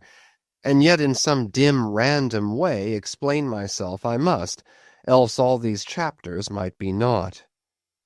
Though in many natural objects whiteness refiningly enhances beauty, as if imparting some special virtue of its own, as in marbles, japonicas, and pearls, and though various nations have in some ways recognized a certain royal preeminence in this hue, even the barbaric grand old kings of Pequod placing the title Lord of the White Elephants above all their other magniloquent ascriptions of dominion, and the modern kings of Siam unfurling the same snow-white quadruped in the royal standard, and the Hanoverian flag bearing the one figure of a snow-white charger, and the great Austrian Empire, Caesarian, heir to overlording Rome, having for the imperial color the same imperial hue, and though this preeminence in it applies to the human race itself, giving the white man ideal mastership over every dusky tribe,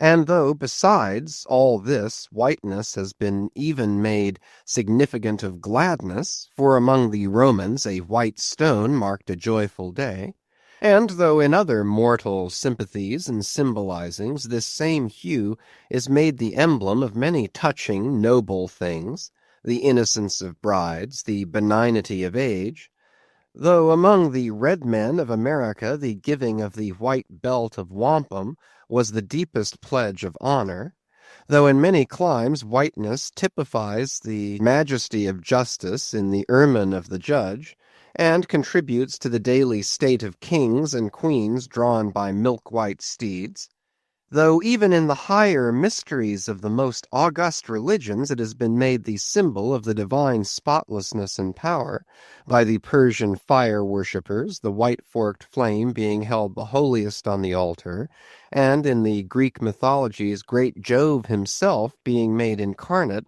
in a snow-white bull, and though to the noble Iroquois the midwinter sacrifice of the sacred white dog was by far the holiest festival of their theology, that spotless, faithful creature being held the purest envoy they could send to the Great Spirit with the annual tidings of their own fidelity, and though directly from the Latin word for white, all Christian priests derive the name of one part of their sacred vesture, the alb, or tunic, worn beneath the cassock, and though among the holy pomps of the Romish faith, white is specially employed in the celebration of the Passion of our Lord, though in the vision of St. John white robes are given to the redeemed, and the 24 elders stand clothed in white before the great white throne, and the Holy One that sitteth there white like wool.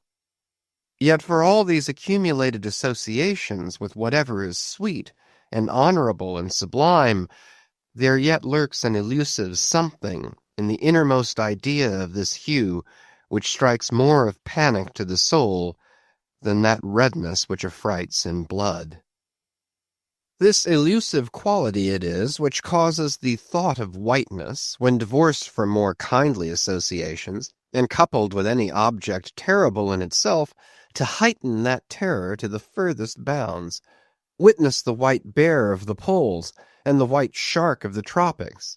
What but their smooth, flaky whiteness makes them the transcendent horrors they are?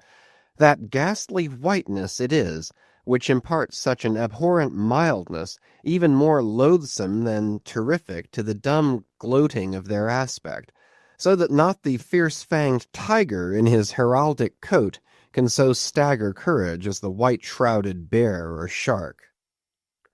Footnote. With reference to the polar bear, it may possibly be urged by him who would fain go still deeper into this matter, that it is not the whiteness separately regarded which heightens the intolerable hideousness of that brute, For analyzed, that heightened hideousness, it might be said, only rises from the circumstance that the irresponsible ferociousness of the creature stands invested in the fleece of celestial innocence and love, and hence by bringing together two such opposite emotions in our minds, the polar bear frightens us with so unnatural a contrast. But even assuming all this to be true, yet were it not for the whiteness, you would not have that intensified terror. As for the white shark, the white gliding ghostliness of repose in that creature, when beheld in his ordinary moods, strangely tallies with the same quality in the polar quadruped. This peculiarity is most vividly hit by the French in the name they bestow upon that fish.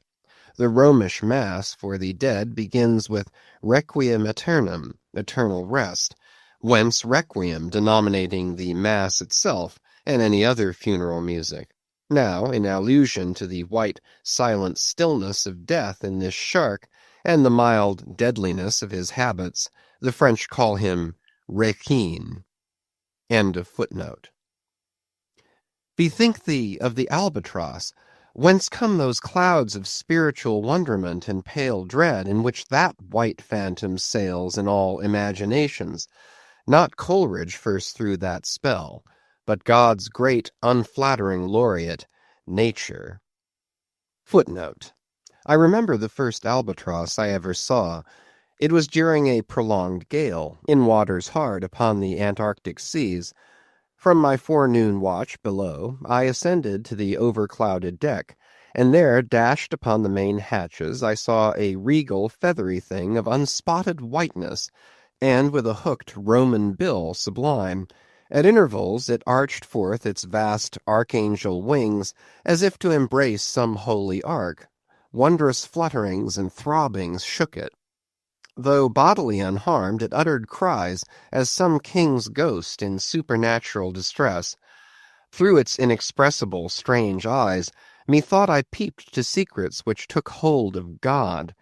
As Abraham before the angels, I bowed myself. The white thing was so white, its wings so wide, and in those forever exiled waters I had lost the miserable warping memories of traditions and of towns. Long I gazed at that prodigy of plumage. I cannot tell, can only hint the things that darted through me then. But at last I awoke, and turning, asked a sailor what bird was this. A goney, he replied. Goney? Never had heard that name before. Is it conceivable that this glorious thing is utterly unknown to men ashore? Never. But some time after I learned that goney was some seaman's name for albatross, so that by no possibility could Coleridge's wild rhyme have had aught to do with those mystical impressions which were mine when I saw that bird upon our deck.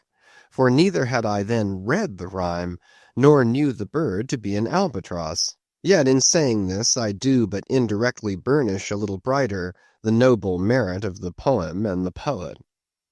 I assert then that in the wondrous bodily whiteness of the bird chiefly lurks the secret of the spell, a truth more evinced in this, that by a solecism of terms there are birds called grey albatrosses, and these I have frequently seen, but never with such emotions as when I beheld the Antarctic fowl. But how had the mystic thing been caught? Whisper it not, and I will tell. With a treacherous hook and line, as the fowl floated on the sea. At last the captain made a postman of it, tying a lettered leathern tally round its neck, with the ship's time and place, and then letting it escape. But I doubt not that leathern tally, meant for man, was taken off in heaven, when the white fowl flew to join the wing-folding, the invoking and adoring cherubim. End of footnote. Most famous in our Western annals and Indian traditions is that of the white steed of the prairies, a magnificent milk-white charger, large-eyed, small-headed, bluff-chested, and with the dignity of 1,000 monarchs in his lofty, over-scorning carriage. He was the elected Xerxes of vast herds of wild horses, whose pastures in those days were only fenced by the Rocky Mountains and the Alleghanies. At their flaming head he westward trooped it, like that chosen star which every evening leads on the hosts of light.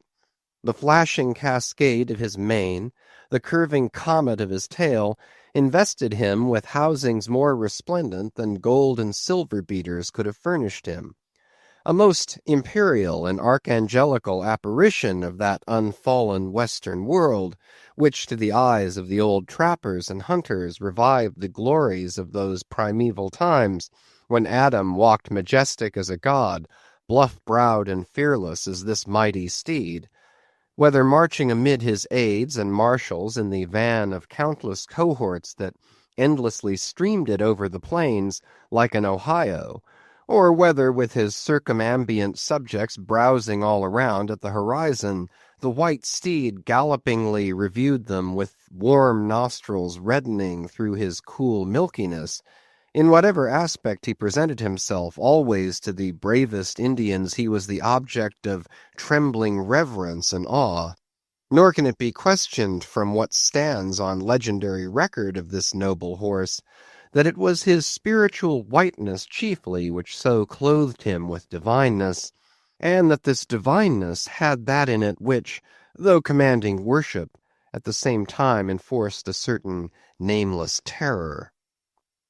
But there are other instances where this whiteness loses all that accessory and strange glory which invests it in the white steed and albatross. What is it that in the albino man so peculiarly repels and often shocks the eye, as that sometimes he is loathed by his own kith and kin? It is that whiteness which invests him, a thing expressed by the name he bears. The albino is as well made as other men, has no substantive deformity, and yet this mere aspect of all-pervading whiteness makes him more strangely hideous than the ugliest abortion. Why should this be so? Nor in quite other aspects does nature, in her least palpable but not the less malicious agencies, fail to enlist among her forces this crowning attribute of the terrible. From its snowy aspect, the gauntleted ghost of the southern seas has been denominated the white squall, nor in some historic instances has the art of human malice omitted so potent an auxiliary. How wildly it heightens the effect of that passage in Froissart, when, masked in the snowy symbol of their faction, the desperate white hoods of Ghent murder their bailiff in the marketplace. Nor in some things does the common hereditary experience of all mankind fail to bear witness to the supernaturalism of this hue. It cannot well be doubted that the one visible quality in the aspect of the dead which most appalls the gazer is the marble pallor lingering there, as if indeed that pallor were as much like the badge of consternation in the other world as of mortal trepidation here. And from that pallor of the dead we borrow the expressive hue of the shroud in which we wrap them. Nor even in our superstitions do we fail to throw the same snowy mantle round our phantoms, all ghosts rising in a milk-white fog. Yea, while these terrors seize us, let us add that even the king of terrors, when personified by the evangelist, rides on his pallid horse. Therefore, in his other moods, symbolize whatever grand or gracious thing he will by whiteness. No man can deny that in its profoundest idealized significance it calls up a peculiar apparition to the soul. But though without dissent this point be fixed, how is mortal man to account for it? To analyze it would seem impossible. Can we, then, by the citation of some of those instances wherein this thing of whiteness, though for the time either wholly or in great part stripped of all direct associations calculated to impart to it aught fearful, but nevertheless is found to exert over us the same sorcery however modified, can we thus hope to light upon some chance clue to conduct us to the hidden cause we seek? Let us try. But in a matter like this, subtlety appeals to subtlety, and without imagination no man can follow another into these halls. And though doubtless some at least of the imaginative impressions about to be presented may have been shared by most men, yet few perhaps were entirely conscious of them at the time, and therefore may not be able to recall them now. Why, to the man of untutored ideality, who happens to be but loosely acquainted with the peculiar character of the day, does the bare mention of Whitsuntide marshal in the fancy such long, dreary, speechless processions of slow-pacing pilgrims, downcast and hooded with new-fallen snow? Or to the unread, unsophisticated Protestant of middle American states, why does the passing mention of a white friar or a white nun evoke such an eyeless statue in the soul? Or what is there, apart from the traditions of dungeoned warriors and kings, which will not wholly account for it, that makes the White Tower of London tell so much more strongly on the imagination of an untravelled American than those other storied structures, its neighbors, the Byward Tower, or even the Bloody? And those sublimer towers, the White Mountains of New Hampshire? Whence, in peculiar moods, comes that gigantic ghostliness over the soul at the bare mention of that name, while the thought of Virginia's Blue Ridge is full of a soft, dewy, distant dreaminess? Or why, irrespective of all latitudes and longitudes, does the name of the White Sea exert such a spectralness over the fancy, while that of the Yellow Sea lulls us with mortal thoughts of long, lacquered, mild afternoons on the waves, followed by the gaudiest and yet sleepiest of sunsets? Or, to choose a wholly unsubstantial instance, purely addressed to the fancy, why, in reading the old fairy tales of Central Europe, does the tall, pale man of the Hartz forests, whose changeless pallor unrustlingly glides through the green of the groves, why is this phantom more terrible than all the whooping imps of the Blocksberg? Nor is it altogether the remembrance of her cathedral-toppling earthquakes, nor the stampedos of her frantic seas, nor the tearlessness of arid skies that never rain, nor the sight of her wide field of leaning spires, wrenched copestones, and crosses all adroop, like canted yards of anchored fleets, and her suburban avenues of house-walls lying upon each other as a tossed pack of cards. It is not these things alone which make tearless Lima the strangest, saddest city thou canst see. For Lima has taken the white veil, and there is a higher horror in this whiteness of her woe. Old as Pizarro, this whiteness keeps her ruins for ever new, admits not the cheerful greenness of complete decay, spreads over her broken ramparts the rigid pallor of an apoplexy that fixes its own distortions. I know that to the common apprehension, this phenomenon of whiteness is not confessed to be the prime agent in exaggerating the terror of objects otherwise terrible. Nor to the unimaginative mind is there aught of terror in those appearances whose awfulness to another mind almost solely consists in this one phenomenon, especially when exhibited under any form at all approaching to muteness or universality. What I mean by these two statements may perhaps be respectively elucidated by the following examples. First, the mariner, when drawing nigh the coasts of foreign lands, if by night he hear the roar of breakers, starts to vigilance, and feels just enough of trepidation to sharpen all his faculties. But under precisely similar circumstances, let him be called from his hammock to view his ship sailing through a midnight sea of milky whiteness, as if from encircling headlands shoals of combed white bears were swimming round him. Then he feels a silent, superstitious dread. The shrouded phantom of the whitened waters is horrible to him as a real ghost. In vain the lead assures him he is still off soundings. Heart and helm they both go down. He never rests till blue water is under him again. Yet where is the mariner who will tell thee, Sir, it was not so much the fear of striking hidden rocks as the fear of that hideous whiteness that so stirred me. Second, to the native Indian of Peru, the continual sight of the snow-howdahed Andes conveys naught of dread, except perhaps in the mere fancying of the eternal frosted desolateness reigning at such vast altitudes, and the natural conceit of what a fearfulness it would be to lose oneself in such inhuman solitudes. Much the same is it with the backwoodsman of the West, who with comparative indifference views an unbounded prairie sheeted with driven snow, no shadow of tree or twig to break the fixed trance of whiteness. Not so the sailor, beholding the scenery of the Antarctic seas, where at times by some infernal trick of legerdemain in the powers of frost and air, he, shivering and half shipwrecked, instead of rainbows speaking hope and solace to his misery, views what seems a boundless churchyard grinning upon him, with its lean ice monuments and splintered crosses.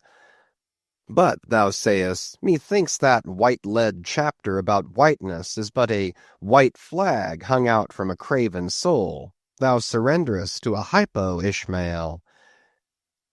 Tell me why this strong young colt, foaled in some peaceful valley of Vermont, far removed from all beasts of prey, why is it that upon the sunniest day, if you but shake a fresh buffalo robe behind him, so that he cannot even see it, but only smells its wild animal muskiness, why will he start, snort, and with bursting eyes paw the ground, in frenzies of affright?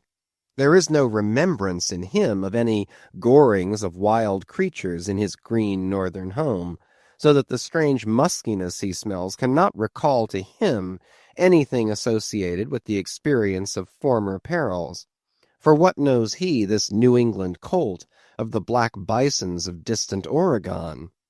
No, but here thou beholdest, even in a dumb brute, the instinct of the knowledge of the demonism in the world. Though thousands of miles from Oregon, still when he smells that savage musk, the rending, goring bison herds are as present as to the deserted, wild foal of the prairies, which in this instant they may be trampling into dust. Thus, then, the muffled rollings of a milky sea, the bleak rustlings of the festooned frosts of mountains, the desolate shiftings of the windrowed snows of prairies, all these to Ishmael are as the shaking of that buffalo robe to the frightened colt. Though neither knows where lie the nameless things of which the mystic sign gives forth such hints, yet with me, as with the colt, somewhere those things must exist, though in many of its aspects this visible world seems formed in love, the invisible spheres were formed in fright. But not yet have we solved the incantation of this whiteness, and learned why it appeals with such power to the soul, and more strange and far more portentous. Why, as we have seen, it is at once the most meaning symbol of spiritual things, nay, the very veil of the Christian deity, and yet should be, as it is, the intensifying agent in things most appalling to mankind. Is it that by its indefiniteness it shadows forth the heartless voids and immensities of the universe, and thus stabs us from behind with the thought of annihilation when beholding the white depths of the Milky Way? Or is it that as in essence whiteness is not so much a color as the visible absence of color, and at the same time the concrete of all colors? Is it for these reasons that there is such a dumb blankness, full of meaning in a wide landscape of snows, a colorless all-color of atheism from which we shrink? And when we consider that other theory of the natural philosophers, that all other earthly hues, every stately or lovely emblazoning, the sweet tinges of sunset skies and woods, yea, the gilded velvets of butterflies, and the butterfly cheeks of young girls, all these are but subtle deceits, not actually inherent in substances, but only laid on from without, so that all deified nature absolutely paints like a harlot, whose allurements cover nothing but the charnel house within. And when we proceed further and consider that the mystical cosmetic which produces every one of her hues, the great principle of light, forever remains white or colorless in itself, and, if operating without medium upon matter, would touch all objects, even tulips and roses, with its own blank tinge. Pondering all this, the palsied universe lies before us a leper, and like willful travelers in Lapland who refuse to wear colored and coloring glasses upon their eyes, so the wretched infidel gazes himself blind at the monumental white shroud that wraps all the prospect around him.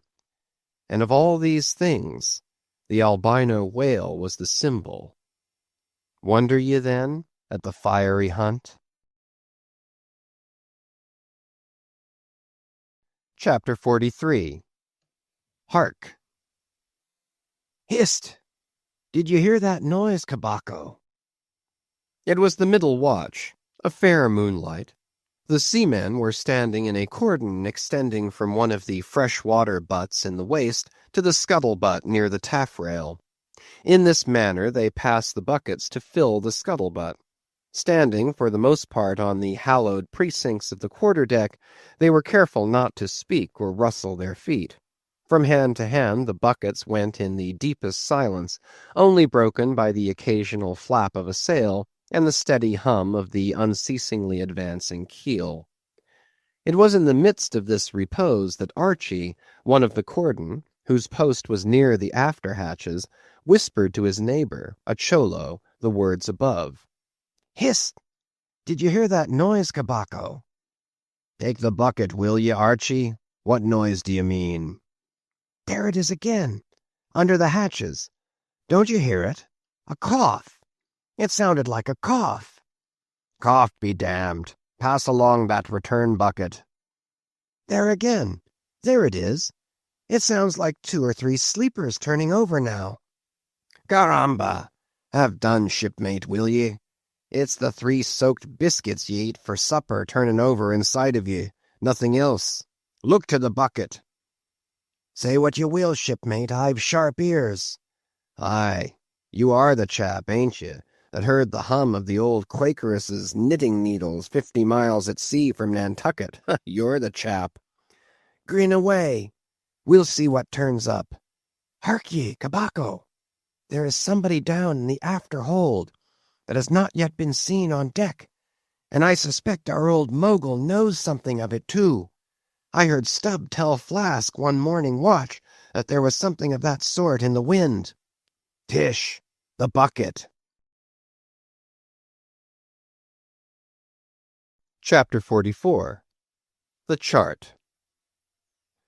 Had you followed Captain Ahab down into his cabin after the squall that took place on the night succeeding that wild ratification of his purpose with his crew, you would have seen him go to a locker in the transom, and, bringing out a large wrinkled roll of yellowish sea charts, spread them before him on his screwed-down table.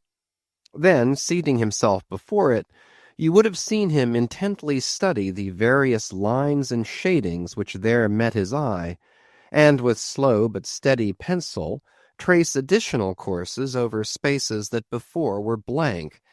At intervals he would refer to piles of old log-books beside him, wherein were set down the seasons and places in which, on various former voyages of various ships, sperm whales had been captured or seen. While thus employed, the heavy pewter lamp suspended in chains over his head continually rocked with the motion of the ship, and forever threw shifting gleams and shadows of lines upon his wrinkled brow, till it almost seemed that while he himself was marking out lines and courses on the wrinkled charts, some invisible pencil was also tracing lines and courses upon the deeply marked chart of his forehead. But it was not this night in particular that, in the solitude of his cabin, Ahab thus pondered over his charts. Almost every night they were brought out. Almost every night some pencil marks were effaced, and others were substituted. For with the charts of all 4 oceans before him, Ahab was threading a maze of currents and eddies with a view to the more certain accomplishment of that monomaniac thought of his soul.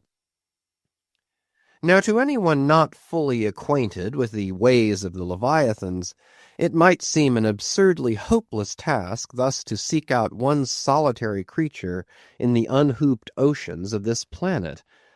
But not so did it seem to Ahab, who knew the sets of all tides and currents, and thereby calculating the driftings of the sperm whale's food, and also calling to mind the regular, ascertained seasons for hunting him in particular latitudes, could arrive at reasonable surmises, almost approaching to certainties, concerning the timeliest day to be upon this or that ground in search of his prey.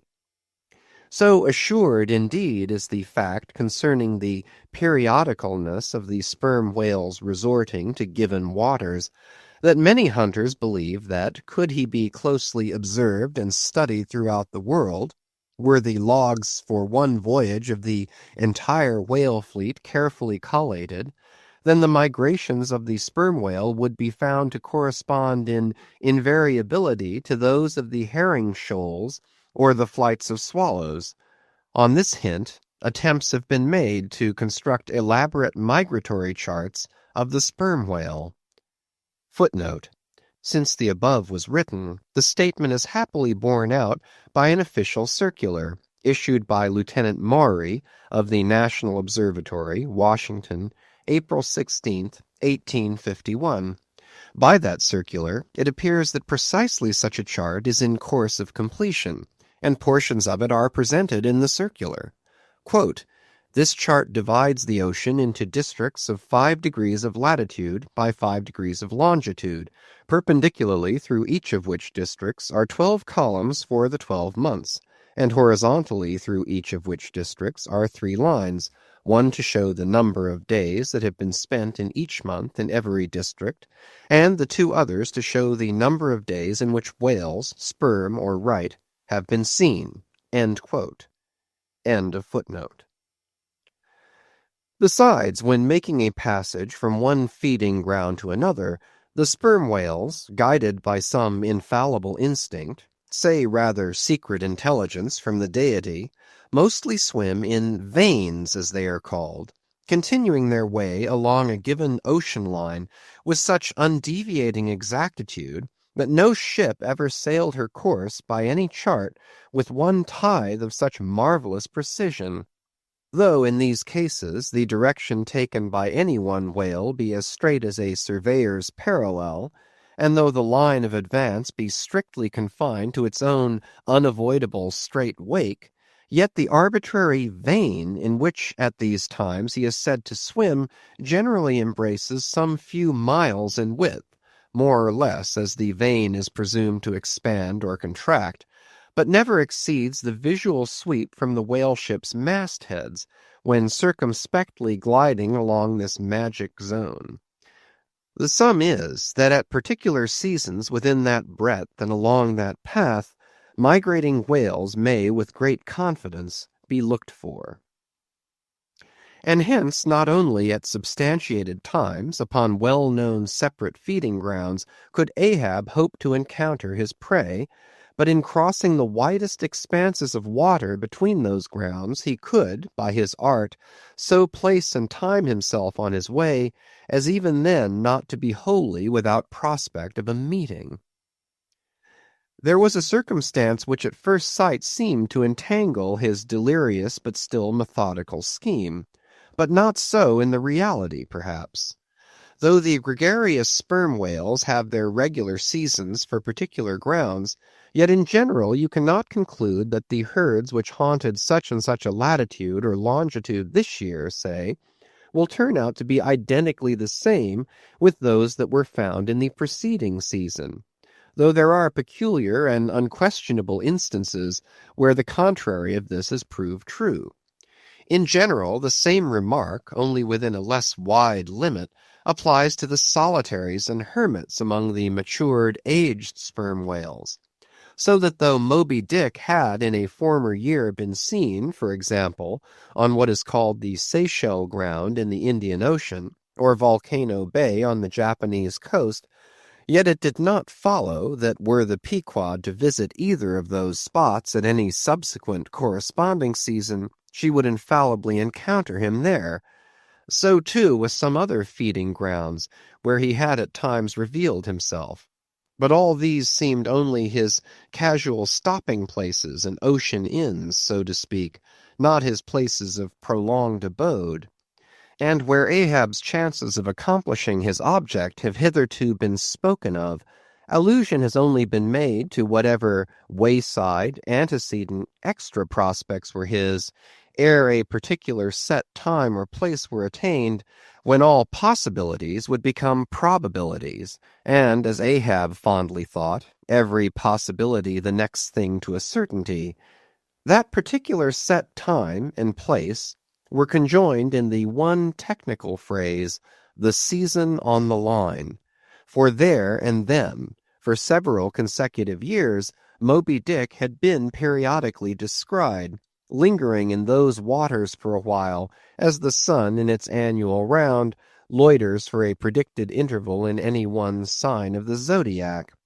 There it was, too, that most of the deadly encounters with the white whale had taken place. There the waves were storied with his deeds. There also was that tragic spot where the monomaniac old man had found the awful motive to his vengeance.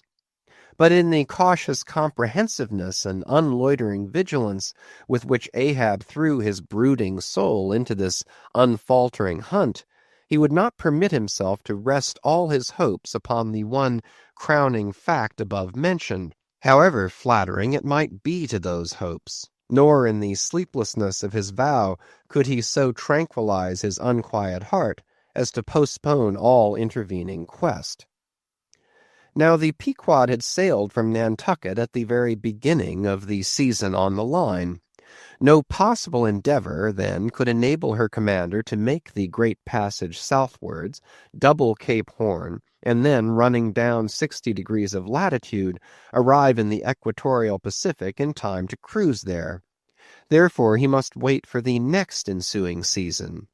Yet the premature hour of the Pequod's sailing had, perhaps, been correctly selected by Ahab with a view to this very complexion of things, because an interval of 365 days and nights was before him, an interval which, instead of impatiently enduring ashore, he would spend in a miscellaneous hunt, if by chance the white whale, spending his vacation in the seas far remote from his periodical feeding grounds, should turn up his wrinkled brow off the Persian Gulf, or in the Bengal Bay, or China Seas, or in any other waters haunted by his race, so that monsoons, pampas, nor'westers, harmattans, trades, any wind but the levanter and simoon, might blow Moby Dick into the devious zigzag world circle of the Pequod's circumnavigating wake.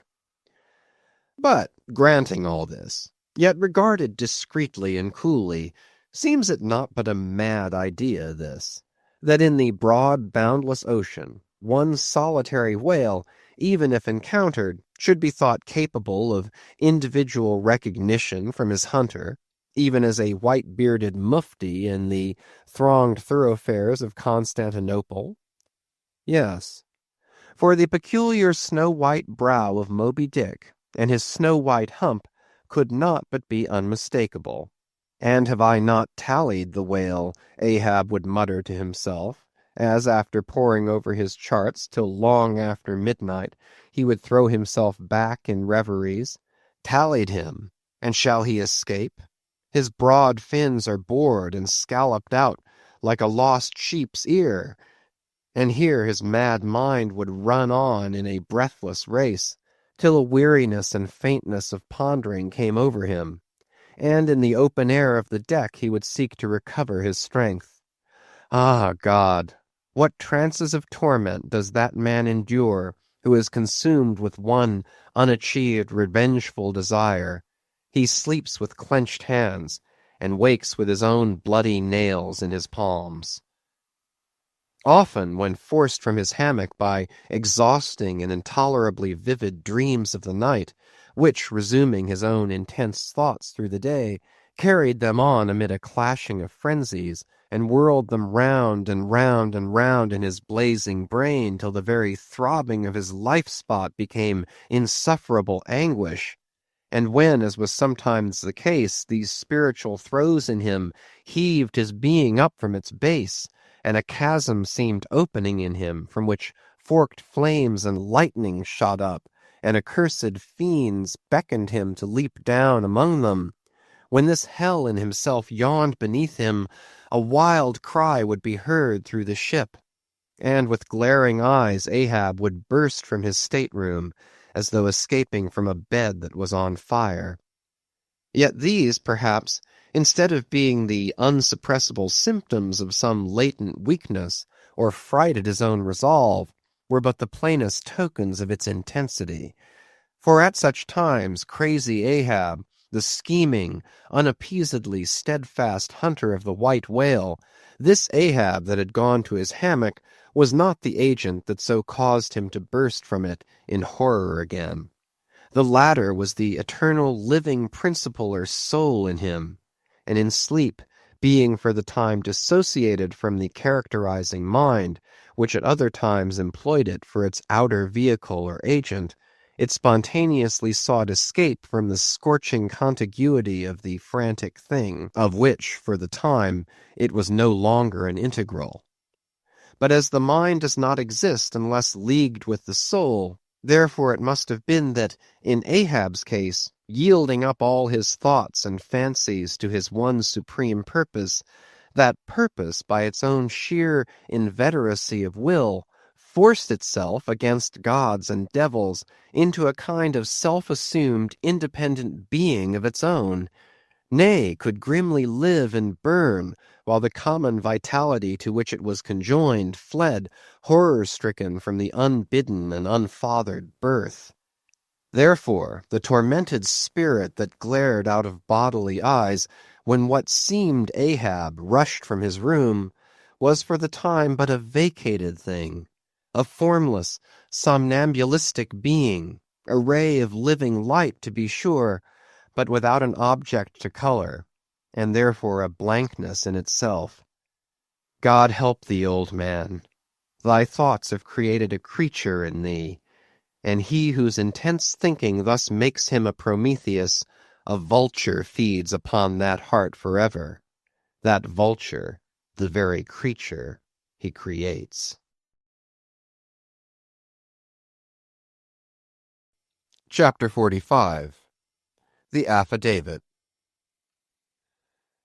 So far as what there may be of a narrative in this book, and indeed is indirectly touching one or two very interesting and curious particulars in the habits of sperm whales, the foregoing chapter, in its earlier part, is as important a one as will be found in this volume, but the leading matter of it requires to be still further and more familiarly enlarged upon, in order to be adequately understood, and moreover to take away any incredulity which a profound ignorance of the entire subject may induce in some minds, as to the natural verity of the main points of this affair.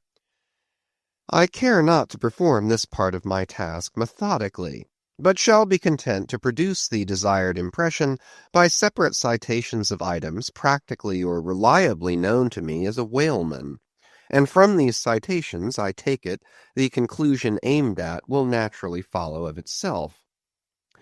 First, I have personally known 3 instances where a whale, after receiving a harpoon, has effected a complete escape, and after an interval, in one instance of 3 years, has been again struck by the same hand and slain, when the 2 irons, both marked by the same private cipher, have been taken from the body.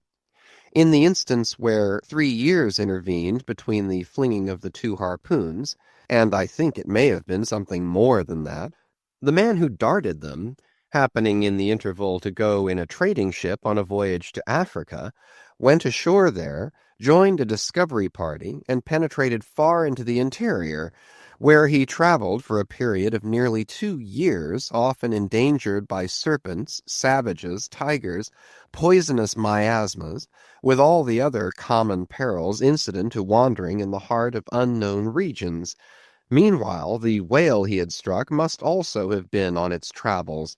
No doubt it had thrice circumnavigated the globe, brushing with its flanks all the coasts of Africa, but to no purpose.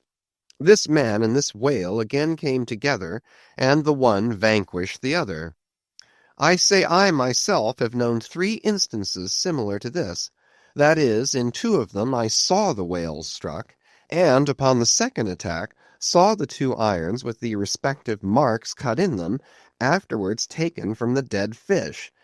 In the 3-year instance, it so fell out that I was in the boat both times, first and last, and the last time distinctly recognized a peculiar sort of huge mole under the whale's eye, which I had observed there 3 years previous. I say 3 years, but I am pretty sure it was more than that. Here are 3 instances, then, which I personally know the truth of, but I have heard of many other instances from persons whose veracity in the matter there is no good ground to impeach. Secondly, it is well known in the sperm whale fishery, however ignorant the world ashore may be of it, that there have been several memorable historical instances where a particular whale in the ocean has been at distant times and places popularly cognizable. Why such a whale became thus marked was not altogether and originally owing to his bodily peculiarities as distinguished from other whales. For however peculiar in that respect any chance whale may be, they soon put an end to his peculiarities by killing him and boiling him down into a peculiarly valuable oil.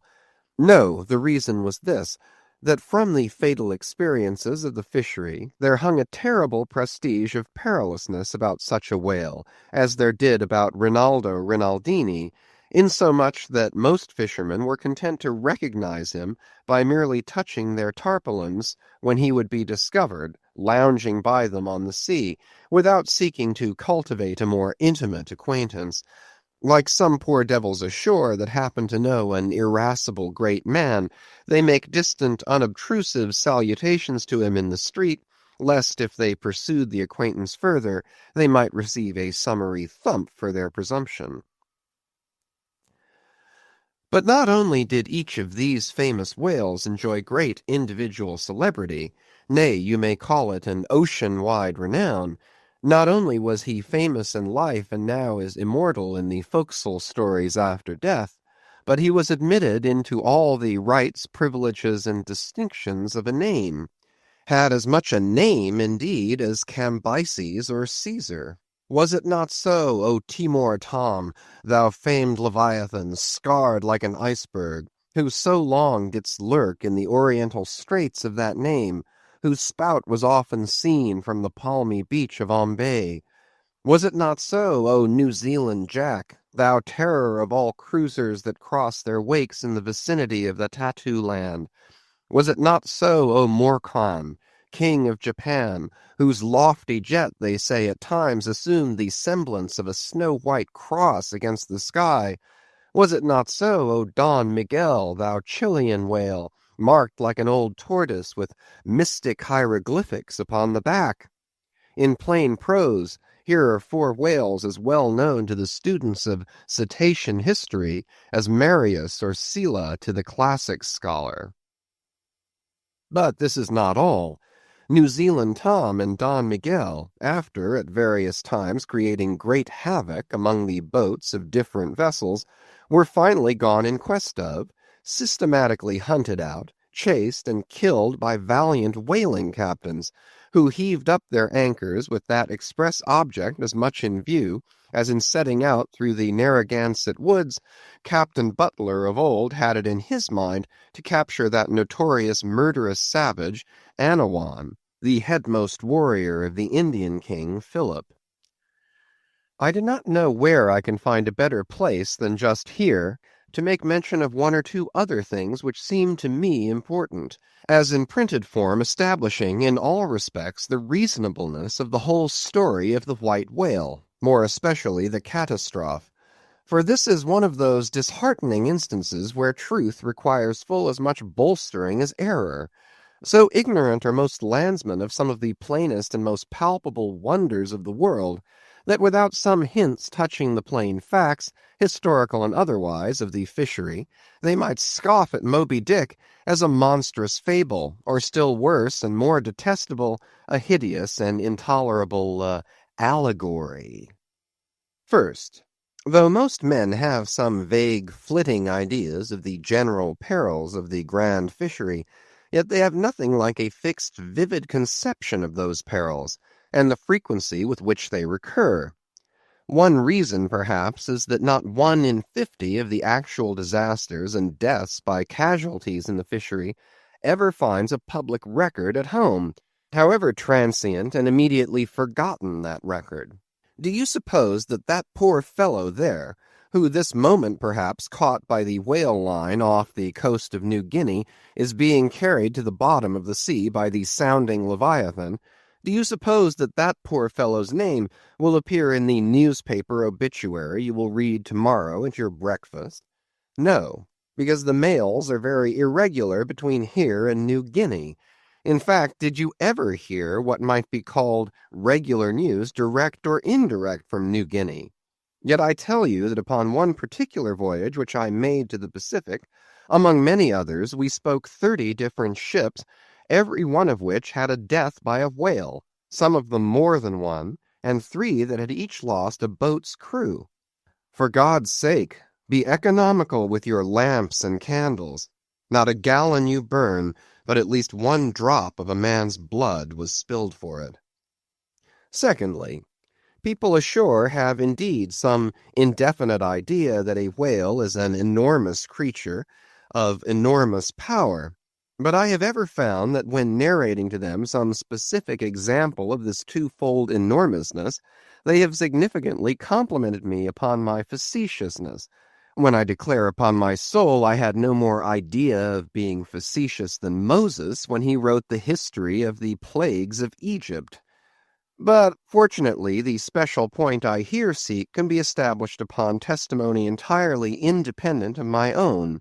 The point is this: the sperm whale is in some cases sufficiently powerful, knowing, and judiciously malicious, as with direct aforethought, to stave in, utterly destroy, and sink a large ship. And what is more, the sperm whale has done it. First, in the year 1820, the ship Essex, Captain Pollard of Nantucket, was cruising in the Pacific Ocean. One day she saw spouts, lowered her boats, and gave chase to a shoal of sperm whales. Ere long several of the whales were wounded, when suddenly a very large whale, escaping from the boats, issued from the shoal, and bore directly down upon the ship.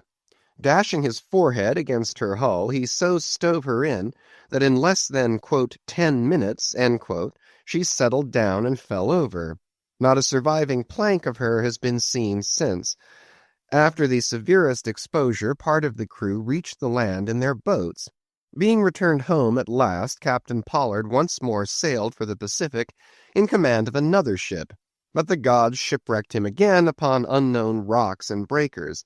For the second time his ship was utterly lost, and forthwith forswearing the sea, he has never tempted it since. At this day Captain Pollard is a resident of Nantucket.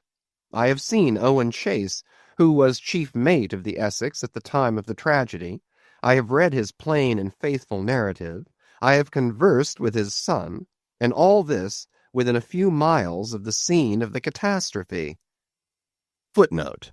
The following are extracts from Chase's narrative. Quote, "Every fact seemed to warrant me in concluding that it was anything but chance which directed his operations.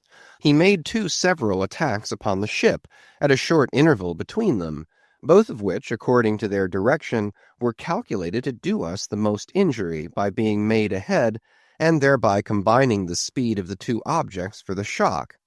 To effect which, the exact maneuvers which he made were necessary. His aspect was most horrible, and such as indicated resentment and fury. He came directly from the shoal which we had just before entered, and in which we had struck 3 of his companions, as if fired with revenge for their sufferings." Again, quote, "At all events, the whole circumstances taken together, all happening before my own eyes, and producing at the time impressions in my mind of decided calculating mischief on the part of the whale, many of which impressions I cannot now recall, induce me to be satisfied that I am correct in my opinion." End quote. Here are his reflections some time after quitting the ship, during a black night in an open boat, when almost despairing of reaching any hospitable shore. Quote, "The dark ocean and swelling waters were nothing. The fears of being swallowed up by some dreadful tempest or dashed upon hidden rocks, with all the other ordinary subjects of fearful contemplation, seemed scarcely entitled to a moment's thought. The dismal-looking wreck, and the horrid aspect and revenge of the whale, wholly engrossed my reflections, until day again made its appearance." End quote. In another place, page 45, he speaks of, quote, "the mysterious and mortal attack of the animal." End quote. End of footnote. Secondly, the ship Union, also of Nantucket, was in the year 1807 totally lost off the Azores by a similar onset, but the authentic particulars of this catastrophe I have never chanced to encounter, though from the whale hunters I have now and then heard casual allusions to it. Thirdly, some 18 or 20 years ago, Commodore J., then commanding an American sloop of war of the first class, happened to be dining with a party of whaling captains on board a Nantucket ship in the harbor of Oahu, Sandwich Islands. Conversation turning upon whales, the Commodore was pleased to be skeptical touching the amazing strength ascribed to them by the professional gentlemen present. He peremptorily denied, for example, that any whale could so smite his stout sloop of war as to cause her to leak so much as a thimbleful. Very good, but there is more coming. Some weeks after, the Commodore set sail in this impregnable craft for Valparaiso, but he was stopped on the way by a portly sperm whale that begged a few moments' confidential business with him. That business consisted in fetching the Commodore's craft such a thwack that with all his pumps going he made straight for the nearest port to heave down and repair. I am not superstitious, but I consider the Commodore's interview with that whale as providential. Was not Saul of Tarsus converted from unbelief by a similar fright? I tell you, the sperm whale will stand no nonsense. I will now refer you to Langsdorff's voyages for a little circumstance in point, peculiarly interesting to the writer hereof. Langsdorff, you must know, by the way, was attached to the Russian Admiral Krusenstern's famous discovery expedition in the beginning of the present century. Captain Langsdorff thus begins his 17th chapter. Quote, "By the 13th of May our ship was ready to sail, and the next day we were out in the open sea on our way to Okoch. The weather was very clear and fine, but so intolerably cold that we were obliged to keep on our fur clothing. For some days we had very little wind. It was not till the 19th that a brisk gale from the northwest sprang up. An uncommon large whale, the body of which was larger than the ship itself, lay almost at the surface of the water, but was not perceived by anyone on board till the moment when the ship, which was in full sail, was almost upon him, so that it was impossible to prevent its striking against him. We were thus placed in the most imminent danger, as this gigantic creature, setting up its back, raised the ship 3 feet at least out of the water. The mast reeled, and the sails fell altogether, while we who were below all sprang instantly upon the deck, concluding that we had struck upon some rock. Instead of this, we saw the monster sailing off with the utmost gravity and solemnity. Captain de Wolf applied immediately to the pumps to examine whether or not the vessel had received any damage from the shock, but we found that, very happily, it had escaped entirely uninjured." End quote. Now, the Captain de Wolf here alluded to as commanding the ship in question is a New Englander, who, after a long life of unusual adventures as a sea captain, this day resides in the village of Dorchester near Boston. I have the honor of being a nephew of his. I have particularly questioned him concerning this passage in Langsdorff. He substantiates every word. The ship, however, was by no means a large one, a Russian craft built on the Siberian coast and purchased by my uncle after bartering away the vessel in which he sailed from home. In that up-and-down, manly book of old-fashioned adventure, so full, too, of honest wonders, The Voyage of Lionel Wafer, one of ancient Dampier's old chums, I found a little matter set down so like that just quoted from Langsdorff that I cannot forbear inserting it here for a corroborative example, if such be needed. Lionel, it seems, was on his way to John Ferdinando, as he calls the modern Juan Fernandez. Quote, "In our way thither," he says, "about 4 o'clock in the morning, when we were about 150 leagues from the main of America, our ship felt a terrible shock, which put our men in such consternation that they could hardly tell where they were or what to think, but every one began to prepare for death. And indeed the shock was so sudden and violent that we took it for granted the ship had struck against a rock. But when the amazement was a little over, we cast the lead and sounded, but found no ground. The suddenness of the shock made the guns leap in their carriages, and several of the men were shaken out of their hammocks. Captain Davis, who lay with his head on a gun, was thrown out of his cabin." End quote. Lionel then goes on to impute the shock to an earthquake, and seems to substantiate the imputation by stating that a great earthquake somewhere about that time did actually do great mischief along the Spanish land. But I should not much wonder if, in the darkness of that early hour of the morning, the shock was after all caused by an unseen whale vertically bumping the hull from beneath. I might proceed with several more examples, one way or another known to me, of the great power and malice at times of the sperm whale. In more than one instance he has been known not only to chase the assailing boats back to their ships, but to pursue the ship itself, and long withstand all the lances hurled at him from its decks. The English ship Pusey Hall can tell a story on that head. And as for his strength, let me say that there have been examples where the lines attached to a running sperm whale have, in a calm, been transferred to the ship and secured there, the whale towing her great hull through the water as a horse walks off with a cart. Again, it is very often observed that if the sperm whale, once struck, is allowed time to rally, then he acts not so often with blind rage as with willful, deliberate designs of destruction to his pursuers. Nor is it without conveying some eloquent indication of his character that upon being attacked he will frequently open his mouth and retain it in that dread expansion for several consecutive minutes. But I must be content with only one more and a concluding illustration, a remarkable and most significant one, by which you will not fail to see that not only is the most marvelous event in this book corroborated by plain facts of the present day, but that these marvels, like all marvels, are mere repetitions of the ages, so that for the millionth time we say Amen with Solomon, verily there is nothing new under the sun. In the 6th Christian century lived Procopius, a Christian magistrate of Constantinople, in the days when Justinian was emperor and Belisarius general.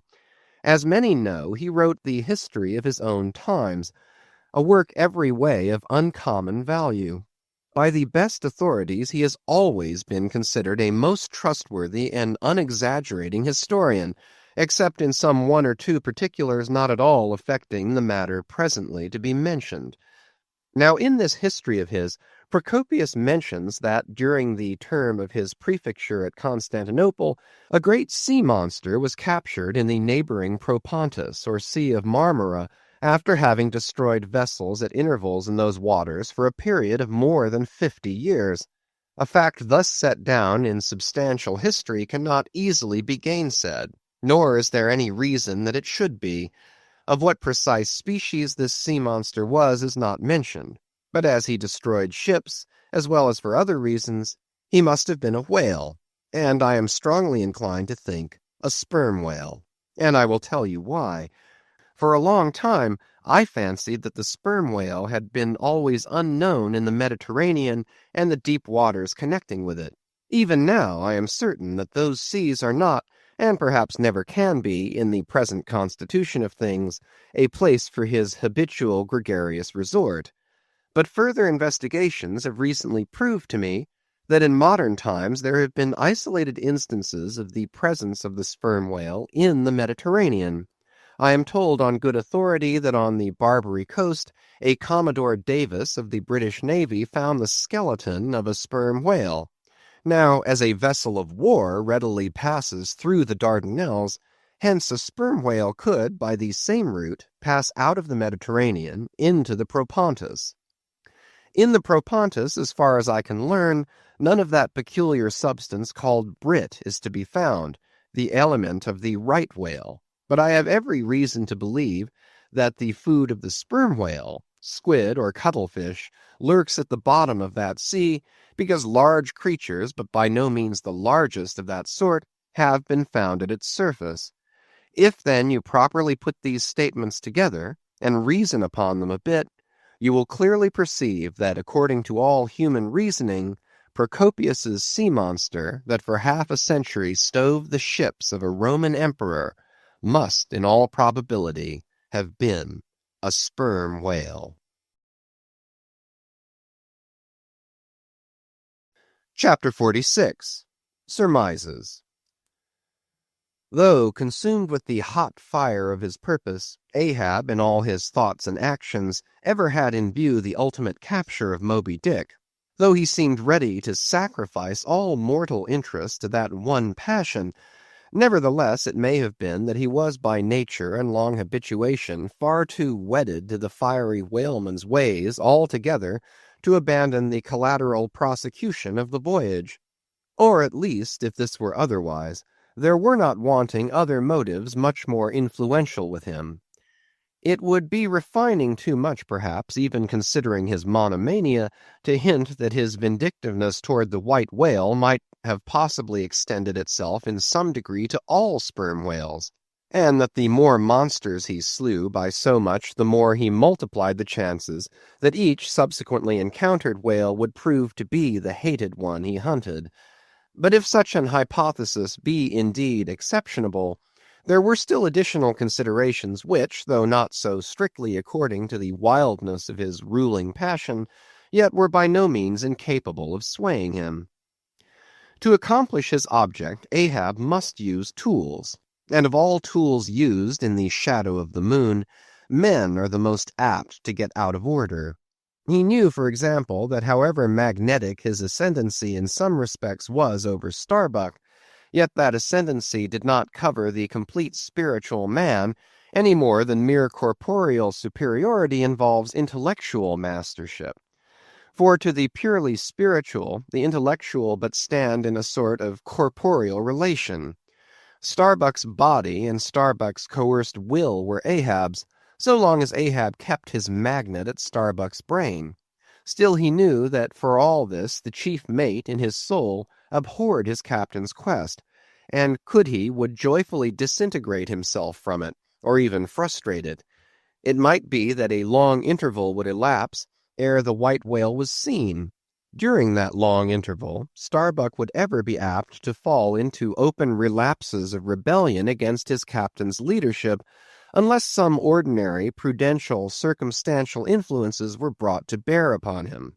Not only that, but the subtle insanity of Ahab respecting Moby Dick was no ways more significantly manifested than in his superlative sense and shrewdness in foreseeing that, for the present, the hunt should in some way be stripped of that strange, imaginative impiousness which naturally invested it, that the full terror of the voyage must be kept withdrawn into the obscure background, for few men's courage is proof against protracted meditation unrelieved by action, that when they stood their long night watches, his officers and men must have some nearer things to think of than Moby Dick. For however eagerly and impetuously the savage crew had hailed the announcement of his quest, Yet all sailors of all sorts are more or less capricious and unreliable. They live in the varying outer weather, and they inhale its fickleness. And when retained for any object remote and blank in the pursuit, however promissory of life and passion in the end, it is above all things requisite that temporary interests and employments should intervene and hold them healthily suspended for the final dash. Nor was Ahab unmindful of another thing. In times of strong emotion, mankind disdain all base considerations, but such times are evanescent. The permanent constitutional condition of the manufactured man, thought Ahab, is sordidness. Granting that the white whale fully incites the heart of this my savage crew, and playing round their savageness even breeds a certain generous knight-errantism in them, still, while for the love of it they give chase to Moby Dick, they must also have food for their more common daily appetites. For even the high-lifted and chivalric crusaders of old times were not content to traverse 2,000 miles of land to fight for their holy sepulchre without committing burglaries, picking pockets, and gaining other pious perquisites by the way. Had they been strictly held to their one final and romantic object, that final and romantic object too many would have turned from in disgust. I will not strip these men, thought Ahab, of all hopes of cash. Aye, cash. They may scorn cash now, but let some months go by and no prospective promise of it to them, and then this same quiescent cash all at once mutinying in them, this same cash would soon cashier Ahab. Nor was there wanting still another precautionary motive, more related to Ahab personally. Having impulsively, it is probable, and perhaps somewhat prematurely, revealed the prime but private purpose of the Pequod's voyage, Ahab was now entirely conscious that in so doing he had indirectly laid himself open to the unanswerable charge of usurpation, and with perfect impunity, both moral and legal, his crew, if so disposed, and to that end competent, could refuse all further obedience to him, and even violently wrest from him the command. From even the barely hinted imputation of usurpation, and the possible consequences of such a suppressed impression gaining ground, Ahab must, of course, have been most anxious to protect himself. That protection could only consist in his own predominating brain and heart and hand, backed by a heedful, closely calculating attention to every minute atmospheric influence which it was possible for his crew to be subjected to. For all these reasons, then, and others perhaps too analytic to be verbally developed here, Ahab plainly saw that he must still in a good degree continue true to the natural nominal purpose of the Pequod's voyage, observe all customary usages, and not only that, but force himself to evince all his well-known passionate interest in the general pursuit of his profession. Be all this as it may, his voice was now often heard hailing the three mastheads and admonishing them to keep a bright lookout and not omit reporting even a porpoise. This vigilance was not long without reward. Chapter 47. The Mat-Maker. It was a cloudy, sultry afternoon. The seamen were lazily lounging about the decks, or vacantly gazing over into the lead-colored waters. Queequeg and I were mildly employed weaving what is called a sword mat, for an additional lashing to our boat. So still and subdued, and somehow preluding was all the scene, and such an incantation of reverie lurked in the air, that each silent sailor seemed resolved into his own invisible self. I was the attendant or page of Queequeg while busy at the mat. As I kept passing and repassing the filling or woof of marline between the long yarns of the warp, using my own hand for the shuttle, and as Queequeg, standing sideways, ever and anon slid his heavy oaken sword between the threads, and idly looking off upon the water, carelessly and unthinkingly drove home every yarn, I say so strange a dreaminess did there then reign all over the ship, and all over the sea, only broken by the intermitting dull sound of the sword, that it seemed as if this were the loom of time, and I myself were a shuttle mechanically weaving and weaving away at the fates. There lay the fixed threads of the warp, subject to but one single, ever-returning, unchanging vibration, and that vibration merely enough to admit of the crosswise interblending of other threads with its own. This warp seemed necessity, and here, thought I, with my own hand I ply my own shuttle, and weave my own destiny into these unalterable threads. Meantime Queequeg's impulsive, indifferent sword, sometimes hitting the woof slantingly or crookedly, or strongly or weakly as the case might be, and by this difference in the concluding blow producing a corresponding contrast in the final aspect of the completed fabric, this savage's sword, thought I, which thus finally shapes and fashions both warp and woof, this easy, indifferent sword must be chance. Aye, chance, free will and necessity, nowise incompatible, all interweavingly working together. The straight warp of necessity, not to be swerved from its ultimate course, its every alternating vibration, indeed, only tending to that, free will still free to ply her shuttle between given threads, and chance, though restrained in its play, within the right lines of necessity, and sideways in its motion directed by free will, though thus prescribed to by both, chance by turns rules either, and has the last featuring blow at events. Thus we were weaving and weaving away, when I started at a sound so strange, long-drawn, and musically wild and unearthly, that the ball of free will dropped from my hand, and I stood gazing up at the clouds whence that voice had dropped like a wing. High aloft in the cross-trees was that mad gay-header, Tashtego. His body was reaching eagerly forward, his hand stretched out like a wand, and at brief sudden intervals he continued his cries. To be sure, the same sound was that very moment perhaps being heard all over the seas, from hundreds of whalemen's lookouts perched as high in the air, but from few of those lungs could that accustomed old cry have derived such a marvellous cadence as from Tashtego the Indian's. As he stood hovering over you, half suspended in air, so wildly and eagerly peering towards the horizon, you would have thought him some prophet or seer beholding the shadows of fate, and by those wild cries announcing their coming. "There she blows! There!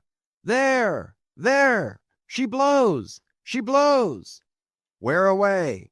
On the lee beam, about 2 miles off, a school of them!" Instantly all was commotion.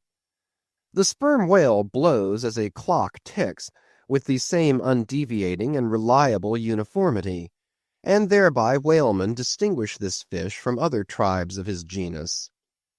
"There go flukes!" was now the cry from Tashtego, and the whales disappeared. "Quick, steward!" cried Ahab. "Time! Time!" Doughboy hurried below, glanced at the watch, and reported the exact minute to Ahab. The ship was now kept away from the wind, and she went gently rolling before it. Tashtego reporting that the whales had gone down heading to leeward, we confidently looked to see them again directly in advance of our bows. For that singular craft at times evinced by the sperm whale, when, sounding with his head in one direction, he nevertheless, while concealed beneath the surface, mills round and swiftly swims off in the opposite quarter, this deceitfulness of his could not now be in action, for there was no reason to suppose that the fish seen by Tashtego had been in any way alarmed, or indeed knew at all of our vicinity. One of the men selected for shipkeepers, that is, those not appointed to the boats, by this time relieved the Indian at the main masthead. The sailors at the fore and mizzen had come down, the line tubs were fixed in their places, the cranes were thrust out, the mainyard was backed, and the 3 boats swung over the sea like 3 samphire baskets over high cliffs. Outside of the bulwarks, their eager crews with one hand clung to the rail, while one foot was expectantly poised on the gunwale.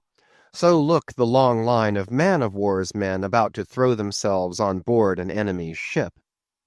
But at this critical instant, a sudden exclamation was heard that took every eye from the whale.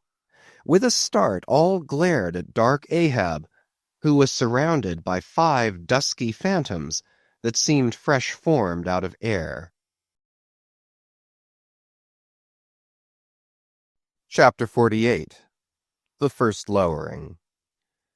The phantoms, for so they seemed, were flitting on the other side of the deck, and, with a noiseless celerity, were casting loose the tackles and bands of the boat which swung there. This boat had always been deemed one of the spare boats, though technically called the captain's, on account of its hanging from the starboard quarter. The figure that now stood by its bows was tall and swart, with one white tooth evilly protruding from its steel-like lips. A rumpled Chinese jacket of black cotton funereally invested him, with wide black trousers of the same dark stuff, but strangely crowning this ebonness was a glistening white-pleated turban, the living hair braided and coiled round and round upon his head. Less swart in aspect, the companions of this figure were of that vivid, tiger-yellow complexion peculiar to some of the aboriginal natives of the Manilas, a race notorious for a certain diabolism of subtlety, and by some honest white mariners supposed to be the paid spies and secret confidential agents on the water of the devil, their lord, whose counting-room they supposed to be elsewhere. While yet the wondering ship's company were gazing upon these strangers, Ahab cried out to the white-turbaned old man at their head, "All ready there, Fedallah?" "Ready," was the half-hissed reply. "Lower away then, do you hear?" shouting across the deck. "Lower away there, I say."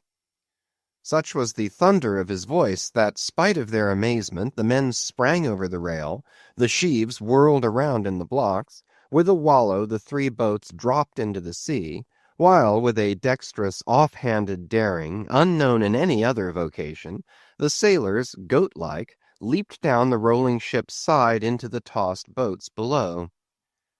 Hardly had they pulled out from under the ship's lee, when a 4th keel, coming from the windward side, pulled round under the stern, and showed the 5 strangers rowing Ahab, who, standing erect in the stern, loudly hailed Starbuck, Stubb, and Flask to spread themselves widely, so as to cover a large expanse of water. But with all their eyes again riveted upon the swart Fedallah and his crew, the inmates of the other boats obeyed not the command. "Captain Ahab," said Starbuck. "Spread yourselves," cried Ahab. "Give way, all 4 boats. Thou, Flask, pull out more to leeward." "Aye, aye, sir," cheerfully cried little Kingpost, sweeping round his great steering oar. "Lay back," addressing his crew. "There again. There she blows right ahead, boys. Lay back. Never heed yonder yellow boys, Archie." "Oh, I don't mind 'em, sir," said Archie. "I knew it all before now. Didn't I hear 'em in the hold? And didn't I tell Cabaco here of it? What say you, Cabaco? They're stowaways, Mr. Flask." "Pull, pull, my fine hearts alive. Pull, my children. Pull, my little ones," drawlingly and soothingly sighed Stubb to his crew, some of whom still showed signs of uneasiness. "Why don't you break your backbones, my boys? What is it you stare at? Those chaps in yonder boat? Tut! They are only 5 more hands come to help us. Never mind from where. The more the merrier. Pull, then. Do pull. Never mind the brimstone. Devils are good fellows enough. So. There you are now. That's the stroke for £1,000. That's the stroke to sweep the stakes. Hurrah for the gold cup of sperm oil, my heroes. 3 cheers, men, all hearts alive. Easy. Don't be in a hurry. Why don't you snap your oars, you rascals? Bite something, you dogs. So then. Softly. That's it. Long and strong. Give way there. Give way. The devil fetch ye, you ragamuffin rapscallions. You're all asleep. Stop snoring, you sleepers, and pull. Pull, will ye? Pull, can't ye? Pull, won't ye? Why in the name of gudgeons and ginger cakes don't you pull? Pull and break something. Pull and start your eyes out. Here!" whipping out the sharp knife from his girdle. "Every mother's son of ye draw his knife, and pull with the blade between your teeth. That's it! That's it! Now you do something. That looks like it, my steel bits. Starter! Starter, my silver spoons! Starter, marling spikes!" Stubb's exordium to his crew is given here at large because he had a rather peculiar way of talking to them in general, and especially in inculcating the religion of rowing. But you must not suppose from this specimen of his sermonizings that he ever flew into downright passions with his congregation. Not at all, and therein consisted his chief peculiarity. He would say the most terrific things to his crew, in a tone so strangely compounded of fun and fury, and the fury seemed so calculated merely as a spice to the fun, that no oarsman could hear such queer invocations without pulling for dear life, and yet pulling for the mere joke of the thing. Besides, he all the time looked so easy and indolent himself, so loungingly managed his steering oar, and so broadly gaped, open-mouthed at times, that the mere sight of such a yawning commander, by sheer force of contrast, acted like a charm upon the crew. Then again, Stubb was one of those odd sort of humorists whose jollity is sometimes so curiously ambiguous as to put all inferiors on their guard in the matter of obeying them. In obedience to a sign from Ahab, Starbuck was now pulling obliquely across Stubb's bow, and when, for a minute or so, the two boats were pretty near to each other, Stubb hailed the mate. "Mr. Starbuck, larboard boat there, ahoy! A word with ye, sir, if you please." "Hello!" returned Starbuck, turning round not a single inch as he spoke, still earnestly but whisperingly urging his crew, his face set like a flint from Stubb's. "What think ye of those yellow boys, sir?" "Smuggled on board somehow before the ship sailed. Strong, strong boys," in a whisper to his crew, then speaking out loud again. "A sad business, Mr. Stubb. See there, my lads. But never mind, Mr. Stubb, all for the best. Let your crew pull strong, come what will. Spring, my men, spring. There's hogsheads of sperm ahead, Mr. Stubb, and that's what you came for. Pull, my boys. Sperm's the play. This at least is duty and profit hand in hand."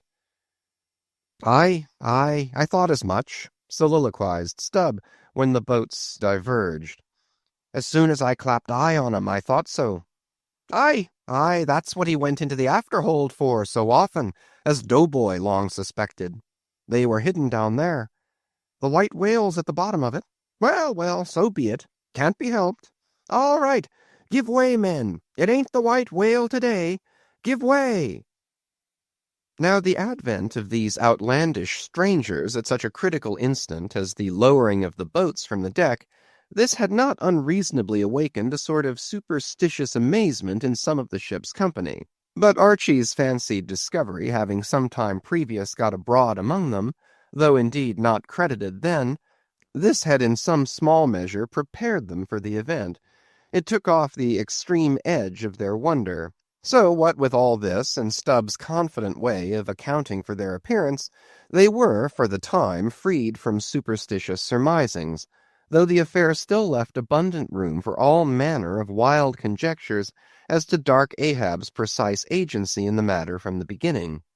For me, I silently recalled the mysterious shadows I had seen creeping on board the Pequod during the dim Nantucket dawn, as well as the enigmatical hintings of the unaccountable Elijah.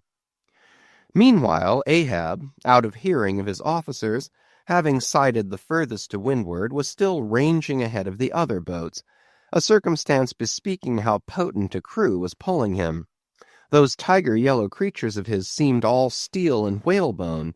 Like 5 trip-hammers they rose and fell with regular strokes of strength, which periodically started the boat along the water like a horizontal burst boiler out of a Mississippi steamer.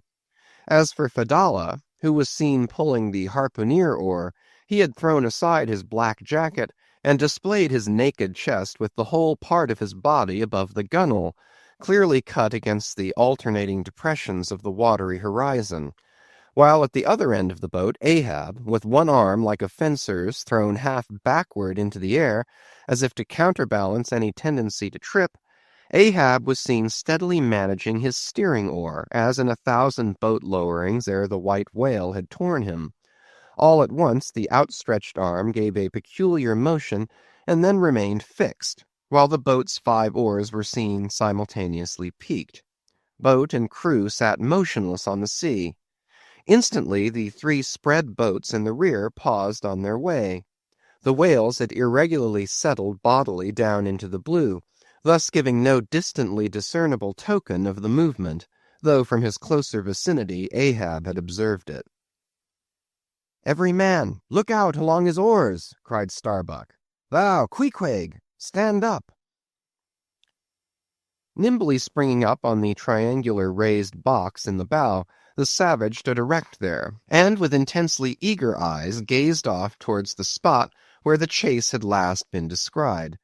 Likewise upon the extreme stern of the boat, where it was also triangularly platformed level with the gunwale, Starbuck himself was seen coolly and adroitly balancing himself to the jerking tossings of his chip of a craft, and silently eyeing the vast blue eye of the sea.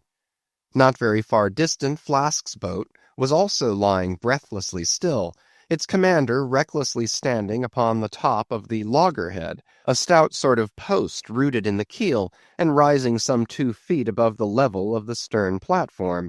It is used for catching turns with the whale line. Its top is not more spacious than the palm of a man's hand, and standing upon such a base as that, Flask seemed perched at the masthead of some ship which had sunk to all but her trucks. But Little King Post was small and short, and at the same time Little King Post was full of a large and tall ambition, so that this loggerhead standpoint of his did by no means satisfy King Post. "I can't see 3 seas off. Tip us up an oar there, and let me on to that." Upon this Daggoo, with either hand upon the gunwale to steady his way, swiftly slid aft, and then, erecting himself, volunteered his lofty shoulders for a pedestal. "Good a masthead as any, sir. Will you mount?" "That I will, and thank you very much, my fine fellow. Only I wish you 50 feet taller." Whereupon, planting his feet firmly against 2 opposite planks of the boat, the gigantic negro, stooping a little, presented his flat palm to Flask's foot, and then putting Flask's hand on his hearse-plumed head, and bidding him spring as he himself should toss, with one dexterous fling landed the little man high and dry on his shoulders, and here was Flask now standing, Daggoo with one lifted arm furnishing him with a breastband to lean against and steady himself by. At any time it is a strange sight to the tyro to see with what wondrous habitude of unconscious skill the whaleman will maintain an erect posture in his boat, even when pitched about by the most riotously perverse and cross-running seas. Still more strange to see him giddily perched upon the loggerhead itself under such circumstances. But the sight of little Flask mounted upon gigantic Daggoo was yet more curious, for sustaining himself with a cool, indifferent, easy, unthought-of, barbaric majesty, the noble negro to every roll of the sea harmoniously rolled his fine form. On his broad back, flaxen-haired Flask seemed a snowflake. The bearer looked nobler than the rider. Though truly vivacious, tumultuous, ostentatious little Flask would now and then stamp with impatience, but not one added heave did he thereby give to the negro's lordly chest. So have I seen passion and vanity stamping the living, magnanimous earth, but the earth did not alter her tides and her seasons for that. Meanwhile Stubb, the third mate, betrayed no such far-gazing solicitudes. The whales might have made one of their regular soundings, not a temporary dive from mere fright. And if that were the case, Stubb, as his wont in such cases, it seems, was resolved to solace the languishing interval with his pipe. He withdrew it from his hat-band, where he always wore it aslant like a feather. He loaded it, and rammed home the loading with his thumb-end. But hardly had he ignited his match across the rough sandpaper of his hand, when Tashtego, his harpooneer, whose eyes had been setting to windward like two fixed stars, suddenly dropped like light from his erect attitude to his seat, crying out in a quick frenzy of hurry, "Down, down all, and give way! There they are!" To a landsman, no whale, nor any sign of a herring would have been visible at that moment, nothing but a troubled bit of greenish-white water, and thin scattered puffs of vapor hovering over it, and suffusingly blowing off to leeward, like the confused scud from white rolling billows. The air around suddenly vibrated and tingled, as it were, like the air over intensely heated plates of iron.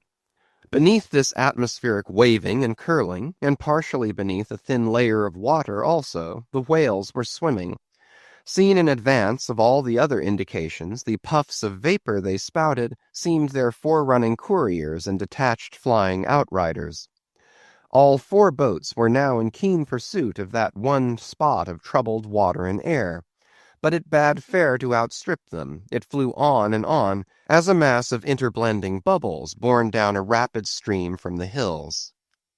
"Pull, pull, my good boys," said Starbuck in the lowest possible, but intensest concentrated whisper to his men, while the sharp fixed glance from his eyes darted straight ahead of the bow, almost seemed as 2 visible needles in 2 unerring binnacle compasses. He did not say much to his crew, though, nor did his crew say anything to him. Only the silence of the boat was at intervals startlingly pierced by one of his peculiar whispers, now harsh with command, now soft with entreaty. How different the loud little king-post. "Sing out and say something, me hearties! Roar and pull, my thunderbolts! Beach me on their black backs, boys! Only do that for me, and I'll sign over to you my Martha's Vineyard plantation, boys, including wife and children, boys! Lay me on! Lay me on! Oh, Lord, Lord, but I shall go stark staring mad! See that white water!" And so shouting, he pulled his hat from his head, and stamped up and down on it, then picking it up, flirted it far off upon the sea, and finally fell to rearing and plunging in the boat's stern like a crazed colt from the prairie. "Look at that chap now," philosophically drawled Stubb, who, with his unlighted short pipe, mechanically retained between his teeth at a short distance, followed after. "He's got fits, that Flask has. Fits? Yes, give him fits. That's the very word. Pitch fits into 'em. Merrily, merrily, hearts alive. Pudding for supper, you know. Merry's the word. Pull, babes. Pull, sucklings. Pull all. But what the devil are you hurrying about? Softly, softly, and steadily, my men. Only pull and keep pulling. Nothing more. Crack all your backbones, and bite your knives in two, that's all. Take it easy. Why don't you take it easy, I say, and burst all your livers and lungs?" But what it was that inscrutable Ahab said to that tiger-yellow crew of his, these were words best omitted here, for you live under the blessed light of the evangelical land. Only the infidel sharks in the audacious seas may give ear to such words, when, with tornado brow, and eyes of red murder, and foam-glued lips, Ahab leaped after his prey. Meanwhile, all the boats tore on. The repeated specific allusions of Flask to that whale, as he called the fictitious monster which he declared to be incessantly tantalizing his boat's bow with its tail, these allusions of his were at times so vivid and lifelike that they would cause some one or two of his men to snatch a fearful look over the shoulder.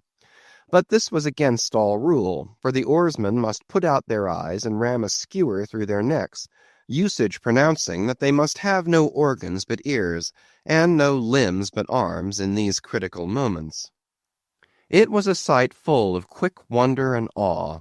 The vast swells of the omnipotent sea, the surging hollow roar they made as they rolled along the 8 gunwales, like gigantic bowls in a boundless bowling green, the brief suspended agony of the boat, as it would tip for an instant on the knife-like edge of the sharper waves that almost seemed threatening to cut it in two, the sudden profound dip into the watery glens and hollows, the keen spurrings and goadings to gain the top of the opposite hill, the headlong, sled-like slide down its other side, all these, with the cries of the headsmen and harpooneers, and the shuddering gasps of the oarsmen, with the wondrous sight of the ivory Pequod bearing down upon her boats with outstretched sails, like a wild hen after her screaming brood, all this was thrilling.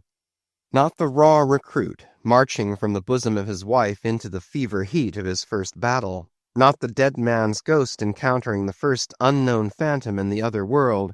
Neither of these can feel stranger and stronger emotions than that man does who, for the first time, finds himself pulling into the charmed, churned circle of the hunted sperm whale.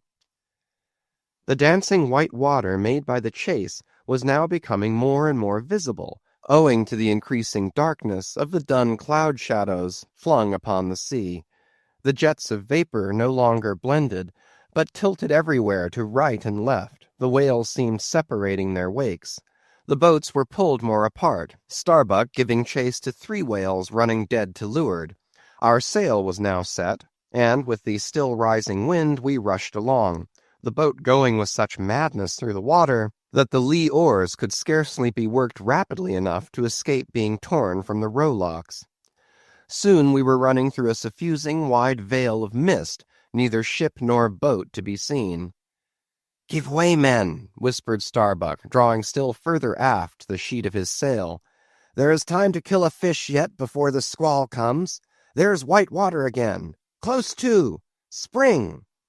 Soon after, 2 cries in quick succession on each side of us denoted that the other boats had got fast, but hardly were they overheard when, with a lightning-like, hurtling whisper, Starbuck said, "Stand up!" and Queequeg, harpoon in hand, sprang to his feet.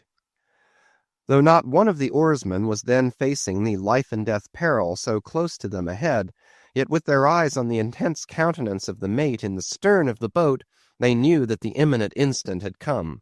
They heard, too, an enormous wallowing sound, as of 50 elephants stirring in their litter. Meanwhile the boat was still booming through the mist, the waves curling and hissing around us like the erected crests of enraged serpents. "That's his hump! There! There! Give it to him!" whispered Starbuck. A short, rushing sound leaped out of the boat. It was the darted iron of Queequeg. Then, all in one welded commotion, came an invisible push from astern, while forward the boat seemed striking on a ledge. The sail collapsed and exploded. A gush of scalding vapor shot up nearby. Something rolled and tumbled like an earthquake beneath us. The whole crew were half suffocated as they were tossed, helter-skelter, into the white curdling cream of the squall. Squall, whale, and harpoon had all blended together, and the whale, merely grazed by the iron, escaped. Though completely swamped, the boat was nearly unharmed. Swimming round it, we picked up the floating oars, and lashing them across the gunwale, tumbled back to our places. There we sat up to our knees in the sea, the water covering every rib and plank, so that to our downward-gazing eyes the suspended craft seemed a coral boat grown up to us from the bottom of the ocean. The wind increased to a howl, the waves dashed their bucklers together, the whole squall roared, forked, and crackled around us like a white fire upon the prairies, in which, unconsumed, we were burning, immortal in these jaws of death. In vain we hailed the other boats, as well roar to the live coals down the chimney of a flaming furnace as hail those boats in that storm. Meanwhile the driving scud, rack, and mist grew darker with the shadows of night. No sign of the ship could be seen. The rising sea forbade all attempts to bail out the boat. The oars were useless as propellers, performing now the office of life-preservers. So, cutting the lashing of the waterproof match-keg, after many failures, Starbuck contrived to ignite the lamp in the lantern. Then, stretching it on a waif-pole, handed it to Queequeg as the standard-bearer of this forlorn hope. There, then, he sat, holding up that imbecile candle in the heart of that almighty forlornness. There, then, he sat, the sign and symbol of a man without faith, hopelessly holding up hope in the midst of despair. Wet, drenched through, and shivering cold, despairing of ship or boat, We lifted our eyes as the dawn came on. The mist still spread over the sea. The empty lantern lay crushed in the bottom of the boat. Suddenly Queequeg started to his feet, hollowing his hand to his ear. We all heard a faint creaking as of ropes and yards hitherto muffled by the storm. The sound came nearer and nearer. The thick mists were dimly parted by a huge, vague form. Affrighted, we all sprang into the sea, as the ship at last loomed into view, bearing right down upon us, within a distance not much more than its length. Floating on the waves, we saw the abandoned boat. As for one instant it tossed and gaped beneath the ship's bows like a chip at the base of a cataract. And then the vast hull rolled over it, and it was seen no more till it came up weltering astern. Again we swam for it, were dashed against it by the seas, and were at last taken up and safely landed on board. Ere the squall came close to, the other boats had cut loose from their fish and returned to the ship in good time. The ship had given us up, but was still cruising, if haply it might light upon some token of our perishing, an oar or a lance-pole. Chapter 49. The Hyena. There are certain queer times and occasions in this strange mixed affair we call life, when a man takes this whole universe for a vast practical joke, though the wit thereof he but dimly discerns, and more than suspects that the joke is at nobody's expense but his own. However, nothing dispirits and nothing seems worthwhile disputing. He bolts down all events, all creeds and beliefs and persuasions, all hard things visible and invisible, never mind how knobby, as an ostrich of potent digestion gobbles down bullets and gun-flints. And as for small difficulties and worryings, prospects of sudden disaster, peril of life and limb, all these, and death itself, seem to him only sly, good-natured hits, and jolly punches in the side bestowed by the unseen and unaccountable old joker. That odd sort of wayward mood I am speaking of comes over a man only in some time of extreme tribulation. It comes in the very midst of his earnestness, so that what just before might have seemed to him a thing most momentous now seems but a part of the general joke. There is nothing like the perils of whaling to breed this free and easy sort of genial desperado philosophy, and with it I now regarded this whole voyage of the Pequod, and the great white whale its object. "Queequeg," said I, when they had dragged me, the last man, to the deck, and I was still shaking myself in my jacket to fling off the water, "Queequeg, my fine friend, does this sort of thing often happen?" Without much emotion, though soaked through just like me, he gave me to understand that such things did often happen. "Mr. Stubbs," said I, turning to that worthy, who, buttoned up in his oil jacket, was now calmly smoking his pipe in the rain, "Mr. Stubb, I think I have heard you say that of all whalemen you ever met, our chief mate, Mr. Starbuck, is by far the most careful and prudent. I suppose, then, that going plump on a flying whale with your sail set in a foggy squall is the height of a whaleman's discretion." "Certain. I've lowered for whales from a leaking ship in a gale off Cape Horn." "Mr. Flask," said I, turning to little Kingpost, who was standing close by, "you are experienced in these things, and I am not. Will you tell me whether it is an unalterable law in this fishery, Mr. Flask, for an oarsman to break his own back, pulling himself back foremost into death's jaws?" "Can't you twist that smaller?" said Flask. "Yes, that's the law. I should like to see a boat's crew backing water up to a whale face foremost. Ha ha! The whale would give them squint for squint, mind that." Here, then, from three impartial witnesses, I had a deliberate statement of the entire case. Considering, therefore, that squalls and capsizings in the water, and consequent bivouacs on the deep, were matters of common occurrence in this kind of life, considering that at the superlatively critical instant of going on to the whale, I must resign my life into the hands of him who steered the boat, oftentimes a fellow who, at that very moment, is in his impetuousness upon the point of scuttling the craft with his own frantic stampings, considering that the particular disaster to our own particular boat was chiefly to be imputed to Starbuck's driving onto his whale almost in the teeth of a squall, and considering that Starbuck, notwithstanding, was famous for his great heedfulness in the fishery, considering that I belonged to this uncommonly prudent Starbuck's boat, and finally considering in what a devil's chase I was implicated touching the white whale, taking all things together, I say, I thought I might as well go below and make a rough draft of my will. Queequeg, said I, come along. You shall be my lawyer, executor, and legatee. It may seem strange that of all men, sailors should be tinkering at their last wills and testaments, but there are no people in the world more fond of that diversion. This was the 4th time in my nautical life that I had done the same thing. After the ceremony was concluded, upon the present occasion, I felt all the easier. A stone was rolled away from my heart. Besides, all the days I should now live would be as good as the days that Lazarus lived after his resurrection, a supplementary clean gain of so many months or weeks, as the case might be. I survived myself. My death and burial were locked up in my chest. I looked round me tranquilly and contentedly, like a quiet ghost with a clean conscience sitting inside the bars of a snug family vault.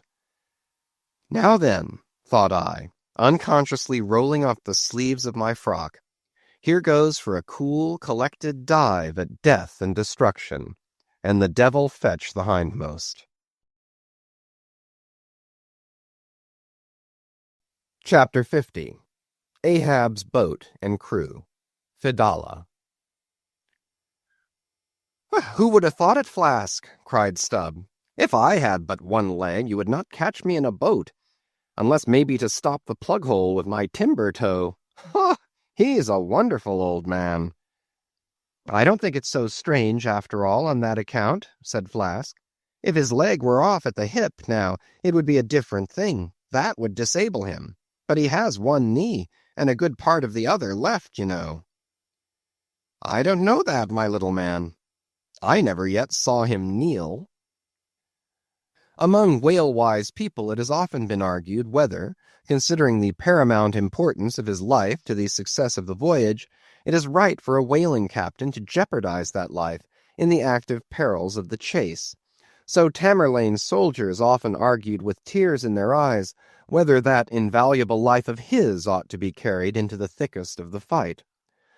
But with Ahab the question assumed a modified aspect. Considering that with 2 legs man is but a hobbling wight in all times of danger, considering that the pursuit of whales is always under great and extraordinary difficulties, that every individual moment indeed then comprises a peril, under these circumstances is it wise for any maimed man to enter a whaleboat in the hunt? As a general thing, the joint owners of the Pequod must plainly have thought not. Ahab well knew that although his friends at home would think little of his entering a boat in certain comparatively harmless vicissitudes of the chase, for the sake of being near the scene of action and giving his orders in person, yet for Captain Ahab to have a boat actually apportioned to him as a regular headsman in the hunt, above all for Captain Ahab to be supplied with 5 extra men, as that same boat's crew, he well knew that such generous conceits never entered the heads of the owners of the Pequod. Therefore he had not solicited a boat's crew from them, nor had he in any way hinted his desires on that head. Nevertheless he had taken private measures of his own touching all that matter.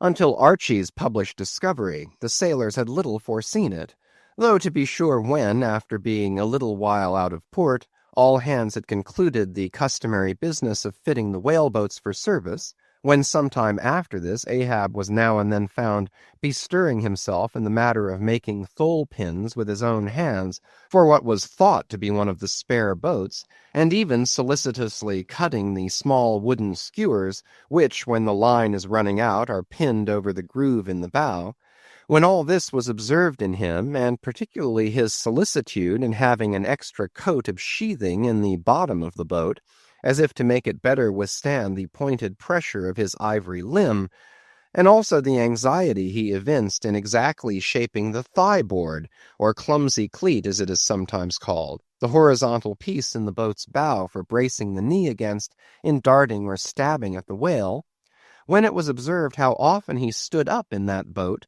with his solitary knee fixed in the semicircular depression in the cleat, and with the carpenter's chisel gouged out a little here and straightened it a little there, all these things, I say, had awakened much interest and curiosity at the time.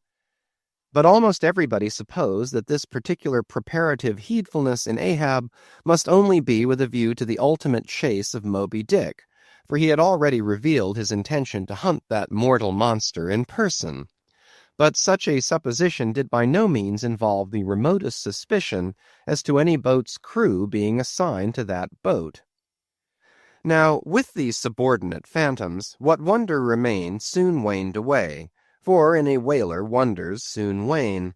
Besides, now and then such unaccountable odds and ends of strange nations come up from the unknown nooks and ash-holes of the earth to man these floating outlaws of whalers, and the ships themselves often pick up such queer castaway creatures, found tossing about the open sea on planks, bits of wreck, oars, whaleboats, canoes, blown-off Japanese junks, and what not, that Beelzebub himself might climb up the side and step down into the cabin to chat with the captain, and it would not create any unsubduable excitement in the forecastle.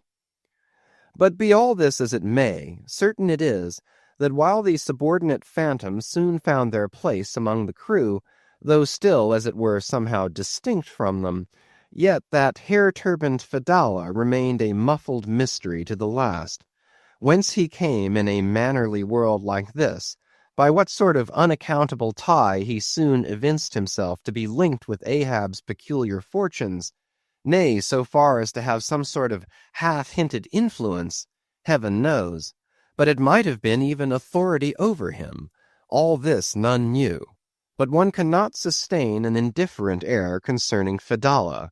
He was such a creature as civilized domestic people in the temperate zone only see in their dreams, and that but dimly, but the like of whom now and then glide among the unchanging Asiatic communities, especially the Oriental isles to the east of the continent, those insulated, immemorial, unalterable countries, which even in these modern days still preserve much of the ghostly aboriginalness of the earth's primal generations, when the memory of the first man was a distinct recollection, and all men his descendants, unknowing whence he came, eyed each other as real phantoms, and asked of the sun and the moon why they were created, and to what end.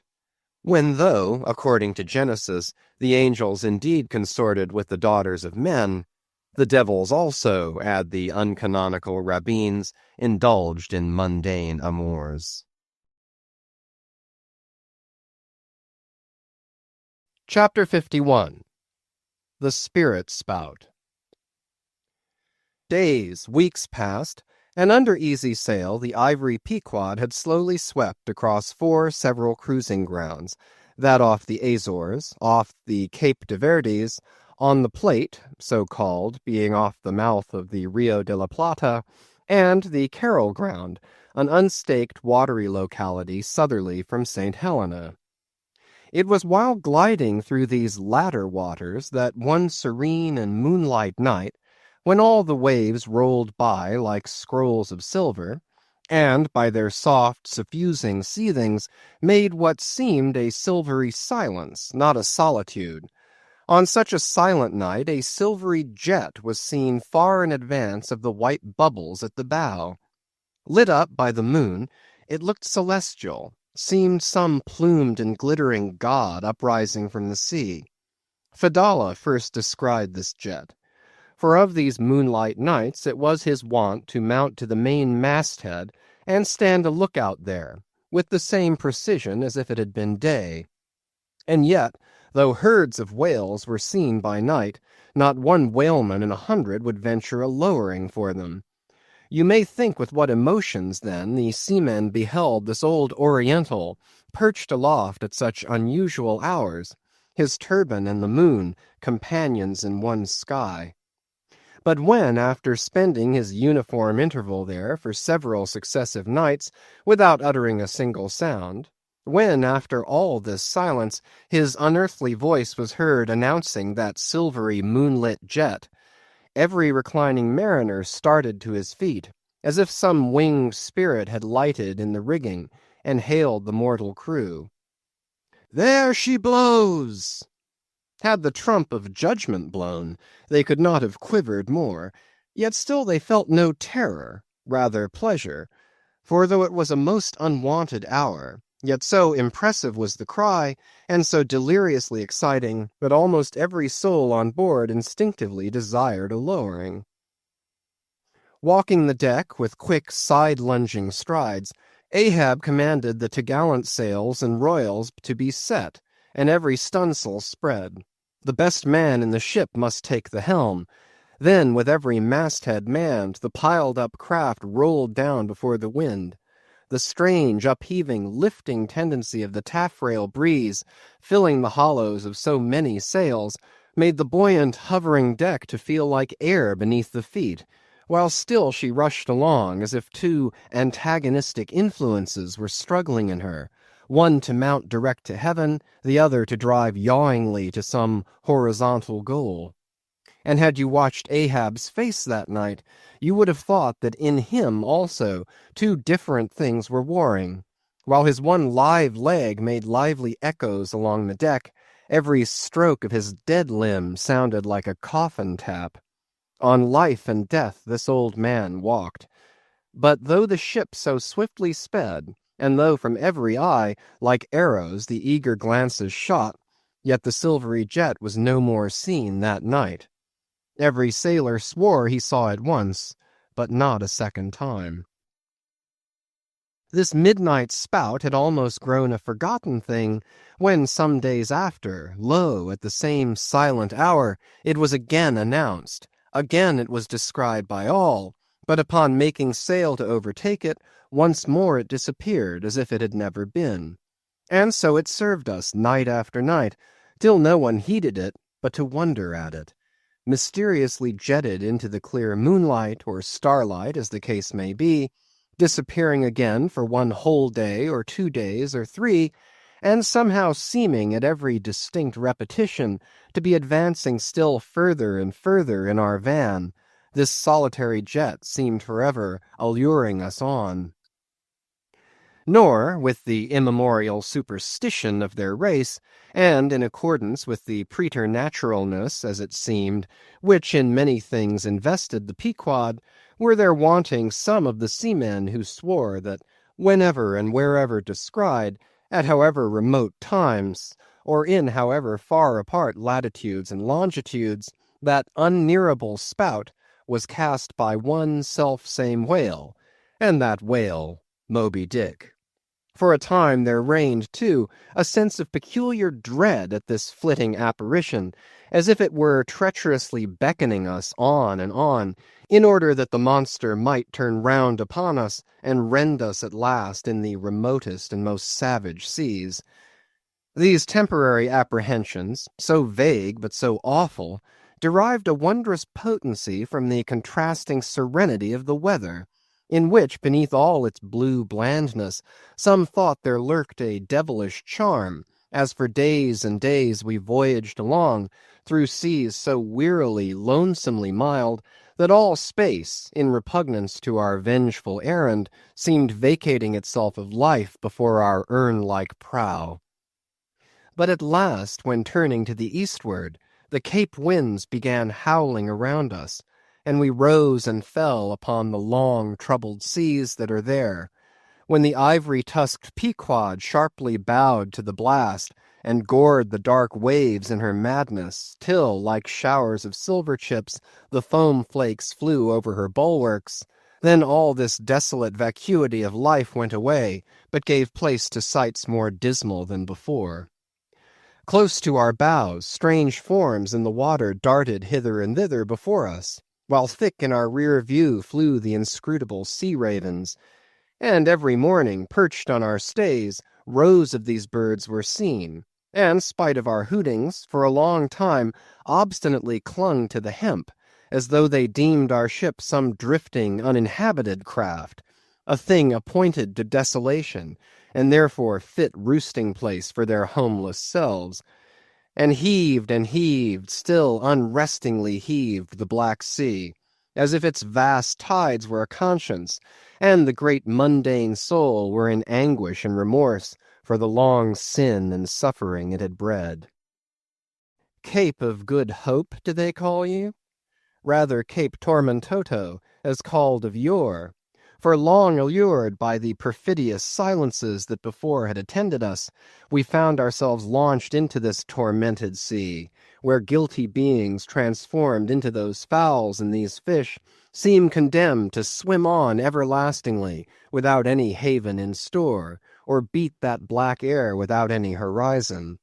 But calm, snow-white, and unvarying, still directing its fountain of feathers to the sky, still beckoning us on from before, the solitary jet would at times be descried.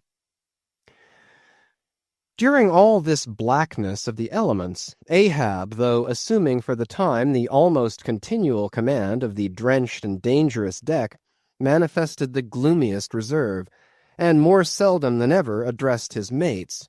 In tempestuous times like these, after everything above and aloft has been secured, nothing more can be done but passively to await the issue of the gale. Then captain and crew become practical fatalists. So, with his ivory leg inserted into its accustomed hole, and with one hand firmly grasping a shroud, Ahab for hours and hours would stand gazing dead to windward, while an occasional squall of sleet or snow would all but congeal his very eyelashes together. Meantime the crew, driven from the forward part of the ship by the perilous seas that burstingly broke over its bows, stood in a line along the bulwarks in the waist, and, the better to guard against the leaping waves, each man had slipped himself into a sort of bowline secured to the rail, in which he swung as in a loosened belt. Few or no words were spoken, and the silent ship, as if manned by painted sailors in wax, day after day, tore on through all the swift madness and gladness of the demoniac waves. By night, the same muteness of humanity before the shrieks of the ocean prevailed. Still in silence the men swung from the bowlines. Still wordless Ahab stood up to the blast. Even when wearied nature seemed demanding repose, he would not seek that repose in his hammock. Never could Starbuck forget the old man's aspect, when one night, going down into the cabin to mark how the barometer stood, he saw him with closed eyes sitting straight in his floor-screwed chair, the rain and half-melted sleet of the storm from which he had some time before emerged, still slowly dripping from the unremoved hat and coat. On the table beside him lay unrolled one of those charts of tides and currents which have previously been spoken of. His lantern swung from his tightly clenched hand. Though the body was erect, the head was thrown back so that the closed eyes were pointed towards the needle of the telltale that swung from a beam in the ceiling. Footnote: the cabin compass is called the telltale, because without going to the compass at the helm, the captain, while below, can inform himself of the course of the ship. End of footnote. Terrible old man, thought Starbuck with a shudder. Sleeping in this gale, still thou steadfastly eyest thy purpose. Chapter 52. The Albatross.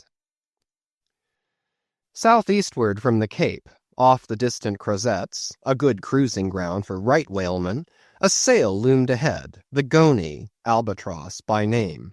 As she slowly drew nigh, from my lofty perch at the foremast head I had a good view of that sight so remarkable to a tyro in the far ocean fisheries, a whaler at sea and long absent from home. As if the waves had been fullers, this craft was bleached like the skeleton of a stranded walrus. All down her sides this spectral appearance was traced with long channels of reddened rust, while all her spars and her rigging were like the thick branches of trees furred over with hoar frost. Only her lower sails were set. A wild sight it was to see her long-bearded lookouts at those 3 mastheads. They seemed clad in the skins of beasts, so torn and bepatched the raiment that had survived nearly 4 years of cruising. Standing in iron hoops nailed to the mast, they swayed and swung over a fathomless sea, and though, when the ship slowly glided close under our stern, we 6 men in the air came so nigh to each other that we might almost have leaped from the mastheads of one ship to those of the other, yet those forlorn-looking fishermen, mildly eyeing us as they passed, said not one word to our lookouts, while the quarter-deck hail was being heard from below. "Ship ahoy! Have you seen the white whale?"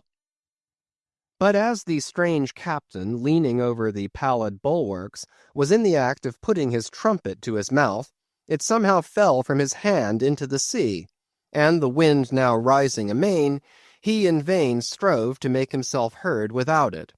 Meantime his ship was still increasing the distance between. While in various silent ways the seamen of the Pequod were evincing their observance of this ominous incident at the first mere mention of the white whale's name to another ship, Ahab for a moment paused. It almost seemed as though he would have lowered a boat to board the stranger had not the threatening wind forbade. But taking advantage of his windward position, he again seized his trumpet, and knowing by her aspect that the stranger vessel was a Nantucketer, and shortly bound home, he loudly hailed, "Ahoy there! This is the Pequod, bound round the world. Tell them to address all future letters to the Pacific Ocean. And this time 3 years, if I am not home, tell them to address them to—" At that moment the 2 wakes were fairly crossed, and instantly, then, in accordance with their singular ways, shoals of small, harmless fish, that for some days before had been placidly swimming by our side, darted away with what seemed shuddering fins, and ranged themselves fore and aft with the stranger's flanks. Though in the course of his continual voyagings Ahab must often before have noticed a similar sight, yet to any monomaniac man the various trifles capriciously carry meanings. "Swim away from me, do ye?" murmured Ahab, gazing over into the water. There seemed but little in the words, but the tone conveyed more of deep, helpless sadness than the insane old man had ever before evinced. But turning to the steersman, who thus far had been holding the ship in the wind to diminish her headway, he cried out in his old lion voice, "Up helm! Keep her off round the world!" Round the world. There is much in that sound to inspire proud feelings. But whereto does all that circumnavigation conduct? Only, through numberless perils, to the very point whence we started, where those that we left behind secure were all the time before us. Were this world an endless plain, and by sailing eastward we could forever reach new distances and discover sights more sweet and strange than any Cyclades or islands of King Solomon, then there were promise in the voyage. But in pursuit of those far mysteries we dream of, or in tormented chase of that demon phantom that, some time or other, swims before all human hearts, while chasing such over this round globe, they either lead us on in barren mazes, or midway leave us whelmed. Chapter 53. The Gam. The ostensible reason why Ahab did not go on board of the whaler we had spoken was this: the wind and sea betokened storms. But even had this not been the case, he would not, after all, perhaps have boarded her, judging by his subsequent conduct on similar occasions, if so it had been that, by the process of hailing, he had obtained a negative answer to the question he put. For, as it eventually turned out, he cared not to consort even for 5 minutes with any stranger captain except he could contribute some of that information he so absorbingly sought. But all this might remain inadequately estimated were not something said here of the peculiar usages of whaling vessels when meeting each other in foreign seas, and especially on a common cruising ground.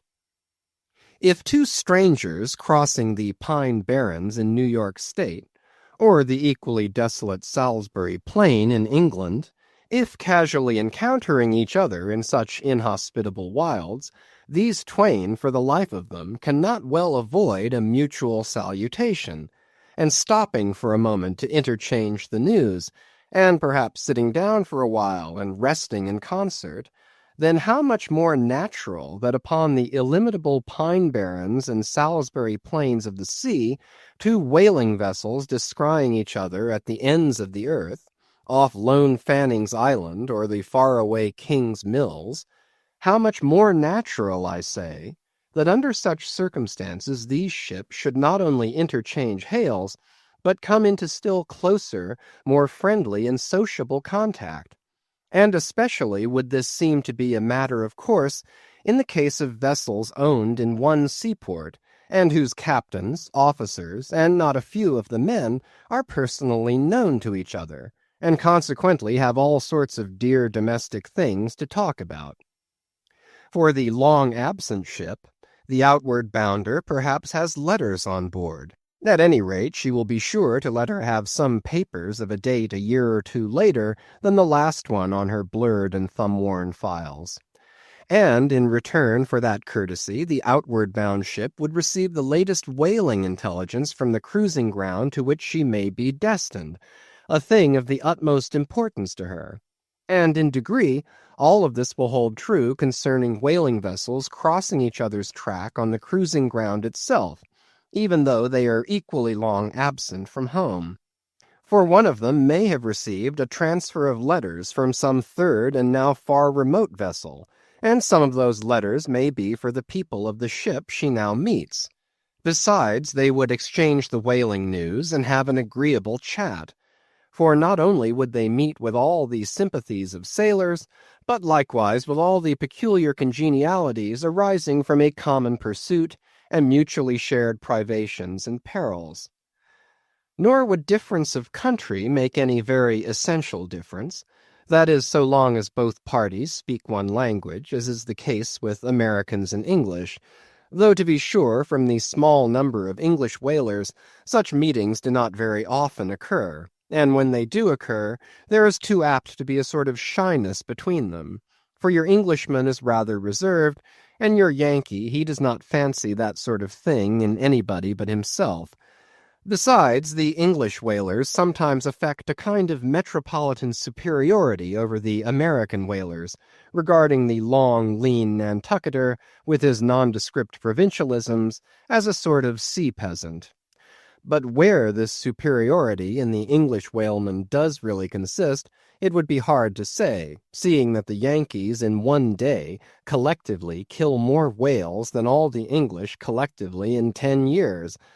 But this is a harmless little foible in the English whale hunters, which the Nantucketer does not take much to heart, probably because he knows he has a few foibles himself.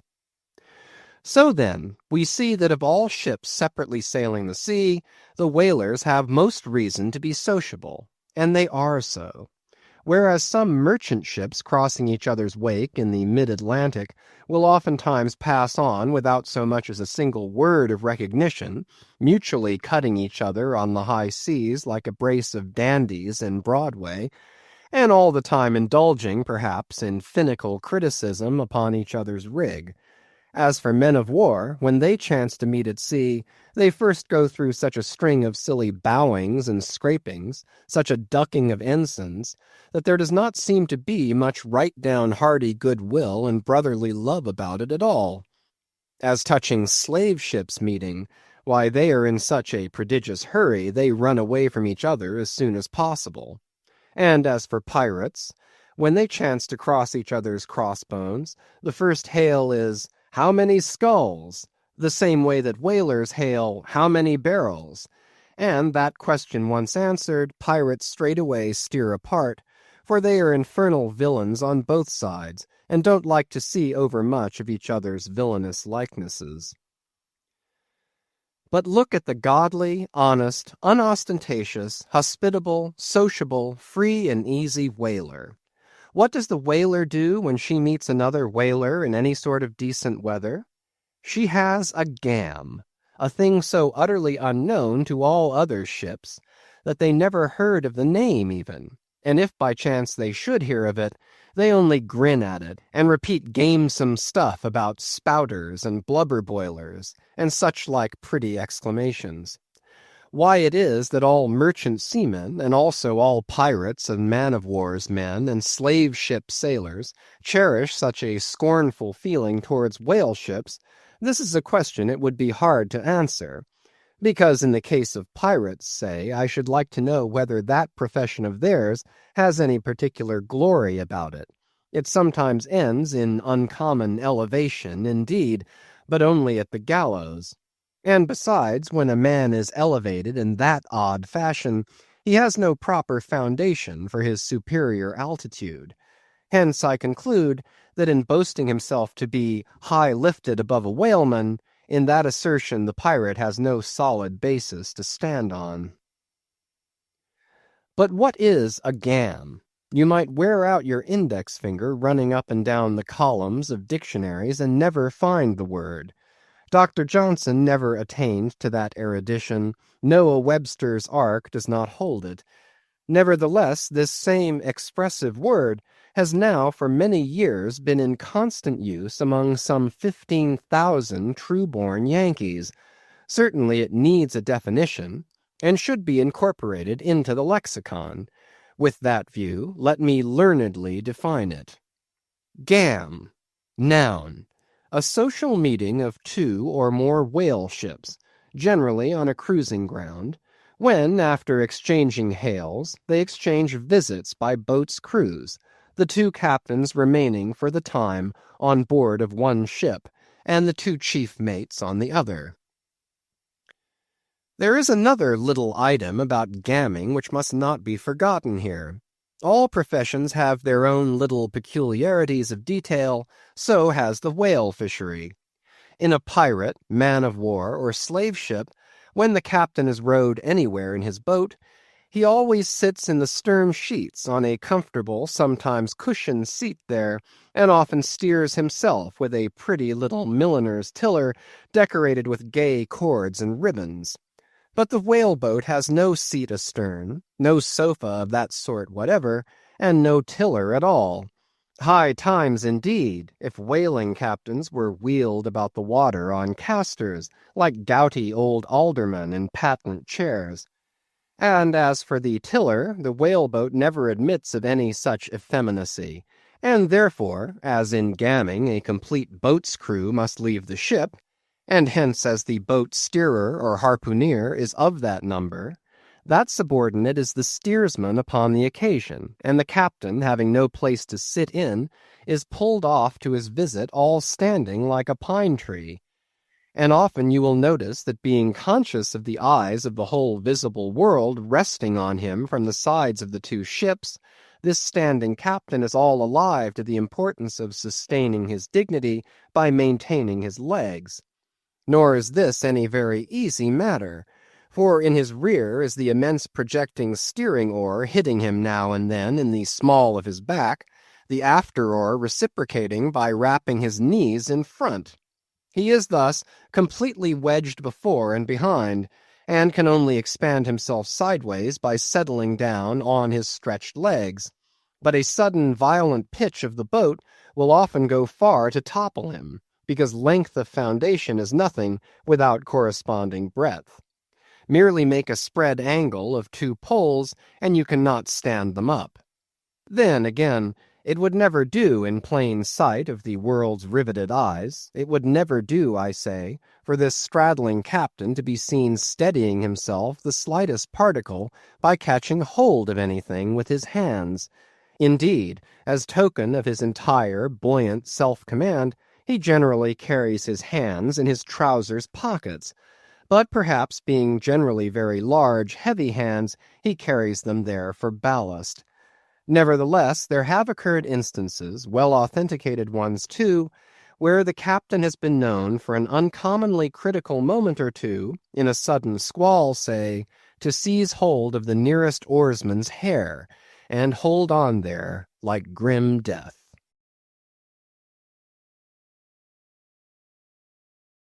Chapter 54 The Town Hose Story As told at the Golden Inn. The Cape of Good Hope, and all the watery region about there, is much like some noted four corners of a great highway, where you meet more travelers than in any other part. It was not very long after speaking the Goni that another homeward-bound whaleman, the Town Ho, was encountered. She was manned almost wholly by Polynesians.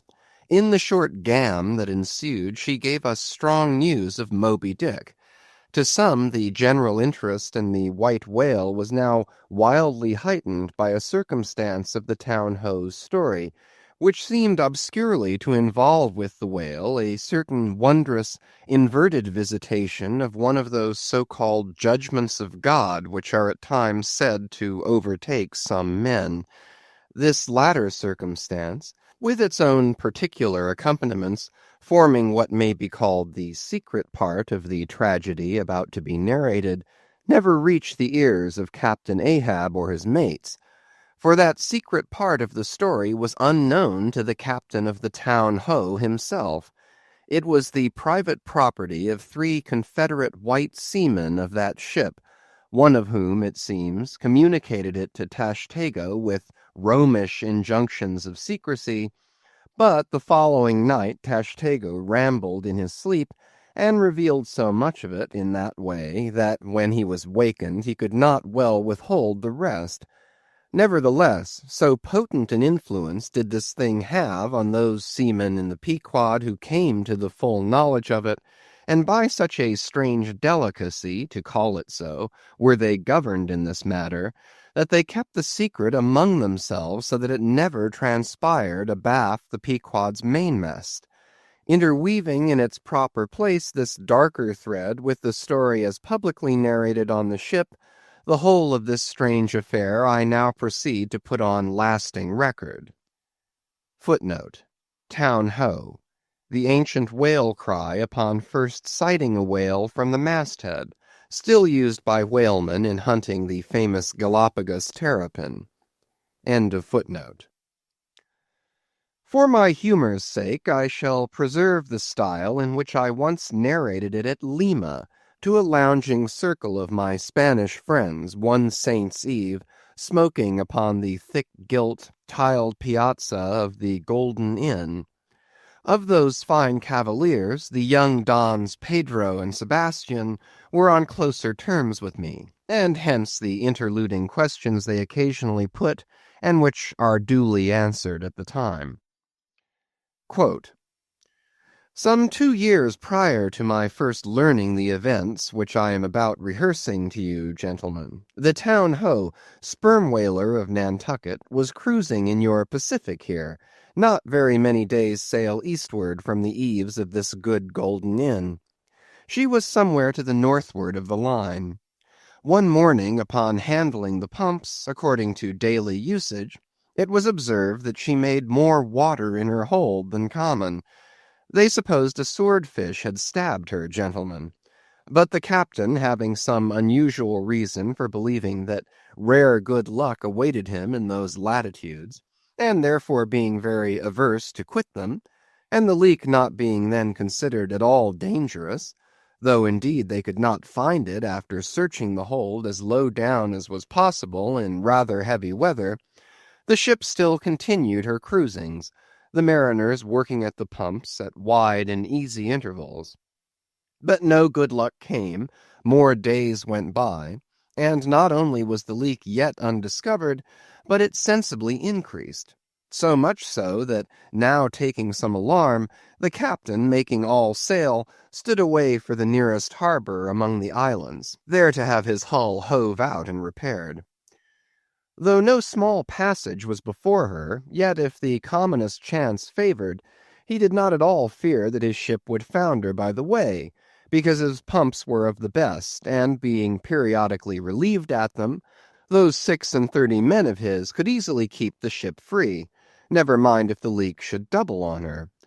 In truth, well nigh the whole of this passage being attended by very prosperous breezes, the town-ho had all but certainly arrived in perfect safety at her port without the occurrence of the least fatality, had it not been for the brutal overbearing of Radney, the mate, a vineyarder, and the bitterly provoked vengeance of Steelkilt, a lakeman and desperado from Buffalo. Lakeman, Buffalo. Pray, what is a lakeman, and where is Buffalo? Said Don Sebastian, rising in his swinging mat of grass. On the eastern shore of our Lake Erie, Don, but I crave your courtesy. May be you shall soon hear further of all that. Now, gentlemen, in square-sail brigs and three-masted ships, well nigh as large and stout as any that ever sailed out of your old Callao to far Manila, this lakeman, in the landlocked heart of our America, had yet been nurtured by all those agrarian freebooting impressions popularly connected with the open ocean. For in their interflowing aggregate, those grand freshwater seas of ours, Erie and Ontario and Huron and Superior and Michigan, possess an ocean-like expansiveness with many of the ocean's noblest traits, with many of its rimmed varieties of races and of climes. They contain round archipelagos of romantic isles, even as the Polynesian waters do. In large part, are shored by two great contrasting nations as the Atlantic is.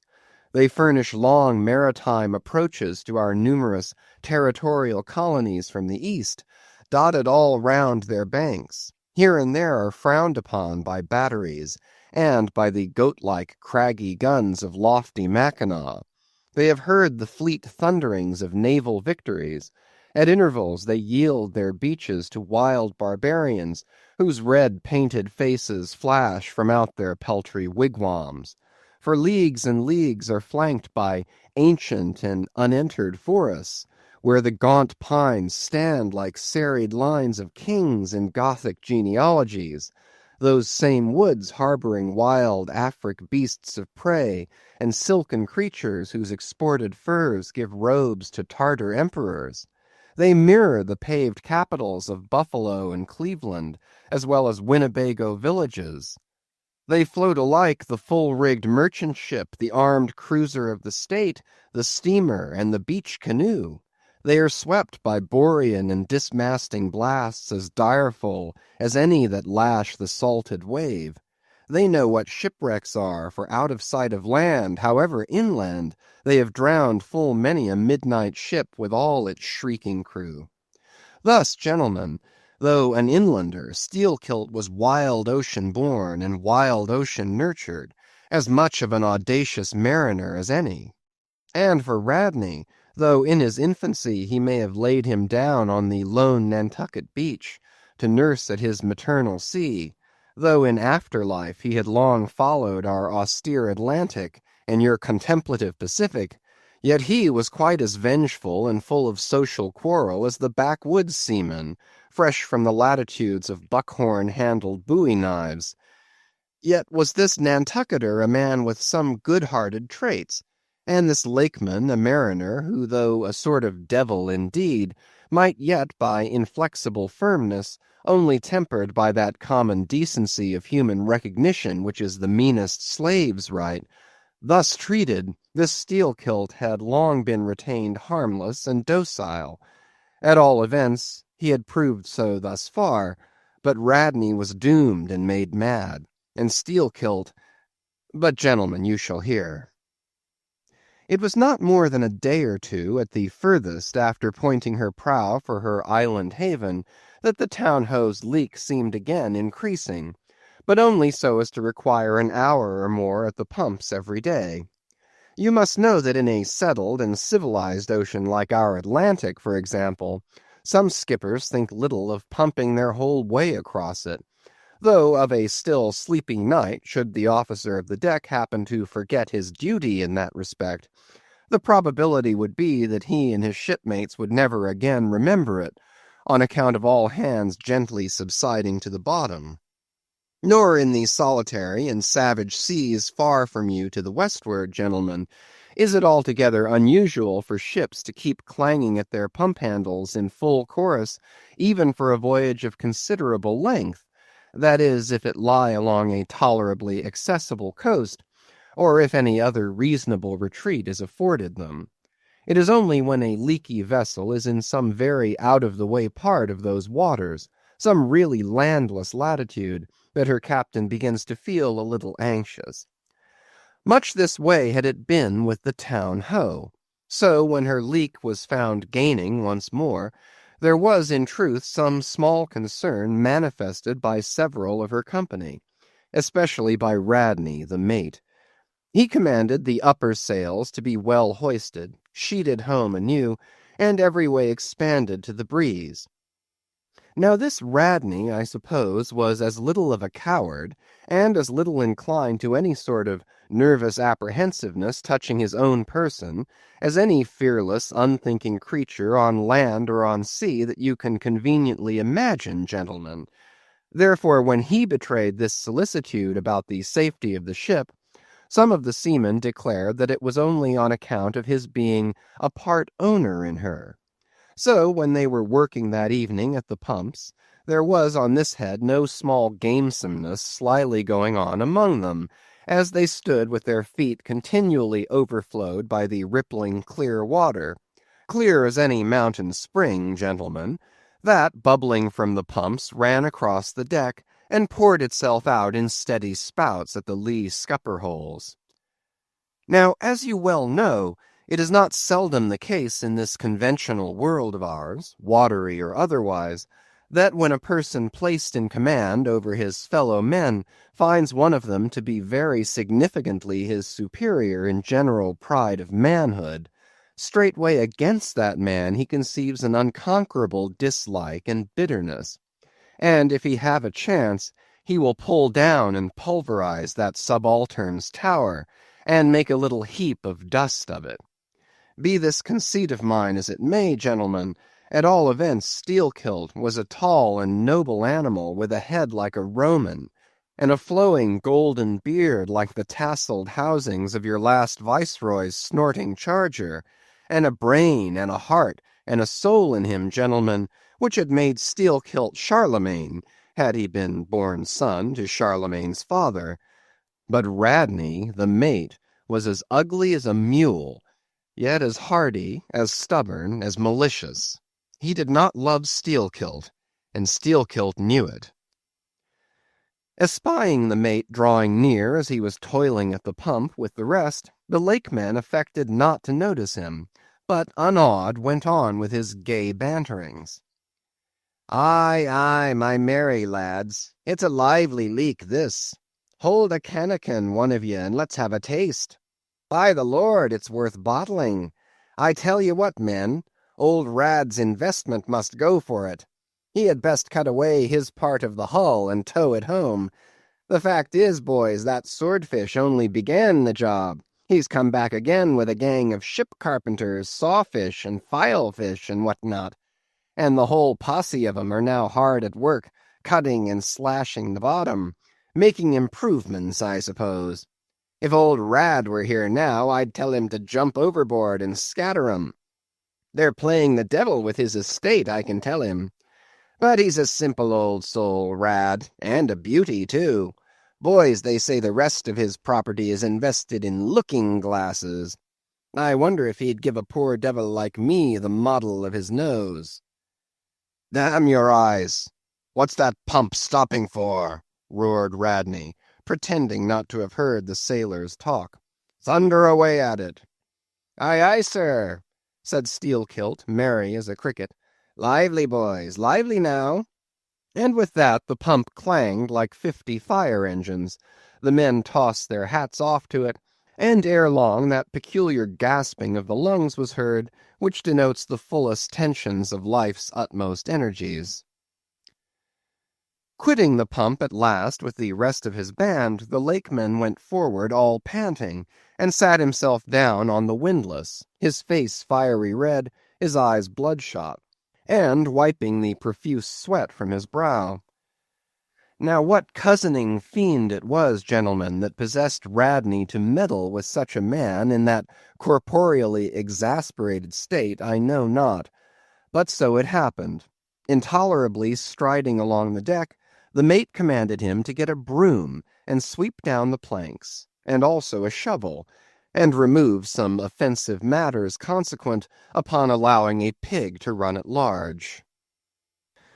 Now, gentlemen, sweeping a ship's deck at sea is a piece of household work which in all times but raging gales is regularly attended to every evening. It has been known to be done in the case of ships actually foundering at the time. Such, gentlemen, is the inflexibility of sea usages, and the instinctive love of neatness in seamen, some of whom would not willingly drown without first washing their faces. But in all vessels this broom business is the prescriptive province of the boys, if boys there be aboard. Besides, it was the stronger men in the town-ho that had been divided into gangs, taking turns at the pumps, and being the most athletic seaman of them all, Steelkilt had been regularly assigned captain of one of the gangs. Consequently, he should have been freed from any trivial business not connected with truly nautical duties, such being the case with his comrades. I mention all of these particulars so that you may understand exactly how this affair stood between the two men. But there was more than this. The order about the shovel was almost as plainly meant to sting and insult Steelkilt as though Radney had spat in his face. Any man who has gone sailor in a whale ship will understand this, and all this, and doubtless much more, the lakeman fully comprehended when the mate uttered his command. But as he sat still for a moment, and as he steadfastly looked into the mate's malignant eye, and perceived the stacks of powder casks heaped up in him, and the slow match silently burning along towards them, as he instinctively saw all this, that strange forbearance and unwillingness to stir up the deeper passionateness in any already ireful being, a repugnance most felt, when felt at all, by really valiant men, even when aggrieved, this nameless phantom feeling, gentlemen, stole over Steelkilt. Therefore, in his ordinary tone, only a little broken by the bodily exhaustion he was temporarily in, he answered him, saying that sweeping the deck was not his business, and he would not do it. And then, without at all alluding to the shovel, he pointed to 3 lads as the customary sweepers, who, not being billeted at the pumps, had done little or nothing all day. To this Radney replied with an oath, in a most domineering and outrageous manner, unconditionally reiterating his command, meanwhile advancing upon the still-seated lakeman with an uplifted Cooper's Club hammer, which he had snatched from a cask near by. Heated and irritated as he was by his spasmodic toil at the pumps, for all his first nameless feeling of forbearance, the sweating Steelkilt could but ill brook this bearing in the mate. But somehow, still smothering the conflagration within him, without speaking he remained doggedly rooted to his seat, till at last the incensed Radney shook the hammer within a few inches of his face, furiously commanding him to do his bidding. Steelkilt rose, and slowly retreating round the windlass, steadily followed by the mate with his menacing hammer, deliberately repeated his intention not to obey. Seeing, however, that his forbearance had not the slightest effect, by an awful and unspeakable intimation with his twisted hand, he warned off the foolish and infatuated man. But it was to no purpose, and in this way the two went once slowly round the windlass, when resolved at last no longer to retreat, bethinking him that he had now forborne as much as comported with his humour, the lakeman paused on the hatches, and thus spoke to the officer. "Mr. Radney, I will not obey you. Take that hammer away, or look to yourself." But the predestinated mate, coming still closer to him, where the lakeman stood fixed, now shook the heavy hammer within an inch of his teeth, meanwhile repeating a string of insufferable maledictions, retreating not the thousandth part of an inch, stabbing him in the eye with the unflinching poniard of his glance, Steelkilt, clenching his right hand behind him and creepingly drawing it back, told his persecutor that if the hammer but grazed his cheek, he, Steelkilt, would murder him. But, gentlemen, the fool had been branded for the slaughter by the gods. Immediately the hammer touched his cheek. The next instant the lower jaw of the mate was stove in his head. He fell on the hatch, spouting blood like a whale. Ere the cry could go aft, Steelkilt was shaking one of the backstays leading far aloft, to where two of his comrades were standing their mastheads. They were both canallers. "Canallers!" cried Don Pedro. "We have seen many whale ships in our harbors, but never heard of your canallers. Pardon, who and what are they?" "Canallers, Don, are the boatmen belonging to our Grand Erie Canal. You must have heard of it." "Nay, senor. Hereabouts in this dull, warm, most lazy and hereditary land, we know but little of your vigorous north." "Aye? Well then, Don, refill my cup. Your chicha's very fine, and ere proceeding further I will tell you what our canallers are, for such information may throw sidelight upon my story.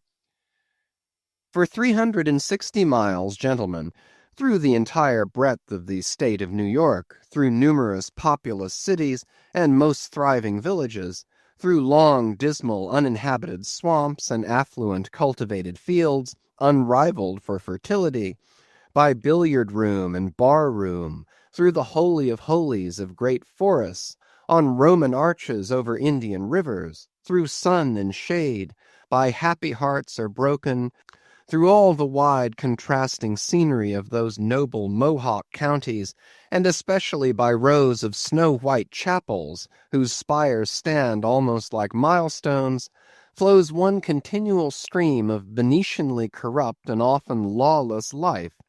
There's your true Ashanti, gentlemen. There howl your pagans, where you ever find them next door to you, under the long-flung shadow and the snug patronizing lee of churches. For by some curious fatality, as it is often noted of your metropolitan freebooters that they ever encamp around the halls of justice, so sinners, gentlemen, most abound in holiest vicinities.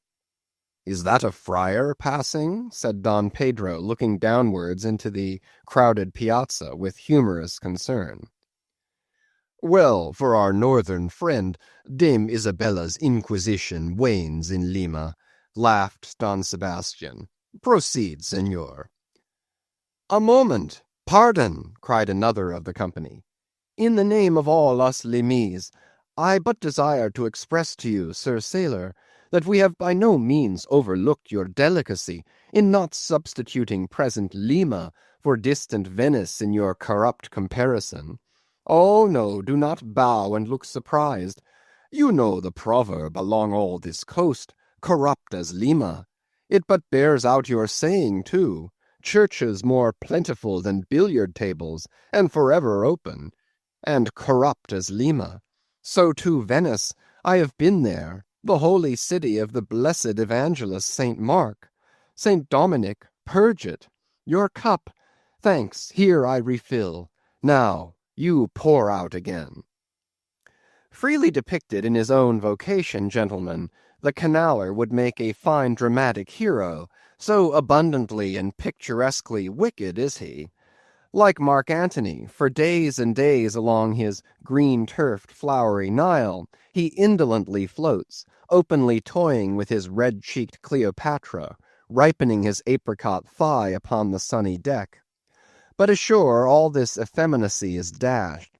The brigandish guise which the canaller so proudly sports, his slouched and gaily ribboned hat betoken his grand features. A terror to the smiling innocence of the villages through which he floats, his swart visage and bold swagger are not unshunned in cities. Once a vagabond on his own canal, I have received good turns from one of these canallers. I thanked him heartily, would fain not be ungrateful, but it is often one of the prime redeeming qualities of your man of violence, that at times he is as stiff an arm to back a poor stranger in a strait as to plunder a wealthy one. In some gentlemen, what the wildness of this canal life is emphatically evinced by this, that our wild whale fishery contains so many of its most finished graduates, and that scarce any race of mankind, except Sydney men, are so much distrusted by our whaling captains. Nor does it at all diminish the curiousness of this matter, that to many thousands of our rural boys and young men born along its line, the probationary life of the Grand Canal furnishes the sole transition between quietly reaping in a Christian cornfield and recklessly ploughing the waters of the most barbaric seas. I see, impetuously exclaimed Don Pedro, spilling his chicha upon his silvery ruffles. No need to travel. The world's one Lima. I had thought now that at your temperate north the generations were cold and holy as the hills. But the story. I left off, gentlemen, where the lakeman shook the backstay. Hardly had he done so, when he was surrounded by the 3 junior mates and the 4 harpooneers, who all crowded him to the deck. But sliding down the ropes like baleful comets, the 2 canallers rushed into the uproar, and sought to drag their man out of it toward the forecastle. Others of the sailors joined with them in this attempt, and a twisted turmoil ensued. While standing out of harm's way, the valiant captain danced up and down with a whale pike, calling upon his officers to manhandle that atrocious scoundrel, and smoke him along to the quarter-deck. At intervals he ran close up to the revolving border of the confusion, and prying into the heart of it with his pike, sought to prick out the object of his resentment. But Steelkilt and his desperadoes were too much for them all. They succeeded in gaining the forecastle deck, where, hastily slewing about 3 or 4 large casks in a line with the windlass, these sea Parisians entrenched themselves behind the barricade. "Come out of that, ye pirates!" roared the captain, now menacing them with a pistol in each hand, just brought to him by the steward. "Come out of that, ye cutthroats!" Steelkilt leaped on the barricade, and, striding up and down there, defied the worst the pistols could do, but gave the captain to understand distinctly that his, Steelkilt's, death would be the signal for a murderous mutiny on the part of all hands. Fearing in his heart lest this might prove but too true, the captain a little desisted, but still commanded the insurgents instantly to return to their duty. "Will you promise not to touch us if we do?" demanded their ringleader. "Turn to! Turn to! I make no promise. To your duty! Do you want to sink the ship by knocking off at a time like this? Turn to!" And he once more raised a pistol. "Sink the ship!" cried Steelkilt. "Aye, let her sink. Not a man of us turns to unless ye swear not to raise a rope yarn against us. What say ye, men?" turning to his comrades. A fierce cheer was their response. The lakeman now patrolled the barricade, all the while keeping his eye on the captain, and jerking out such sentences as these. "It's not our fault. We didn't want it. I told him to take his hammer away. It was boy's business. He might have known me before this. I told him not to prick the buffalo. I believe I have broken a finger here against his cursed jaw. Ain't those mincing knives down the forecastle there, men? Look to those handspikes, my hearties. Captain, by God, look to yourself. Say the word, and don't be a fool. Forget it all. We are ready to turn to. Treat us decently, and we're your men, but we won't be flogged. Turn to! I make no promises. Turn to, I say." "Look ye now," cried the lakeman, flinging out his arms towards him. "There are a few of us here, and I am one of them, who have shipped for the cruise, d'ye see. Now, as you well know, sir, we can claim our discharge as soon as the anchor is down. So we don't want a row. It's not our interest. We want to be peaceable. We're ready to work, but we won't be flogged." "Turn to!" roared the captain. Steelkilt glanced round him a moment, and then said, "I tell you what it is now, Captain. Rather than kill you and be hung for such a shabby rascal, we won't lift a hand against you unless you attack us. But till you say the word about not flogging us, we don't do a hand's turn. Down into the forecastle, then. Down with you. I'll keep you there till you're sick of it. Down you go." "Shall we?" cried the ringleader to his men.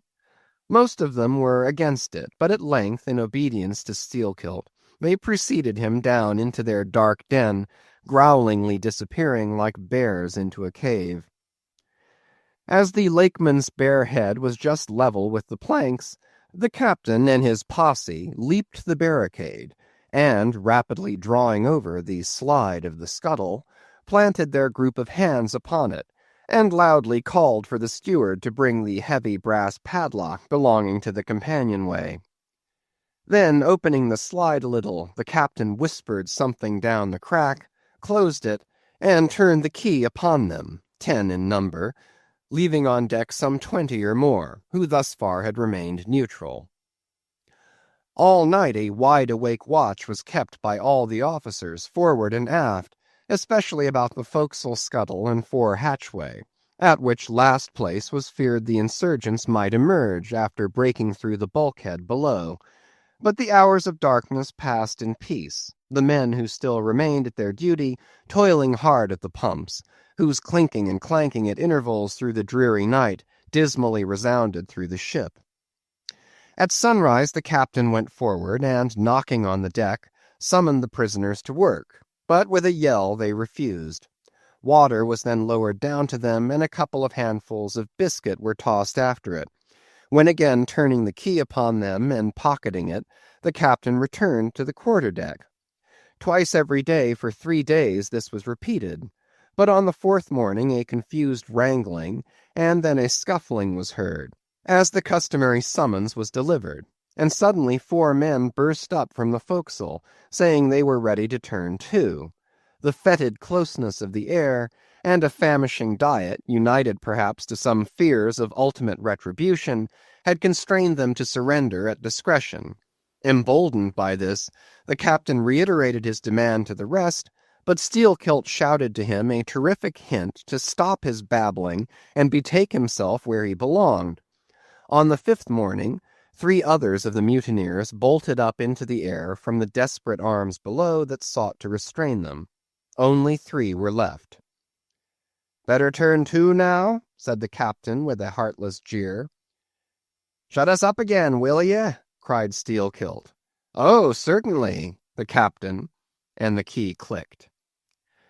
It was at this point, gentlemen, that, enraged by the defection of 7 of his former associates, and stung by the mocking voice that had last hailed him, and maddened by his long entombment in a place as black as the bowels of despair, it was then that Steelkilt proposed to the 2 canallers, thus far apparently of one mind with him, to burst out of their hole at the next summoning of the garrison, and armed with their keen mincing knives, long crescentic, heavy implements with a handle at each end, run amuck from bowsprit to taffrail, and if by any devilishness of desperation possible, seize the ship.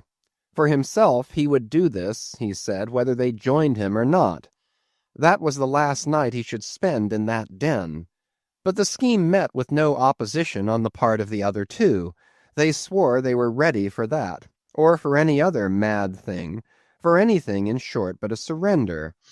And what was more, they each insisted on being the first man on deck, when the time to make the rush should come. But to this their leader as fiercely objected, reserving that priority for himself, particularly as his 2 comrades would not yield the one to the other in the matter, and both of them could not be first, for the latter would but admit 1 man at a time. And here, gentlemen, the foul play of these miscreants must come out.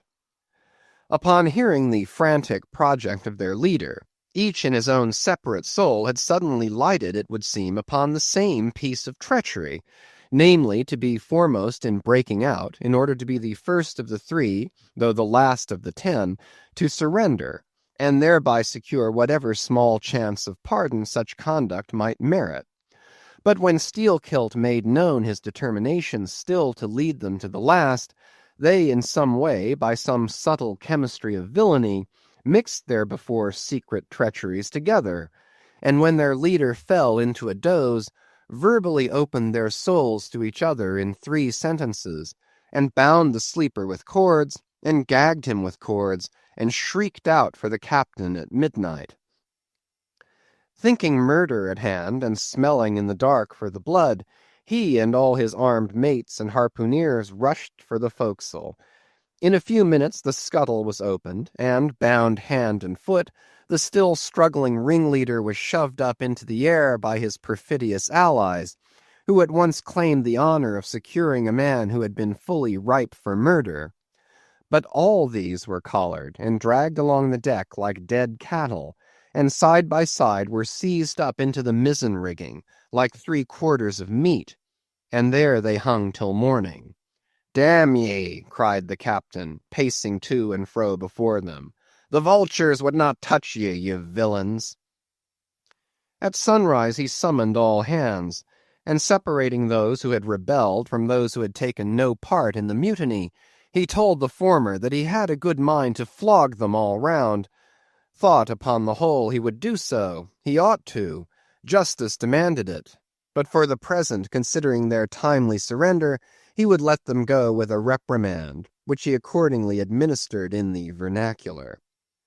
"But as for you, ye carrion rogues," turning to the 3 men in the rigging, "for you, I mean to mince you up for the trypots." And seizing a rope, he applied it with all his might to the backs of the 2 traitors, till they yelled no more, but lifelessly hung their heads sideways, as the 2 crucified thieves are drawn. "My wrist is sprained with ye," he cried at last, "but there's still rope enough left for you, my fine bantam, that wouldn't give up. Take that gag from his mouth, and let us hear what he can say for himself." For a moment the exhausted mutineer made a tremulous motion of his cramped jaws, then, painfully twisting round his head, said in a sort of hiss, "What I say is this, and mind it well.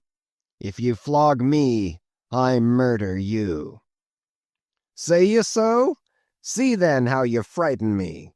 And the captain drew off with the rope to strike. "Best not," hissed the lakeman. "But I must," and the rope was once more drawn back for the stroke.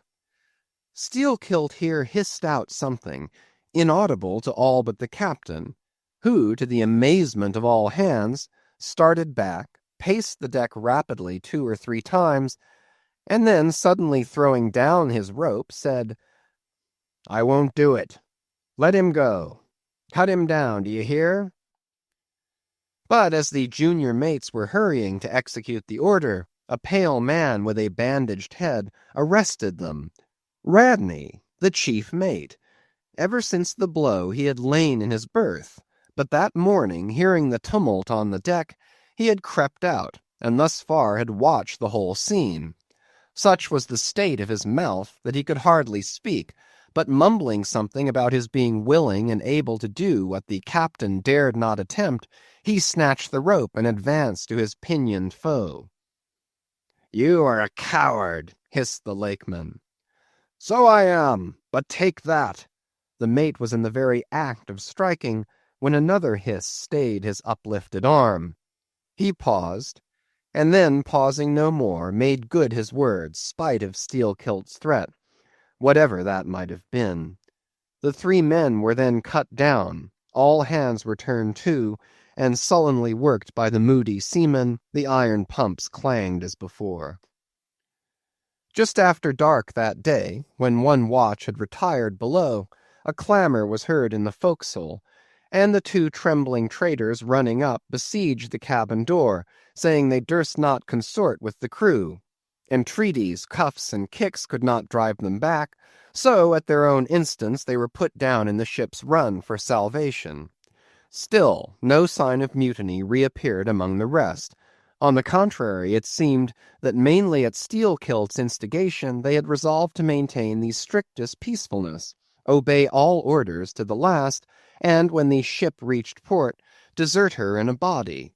But in order to ensure the speediest end to the voyage, they all agreed to another thing, namely, not to sing out for whales in case any should be discovered.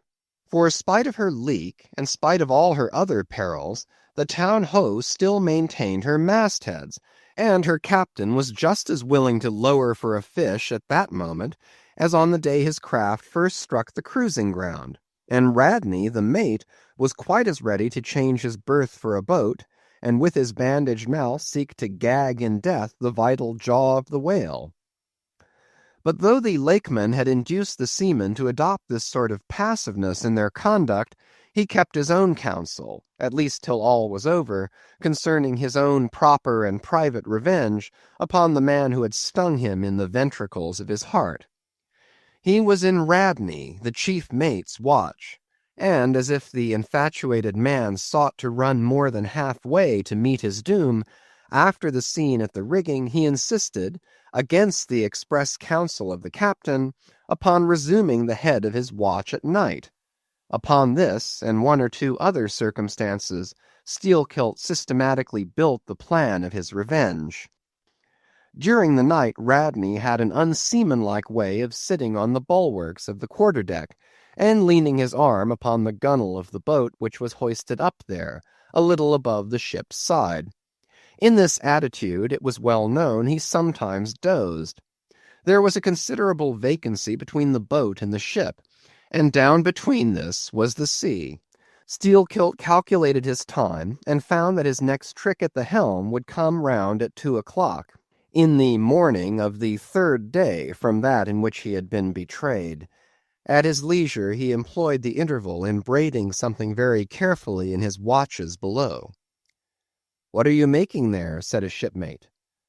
"What do you think? What does it look like?" "Like a lanyard for your bag, but it's an odd one, seems to me." "Yes, rather oddish," said the lakeman, holding it at arm's length before him.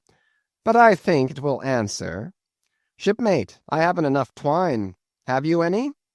But there was none in the forecastle. "Then I must get some from old Rad." And he rose to go aft. "You don't mean to go a-begging to him," said a sailor. "Why not? Do you think he won't do me a turn when it's to help himself in the end, shipmate?" And going to the mate, he looked at him quietly, and asked him for some twine to mend his hammock. It was given him. Neither twine nor lanyard were seen again, but the next night an iron ball, closely netted, partly rolled from the pocket of the lakeman's monkey jacket, as he was tucking the coat into his hammock for a pillow. 24 hours after, his trick at the silent helm, nigh to the man who was apt to doze over the grave always ready dug to the seaman's hand, that fatal hour was then to come, and in the foreordaining soul of Steelkilt, the mate was already stark and stretched as a corpse, with his forehead crushed in. But, gentlemen, a fool saved the would-be murderer from the bloody deed he had planned. Yet complete revenge he had, and without being the avenger, for by a mysterious fatality, heaven itself seemed to step in and take out of his hands into its own the damning thing he would have done. It was just between daybreak and sunrise of the morning of the second day, when they were washing down the decks, that a stupid Tenerife man, drawing water in the main-chains, all at once shouted out, "There she rolls! There she rolls! She's you! What a whale!" It was Moby Dick. "Moby Dick!" cried Don Sebastian. "Saint Dominic! Sir Sailor, but do whales have christenings? Whom call you Moby Dick?" "A very white and famous and most deadly immortal monster, Don, but that would be too long a story." "How? How?" cried all the young Spaniards crowding. "Nay, Dons, nay, nay, I cannot rehearse that now. Let me get more into the air, sirs." The chicha, cried Don Pedro. "Our vigorous friend looks faint. Fill up his empty glass." No need, gentlemen. One moment, and I proceed. Now, gentlemen, so suddenly perceiving the snowy whale within 50 yards of the ship, forgetful of the compact among the crew, in the excitement of the moment, the Tenerife man had instinctively and involuntarily lifted his voice for the monster, though for some little time past it had been plainly beheld from the 3 sullen mastheads. All was now a frenzy. "The white whale! The white whale!" was the cry from the captain, mates, and harpooneers, who, undeterred by fearful rumors, were all anxious to capture so famous and precious a fish, while the dogged crew eyed askance, and with curses, the appalling beauty of the vast milky mass that, lit up by a horizontal spangling sun, shifted and glistened like a living opal in the blue morning sea. Gentlemen, a strange fatality pervades the whole career of these events, as if verily mapped out before the world itself was charted. The mutineer was the bowsman of the mate, and when fast to the fish, it was his duty to sit next to him while Radney stood up with his lance in the prow, and haul in or slacken the line at the word of command. Moreover, when the 4 boats were lowered, the mates got the start, and none howled more fiercely with delight than did Steelkilt as he strained at his oar. After a stiff pull, their harpooneer got fast, and, spear in hand, Radney sprang to the bow. He was always a furious man, it seems, in a boat, and now his bandaged cry was to beach him on the whale's topmost back. Nothing loath, his bowsman hauled him up, and through a blinding foam that blent 2 whitenesses together, till of a sudden the boat struck as against a sunken ledge, and, keeling over, spilled out the standing mate. That instant, as he fell on the whale's slippery back, the boat righted and was dashed aside by the swell, while Radney was tossed over into the sea, on the other flank of the whale. He struck out through the spray, and for an instant was dimly seen through that veil, wildly seeking to remove himself from the eye of Moby Dick. But the whale rushed round in a sudden maelstrom, seized the swimmer between his jaws, and rearing high up with him, plunged headlong again and went down. Meantime, at the first tap of the boat's bottom, the lakeman had slackened the line, so as to drop astern from the whirlpool. Calmly looking on, he thought his own thoughts, but a sudden terrific downward jerking of the boat quickly brought his knife to the line. He cut it, and the whale was free. But at some distance Moby Dick rose again, and with some tatters of Radney's red woolen shirt caught in the teeth that had destroyed him. All 4 boats gave chase again, but the whale eluded them, and finally wholly disappeared. In good time the town-ho reached her port, a savage, solitary place, where no civilized creature resided. There, headed by the lakeman, all but 5 or 6 of the foremastmen deliberately deserted among the palms, and eventually, as it turned out, seizing a large double war canoe of the savages, and setting sail for some other harbor. The ship's company being reduced to but a handful, the captain called upon the islanders to assist him in the laborious business of heaving down the ship to stop the leak. But to such unresting vigilance over their dangerous allies was this small band of whites necessitated, both by day and by night, and so extreme was the hard work they underwent, that upon the vessel being ready again for the sea, they were in such a weakened condition that the captain durst not put off with them in so heavy a vessel. After taking counsel with his officers, he anchored the ship as far offshore as possible, loaded and ran out his 2 cannon from the bows, stacked his muskets on the poop, and warning the islanders not to approach the ship at their peril, took 1 man with him, and setting the sail of his best whaleboat, steered straight before the wind for Tahiti, 500 miles distant, to procure a reinforcement to his crew. On the 4th day of the sail, a large canoe was descried, which seemed to have touched at a low isle of corals. He steered away from it, but the savage craft bore down on him, and soon the voice of Steelkilt hailed him to heave to, or he would run him under water. The captain presented a pistol. With one foot on each prow of the yoked war canoes, the lakeman laughed him to scorn, assuring him that if the pistol so much as clicked in the lock, he would bury him in bubbles and foam. "What do you want of me?" cried the captain.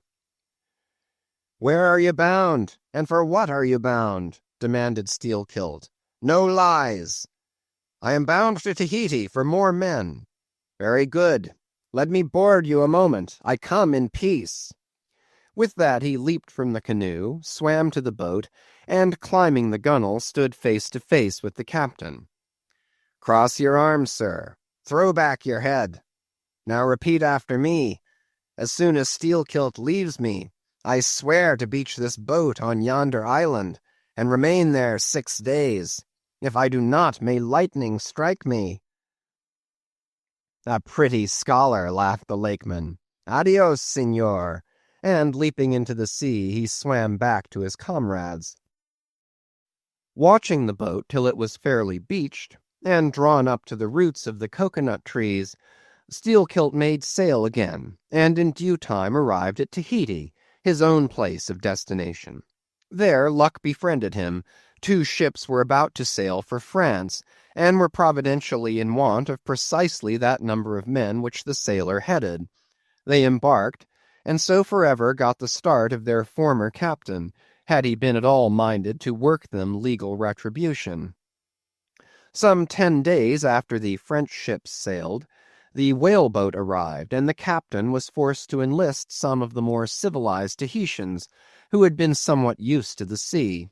Chartering a small native schooner, he returned with them to his vessel, and finding all right there, again resumed his cruisings. Where Steelkilt now is, gentlemen, none know, but upon the island of Nantucket, the widow of Radney still turns to the sea, which refuses to give up its dead, still in dreams sees the awful white whale that destroyed him. "Are you through?" said Don Sebastian quietly. "I am, Don." "Then I entreat you, tell me if, to the best of your own convictions, this your story is in substance really true. It is so passing wonderful. Did you get it from an unquestionable source? Bear with me if I seem to press." "Also bear with all of us, Sir Sailor, for we all join in Don Sebastian's suit," cried the company, with exceeding interest. "Is there a copy of the Holy Evangelists at the Golden Inn, gentlemen?" "Nay," said Don Sebastian, "but I know a worthy priest near by, who will quickly procure one for me.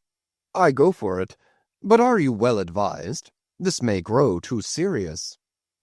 "Will you be so good as to bring the priest also, Don?" "Though there are no auto da fes in Lima now," said one of the company to another, "I fear our sailor friend runs risk of the archiepiscopacy. Let us withdraw more out of the moonlight. I see no need of this." "Excuse me for running after you, Don Sebastian, but may I also beg that you will be particular in procuring the largest sized evangelists you can?" "This is the priest, and he brings you the evangelists," said Don Sebastian gravely, returning with a tall and solemn figure. "Let me remove my hat. Now, venerable priest, further into the light, and hold the holy book before me that I may touch it. So help me heaven, and on my honor, the story I have told you, gentlemen, is in substance and its great items true. I know it to be true. It happened on this ball. I trod the ship. I knew the crew. I have seen and talked with Steelkilt since the death of Radney." Chapter 55. Of the Monstrous Pictures of Whales. I shall ere long paint to you, as well as one can without canvas, something like the true form of the whale as he actually appears to the eye of the whaleman, when in his own absolute body the whale is moored alongside the whale ship, so that he can be fairly stepped upon there. It may be worthwhile, therefore, previously to advert to those curious imaginary portraits of him which, even down to the present day, confidently challenge the faith of the landsman. It is time to set the world right in this matter by proving such pictures of the whale all wrong. It may be that the primal source of all those pictorial delusions will be found among the oldest Hindu, Egyptian, and Grecian sculptures, for ever since those inventive but unscrupulous times when, on the marble panellings of temples, the pedestals of statues, and on shields, medallions, cups, and coins, the dolphin was drawn in scales of chain armor like Saladin's, and a helmeted head like St. George's, ever since then has something of the same sort of license prevailed, not only in most popular pictures of the whale, but in many scientific presentations of him. Now, by all odds, the most ancient extant portrait, anyways purporting to be the whale's, is to be found in the famous cavern pagoda of Elephanta in India. The Brahmins maintain that in the almost endless sculptures of that immemorial pagoda, all the trades and pursuits, every conceivable avocation of man, were prefigured ages before any of them actually came into being. No wonder, then, that in some sort our noble profession of whaling should have been there shadowed forth. The Hindu whale referred to occurs in a separate department of the wall, depicting the incarnation of Vishnu in the form of Leviathan, learnedly known as the Matsya Avatar. But though this sculpture is half man and half whale, so as only to give the tail of the latter, yet that small section of him is all wrong. It looks more like the tapering tail of an anaconda than the broad palms of the true whale's majestic flukes. But go to the old galleries and look now at a great Christian painter's portrait of this fish, for he succeeds no better than the antediluvian Hindu. It is Guido's picture of Perseus rescuing Andromeda from the sea monster or whale. Where did Guido get the model of such a strange creature as that? Nor does Hogarth, in painting the same scene in his own Perseus Descending, make out one whit better. The huge corpulence of that Hogarthian monster undulates on the surface, scarcely drawing 1 inch of water. It has a sort of howdah on its back, and its distended, tusked mouth into which the billows are rolling might be taken for the Traitor's Gate leading from the Thames by water into the Tower. Then there are the Prodromus whales of old Scotch Sibbald, and Jonah's whale as depicted in the prints of old Bibles and the cuts of old primers. What shall be said of these? As for the bookbinder's whale, winding like a vine-stalk round the stock of a descending anchor, as stamped and gilded on the backs and title pages of many books, both old and new, that is a very picturesque but purely fabulous creature, imitated, I take it, from like figures on antique vases. Though universally denominated a dolphin, I nevertheless call this bookbinder's fish an attempt at a whale, because it was so intended when the device was first introduced. It was introduced by an old Italian publisher somewhere about the 15th century, during the revival of learning, and in those days, and even down to a comparatively late period, dolphins were popularly supposed to be a species of the Leviathan. In the vignettes and other embellishments of some ancient books, you will at times meet with very curious touches at the whale, where all manner of spouts, jets d'eau, hot springs and cold, Saratoga and Baden-Baden, come bubbling up from his unexhausted brain. In the title page of the original edition of the Advancement of Learning, you will find some curious whales. But quitting all these unprofessional attempts, let us glance at those pictures of Leviathan purporting to be sober, scientific delineations by those who know. In old Harris's collection of voyages, there are some plates of whales extracted from a Dutch book of voyages, A.D. 1671, entitled a whaling voyage to Spitzbergen in the ship Jonas and the Whale, Peter Peterson of Friesland, master. In one of those plates, the whales, like great rafts of logs, are represented lying among ice isles, with white bears running over their living backs. In another plate, the prodigious blunder is made of representing the whale with perpendicular flukes. Then again, there is an imposing quarto written by one Captain Culnet, a post-captain in the English Navy, entitled A Voyage Round Cape Horn into the South Seas for the purpose of extending the spermaceti whale fisheries. In this book is an outline purporting to be a, quote, picture of a physeter or spermaceti whale drawn by scale from one killed on the coast of Mexico, August 1793, and hoisted on deck. I doubt not the captain had this veracious picture taken for the benefit of his marines.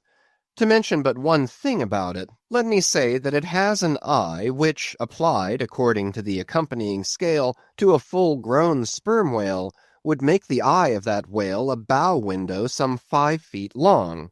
Ah, my gallant captain, why did you not give us Jonah looking out of that eye? Nor are the most conscientious compilations of natural history for the benefit of the young and tender free from the same heinousness of mistake. Look at that popular work, Goldsmith's Animated Nature. In the abridged London edition of 1807, there are plates of an alleged whale and a narwhale. I do not wish to seem inelegant, but this unsightly whale looks much like an amputated sow, and as for the narwhale, one glimpse at it is enough to amaze one, that in this 19th century such a hippogriff could be palmed for genuine upon any intelligent public of schoolboys. Then again, in 1825, Bernard Germain, Count de Lacépède, a great naturalist, published a scientific systematized whale book, wherein are several pictures of the different species of the Leviathan. All these are not only incorrect, but the picture of the Mysticetus or Greenland whale, that is to say the right whale, even Scoresby, a long-experienced man as touching that species, declares not to have its counterpart in nature. But placing of the cap-sheaf to all this blundering business was reserved for the scientific Frederick Cuvier, brother to the famous Baron. In 1836, he published a natural history of whales, in which he gives what he calls a picture of the sperm whale. Before showing that picture to any Nantucketer, you had best provide for your summary retreat from Nantucket. In a word, Frederick Cuvier's sperm whale is not a sperm whale, but a squash. Of course, he never had the benefit of a whaling voyage, such men seldom have, but whence he derived that picture, who can tell? Perhaps he got it as his scientific predecessor in the same field, Desmarais, got one of his authentic abortions, that is, from a Chinese drawing. And what sort of lively lads with the pencil those Chinese are, many queer cups and saucers inform us. As for the sign-painters' whales seen in the streets hanging over the shops of oil dealers, what shall be said of them? They are generally Richard III whales with dromedary humps, and very savage, breakfasting on 3 or 4 sailor tarts, that is, whaleboats full of mariners, their deformities floundering in seas of blood and blue paint. But these manifold mistakes in depicting the whale are not so very surprising after all. Consider, most of these scientific drawings have been taken from the stranded fish, and these are about as correct as a drawing of a wrecked ship with broken back would correctly represent the noble animal itself in all its undashed pride of hull and spars. Though elephants have stood for their full lengths, the living Leviathan has never yet fairly floated himself for his portrait. The living whale, in all his full majesty and significance, is only to be seen at sea in unfathomable waters, and afloat the vast bulk of him is out of sight, like a launched line of battleship. And out of that element it is a thing eternally impossible for mortal man to hoist him bodily into the air, so as to preserve all his mighty swells and undulations. And not to speak of the highly presumable difference of contour between a young sucking whale and a full-grown Platonian leviathan, yet even in the case of one of those young sucking whales hoisted to a ship's deck, such is then the outlandish, eel-like, limbered, varying shape of him that his precise expression the devil himself could not catch. But it may be fancied that from the naked skeleton of the stranded whale, accurate hints may be derived touching his true form. Not at all, for it is one of the more curious things about this Leviathan that his skeleton gives very little idea of his general shape, though Jeremy Bentham's skeleton, which hangs for candelabra in the library of one of his executors, correctly conveys the idea of a burly-browed utilitarian old gentleman, with all Jeremy's other leading personal characteristics, yet nothing of this kind could be inferred from any Leviathan's articulated bones. In fact, as the great hunter says, the mere skeleton of the whale bears the same relation to the fully invested and padded animal as the insect does to the chrysalis that so roundingly envelops it. This peculiarity is strikingly evinced in the head, as in some parts of this book will incidentally be shown. It is also very curiously displayed in the side fin, the bones of which almost exactly answer to the bones of the human hand, minus only the thumb.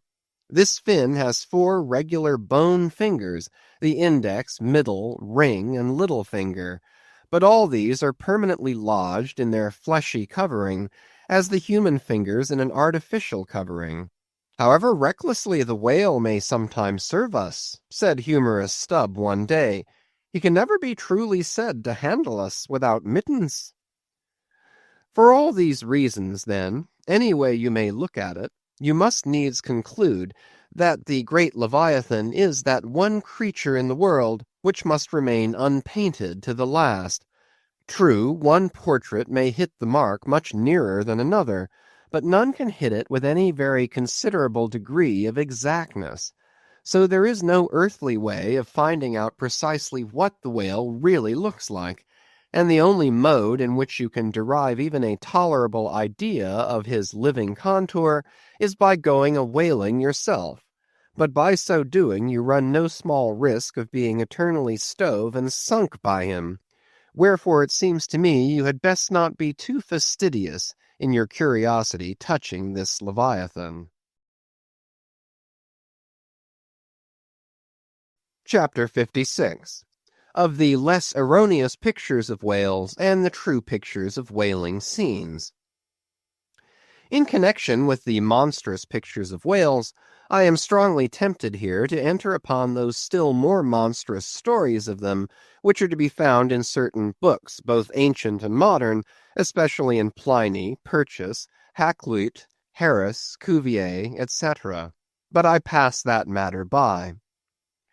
I know of only 4 published outlines of the great sperm whale, Colnett's, Huggins's, Frederick Cuvier's, and Beale's. In the previous chapter, Colnett and Cuvier have been referred to. Huggins's is far better than theirs, but by great odds Beale's is the best. All Beale's drawings of this whale are good, excepting the middle figure in the picture of 3 whales in various attitudes, capping his second chapter. His frontispiece, boats attacking sperm whales, though no doubt calculated to excite the civil skepticism of some parlor men, is admirably correct and lifelike in its general effect.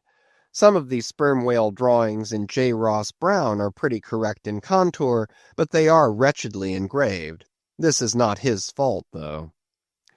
Of the right whale, the best outline pictures are in Scoresby, but they are drawn on too small a scale to convey a desirable impression. He has but one picture of whaling scenes, and this is a sad deficiency, because it is by such pictures only, when at all well done, that you can derive anything like a truthful idea of the living whale as seen by his living hunters. But, taken for all in all, By far the finest, though in some details not the most correct, presentations of whales and whaling scenes to be anywhere found are two large French engravings, well executed, and taken from paintings by one Garnery. Respectively, they represent attacks on the sperm and right whale. In the first engraving, a noble sperm whale is depicted in full majesty of might, just risen beneath the boat from the profundities of the ocean, and bearing high in the air upon his back the terrific wreck of the stoven planks. The prow of the boat is partially unbroken, and is drawn just balancing upon the monster's spine, and standing in that prow, for that one single incomputable flash of time, you behold an oarsman, half shrouded by the incensed boiling spout of the whale, and in the act of leaping as if from a precipice. The action of the whole thing is wonderfully good and true. The half-emptied line-tub floats on the whitened sea. The wooden poles of the spilled harpoons obliquely bob in it. The heads of the swimming crew are scattered about the whale in contrasting expressions of affright, while in the black stormy distance the ship is bearing down upon the scene. Serious fault might be found with the anatomical details of this whale, but let that pass, since for the life of me I could not draw so good a one. In the second engraving, the boat is in the act of drawing alongside the barnacled flank of a large running right whale, that rolls his black weedy bulk in the sea like some mossy rock slide from the Patagonian cliffs. His jets are erect, full, and black like soot, so that from so abounding a smoke in the chimney you would think that there must be a brave supper cooking in the great bowels below. Sea-fowls are pecking at the small crabs, shellfish, and other sea candies and macaroni which the right whale sometimes carries on his pestilent back. And all the while the thick-lipped Leviathan is rushing through the deep, leaving tons of tumultuous white curds in his wake, and causing the slight boat to rock in the swells like a skiff caught nigh the paddle-wheels of an ocean steamer. Thus the foreground is all raging commotion, but behind, in admirable artistic contrast, is the glassy level of a sea becalmed, the drooping unstarched sails of the powerless ship, and the inert mass of a dead whale, a conquered fortress with the flag of capture lazily hanging from the whale pole inserted into his spout-hole. Who Garnery, the painter, is or was, I know not, but my life for it, he was either practically conversant with his subject, or else marvellously tutored by some experienced whaleman. The French are the lads for painting action. Go and gaze upon all the paintings of Europe, and where will you find such a gallery of living and breathing commotion on canvas as in that triumphal hall at Versailles, where the beholder fights his way pell-mell through the consecutive great battles of France, where every sword seems a flash of the northern lights, and the successive armed kings and emperors dash by like a charge of crowned centaurs. Not wholly unworthy of a place in that gallery are these sea-battle pieces of Garnery. The natural aptitude of the French for seizing the picturesqueness of things seems to be peculiarly evinced in what paintings and engravings they have of their whaling scenes. With not 1/10 of England's experience in the fishery, and not the 1,000th part of that of the Americans, they have nevertheless furnished both nations with the only finished sketches at all capable of conveying the real spirit of the whale hunt. For the most part, the English and American whale draftsmen seem entirely content with presenting the mechanical outline of things, such as the vacant profile of the whale, which, so far as picturesqueness of effect is concerned, is about tantamount to sketching the profile of a pyramid.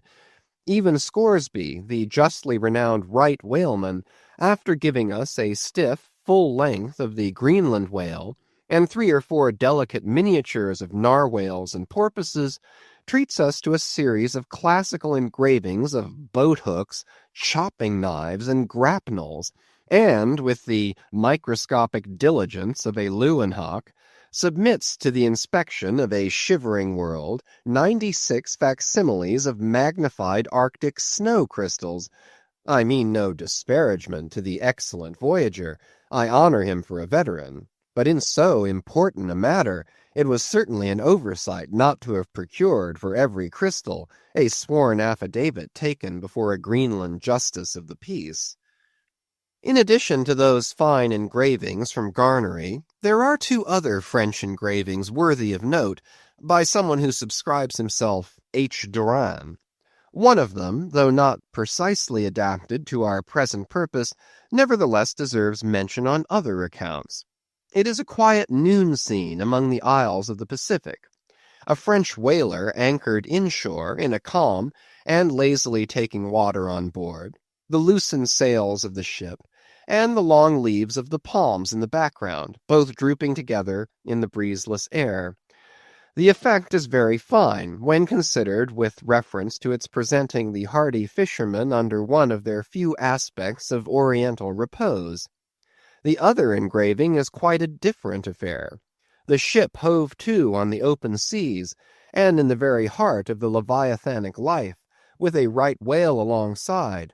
The vessel, in the act of cutting in, hove over to the monster as if to a quay, and a boat, hurriedly pushing off from this scene of activity, is about giving chase to whales in the distance. The harpoons and lances lie levelled for use. 3 oarsmen are just setting the mast in its hole, while from a sudden roll of the sea, the little craft stands half erect out of the water, like a rearing horse. From the ship, the smoke of the torments of the boiling whale is going up like the smoke over a village of smithies, and to windward a black cloud, rising up with earnest of squalls and rains, seems to quicken the activity of the excited seamen. Chapter 57. Of whales in paint, in teeth, in wood, in sheet iron, in stone, in mountains, in stars.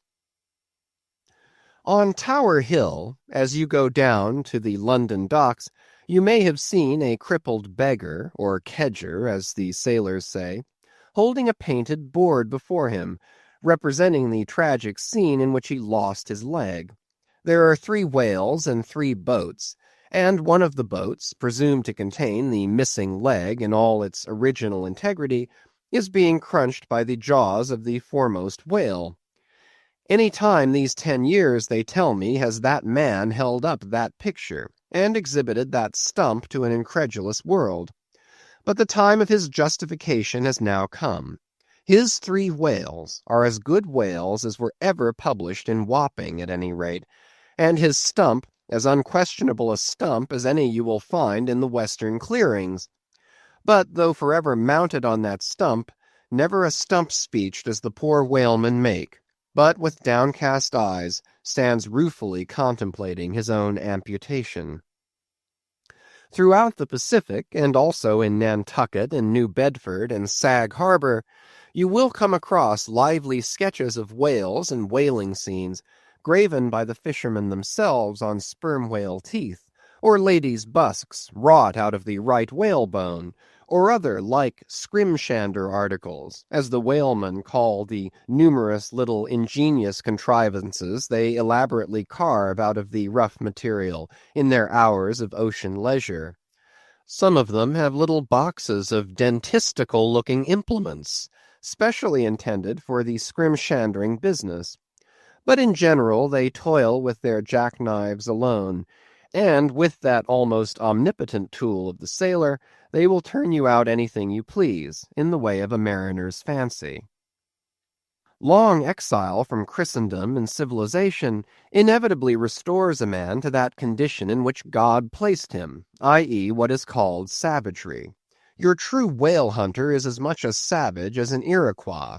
I myself am a savage, owing no allegiance but to the king of the cannibals, and ready at any moment to rebel against him.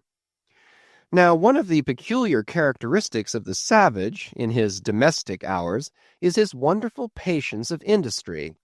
An ancient Hawaiian war club or spear paddle, in its full multiplicity and elaboration of carving, is as great a trophy of human perseverance as a Latin lexicon. For with but a bit of broken seashell or a shark's tooth, that miraculous intricacy of wooden network has been achieved, and it has cost steady years of steady application. As with the Hawaiian savage, so with the whale sailor savage. With the same marvelous patience, and with the same single shark's tooth of his one poor jackknife, he will carve you a bit of bone sculpture, not quite as workmanlike, but as close-packed in its maziness of design as the Greek savage Achilles' shield, and full of barbaric spirit and suggestiveness as the prince of that fine old Dutch savage, Albrecht Dürer. Wooden whales, or whales cut in profile out of the small dark slabs of the noble South Sea warwood, are frequently met with in the forecastles of American whalers. Some of them are done with much accuracy. At some old gable-roofed country houses you will see brass whales, hung by the tail for knockers to the roadside door. When the porter is sleepy, the anvil-headed whale would be best. But these knocking whales are seldom remarkable as faithful essays.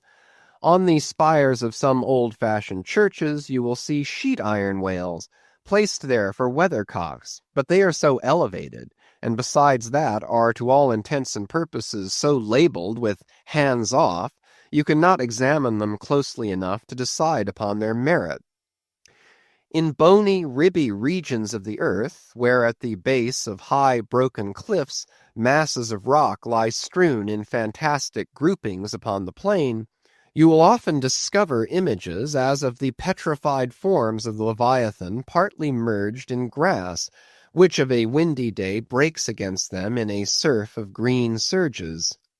Then again, in mountainous countries, where the traveller is continually girdled by amphitheatrical heights, here and there, from some lucky point of view, you will catch passing glimpses of the profiles of whales defined along the undulating ridges. But you must be a thorough whaleman to see these sights, and not only that, but if you wish to return to such a sight again, you must be sure and take the exact intersecting latitude and longitude of your first standpoint, else so chance-like are such observations of the hills that your precise previous standpoint would require a laborious rediscovery, like the Saloma Islands, which still remain incognita, though once high-ruffed Medana trod them, and old Figuera chronicled them. Nor, when expandingly lifted by your subject, can you fail to trace out great whales in the starry heavens, and boats in pursuit of them, as when, long filled with thoughts of war, the eastern nations saw armies locked in battle among the clouds. Thus at the north have I chased Leviathan round and round the pole, with the revolutions of the bright points that first defined him to me. And, beneath the effulgent Antarctic skies, I have boarded the Argo Navis, and joined the chase against the starry Cetus, far beyond the utmost stretch of Hydrus and the flying fish. With a frigate's anchors for my bridle bits, and fasces of harpoons for spurs, would I could mount that whale, and leap the topmost skies, to see whether the fabled heavens, with all their countless tents, really lie encamped beyond my mortal sight. Chapter 58. Brit. Steering northeastward from the Crozettes, we fell in with vast meadows of brit, the minute yellow substance upon which the right whale largely feeds. For leagues and leagues it undulated round us, so that we seemed to be sailing through boundless fields of ripe and golden wheat. On the second day, numbers of right whales were seen, who, secure from the attack of a sperm whaler like the Pequod, with open jaws sluggishly swam through the brit, which, adhering to the fringing fibers of that wondrous Venetian blind in their mouths, was in that manner separated from the water that escaped at the lip. as mourning mowers who side by side slowly and seethingly advance their scythes through the long wet grass of marshy meads, even so these monsters swam, making a strange grassy cutting sound, and leaving behind them endless swaths of blue upon the yellow sea. Footnote: that part of the sea known among whalemen as the Brazil Banks does not bear that name as the banks of Newfoundland do, because of there being shallows and soundings there, but because of this remarkable meadow-like appearance, caused by the vast drifts of brit continually floating in those latitudes, where the right whale is often chased. End of footnote. But it was only the sound they made as they parted the brit, which at all reminded one of mowers. Seen from the mastheads, especially when they paused and were stationary for a while, their vast black forms looked more like lifeless masses of rock than anything else, and, as in the great hunting countries of India, the stranger at a distance will sometimes pass on the plains recumbent elephants without knowing them to be such, taking them for bare, blackened elevations of the soil, even so often for him who, for the first time, beholds this species of leviathans on the sea. And even when recognized at last, their immense magnitude renders it very hard really to believe that such bulky masses of overgrowth can possibly be instinct in all parts with the same sort of life that lives in a dog or a horse. Indeed, in other respects, you can hardly regard any creatures of the deep with the same feelings that you do of those of the shore. For though some old naturalists have maintained that all creatures of the land are of their kind in the sea, and though taking a broad general view of the thing this may very well be, yet, coming to specialties, where, for example, does the ocean furnish any fish that in disposition answers to the sagacious kindness of the dog? The accursed shark alone can in any generic respect be said to bear comparative analogy to him. But though to landsmen in general the native inhabitants of the seas have ever been regarded with emotions unspeakably unsocial and repelling, though we know the sea to be an everlasting terra incognita, so that Columbus sailed over numberless unknown worlds to discover his one superficial western one, though by vast odds the most terrific of all mortal disasters have immemorially and indiscriminately befallen tens and hundreds of thousands of those who have gone upon the waters, though but a moment's consideration will teach that however baby man may brag of his science and skill, and however much, in a flattering future, that science and skill may augment, yet forever and forever, to the crack of doom, the sea will insult and murder him, and pulverize the stateliest, stiffest frigate he can make. Nevertheless, by the continual repetition of these very impressions, man has lost that sense of the full awfulness of the sea which aboriginally belongs to it. The first boat we read of floated on an ocean that with Portuguese vengeance had whelmed a whole world without leaving so much as a widow. That same ocean rolls now. That same ocean destroyed the wrecked ships of last year. Yea, foolish mortals, Noah's flood is not yet subsided. 2/3 of the fair world it yet covers. Wherein differ the sea and the land, that a miracle upon one is not a miracle upon the other? Preternatural terrors rested upon the Hebrews, when under the feet of Korah and his company the live ground opened and swallowed them up forever. Yet not a modern sun ever sets but in precisely the same manner the live sea swallows up ships and crews. But not only is the sea such a foe to man who is an alien to it, but it is also a fiend to its own offspring, worse than the Persian host who murdered his own guests, sparing not the creatures which itself hath spawned. Like a savage tigress that tossing in the jungle overlays her own cubs, so the sea dashes even the mightiest whales against the rocks, and leaves them there side by side with the split wrecks of ships. No mercy, no power, but its own controls it. Panting and snorting like a mad battle steed that has lost its rider, the masterless ocean overruns the globe. Consider the subtleness of the sea, how its most dreaded creatures glide under water, unapparent for the most part, and treacherously hidden beneath the loveliest tints of azure. Consider also the devilish brilliance and beauty of many of its most remorseless tribes, as the dainty embellished shape of many species of sharks. Consider once more the universal cannibalism of the sea, all whose creatures prey upon each other, carrying on eternal war since the world began. Consider all this, and then turn to this green, gentle, and most docile earth. Consider them both, the sea and the land. And do you not find a strange analogy to something in yourself? For as this appalling ocean surrounds the verdant land, so in the soul of man there lies one insular Tahiti, full of peace and joy, but encompassed by all the horrors of the half-known life. God keep thee. Push not off from that isle. Thou canst never return.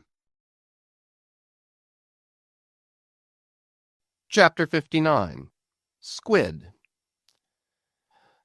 Slowly wading through the meadows of Brit, the Pequod still held on her way northeastward towards the island of Java, a gentle air impelling her keel, so that in the surrounding serenity her three tall, tapering masts mildly waved to that languid breeze, as three mild palms on a plain.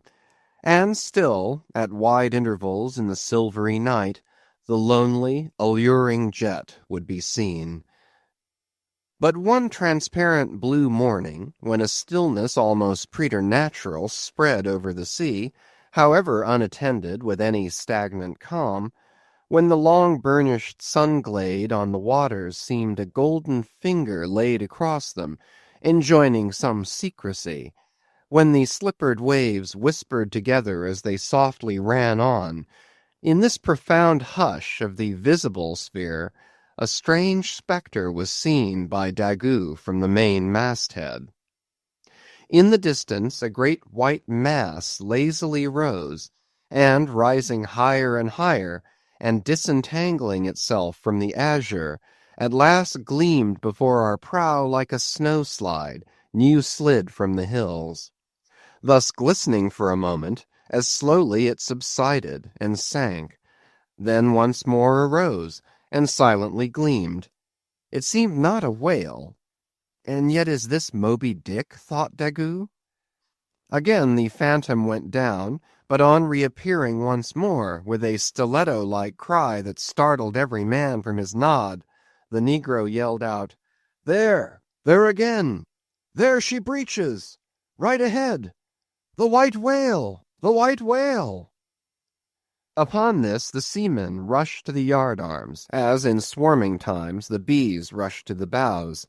Bareheaded in the sultry sun, Ahab stood on the bowsprit, and with one hand pushed far behind in readiness to wave his orders to the helmsman, cast his eager glance in the direction indicated aloft by the outstretched motionless arm of Daggoo.